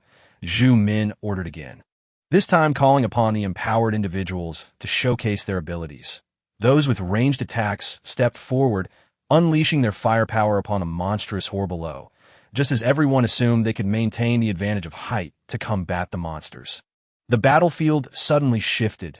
First, the change was heralded by the sky. A massive swarm of monsters plunged downward, halting just a dozen meters from the city wall, and unleashed scorching flames from their maws, targeting the empowered individuals atop the wall. Ah! Cries of terror and anguish erupted from the defenders. Damn it! Zhu Min screamed, realizing the impending disaster. Without hesitation, a soldier next to him lunged forward, shielding him with his own body. Xiao Zhang. Zhu Min fell back in shock, staring at the young warrior who had sacrificed himself. Run! Xiao Zhang managed to utter before the searing flames engulfed him. Damn it! Zhu Min gasped, hastily retreating and leaping from the wall. The intense flames swept over him, singeing much of his hair. Commander, are you all right? Upon landing, soldiers stationed below rushed to his side, helping him up. I'm fine. Zhu Min waved his hand dismissively, his grief overshadowed by urgency as he pulled out his walkie-talkie to issue commands. Everyone fall back from the wall. Now, it was evident that those above had perished. Damn it! Zhu Min cursed vehemently, quickly regaining his composure to continue issuing commands. Missiles. Bring me the missiles to bombard those damned monsters. Shortly after Zhu Min's order, dozens of missiles launched into the sky, hurtling toward the monsters, wreaking havoc on the city wall. In response to the incoming missiles, the creatures simply redirected their firepower, unleashing fiery blasts toward the missiles. Boom, boom, boom, each missile detonated before them, the resulting shockwaves insufficient to inflict fatal damage upon the monsters. Damn it! Zhu Min stood at the base of the wall, his eyes filled with despair at this sight. These monsters were not only numerous but terrifyingly powerful. Under such circumstances, how could Zhu Min and his comrades withstand the onslaught? Was fleeing truly their only option? Reluctantly, Zhu Min set the walkie-talkie down, knowing that if he chose to escape, Jiang Lin would not let him off the hook. His daughter was still in Jiang Lin's grasp. He could not afford to take that risk. Commander, we are willing to fight. Just as Zhu Min pondered his next move, a resounding battle cry erupted behind him. The voices belonged to the newly empowered individuals standing uniformly at the base of the wall. Their numbers exceeded 10,000, Yet they were all mere F levels, having only recently received their powers. Against D-level monsters, F levels were essentially walking to their doom. Absolutely not. Stay put. Zhu Min growled fiercely. He then raised his hand again. Roaring into the walkie-talkie, Zhang He, get the heavy artillery ready. We're going to unleash hell. Are you sure you want to do this? Zhang He's incredulous voice crackled through the device. This could backfire on us. If we're to lose our lives, what is the point of worrying about later? Zhu Min shouted angrily. Launch? Understood. After a long pause, Zhang He's solemn voice responded. Whoosh, a missile shot up from the sea, breaking through the surface before speeding toward the monsters outside the city. Everyone retreat. Zhu Min bellowed, and all turned to flee toward the base. The missile trailed a long plume of fire as it plunged directly into the mass of monsters outside. Boom! Following the thunderous explosion, a colossal mushroom cloud rose into the sky. Accompanying the cloud were rapid sound waves and a wave of deadly radiation. The shockwave from the nuclear blast instantaneously obliterated the monsters near the epicenter. While the ensuing flames were visible even from dozens of kilometers away, this a nuclear bomb. Residents of the human settlements surrounding the magic city gazed in terror at the mushroom cloud billowing into the sky. In stark contrast, the leaders gathered in those enclaves exhibited expressions of excitement upon witnessing the cloud. A nuclear bomb. Is it really a nuclear bomb? Where is it? Greedy eyes turned toward the site of the explosion. Fixating on the Silver Beach base, Zhu Min remained oblivious to the immense danger his decision posed to the Silver Beach base. Yet he had no alternative at this moment. The shockwave from the nuclear explosion shattered the walls of the Silver Beach base, and the intense heat instantly claimed the lives of numerous monsters. However, some stragglers, undeterred by the radiation, surged into the base. Without the city walls to shield them, the surviving members of Zhu Min's team found themselves at the mercy of the marauding monsters. What on earth is happening? Such a commotion. Can't anyone get some sleep? Jiang Lin's teasing voice echoed lightly as he and Wang Rue stepped through a spatial portal, arriving before the fleeing Zhu Min and his comrades. Chapter 81. Trillions of Energy. Jiang Lin. Upon seeing Jiang Lin, Zhu Min trembled involuntarily. It was a manifestation of both joy and excitement. With Jiang Lin's arrival, there was hope for a resolution. Roar. The monstrous roar reverberated behind Zhu Min and the others, closely followed by the shockwave of a nuclear explosion. Be careful, Zhu Min shouted, just as he prepared to shield Jiang Lin from the impact. However, Jiang Lin surged forward with an audacious boldness. Nuclear energy. A mere trace of radiation. What is there to fear? Jiang Lin scoffed. Advancing ahead, he pressed his palm down upon the head of a monstrous creature, unleashing a vortex that instantaneously consumed its form. The first, Jiang Lin proclaimed, then charged toward the second beast. The second, as his voice echoed, the creature that had evaded the nuclear blast was swiftly subdued by Jiang Lin, sent off to face the king of hell. Amidst Jiang Lin's rampage, Wang Rui transformed into a chainsaw-wielding harbinger of death, mercilessly slaughtering her foes. Although her attack power did not rival Jiang Lin's, the sheer visual impact of her onslaught far surpassed his. As the chainsaw roared to life, it unleashed not only blood but also dismembered limbs and chunks of flesh. Ha! What a thrill! Wang Rui's ecstatic cries filled the air, causing Zhu Min and the others to recoil in fear. Though they understood Wang Rui was on their side, they could not help but retreat in trepidation. The tide of battle, which had previously seemed overwhelmingly against them, began to shift with the arrival of Jiang Lin and his companions. While they fought with fervor, the shockwave from a nuclear blast surged into the heart of the base. Confronted by the oncoming heat wave, Jiang Lin and his allies stood their ground. Energy, we cannot afford to waste it. As he spoke, Jiang Lin activated his system and initiated a recharge. A fierce vortex formed before him, and the once relentless nuclear radiation storm came to a sudden halt as if it had collided with an invisible barrier. What is this? Zhu Min and the others halted in astonishment at the sight. They had been preoccupied with fleeing when the shockwave had approached, only to witness it vanish upon reaching Jiang Lin. In truth, the shockwaves had not disappeared, but were instead absorbed by Jiang Lin. Nuclear energy is one of the most potent forms of energy currently known. Jiang Lin's system could absorb various energies and convert them into a currency-like form, used to enhance his power or modify items within the system. Initially, Jiang Lin had no intention of being there, but upon learning that Zhu Min had resorted to using a nuclear bomb, he decided to seize the opportunity to absorb the dissipating nuclear energy. The surging shockwaves continued to be absorbed by Jiang Lin, his stored energy quickly surpassing hundreds of millions of units. Approaching a billion. Even that soon proved insufficient for his nuclear energy needs, prompting him to aim for the 100 billion mark. Had I known nuclear energy was this valuable, why did I hold on to that bomb? I should have detonated it. Jiang Lin lamented inwardly, wishing he had realized this sooner, as it would have spared him from prior hardships. After a tempestuous period, the storm finally subsided. Once the turbulence faded, a small mountain formed before Jiang Lin, comprised entirely of radiation dust swept up by the nuclear blast. Jiang Lin, are you all right? Zhu Min's voice came from behind. I'm fine. Jiang Lin waved dismissively, stepping away from the radiation mound. As he departed, the 10-meter-high mound collapsed with a thunderous crash, raising a cloud of dust. Those things. Zhu Min pointed in horror at the radiation mound behind Jiang Lin, his eyes wide with fear. He understood that everything was contaminated with radiation, which deterred him from approaching. No worries. This slight radiation poses no threat to superhumans, especially those of high rank. Jiang Lin gestured for Zhu Min to send someone to clear away the radiation dust. Upon hearing this, Zhu Min instructed his men to commence the cleanup. Jiang Lin, I am truly sorry. Zhu Min approached Jiang Lin, his head bowed, ready to apologize. Yet Jiang Lin cut him off, saying, You did well this time. I shall reward you handsomely. Zhu Min replied incredulously. You aren't going to punish me? Why would I punish you? Jiang Lin queried, perplexed. Because you acted without permission to release the nuclear bomb? Zhu Min stammered. No problem. You performed admirably. Jiang Lin patted Zhu Min's shoulder, his face alight with excitement.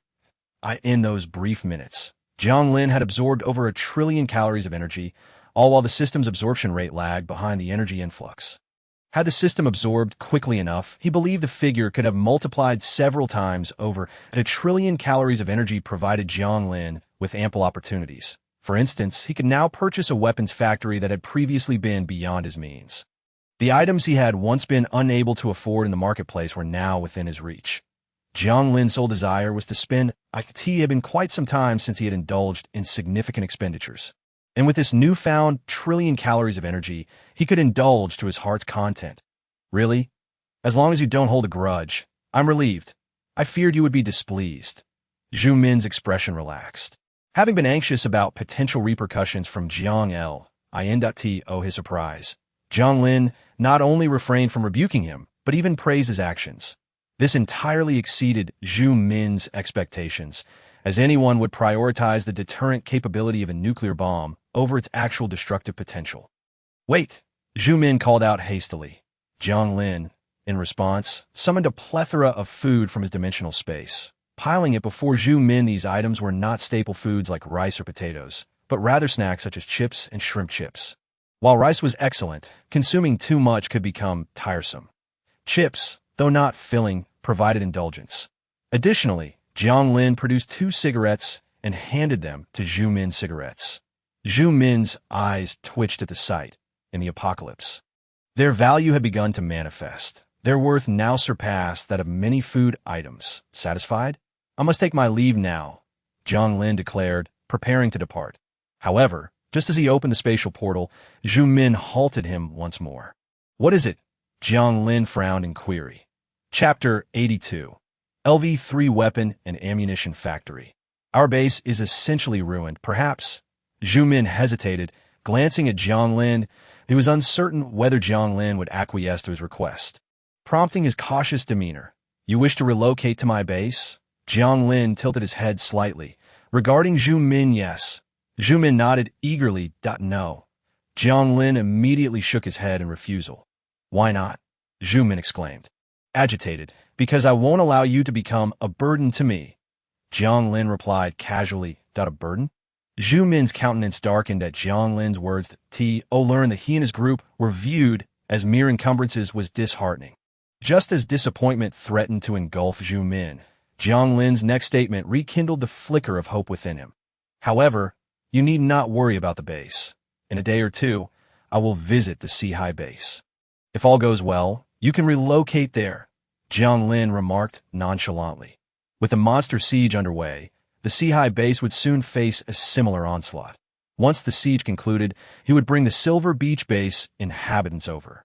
The environment at the Sea base was far superior to that of Silver Beach. Surrounded by water on all sides, it was less reliant on walls for protection. Moreover, its population vastly exceeded that of Silver Beach.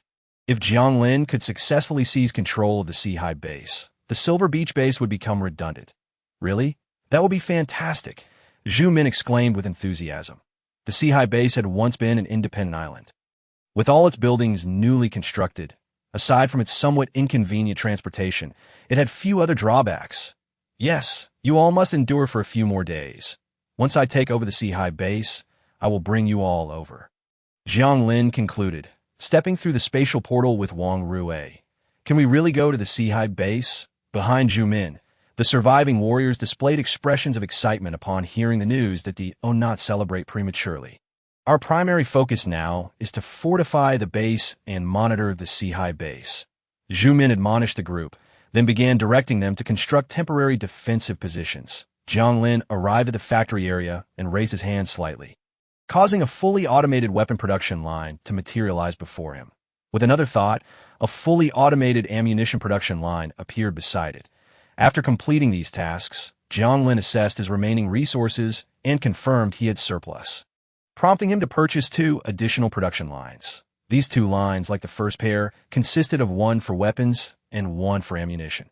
However, upon their arrival, Jiang Lin immediately began expending energy to upgrade them. Fully automated weapon production line upgrade successful. Current level is LV2. Fully automated weapon production line upgrade successful. Current level is LV3. The fully automated ammunition production line has successfully upgraded, currently at level LV2. The fully automated ammunition production line has successfully upgraded, now at level LV3. Jiang Lin expended over 200 billion kilocalories of energy to successfully acquire 2 LV3 grade weapon and ammunition production lines. The LV1 grade weapon and ammunition production line can manufacture light weapons and ammunition. The LV2 grade weapon and ammunition production line can produce all individual soldier equipment, as well as squad equipment, such as mortars and light artillery. Meanwhile, the LV3 grade weapon and ammunition production line can fabricate medium-sized drones, artillery, certain missiles, and armed helicopters. The energy required for each upgrade of the production line escalates tenfold. Hence, the energy needed to advance from LV3 to LV4 has reached an astonishing 100 billion kilocalories. After purchasing the production lines, Jiang Lin spent another 10 billion energy to acquire 10 million weapon supplies. The quantity of weapon supplies consumed varies depending on the product manufactured. Fortunately, the unit price of supplies is relatively inexpensive, allowing for a discount to 100 per unit when purchased in bulk. After dividing these supplies into 2 halves, Jiang Lin allocated them to the weapon factory and the ammunition factory respectively. What should he produce? Standing before the weapon production line, Jiang Lin fiddled with the panel, contemplating for a while before ultimately selecting a product. Suicidal drone. Description: a medium-sized drone capable of carrying explosives that can inflict fatal damage on E-level abilities and lethal harm to D-level ability users. Capable of swarm tactics. Cost: 100 units of weapon supplies. Production line level bonus applied, reducing supply requirement by 50, totaling 100 units. Production cycle: 30 minutes. Production line level bonus applied, reducing time by 50, totaling 30 minutes. Production quantity: 50,000 units. Upon confirming his selection, the machines before Jiang Lin immediately began to rumble. Next, it was time for the ammunition.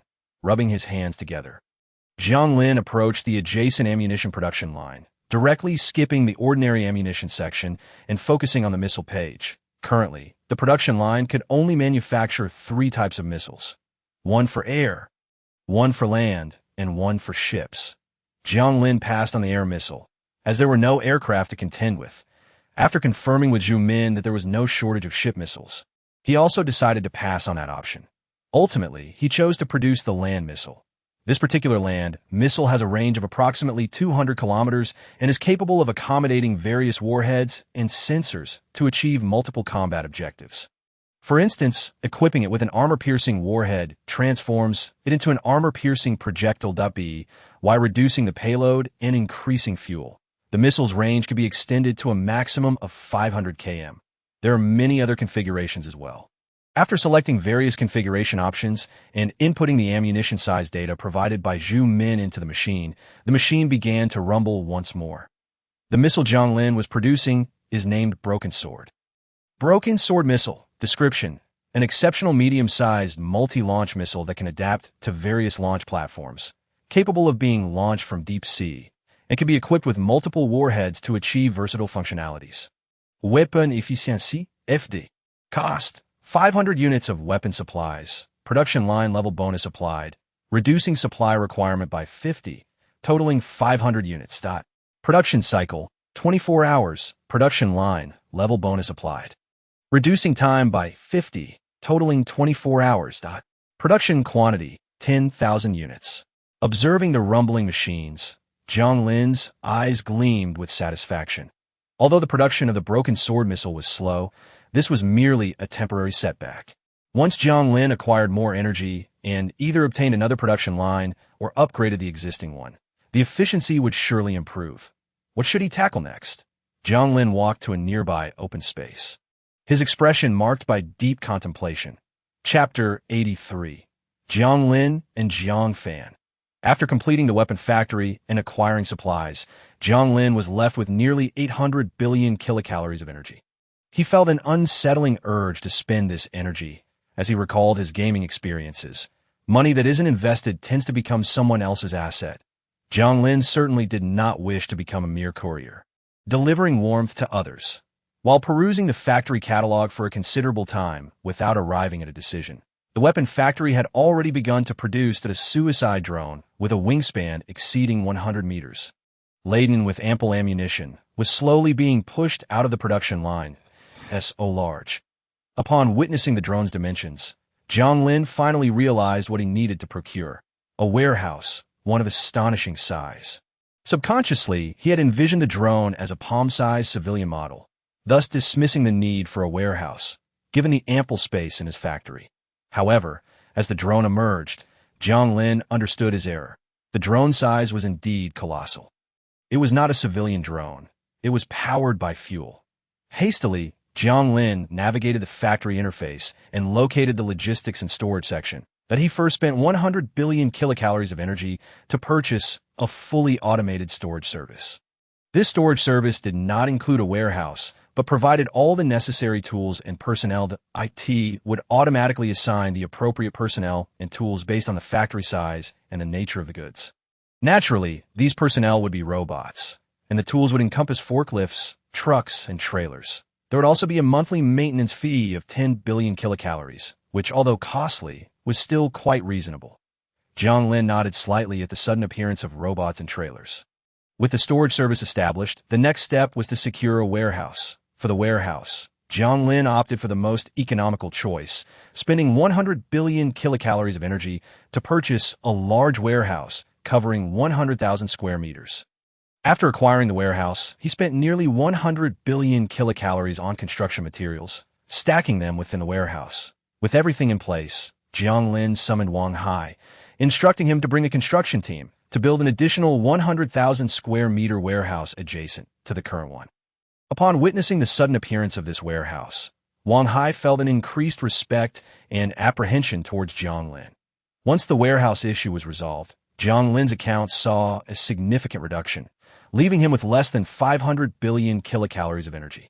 He refrained from making any unnecessary expenditures, especially since the logistics service incurred a monthly fee of 10 billion kilocalories. It would be awkward if he ran out of funds later. While he halted major expenses, Jiang Lin was still generous with smaller purchases. He spent 1 billion energy at the marketplace to acquire 1 million F-level ability cores, then retrieved the ability core of the red-eyed Azure Dragon and entered the training room in the bunker. After 3 days of seclusion, when he emerged, his ability level had risen from D level to C level. Upon reaching sea level, Jiang Lin's ability power increased once more, and he gained an additional ability. His spatial ability now included a group attack capability, which he named Meteor Strike. Standing upon the frigid snowfield, Jiang Lin activated his ability, and a colossal meteorite, exceeding several kilometers in diameter, pierced through the atmosphere, radiating an unsettling energy wave as it hurtled towards the structures before him. Boom! A thunderous explosion resonated as a supersized residential area, spanning over 10 acres, was obliterated by the meteorite, leaving behind a profound crater. Not bad. Jiang Lin gazed at the newly formed crater with satisfaction. Now, it was time to test the new abilities of his liquid form. During this retreat, Jiang Lin not only enhanced his spatial ability, but also elevated his second ability from F level to C level.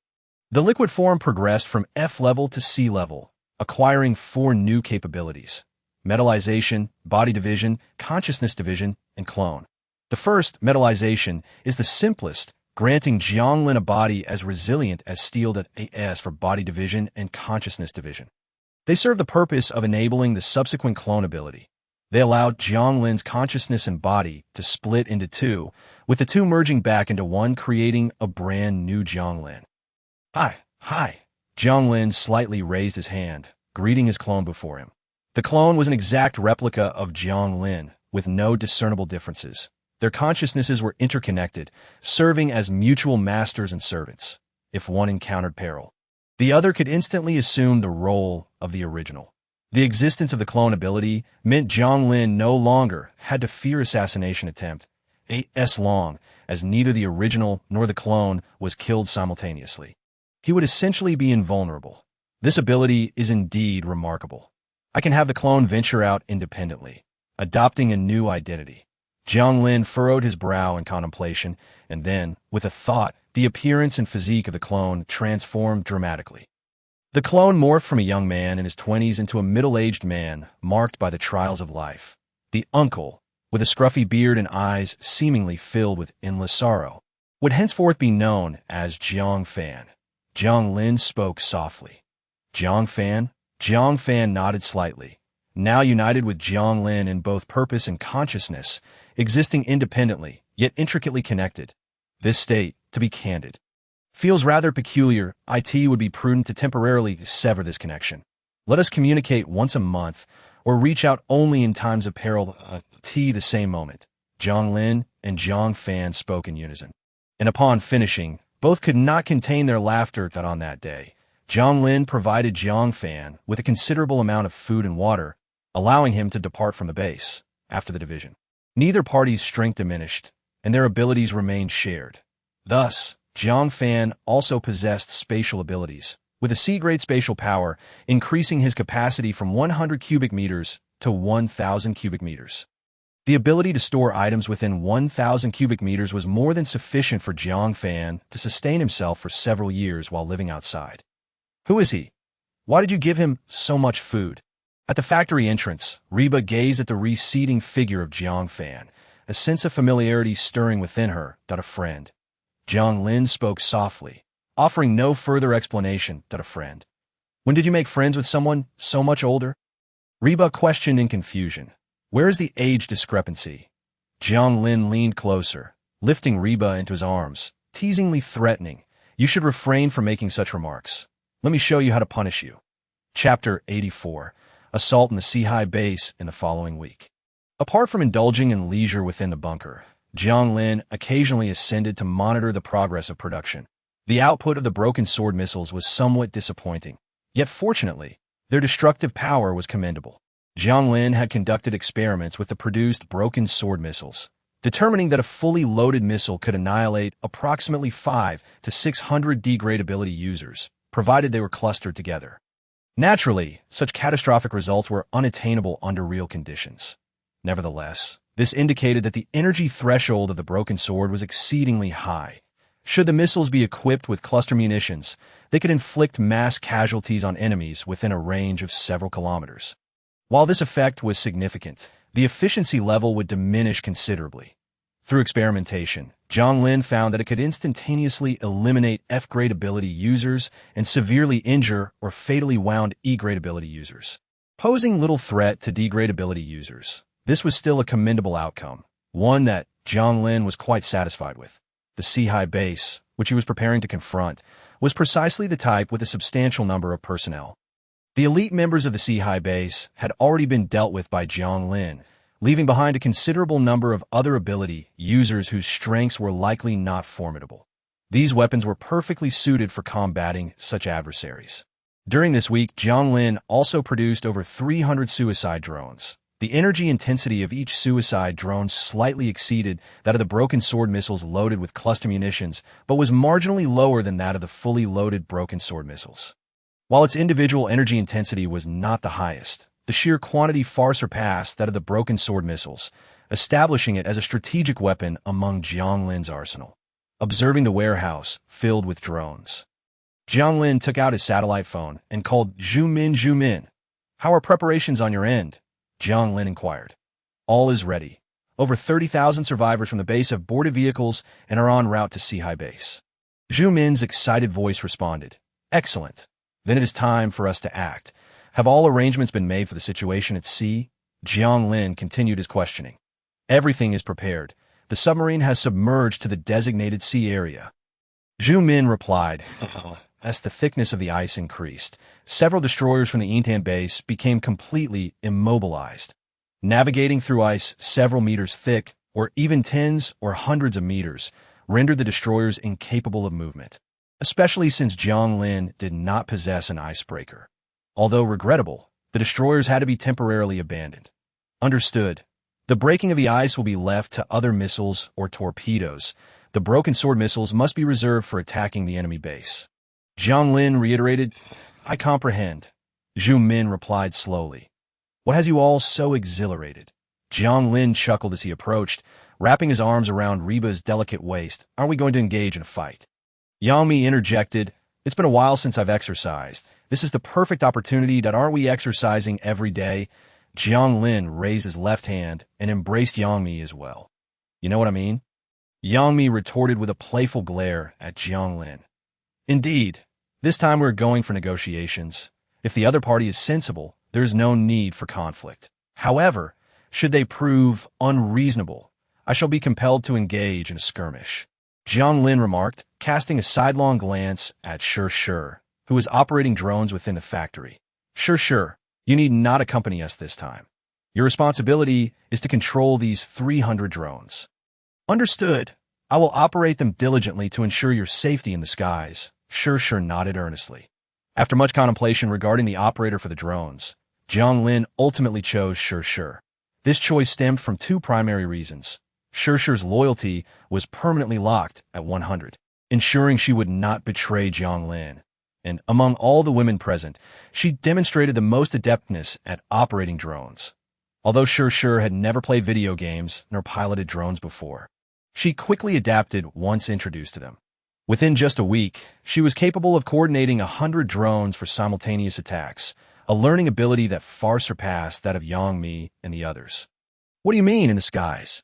It sounds as if we are doomed," Jiang Lin remarked with exasperation before urging everyone to board the vehicles. For this excursion, Jiang Lin only brought along Yang Mi and Reba, leaving Wang Rui, Zhao Lin, and Guan Xiaodong at the base. This decision was made partly to prevent potential theft, and partly because attacking the Sea base would be sufficiently managed by the two of them.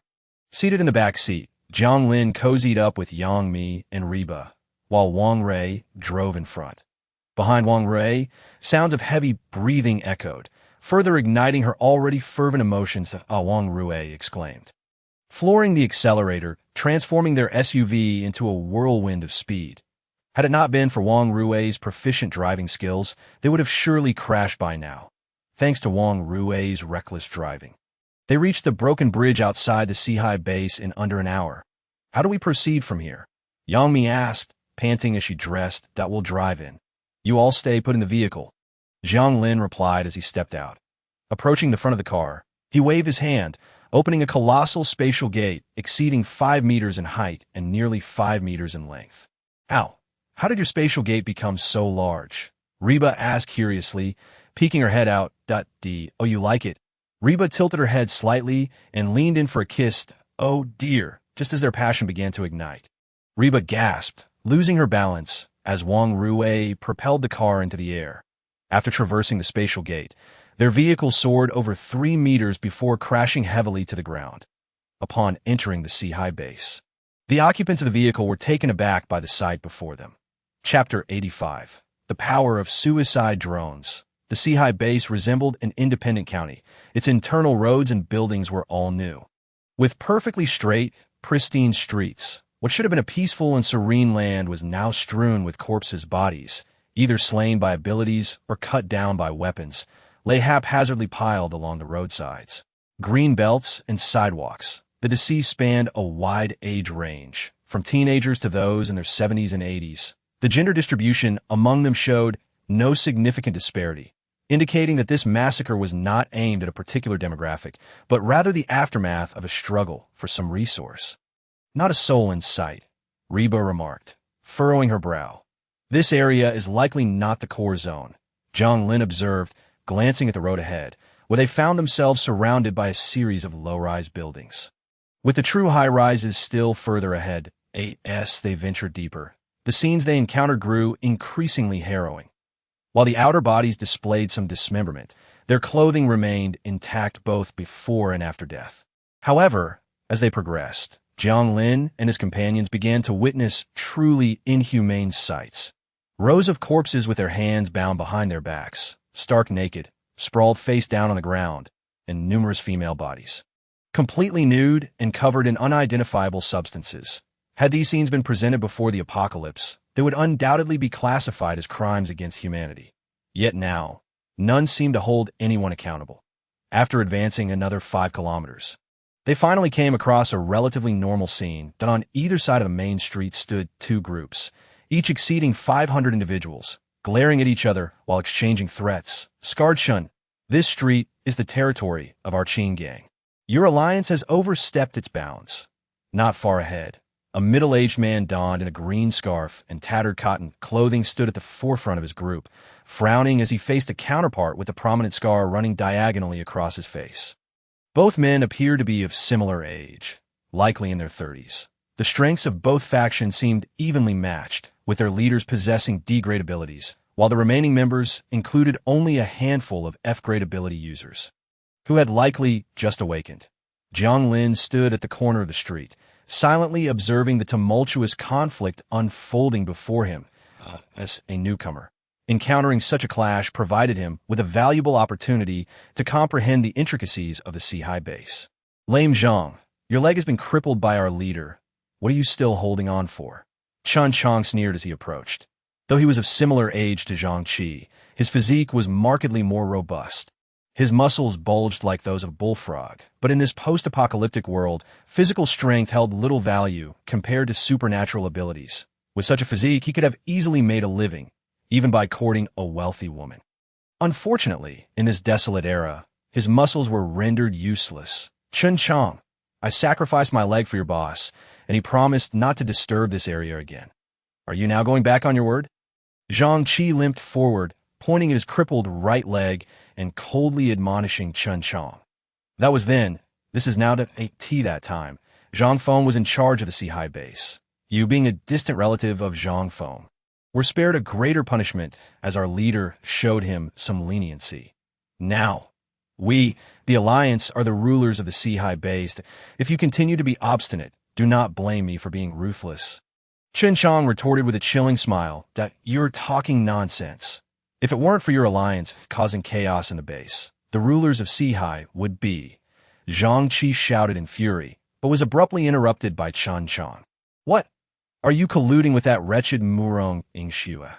If you say such things, I'll have no choice but to take action, Chun Chong said, a smirk curling at the corners of his mouth. Just as he prepared to strike Zhang Qi, a spatial portal mysteriously appeared beside him, and Jiang Lin stepped through, positioning himself between the two. Who are you? Chun Chong warily retreated a step, eyeing Jiang Lin with suspicion. Did you just mention Murong Ingxue? Jiang Lin slightly tilted his head, looking at Chun Chong. And what if I did? Are you in league with that vile woman? Chun Chong spat, raising his hand as countless slender ice blades swiftly materialized around him, hurtling towards Jiang Lin. The sound of the ice blades whistling through the air quickly enveloped Jiang Lin in a swirling blizzard, just as Qin Chang let out a sigh of relief. Believing he had disposed of Jiang Lin, 4 thick iron chains suddenly shot out from the snowstorm, binding his limbs and swiftly dragging him into the frosty haze. With a resounding thud, a black hole erupted, consuming both the snow and Qin Chang's left hand, transforming them into mere black specks. Qin Chang's anguished scream echoed, leaving both parties frozen in shock. "Damn it! Let go of my brother!" After a brief pause, the Alliance's thugs charged towards Jiang Lin. "Stop them!" Zhang Qi commanded his subordinates without a moment's hesitation. As the impending battle threatened to plunge the scene into chaos, Jiang Lin slowly spoke into his communicator. Sure. Deploy the drones to attack these individuals before me." Received. Sure's voice echoed as a drone suddenly dove down from above, exploding approximately a meter from the ground. The shockwave from the explosion not only obliterated dozens of Qin Chang's elite subordinates, but also sent the remaining hundreds tumbling. "What the hell is this?" Qin Chang exclaimed in shock, as a deep pit filled with black smoke appeared before him.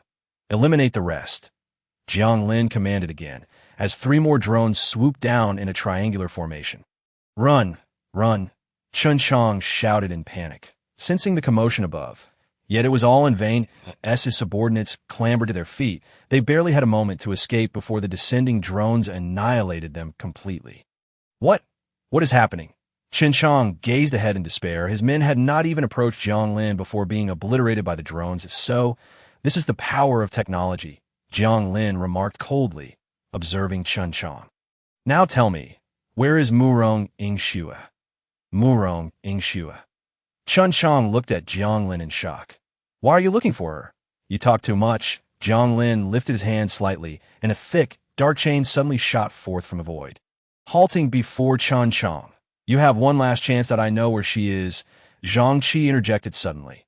"You do?"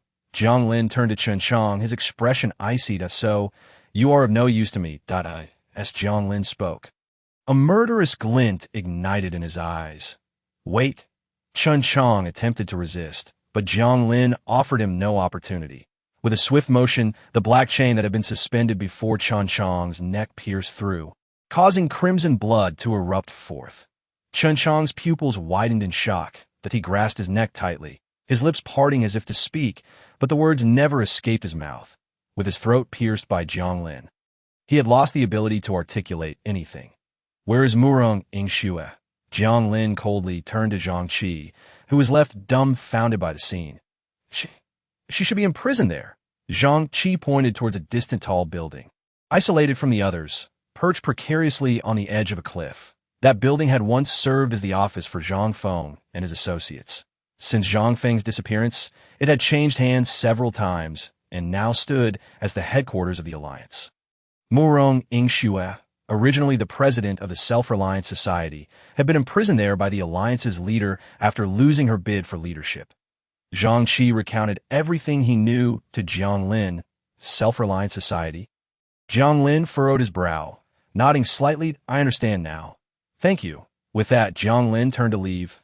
"Wait," Zhang Qi called out from behind. "What is it?" Jiang Lin turned, puzzled. "Are you going to rescue Murong Yingxue?" Zhang Qi approached Jiang Lin, limping slightly.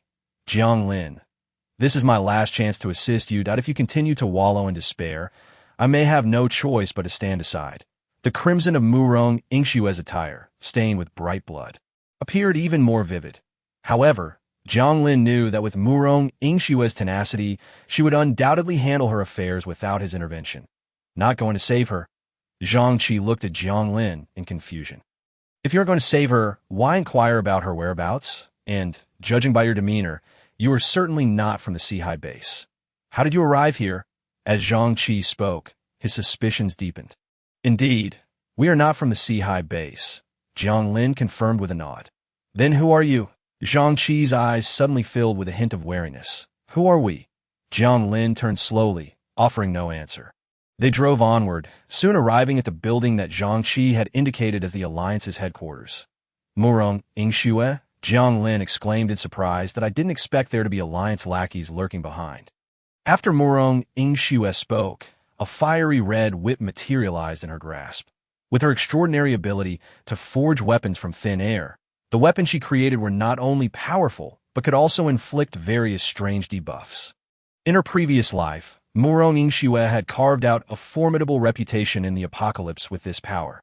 However, a hint of sadness flickered in Jiang Lin's eyes as he became lost in thought when the whip lashed out, leaving him momentarily unprepared.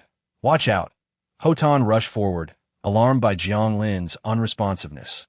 Gravity, with outstretched hands, Hotan caused a rapidly advancing whip to drop like a stone, falling limply to the ground. "Murong Yingxue, don't run. Just then." A swarm of menacing figures surged out from the office building, attacking Murong Yingxue without hesitation. Just when Murong Yingxue thought she was cornered, Jiang Lin, who had remained inactive until now, suddenly charged forward, positioning himself in front of her. You?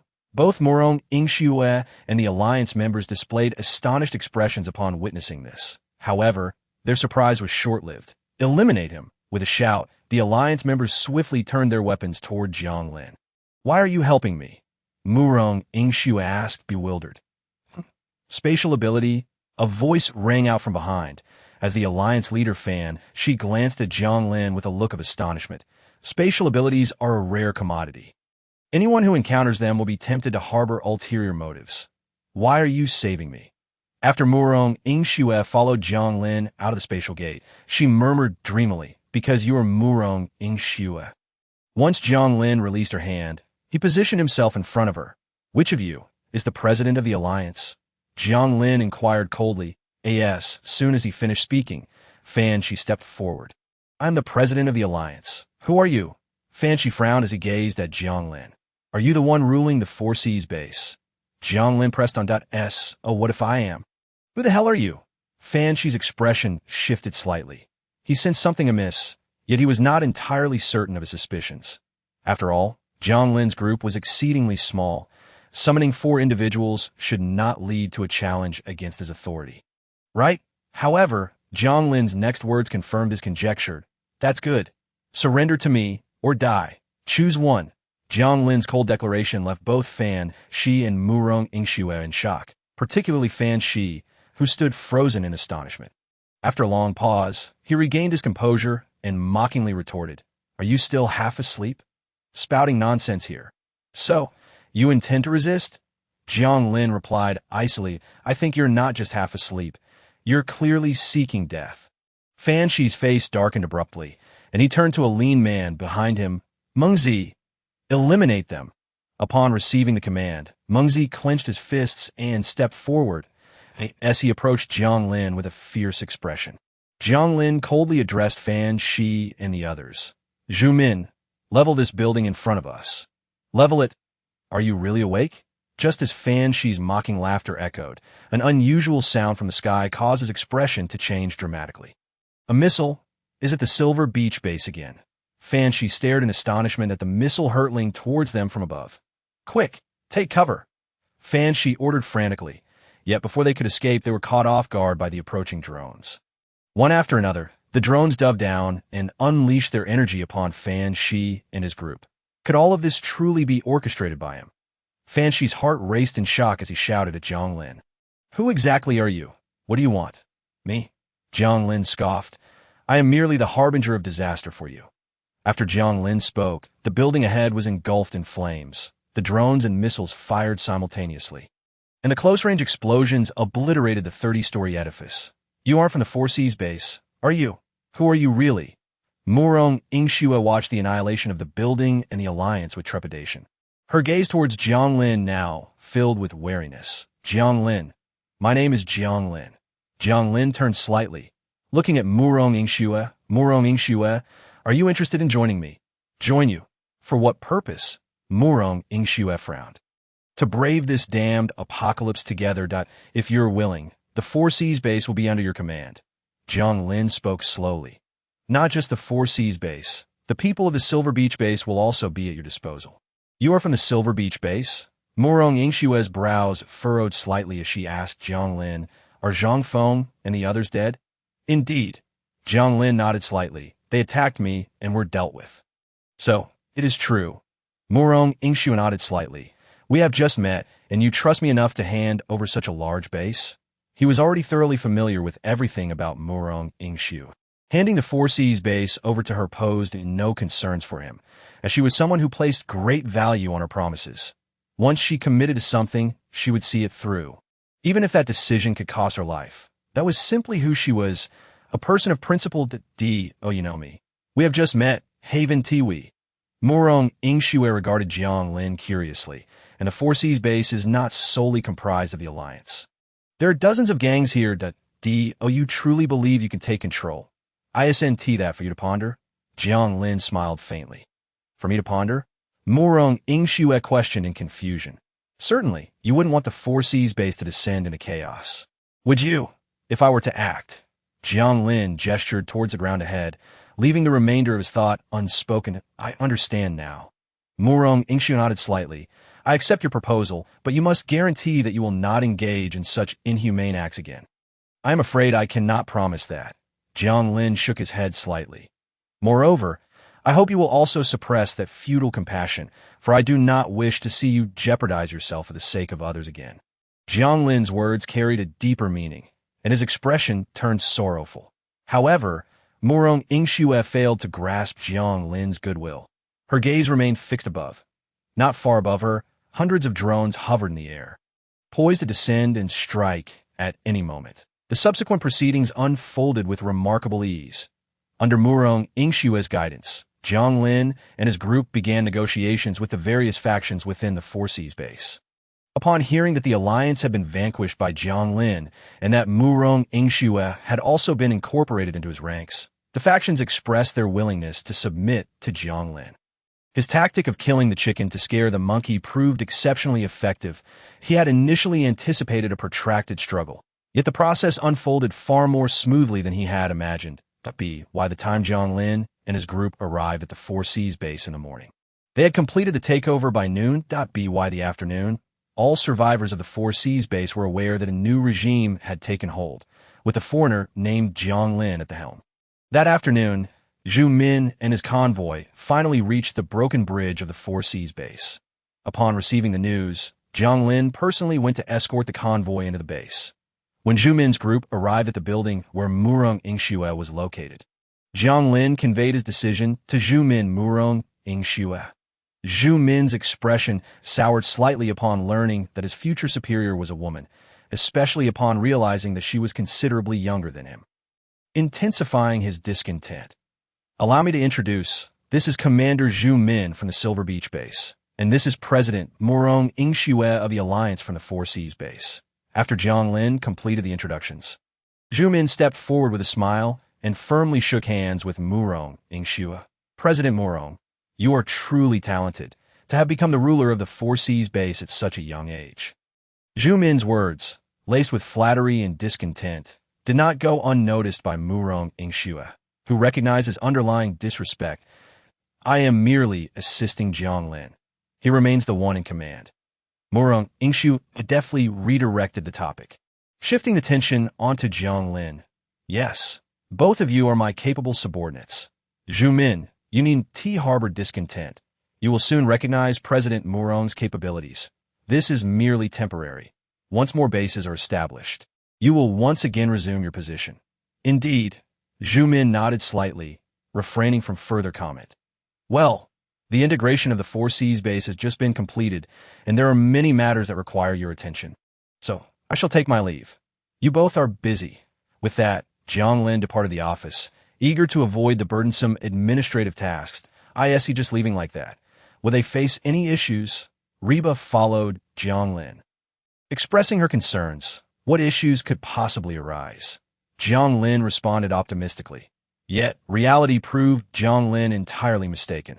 For mere days after seizing the base, troubling news emerged from the 4C's base. Chapter 87.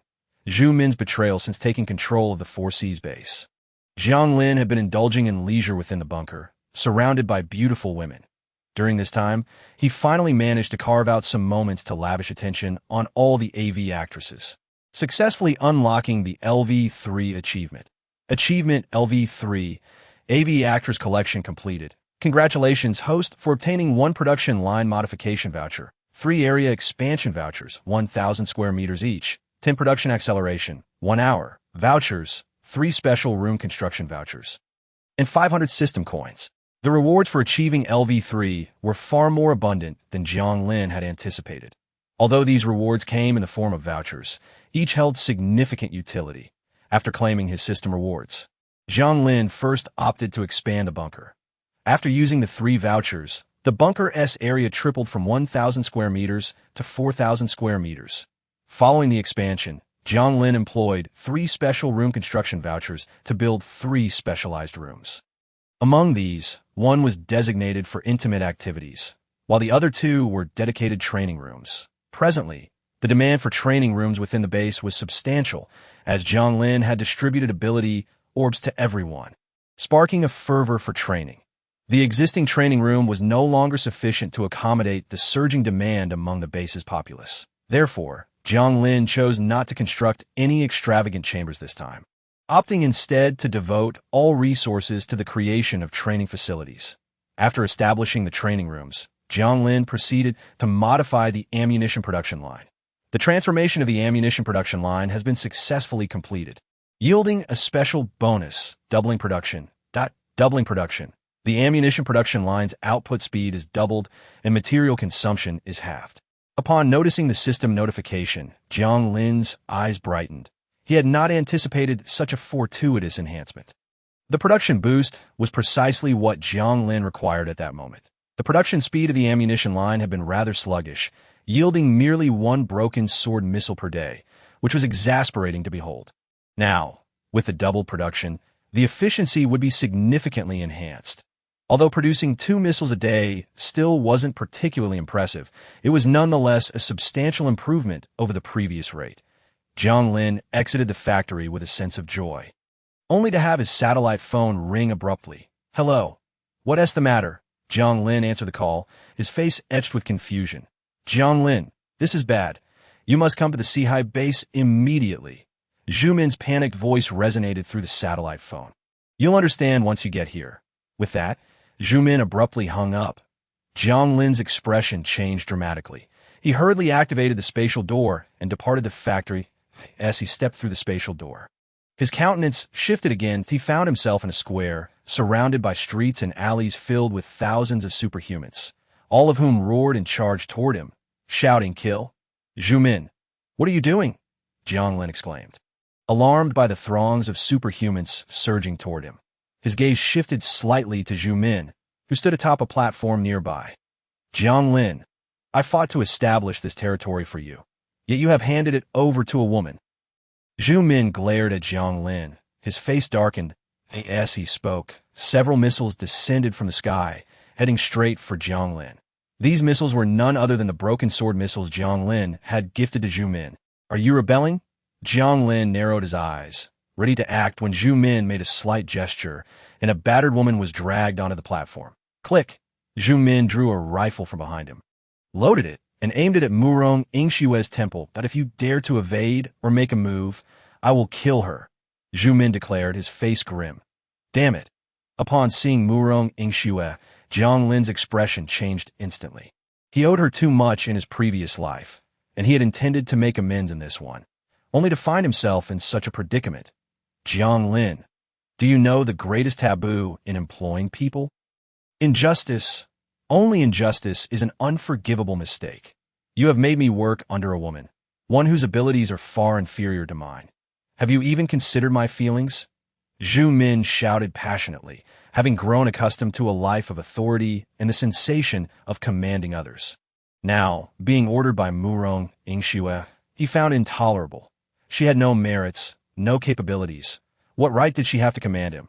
This feeling of humiliation festered within him, ultimately driving him to take the actions he did today. He knew Jiang Lin was dangerous, but also realized that Jiang Lin had little caution regarding him. Previously, when Jiang Lin undertook missions, he rarely did so with his entire team, even for an operation as significant as attacking the Seahai base. Jiang Lin had only brought 4 individuals with him. This made Zhu Min feel he had a chance to eliminate Jiang Lin. Armed with weapons and numerous deadly devices, he believed that even if conventional arms were ineffective against Jiang Lin, he could overwhelm him with sheer numbers. given he commanded nearly 10,000 superhumans. Thus, he chose to betray Jiang Lin. Initially, the operation went exceedingly smoothly. Murong Yingshu's abilities were indeed lesser than his. And with just a minor maneuver, he seized control of the superhumans at the Sea-High base. Meanwhile, Murong Yingshu was preoccupied with managing civilian affairs, which Zhu Min regarded as trivial to that moment. Possessing military power was of utmost importance. Subsequently, things progressed even more favorably.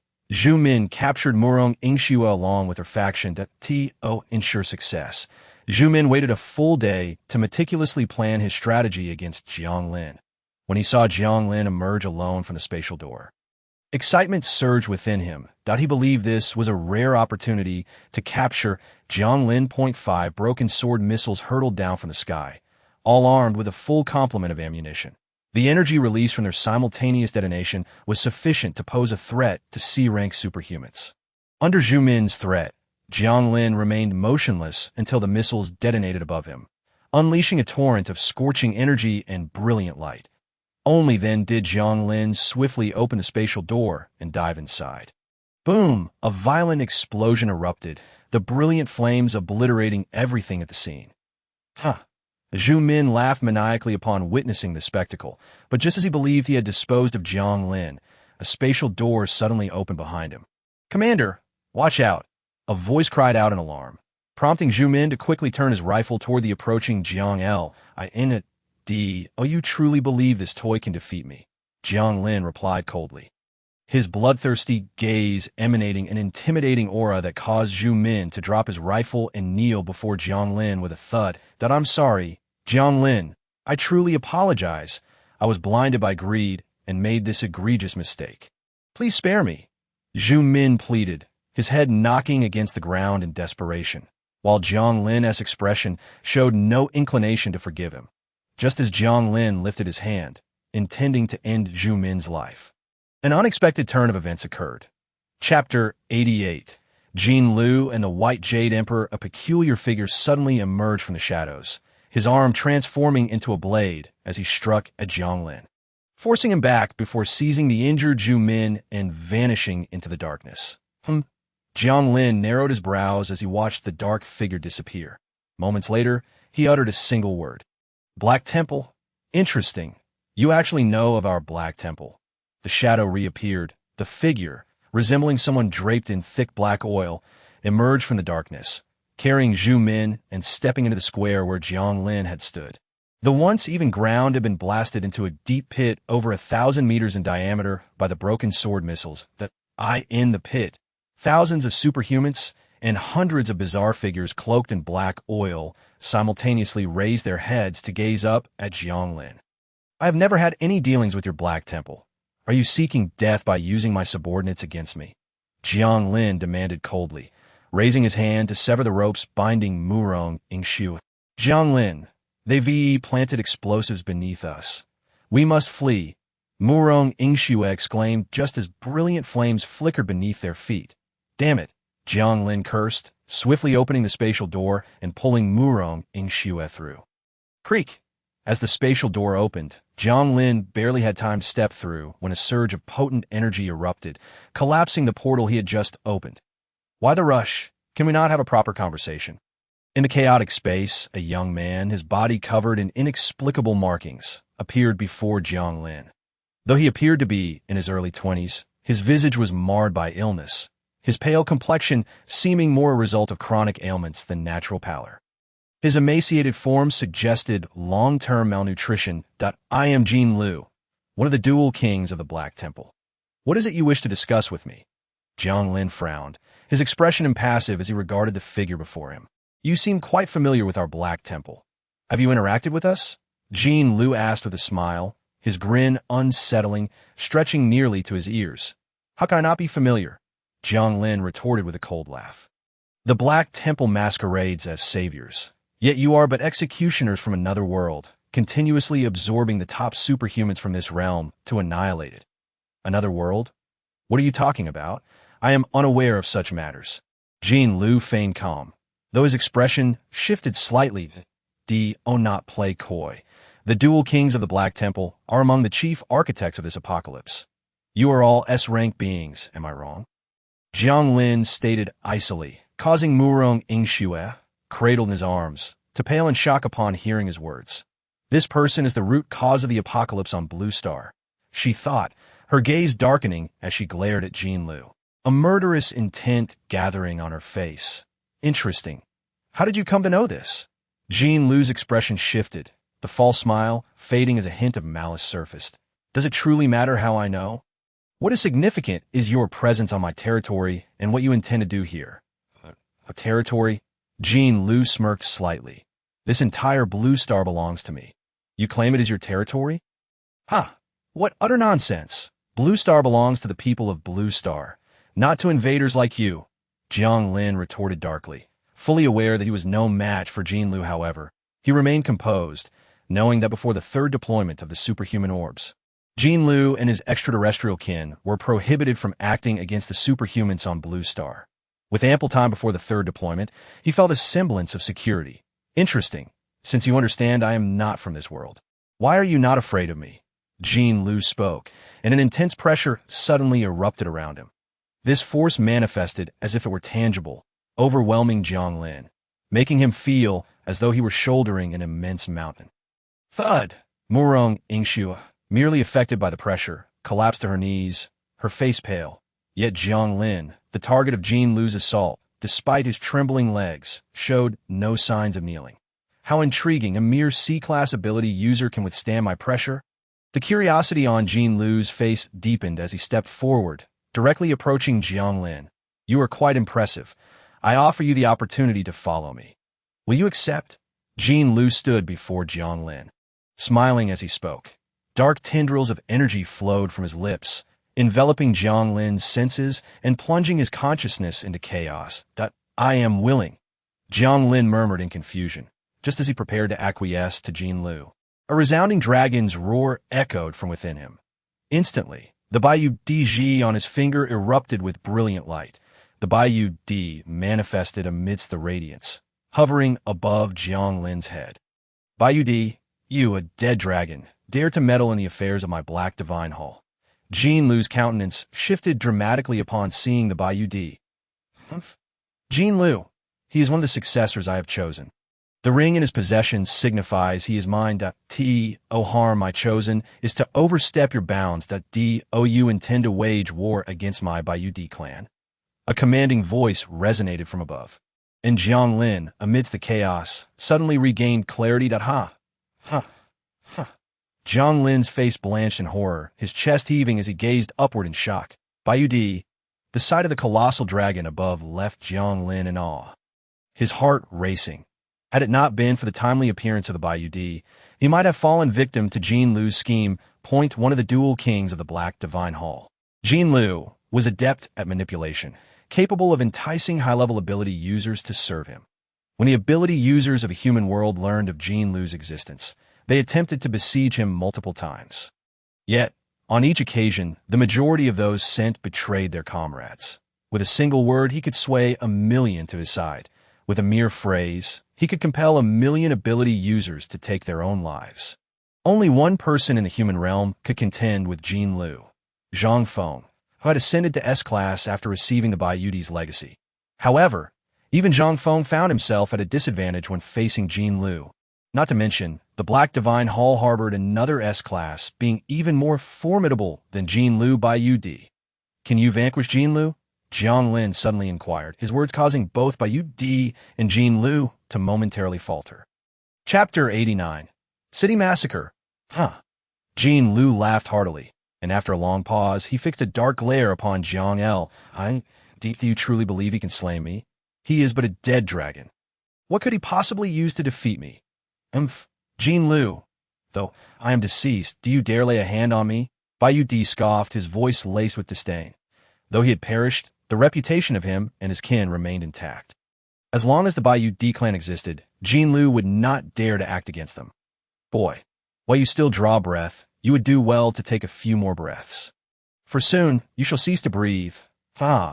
Jean Lu cackled maniacally, turning to leave the scene. Wait for me. Zhu Min called out weakly toward the direction Jean Lu had vanished, but Jean Lu offered no response to his plea. What are you waiting for? Jiang Lin stepped forward, confronting Zhu Min. Hiss. Around Zhu Min, those rebellious ability users recoiled in fear, their faces pale. Jiang Lin, please don't kill me. I was wrong. I truly understand my mistake. Zhu Min exclaimed, falling to his knees in a desperate bid for forgiveness. However, Jiang Lin remained unresponsive to Zhu Min's pleas. Seeking repentance? Very well. Go to the underworld and confess to Yan Wang. As Jiang Lin's words fell, a sturdy iron chain suddenly erupted from behind Zhu Min, piercing through his heart with precision, and Zhu Min's unwilling cry echoed as his eyes widened, his hand reaching out slightly before he collapsed before Jiang Lin. Thud! After Zhu Min's demise, those who had rebelled alongside him knelt, their faces stricken with fear as they begged Jiang Lin for mercy. I was wrong. I implore you, spare me. The crowd repeatedly bowed before Jiang Lin, pleading for his forgiveness that, if you know your error, go to the underworld and seek repentance from Yan Wang. Jiang Lin declared, and at that moment, a fiery meteor streaked across the sky, rapidly enlarging in the terrified gazes of the onlookers. Damn it, we fight to the death! Faced with no escape, they gritted their teeth and stood, but before they could act, an overwhelming force immobilized them where they stood. Begone! From above, the Bayou commanded. And all who had risen froze, their faces stricken with terror as they knelt once more. Their submission was not of their own volition, but was compelled by the imposing figure that loomed before them. That figure was none other than the Bayou himself. Upon his arrival, an overwhelming pressure bore down upon them, controlling their bodies and minds, forcing them to kneel. No, though their bodies knelt, the fear swelling within them was insurmountable. No! Amidst the terrified cries of the crowd, the fiery meteor erupted. Boom! The violent explosion caused the entire island to tremble. Crash! A towering tsunami surged forth, crashing upon the solitary isle. Splat! Coastal structures were obliterated, the force of such power transcending the divine. Rumble! After the explosion, Jiang Lin stepped away from the scene. Upon emerging from the spatial gateway, he gazed upon the devastation before him, his heart sinking with the realization that this apocalypse would be even more perilous. Your affairs are settled. Shall we now discuss our matters? The voice of the Bayou resonated through the heavens. What is there to discuss? Jiang Lin slightly raised his gaze to the sky. The Bayou's expression darkened. Although his consciousness was submerged, he could still perceive the changes in the outside world. It seemed he was unaware of the ring's purpose. Yet he knew that Jiang Lin was distinctly aware of its significance. After all, Jiang Lin had explicitly mentioned the legacy during his conversation with Hu Wei. Jiang Lin's reluctance to act while guarding the treasure left the Bayou anxious. Open the legacy? I have no desire to die. Jiang Lin waved his hand dismissively. He was well aware of the daunting challenges posed by the Bayou's secret realm. When Zhang Feng had entered with nearly all of his forces, he alone had emerged alive, underscoring the peril of the Bayou's domain. Humph! Do you not wish to gain power to contend with Jin Lu? The immense dragon whiskers of the Bayou quivered slightly. I wish to, but I do not wish to die, Jiang Lin replied candidly. You. The Bayou's face turned a shade of purple from anger. Unless you provide me with some treasures or the like. Once I possess the means of self-defense, I shall consider unlocking this secret realm. Jiang Lin's eyes sparkled with anticipation as he gazed up at the Bayou. The Bayou's expression grew increasingly grim. Other inheritors, upon encountering him, either trembled in fear or prostrated themselves in reverence. Yet Jiang Lin showed him no respect, instead seeking to extract benefits from him. Is it excessive to seek favors from a dead dragon? The Bayou retorted, exasperated. Then is it unreasonable for you to send me to my death? Jiang Lin boldly countered, his heart steady. Fine. The Bayou conceded begrudgingly, I shall grant you some benefits. Once you receive them, you must venture into the secret realm. Understood? Are there really benefits? Jiang Lin exclaimed in delight, astonished that the Bayou was willing to offer something. Do you not want them? If you do not desire them, so be it. The Bayou turned away, displeased. Yes, I must have them. Jiang Lin hastily replied. As the Bayou spoke, he traced a portion of a map with his finger, revealing a red that pulsed in the upper left corner. The North Pole? You buried the item at the North Pole? Jiang Lin replied incredulously. The coordinates have been provided. Whether you find it is up to you. The Bayou D declared before vanishing from Jiang Lin's sight. The North Pole? You want me to go to the North Pole? Jiang Lin was left speechless, pondering for a moment before his eyes lit up with realization. Perhaps it was not an impossible task after all. Chapter 90. The white-haired giant ape? Are you truly planning to go to the North Pole? How will you get there? Murong Ingxue looked at Jiang Lin in astonishment. I can depart immediately. However, Jiang Lin pointed toward the chaotic scene before him. This, Murong Ingxue followed Jiang Lin's gesture, a hint of sorrow rising in her eyes. Over 10,000 lives extinguished before her. It was far too brutal for her to bear. They got what they deserved, Jiang Lin replied coldly. You must learn to accept all of this and transform your current disposition. After all, I cannot always be there to save you. Jiang Lin declared, retrieving several hundred ability orbs from his dimensional space and casting them to the ground. This time, let's select a few trusted individuals for training.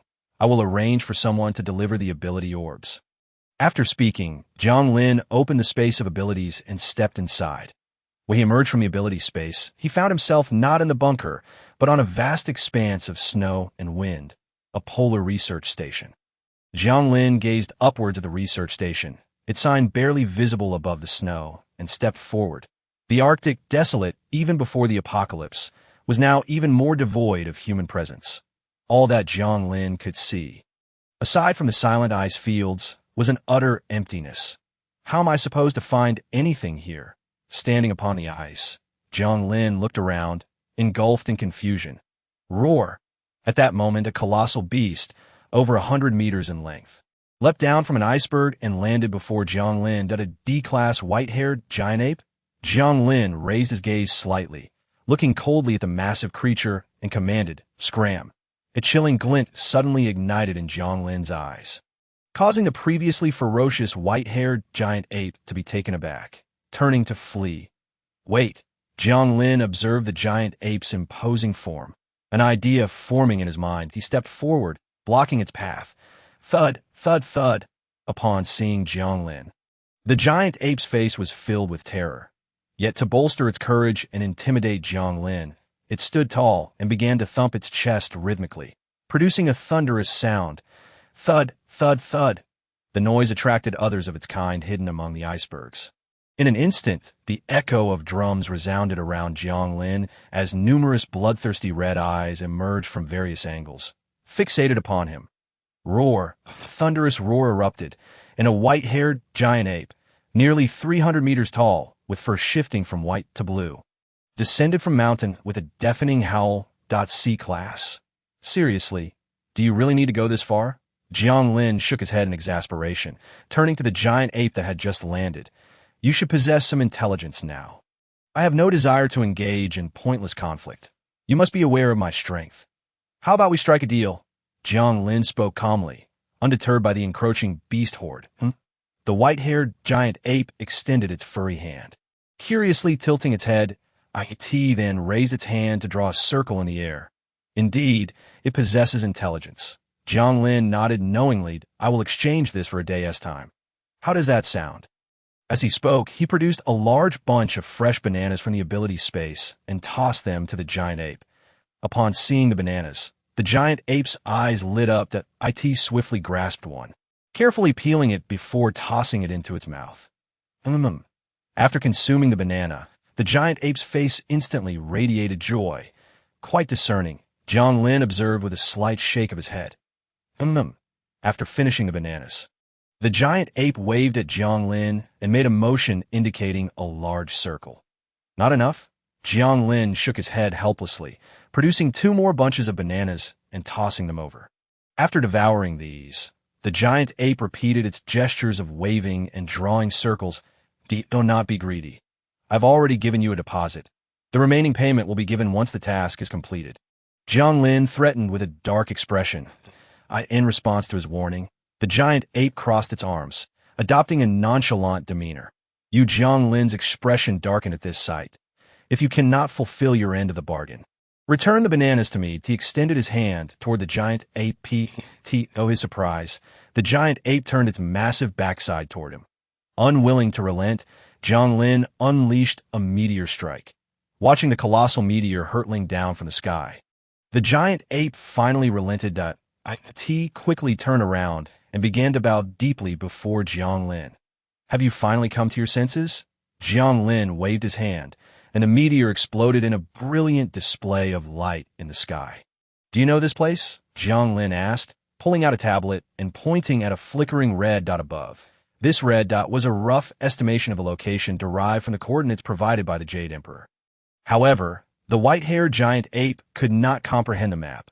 It merely waved its hand dismissively after a glance. Jiang Lin had no choice but to extract keywords from the map and inquired, "Do you know this mountain? There should be a very tall peak nearby." As Jiang Lin magnified the image of one of the mountains on the map, the giant ape finally raised its head in excitement. "You really know? Quickly, take me there," Jiang Lin exclaimed eagerly upon witnessing the giant ape's reaction. The giant ape extended its massive palm towards Jiang Lin. "Here you go," after tossing a bunch of bananas from the ability space. Jiang Lin leapt onto its palm. Once the giant ape raised its hand to shoulder height, Jiang Lin jumped onto its shoulder. "Take me there quickly," he urged, patting the giant ape's sturdy neck. After swallowing the bananas, the giant ape, content, charged forward with Jiang Lin aboard. Due to its enormous size, the giant ape's speed was astonishing. Under its guidance, Jiang Lin traversed nearly 200 kilometers in less than an hour. When the giant ape finally halted, they found themselves at the base of a towering snow peak. Here, Jiang Lin once again consulted his tablet. After comparing the information, he was nearly certain that the location provided by the Jade Emperor was indeed here. However, the ground was frozen solid for miles, leaving no place to conceal anything. Jiang Lin jumped down from the giant ape's shoulder and hastily moved forward, consulting the map. "It should be right here." After several minutes, Jiang Lin set the tablet down, his gaze sharpening as he focused on the icy surface beneath his feet. Chapter 91. A 10-Year Pact, Final Chapter, with a swift motion. Jiang Lin summoned a sharp spatial blade that sliced through the ice beneath him. As he stepped down, he descended into the hollow below, quickly reaching the cave's bottom.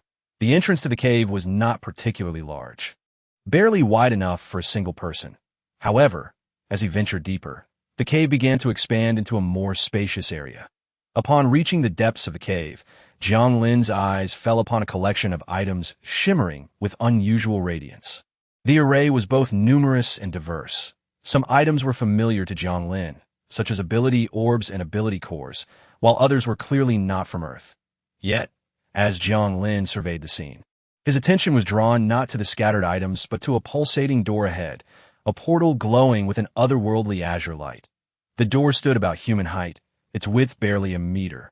Yet its frame was adorned with intricate patterns resembling red veins, undulating as if breathing. Having encountered this portal in his previous life, Jiang Lin knew that it led to another world. What lay beyond? He could not say, for he had never been granted the opportunity to enter in this life. However, the chance had presented itself without warning. Approaching the door, Jiang Lin extended his hand. The moment his palm reached forward, the previously tranquil portal erupted into a flurry of activity. A brilliant white light enveloped Jiang Lin's form, and as the dazzling brilliance dissipated, he found himself amidst a devastated, violent, crimson landscape, standing before the portal. Jiang Lin gazed upon the boundless red terrain stretching before him, an expanse devoid of any buildings or vegetation for miles. Packs of monstrous creatures either congregated in chaotic play or lounged lazily upon the ground. Whoosh! A thunderous roar reverberated above, as a dragon over 1,000 meters long soared past. "This is the primordial world?" Jiang Lin looked around in astonishment. He had only heard whispers of such a realm in obscure histories. And now, witnessing it firsthand was a staggering experience. As Jiang Lin marveled at the primordial world, changes began to unfold on Blue Star. The colossal black hole appeared silently above the major human settlements across the globe. The black hole resembled a mirror, reflecting the situation on the other side. Inside the black hole lay the very realm Jiang Lin had just entered. As the reflection materialized, the merging of the two worlds commenced. Passageways connecting the two realms emerged from the black hole, manifesting as shimmering portals. Roar! Ear-splitting shrieks erupted from the monstrous creatures before Jiang Lin, who suddenly began to rampage, that a massive portal materialized not far in front of him. And as it appeared, the once docile creature's eyes glinted with a fierce red glow. Jiang Lin stared in shock at the unfolding chaos, and just as he was trying to comprehend the situation, a familiar voice resonated from behind him that I never expected you could make it here. Jin Lu descended from the air, hovering above Jiang Lin. Indeed, Jin Lu nodded slightly, directly acknowledging everything as you have set foot in this place. It signifies that you have forfeited the protection of the blue star. Jin Lu's eyes narrowed, his gaze suddenly sharpening with an intense ferocity. Perish! With a swift motion of his hand, two enormous black dragons spiraled down from the heavens. These were dragons exceeding 1,000 meters in length, their colossal heads alone instilling an overwhelming sense of despair in Jiang Lin as they pierced through the clouds. Damn it! Jiang Lin cursed under his breath. Realizing that resisting would be futile, confronting a powerhouse of Jin Lu's caliber, any form of defiance would be an act of utter folly. Yet in this primordial world, Jiang Lin found himself with no path of retreat.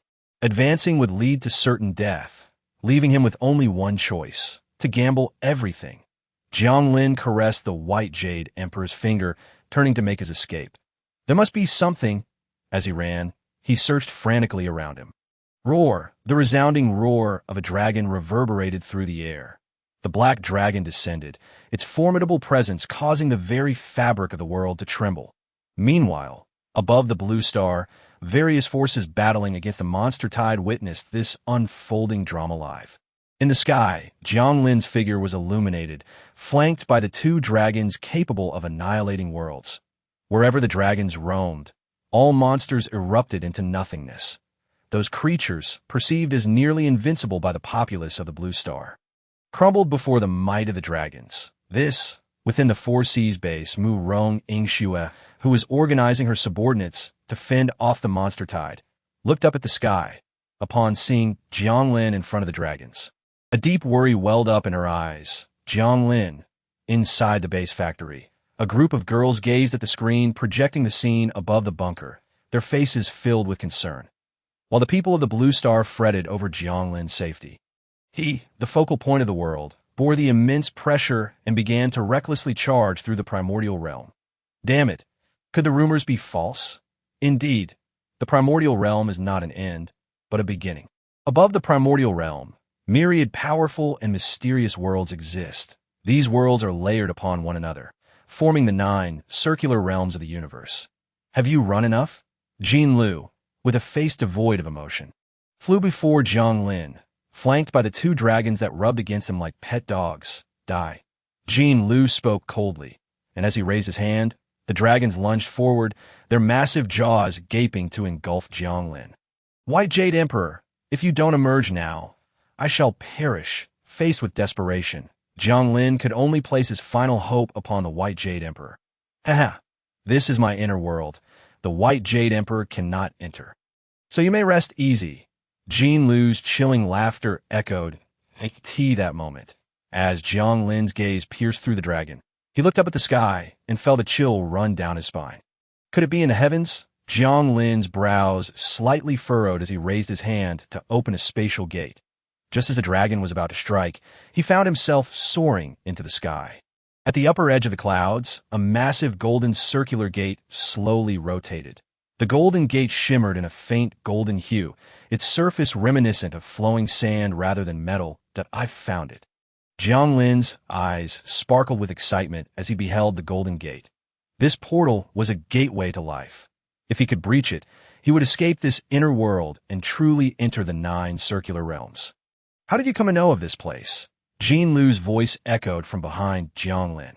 Sensing the voice, Jiang Lin hesitated no longer and opened the spatial gate once more. Just as Jiang Lin prepared to enter the spatial gate, Jin Lu's cold reprimand rang out, and the gate beside him suddenly exploded. Trying to flee, Jin Lu stepped forward, blocking Jiang Lin's path, and grasped his neck firmly. Upon seeing this gate, do you still think you can leave alive? Jin Lu's voice thundered, and the pressure of his hand intensified. Jiang Lin's consciousness faded in an instant. Just when he believed his demise was inevitable, a gentle white light burst forth from the White Jade Emperor's finger, enveloping his body. Huh. The White Jade Emperor. How could this be? Jean Lu retreated in shock, his grip on Jiang Lin's neck loosening. Roar. The resounding roar of dragons echoed from beyond the Golden Gate.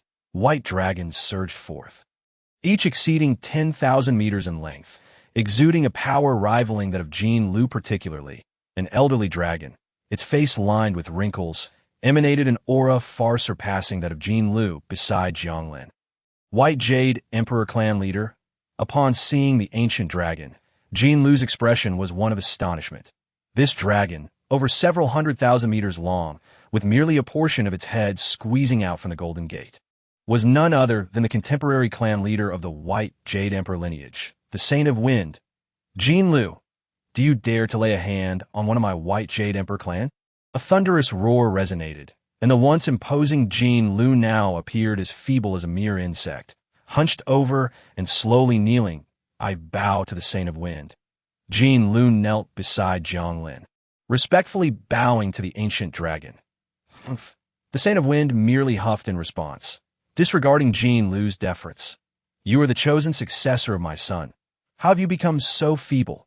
The Saint of Wind turned his gaze toward Jiang Lin, his eyes filled with discontent. I bow to the Saint of Wind. Jiang Lin mimicked Jean Lu's actions and paid his respects to the ancient dragon. Saint of Wind. Wait, Jiang Lin called out to halt him. I have attachments on the Blue Star, and I am unsure. Jiang Lin's words were abruptly interrupted by the Saint of Wind. Those ants, what concern are they to me? The Saint of Wind spoke bluntly. Were it not for the memory of his deceased son, Jiang Lin would merely be an insignificant ant in his eyes. Jiang Lin gazed at the dissatisfied expression of the Saint of Wind, his hands gradually clenching tighter. Apologies, Jiang Lin declared, opening the spatial gate. Humph. The Saint of Wind coldly snorted, unleashing a powerful aura. The spatial gate beside Jiang Lin erupted in an instant, and simultaneously, his consciousness began to sink. When Jiang Lin opened his eyes, he found himself amidst an endless expanse of stars. Young man, this is the void space I have constructed. There are matters best not discussed in the open.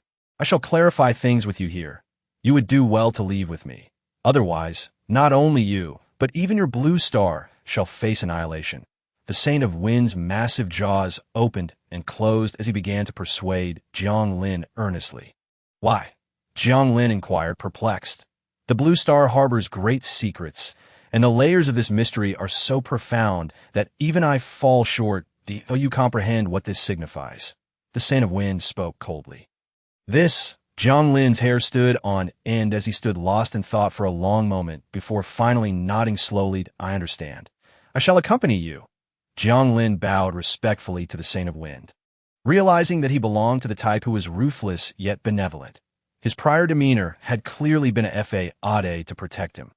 Indeed, the Saint of Wind nodded slightly. The world outside is far more magnificent than you can imagine. Only by mastering power can you safeguard all that you cherish. You have 10 years. Within this span, the Blue Star shall not undergo significant changes. After 10 years, true calamity will finally descend. Cherish this decade. With those words, the scenery before Jiang Lin transformed once more. Let us depart, the Saint of Wind declared, leading his clan members away from the primordial realm. Jiang Lin has left that world? The women of the Blue Star watched Jiang Lin's retreating figure, collapsing helplessly to the ground. Though fleeting, the time they spent with Jiang Lin had been nothing short of splendid. Is this truly the end? Only after 10 years shall the truth be revealed. The end of this book.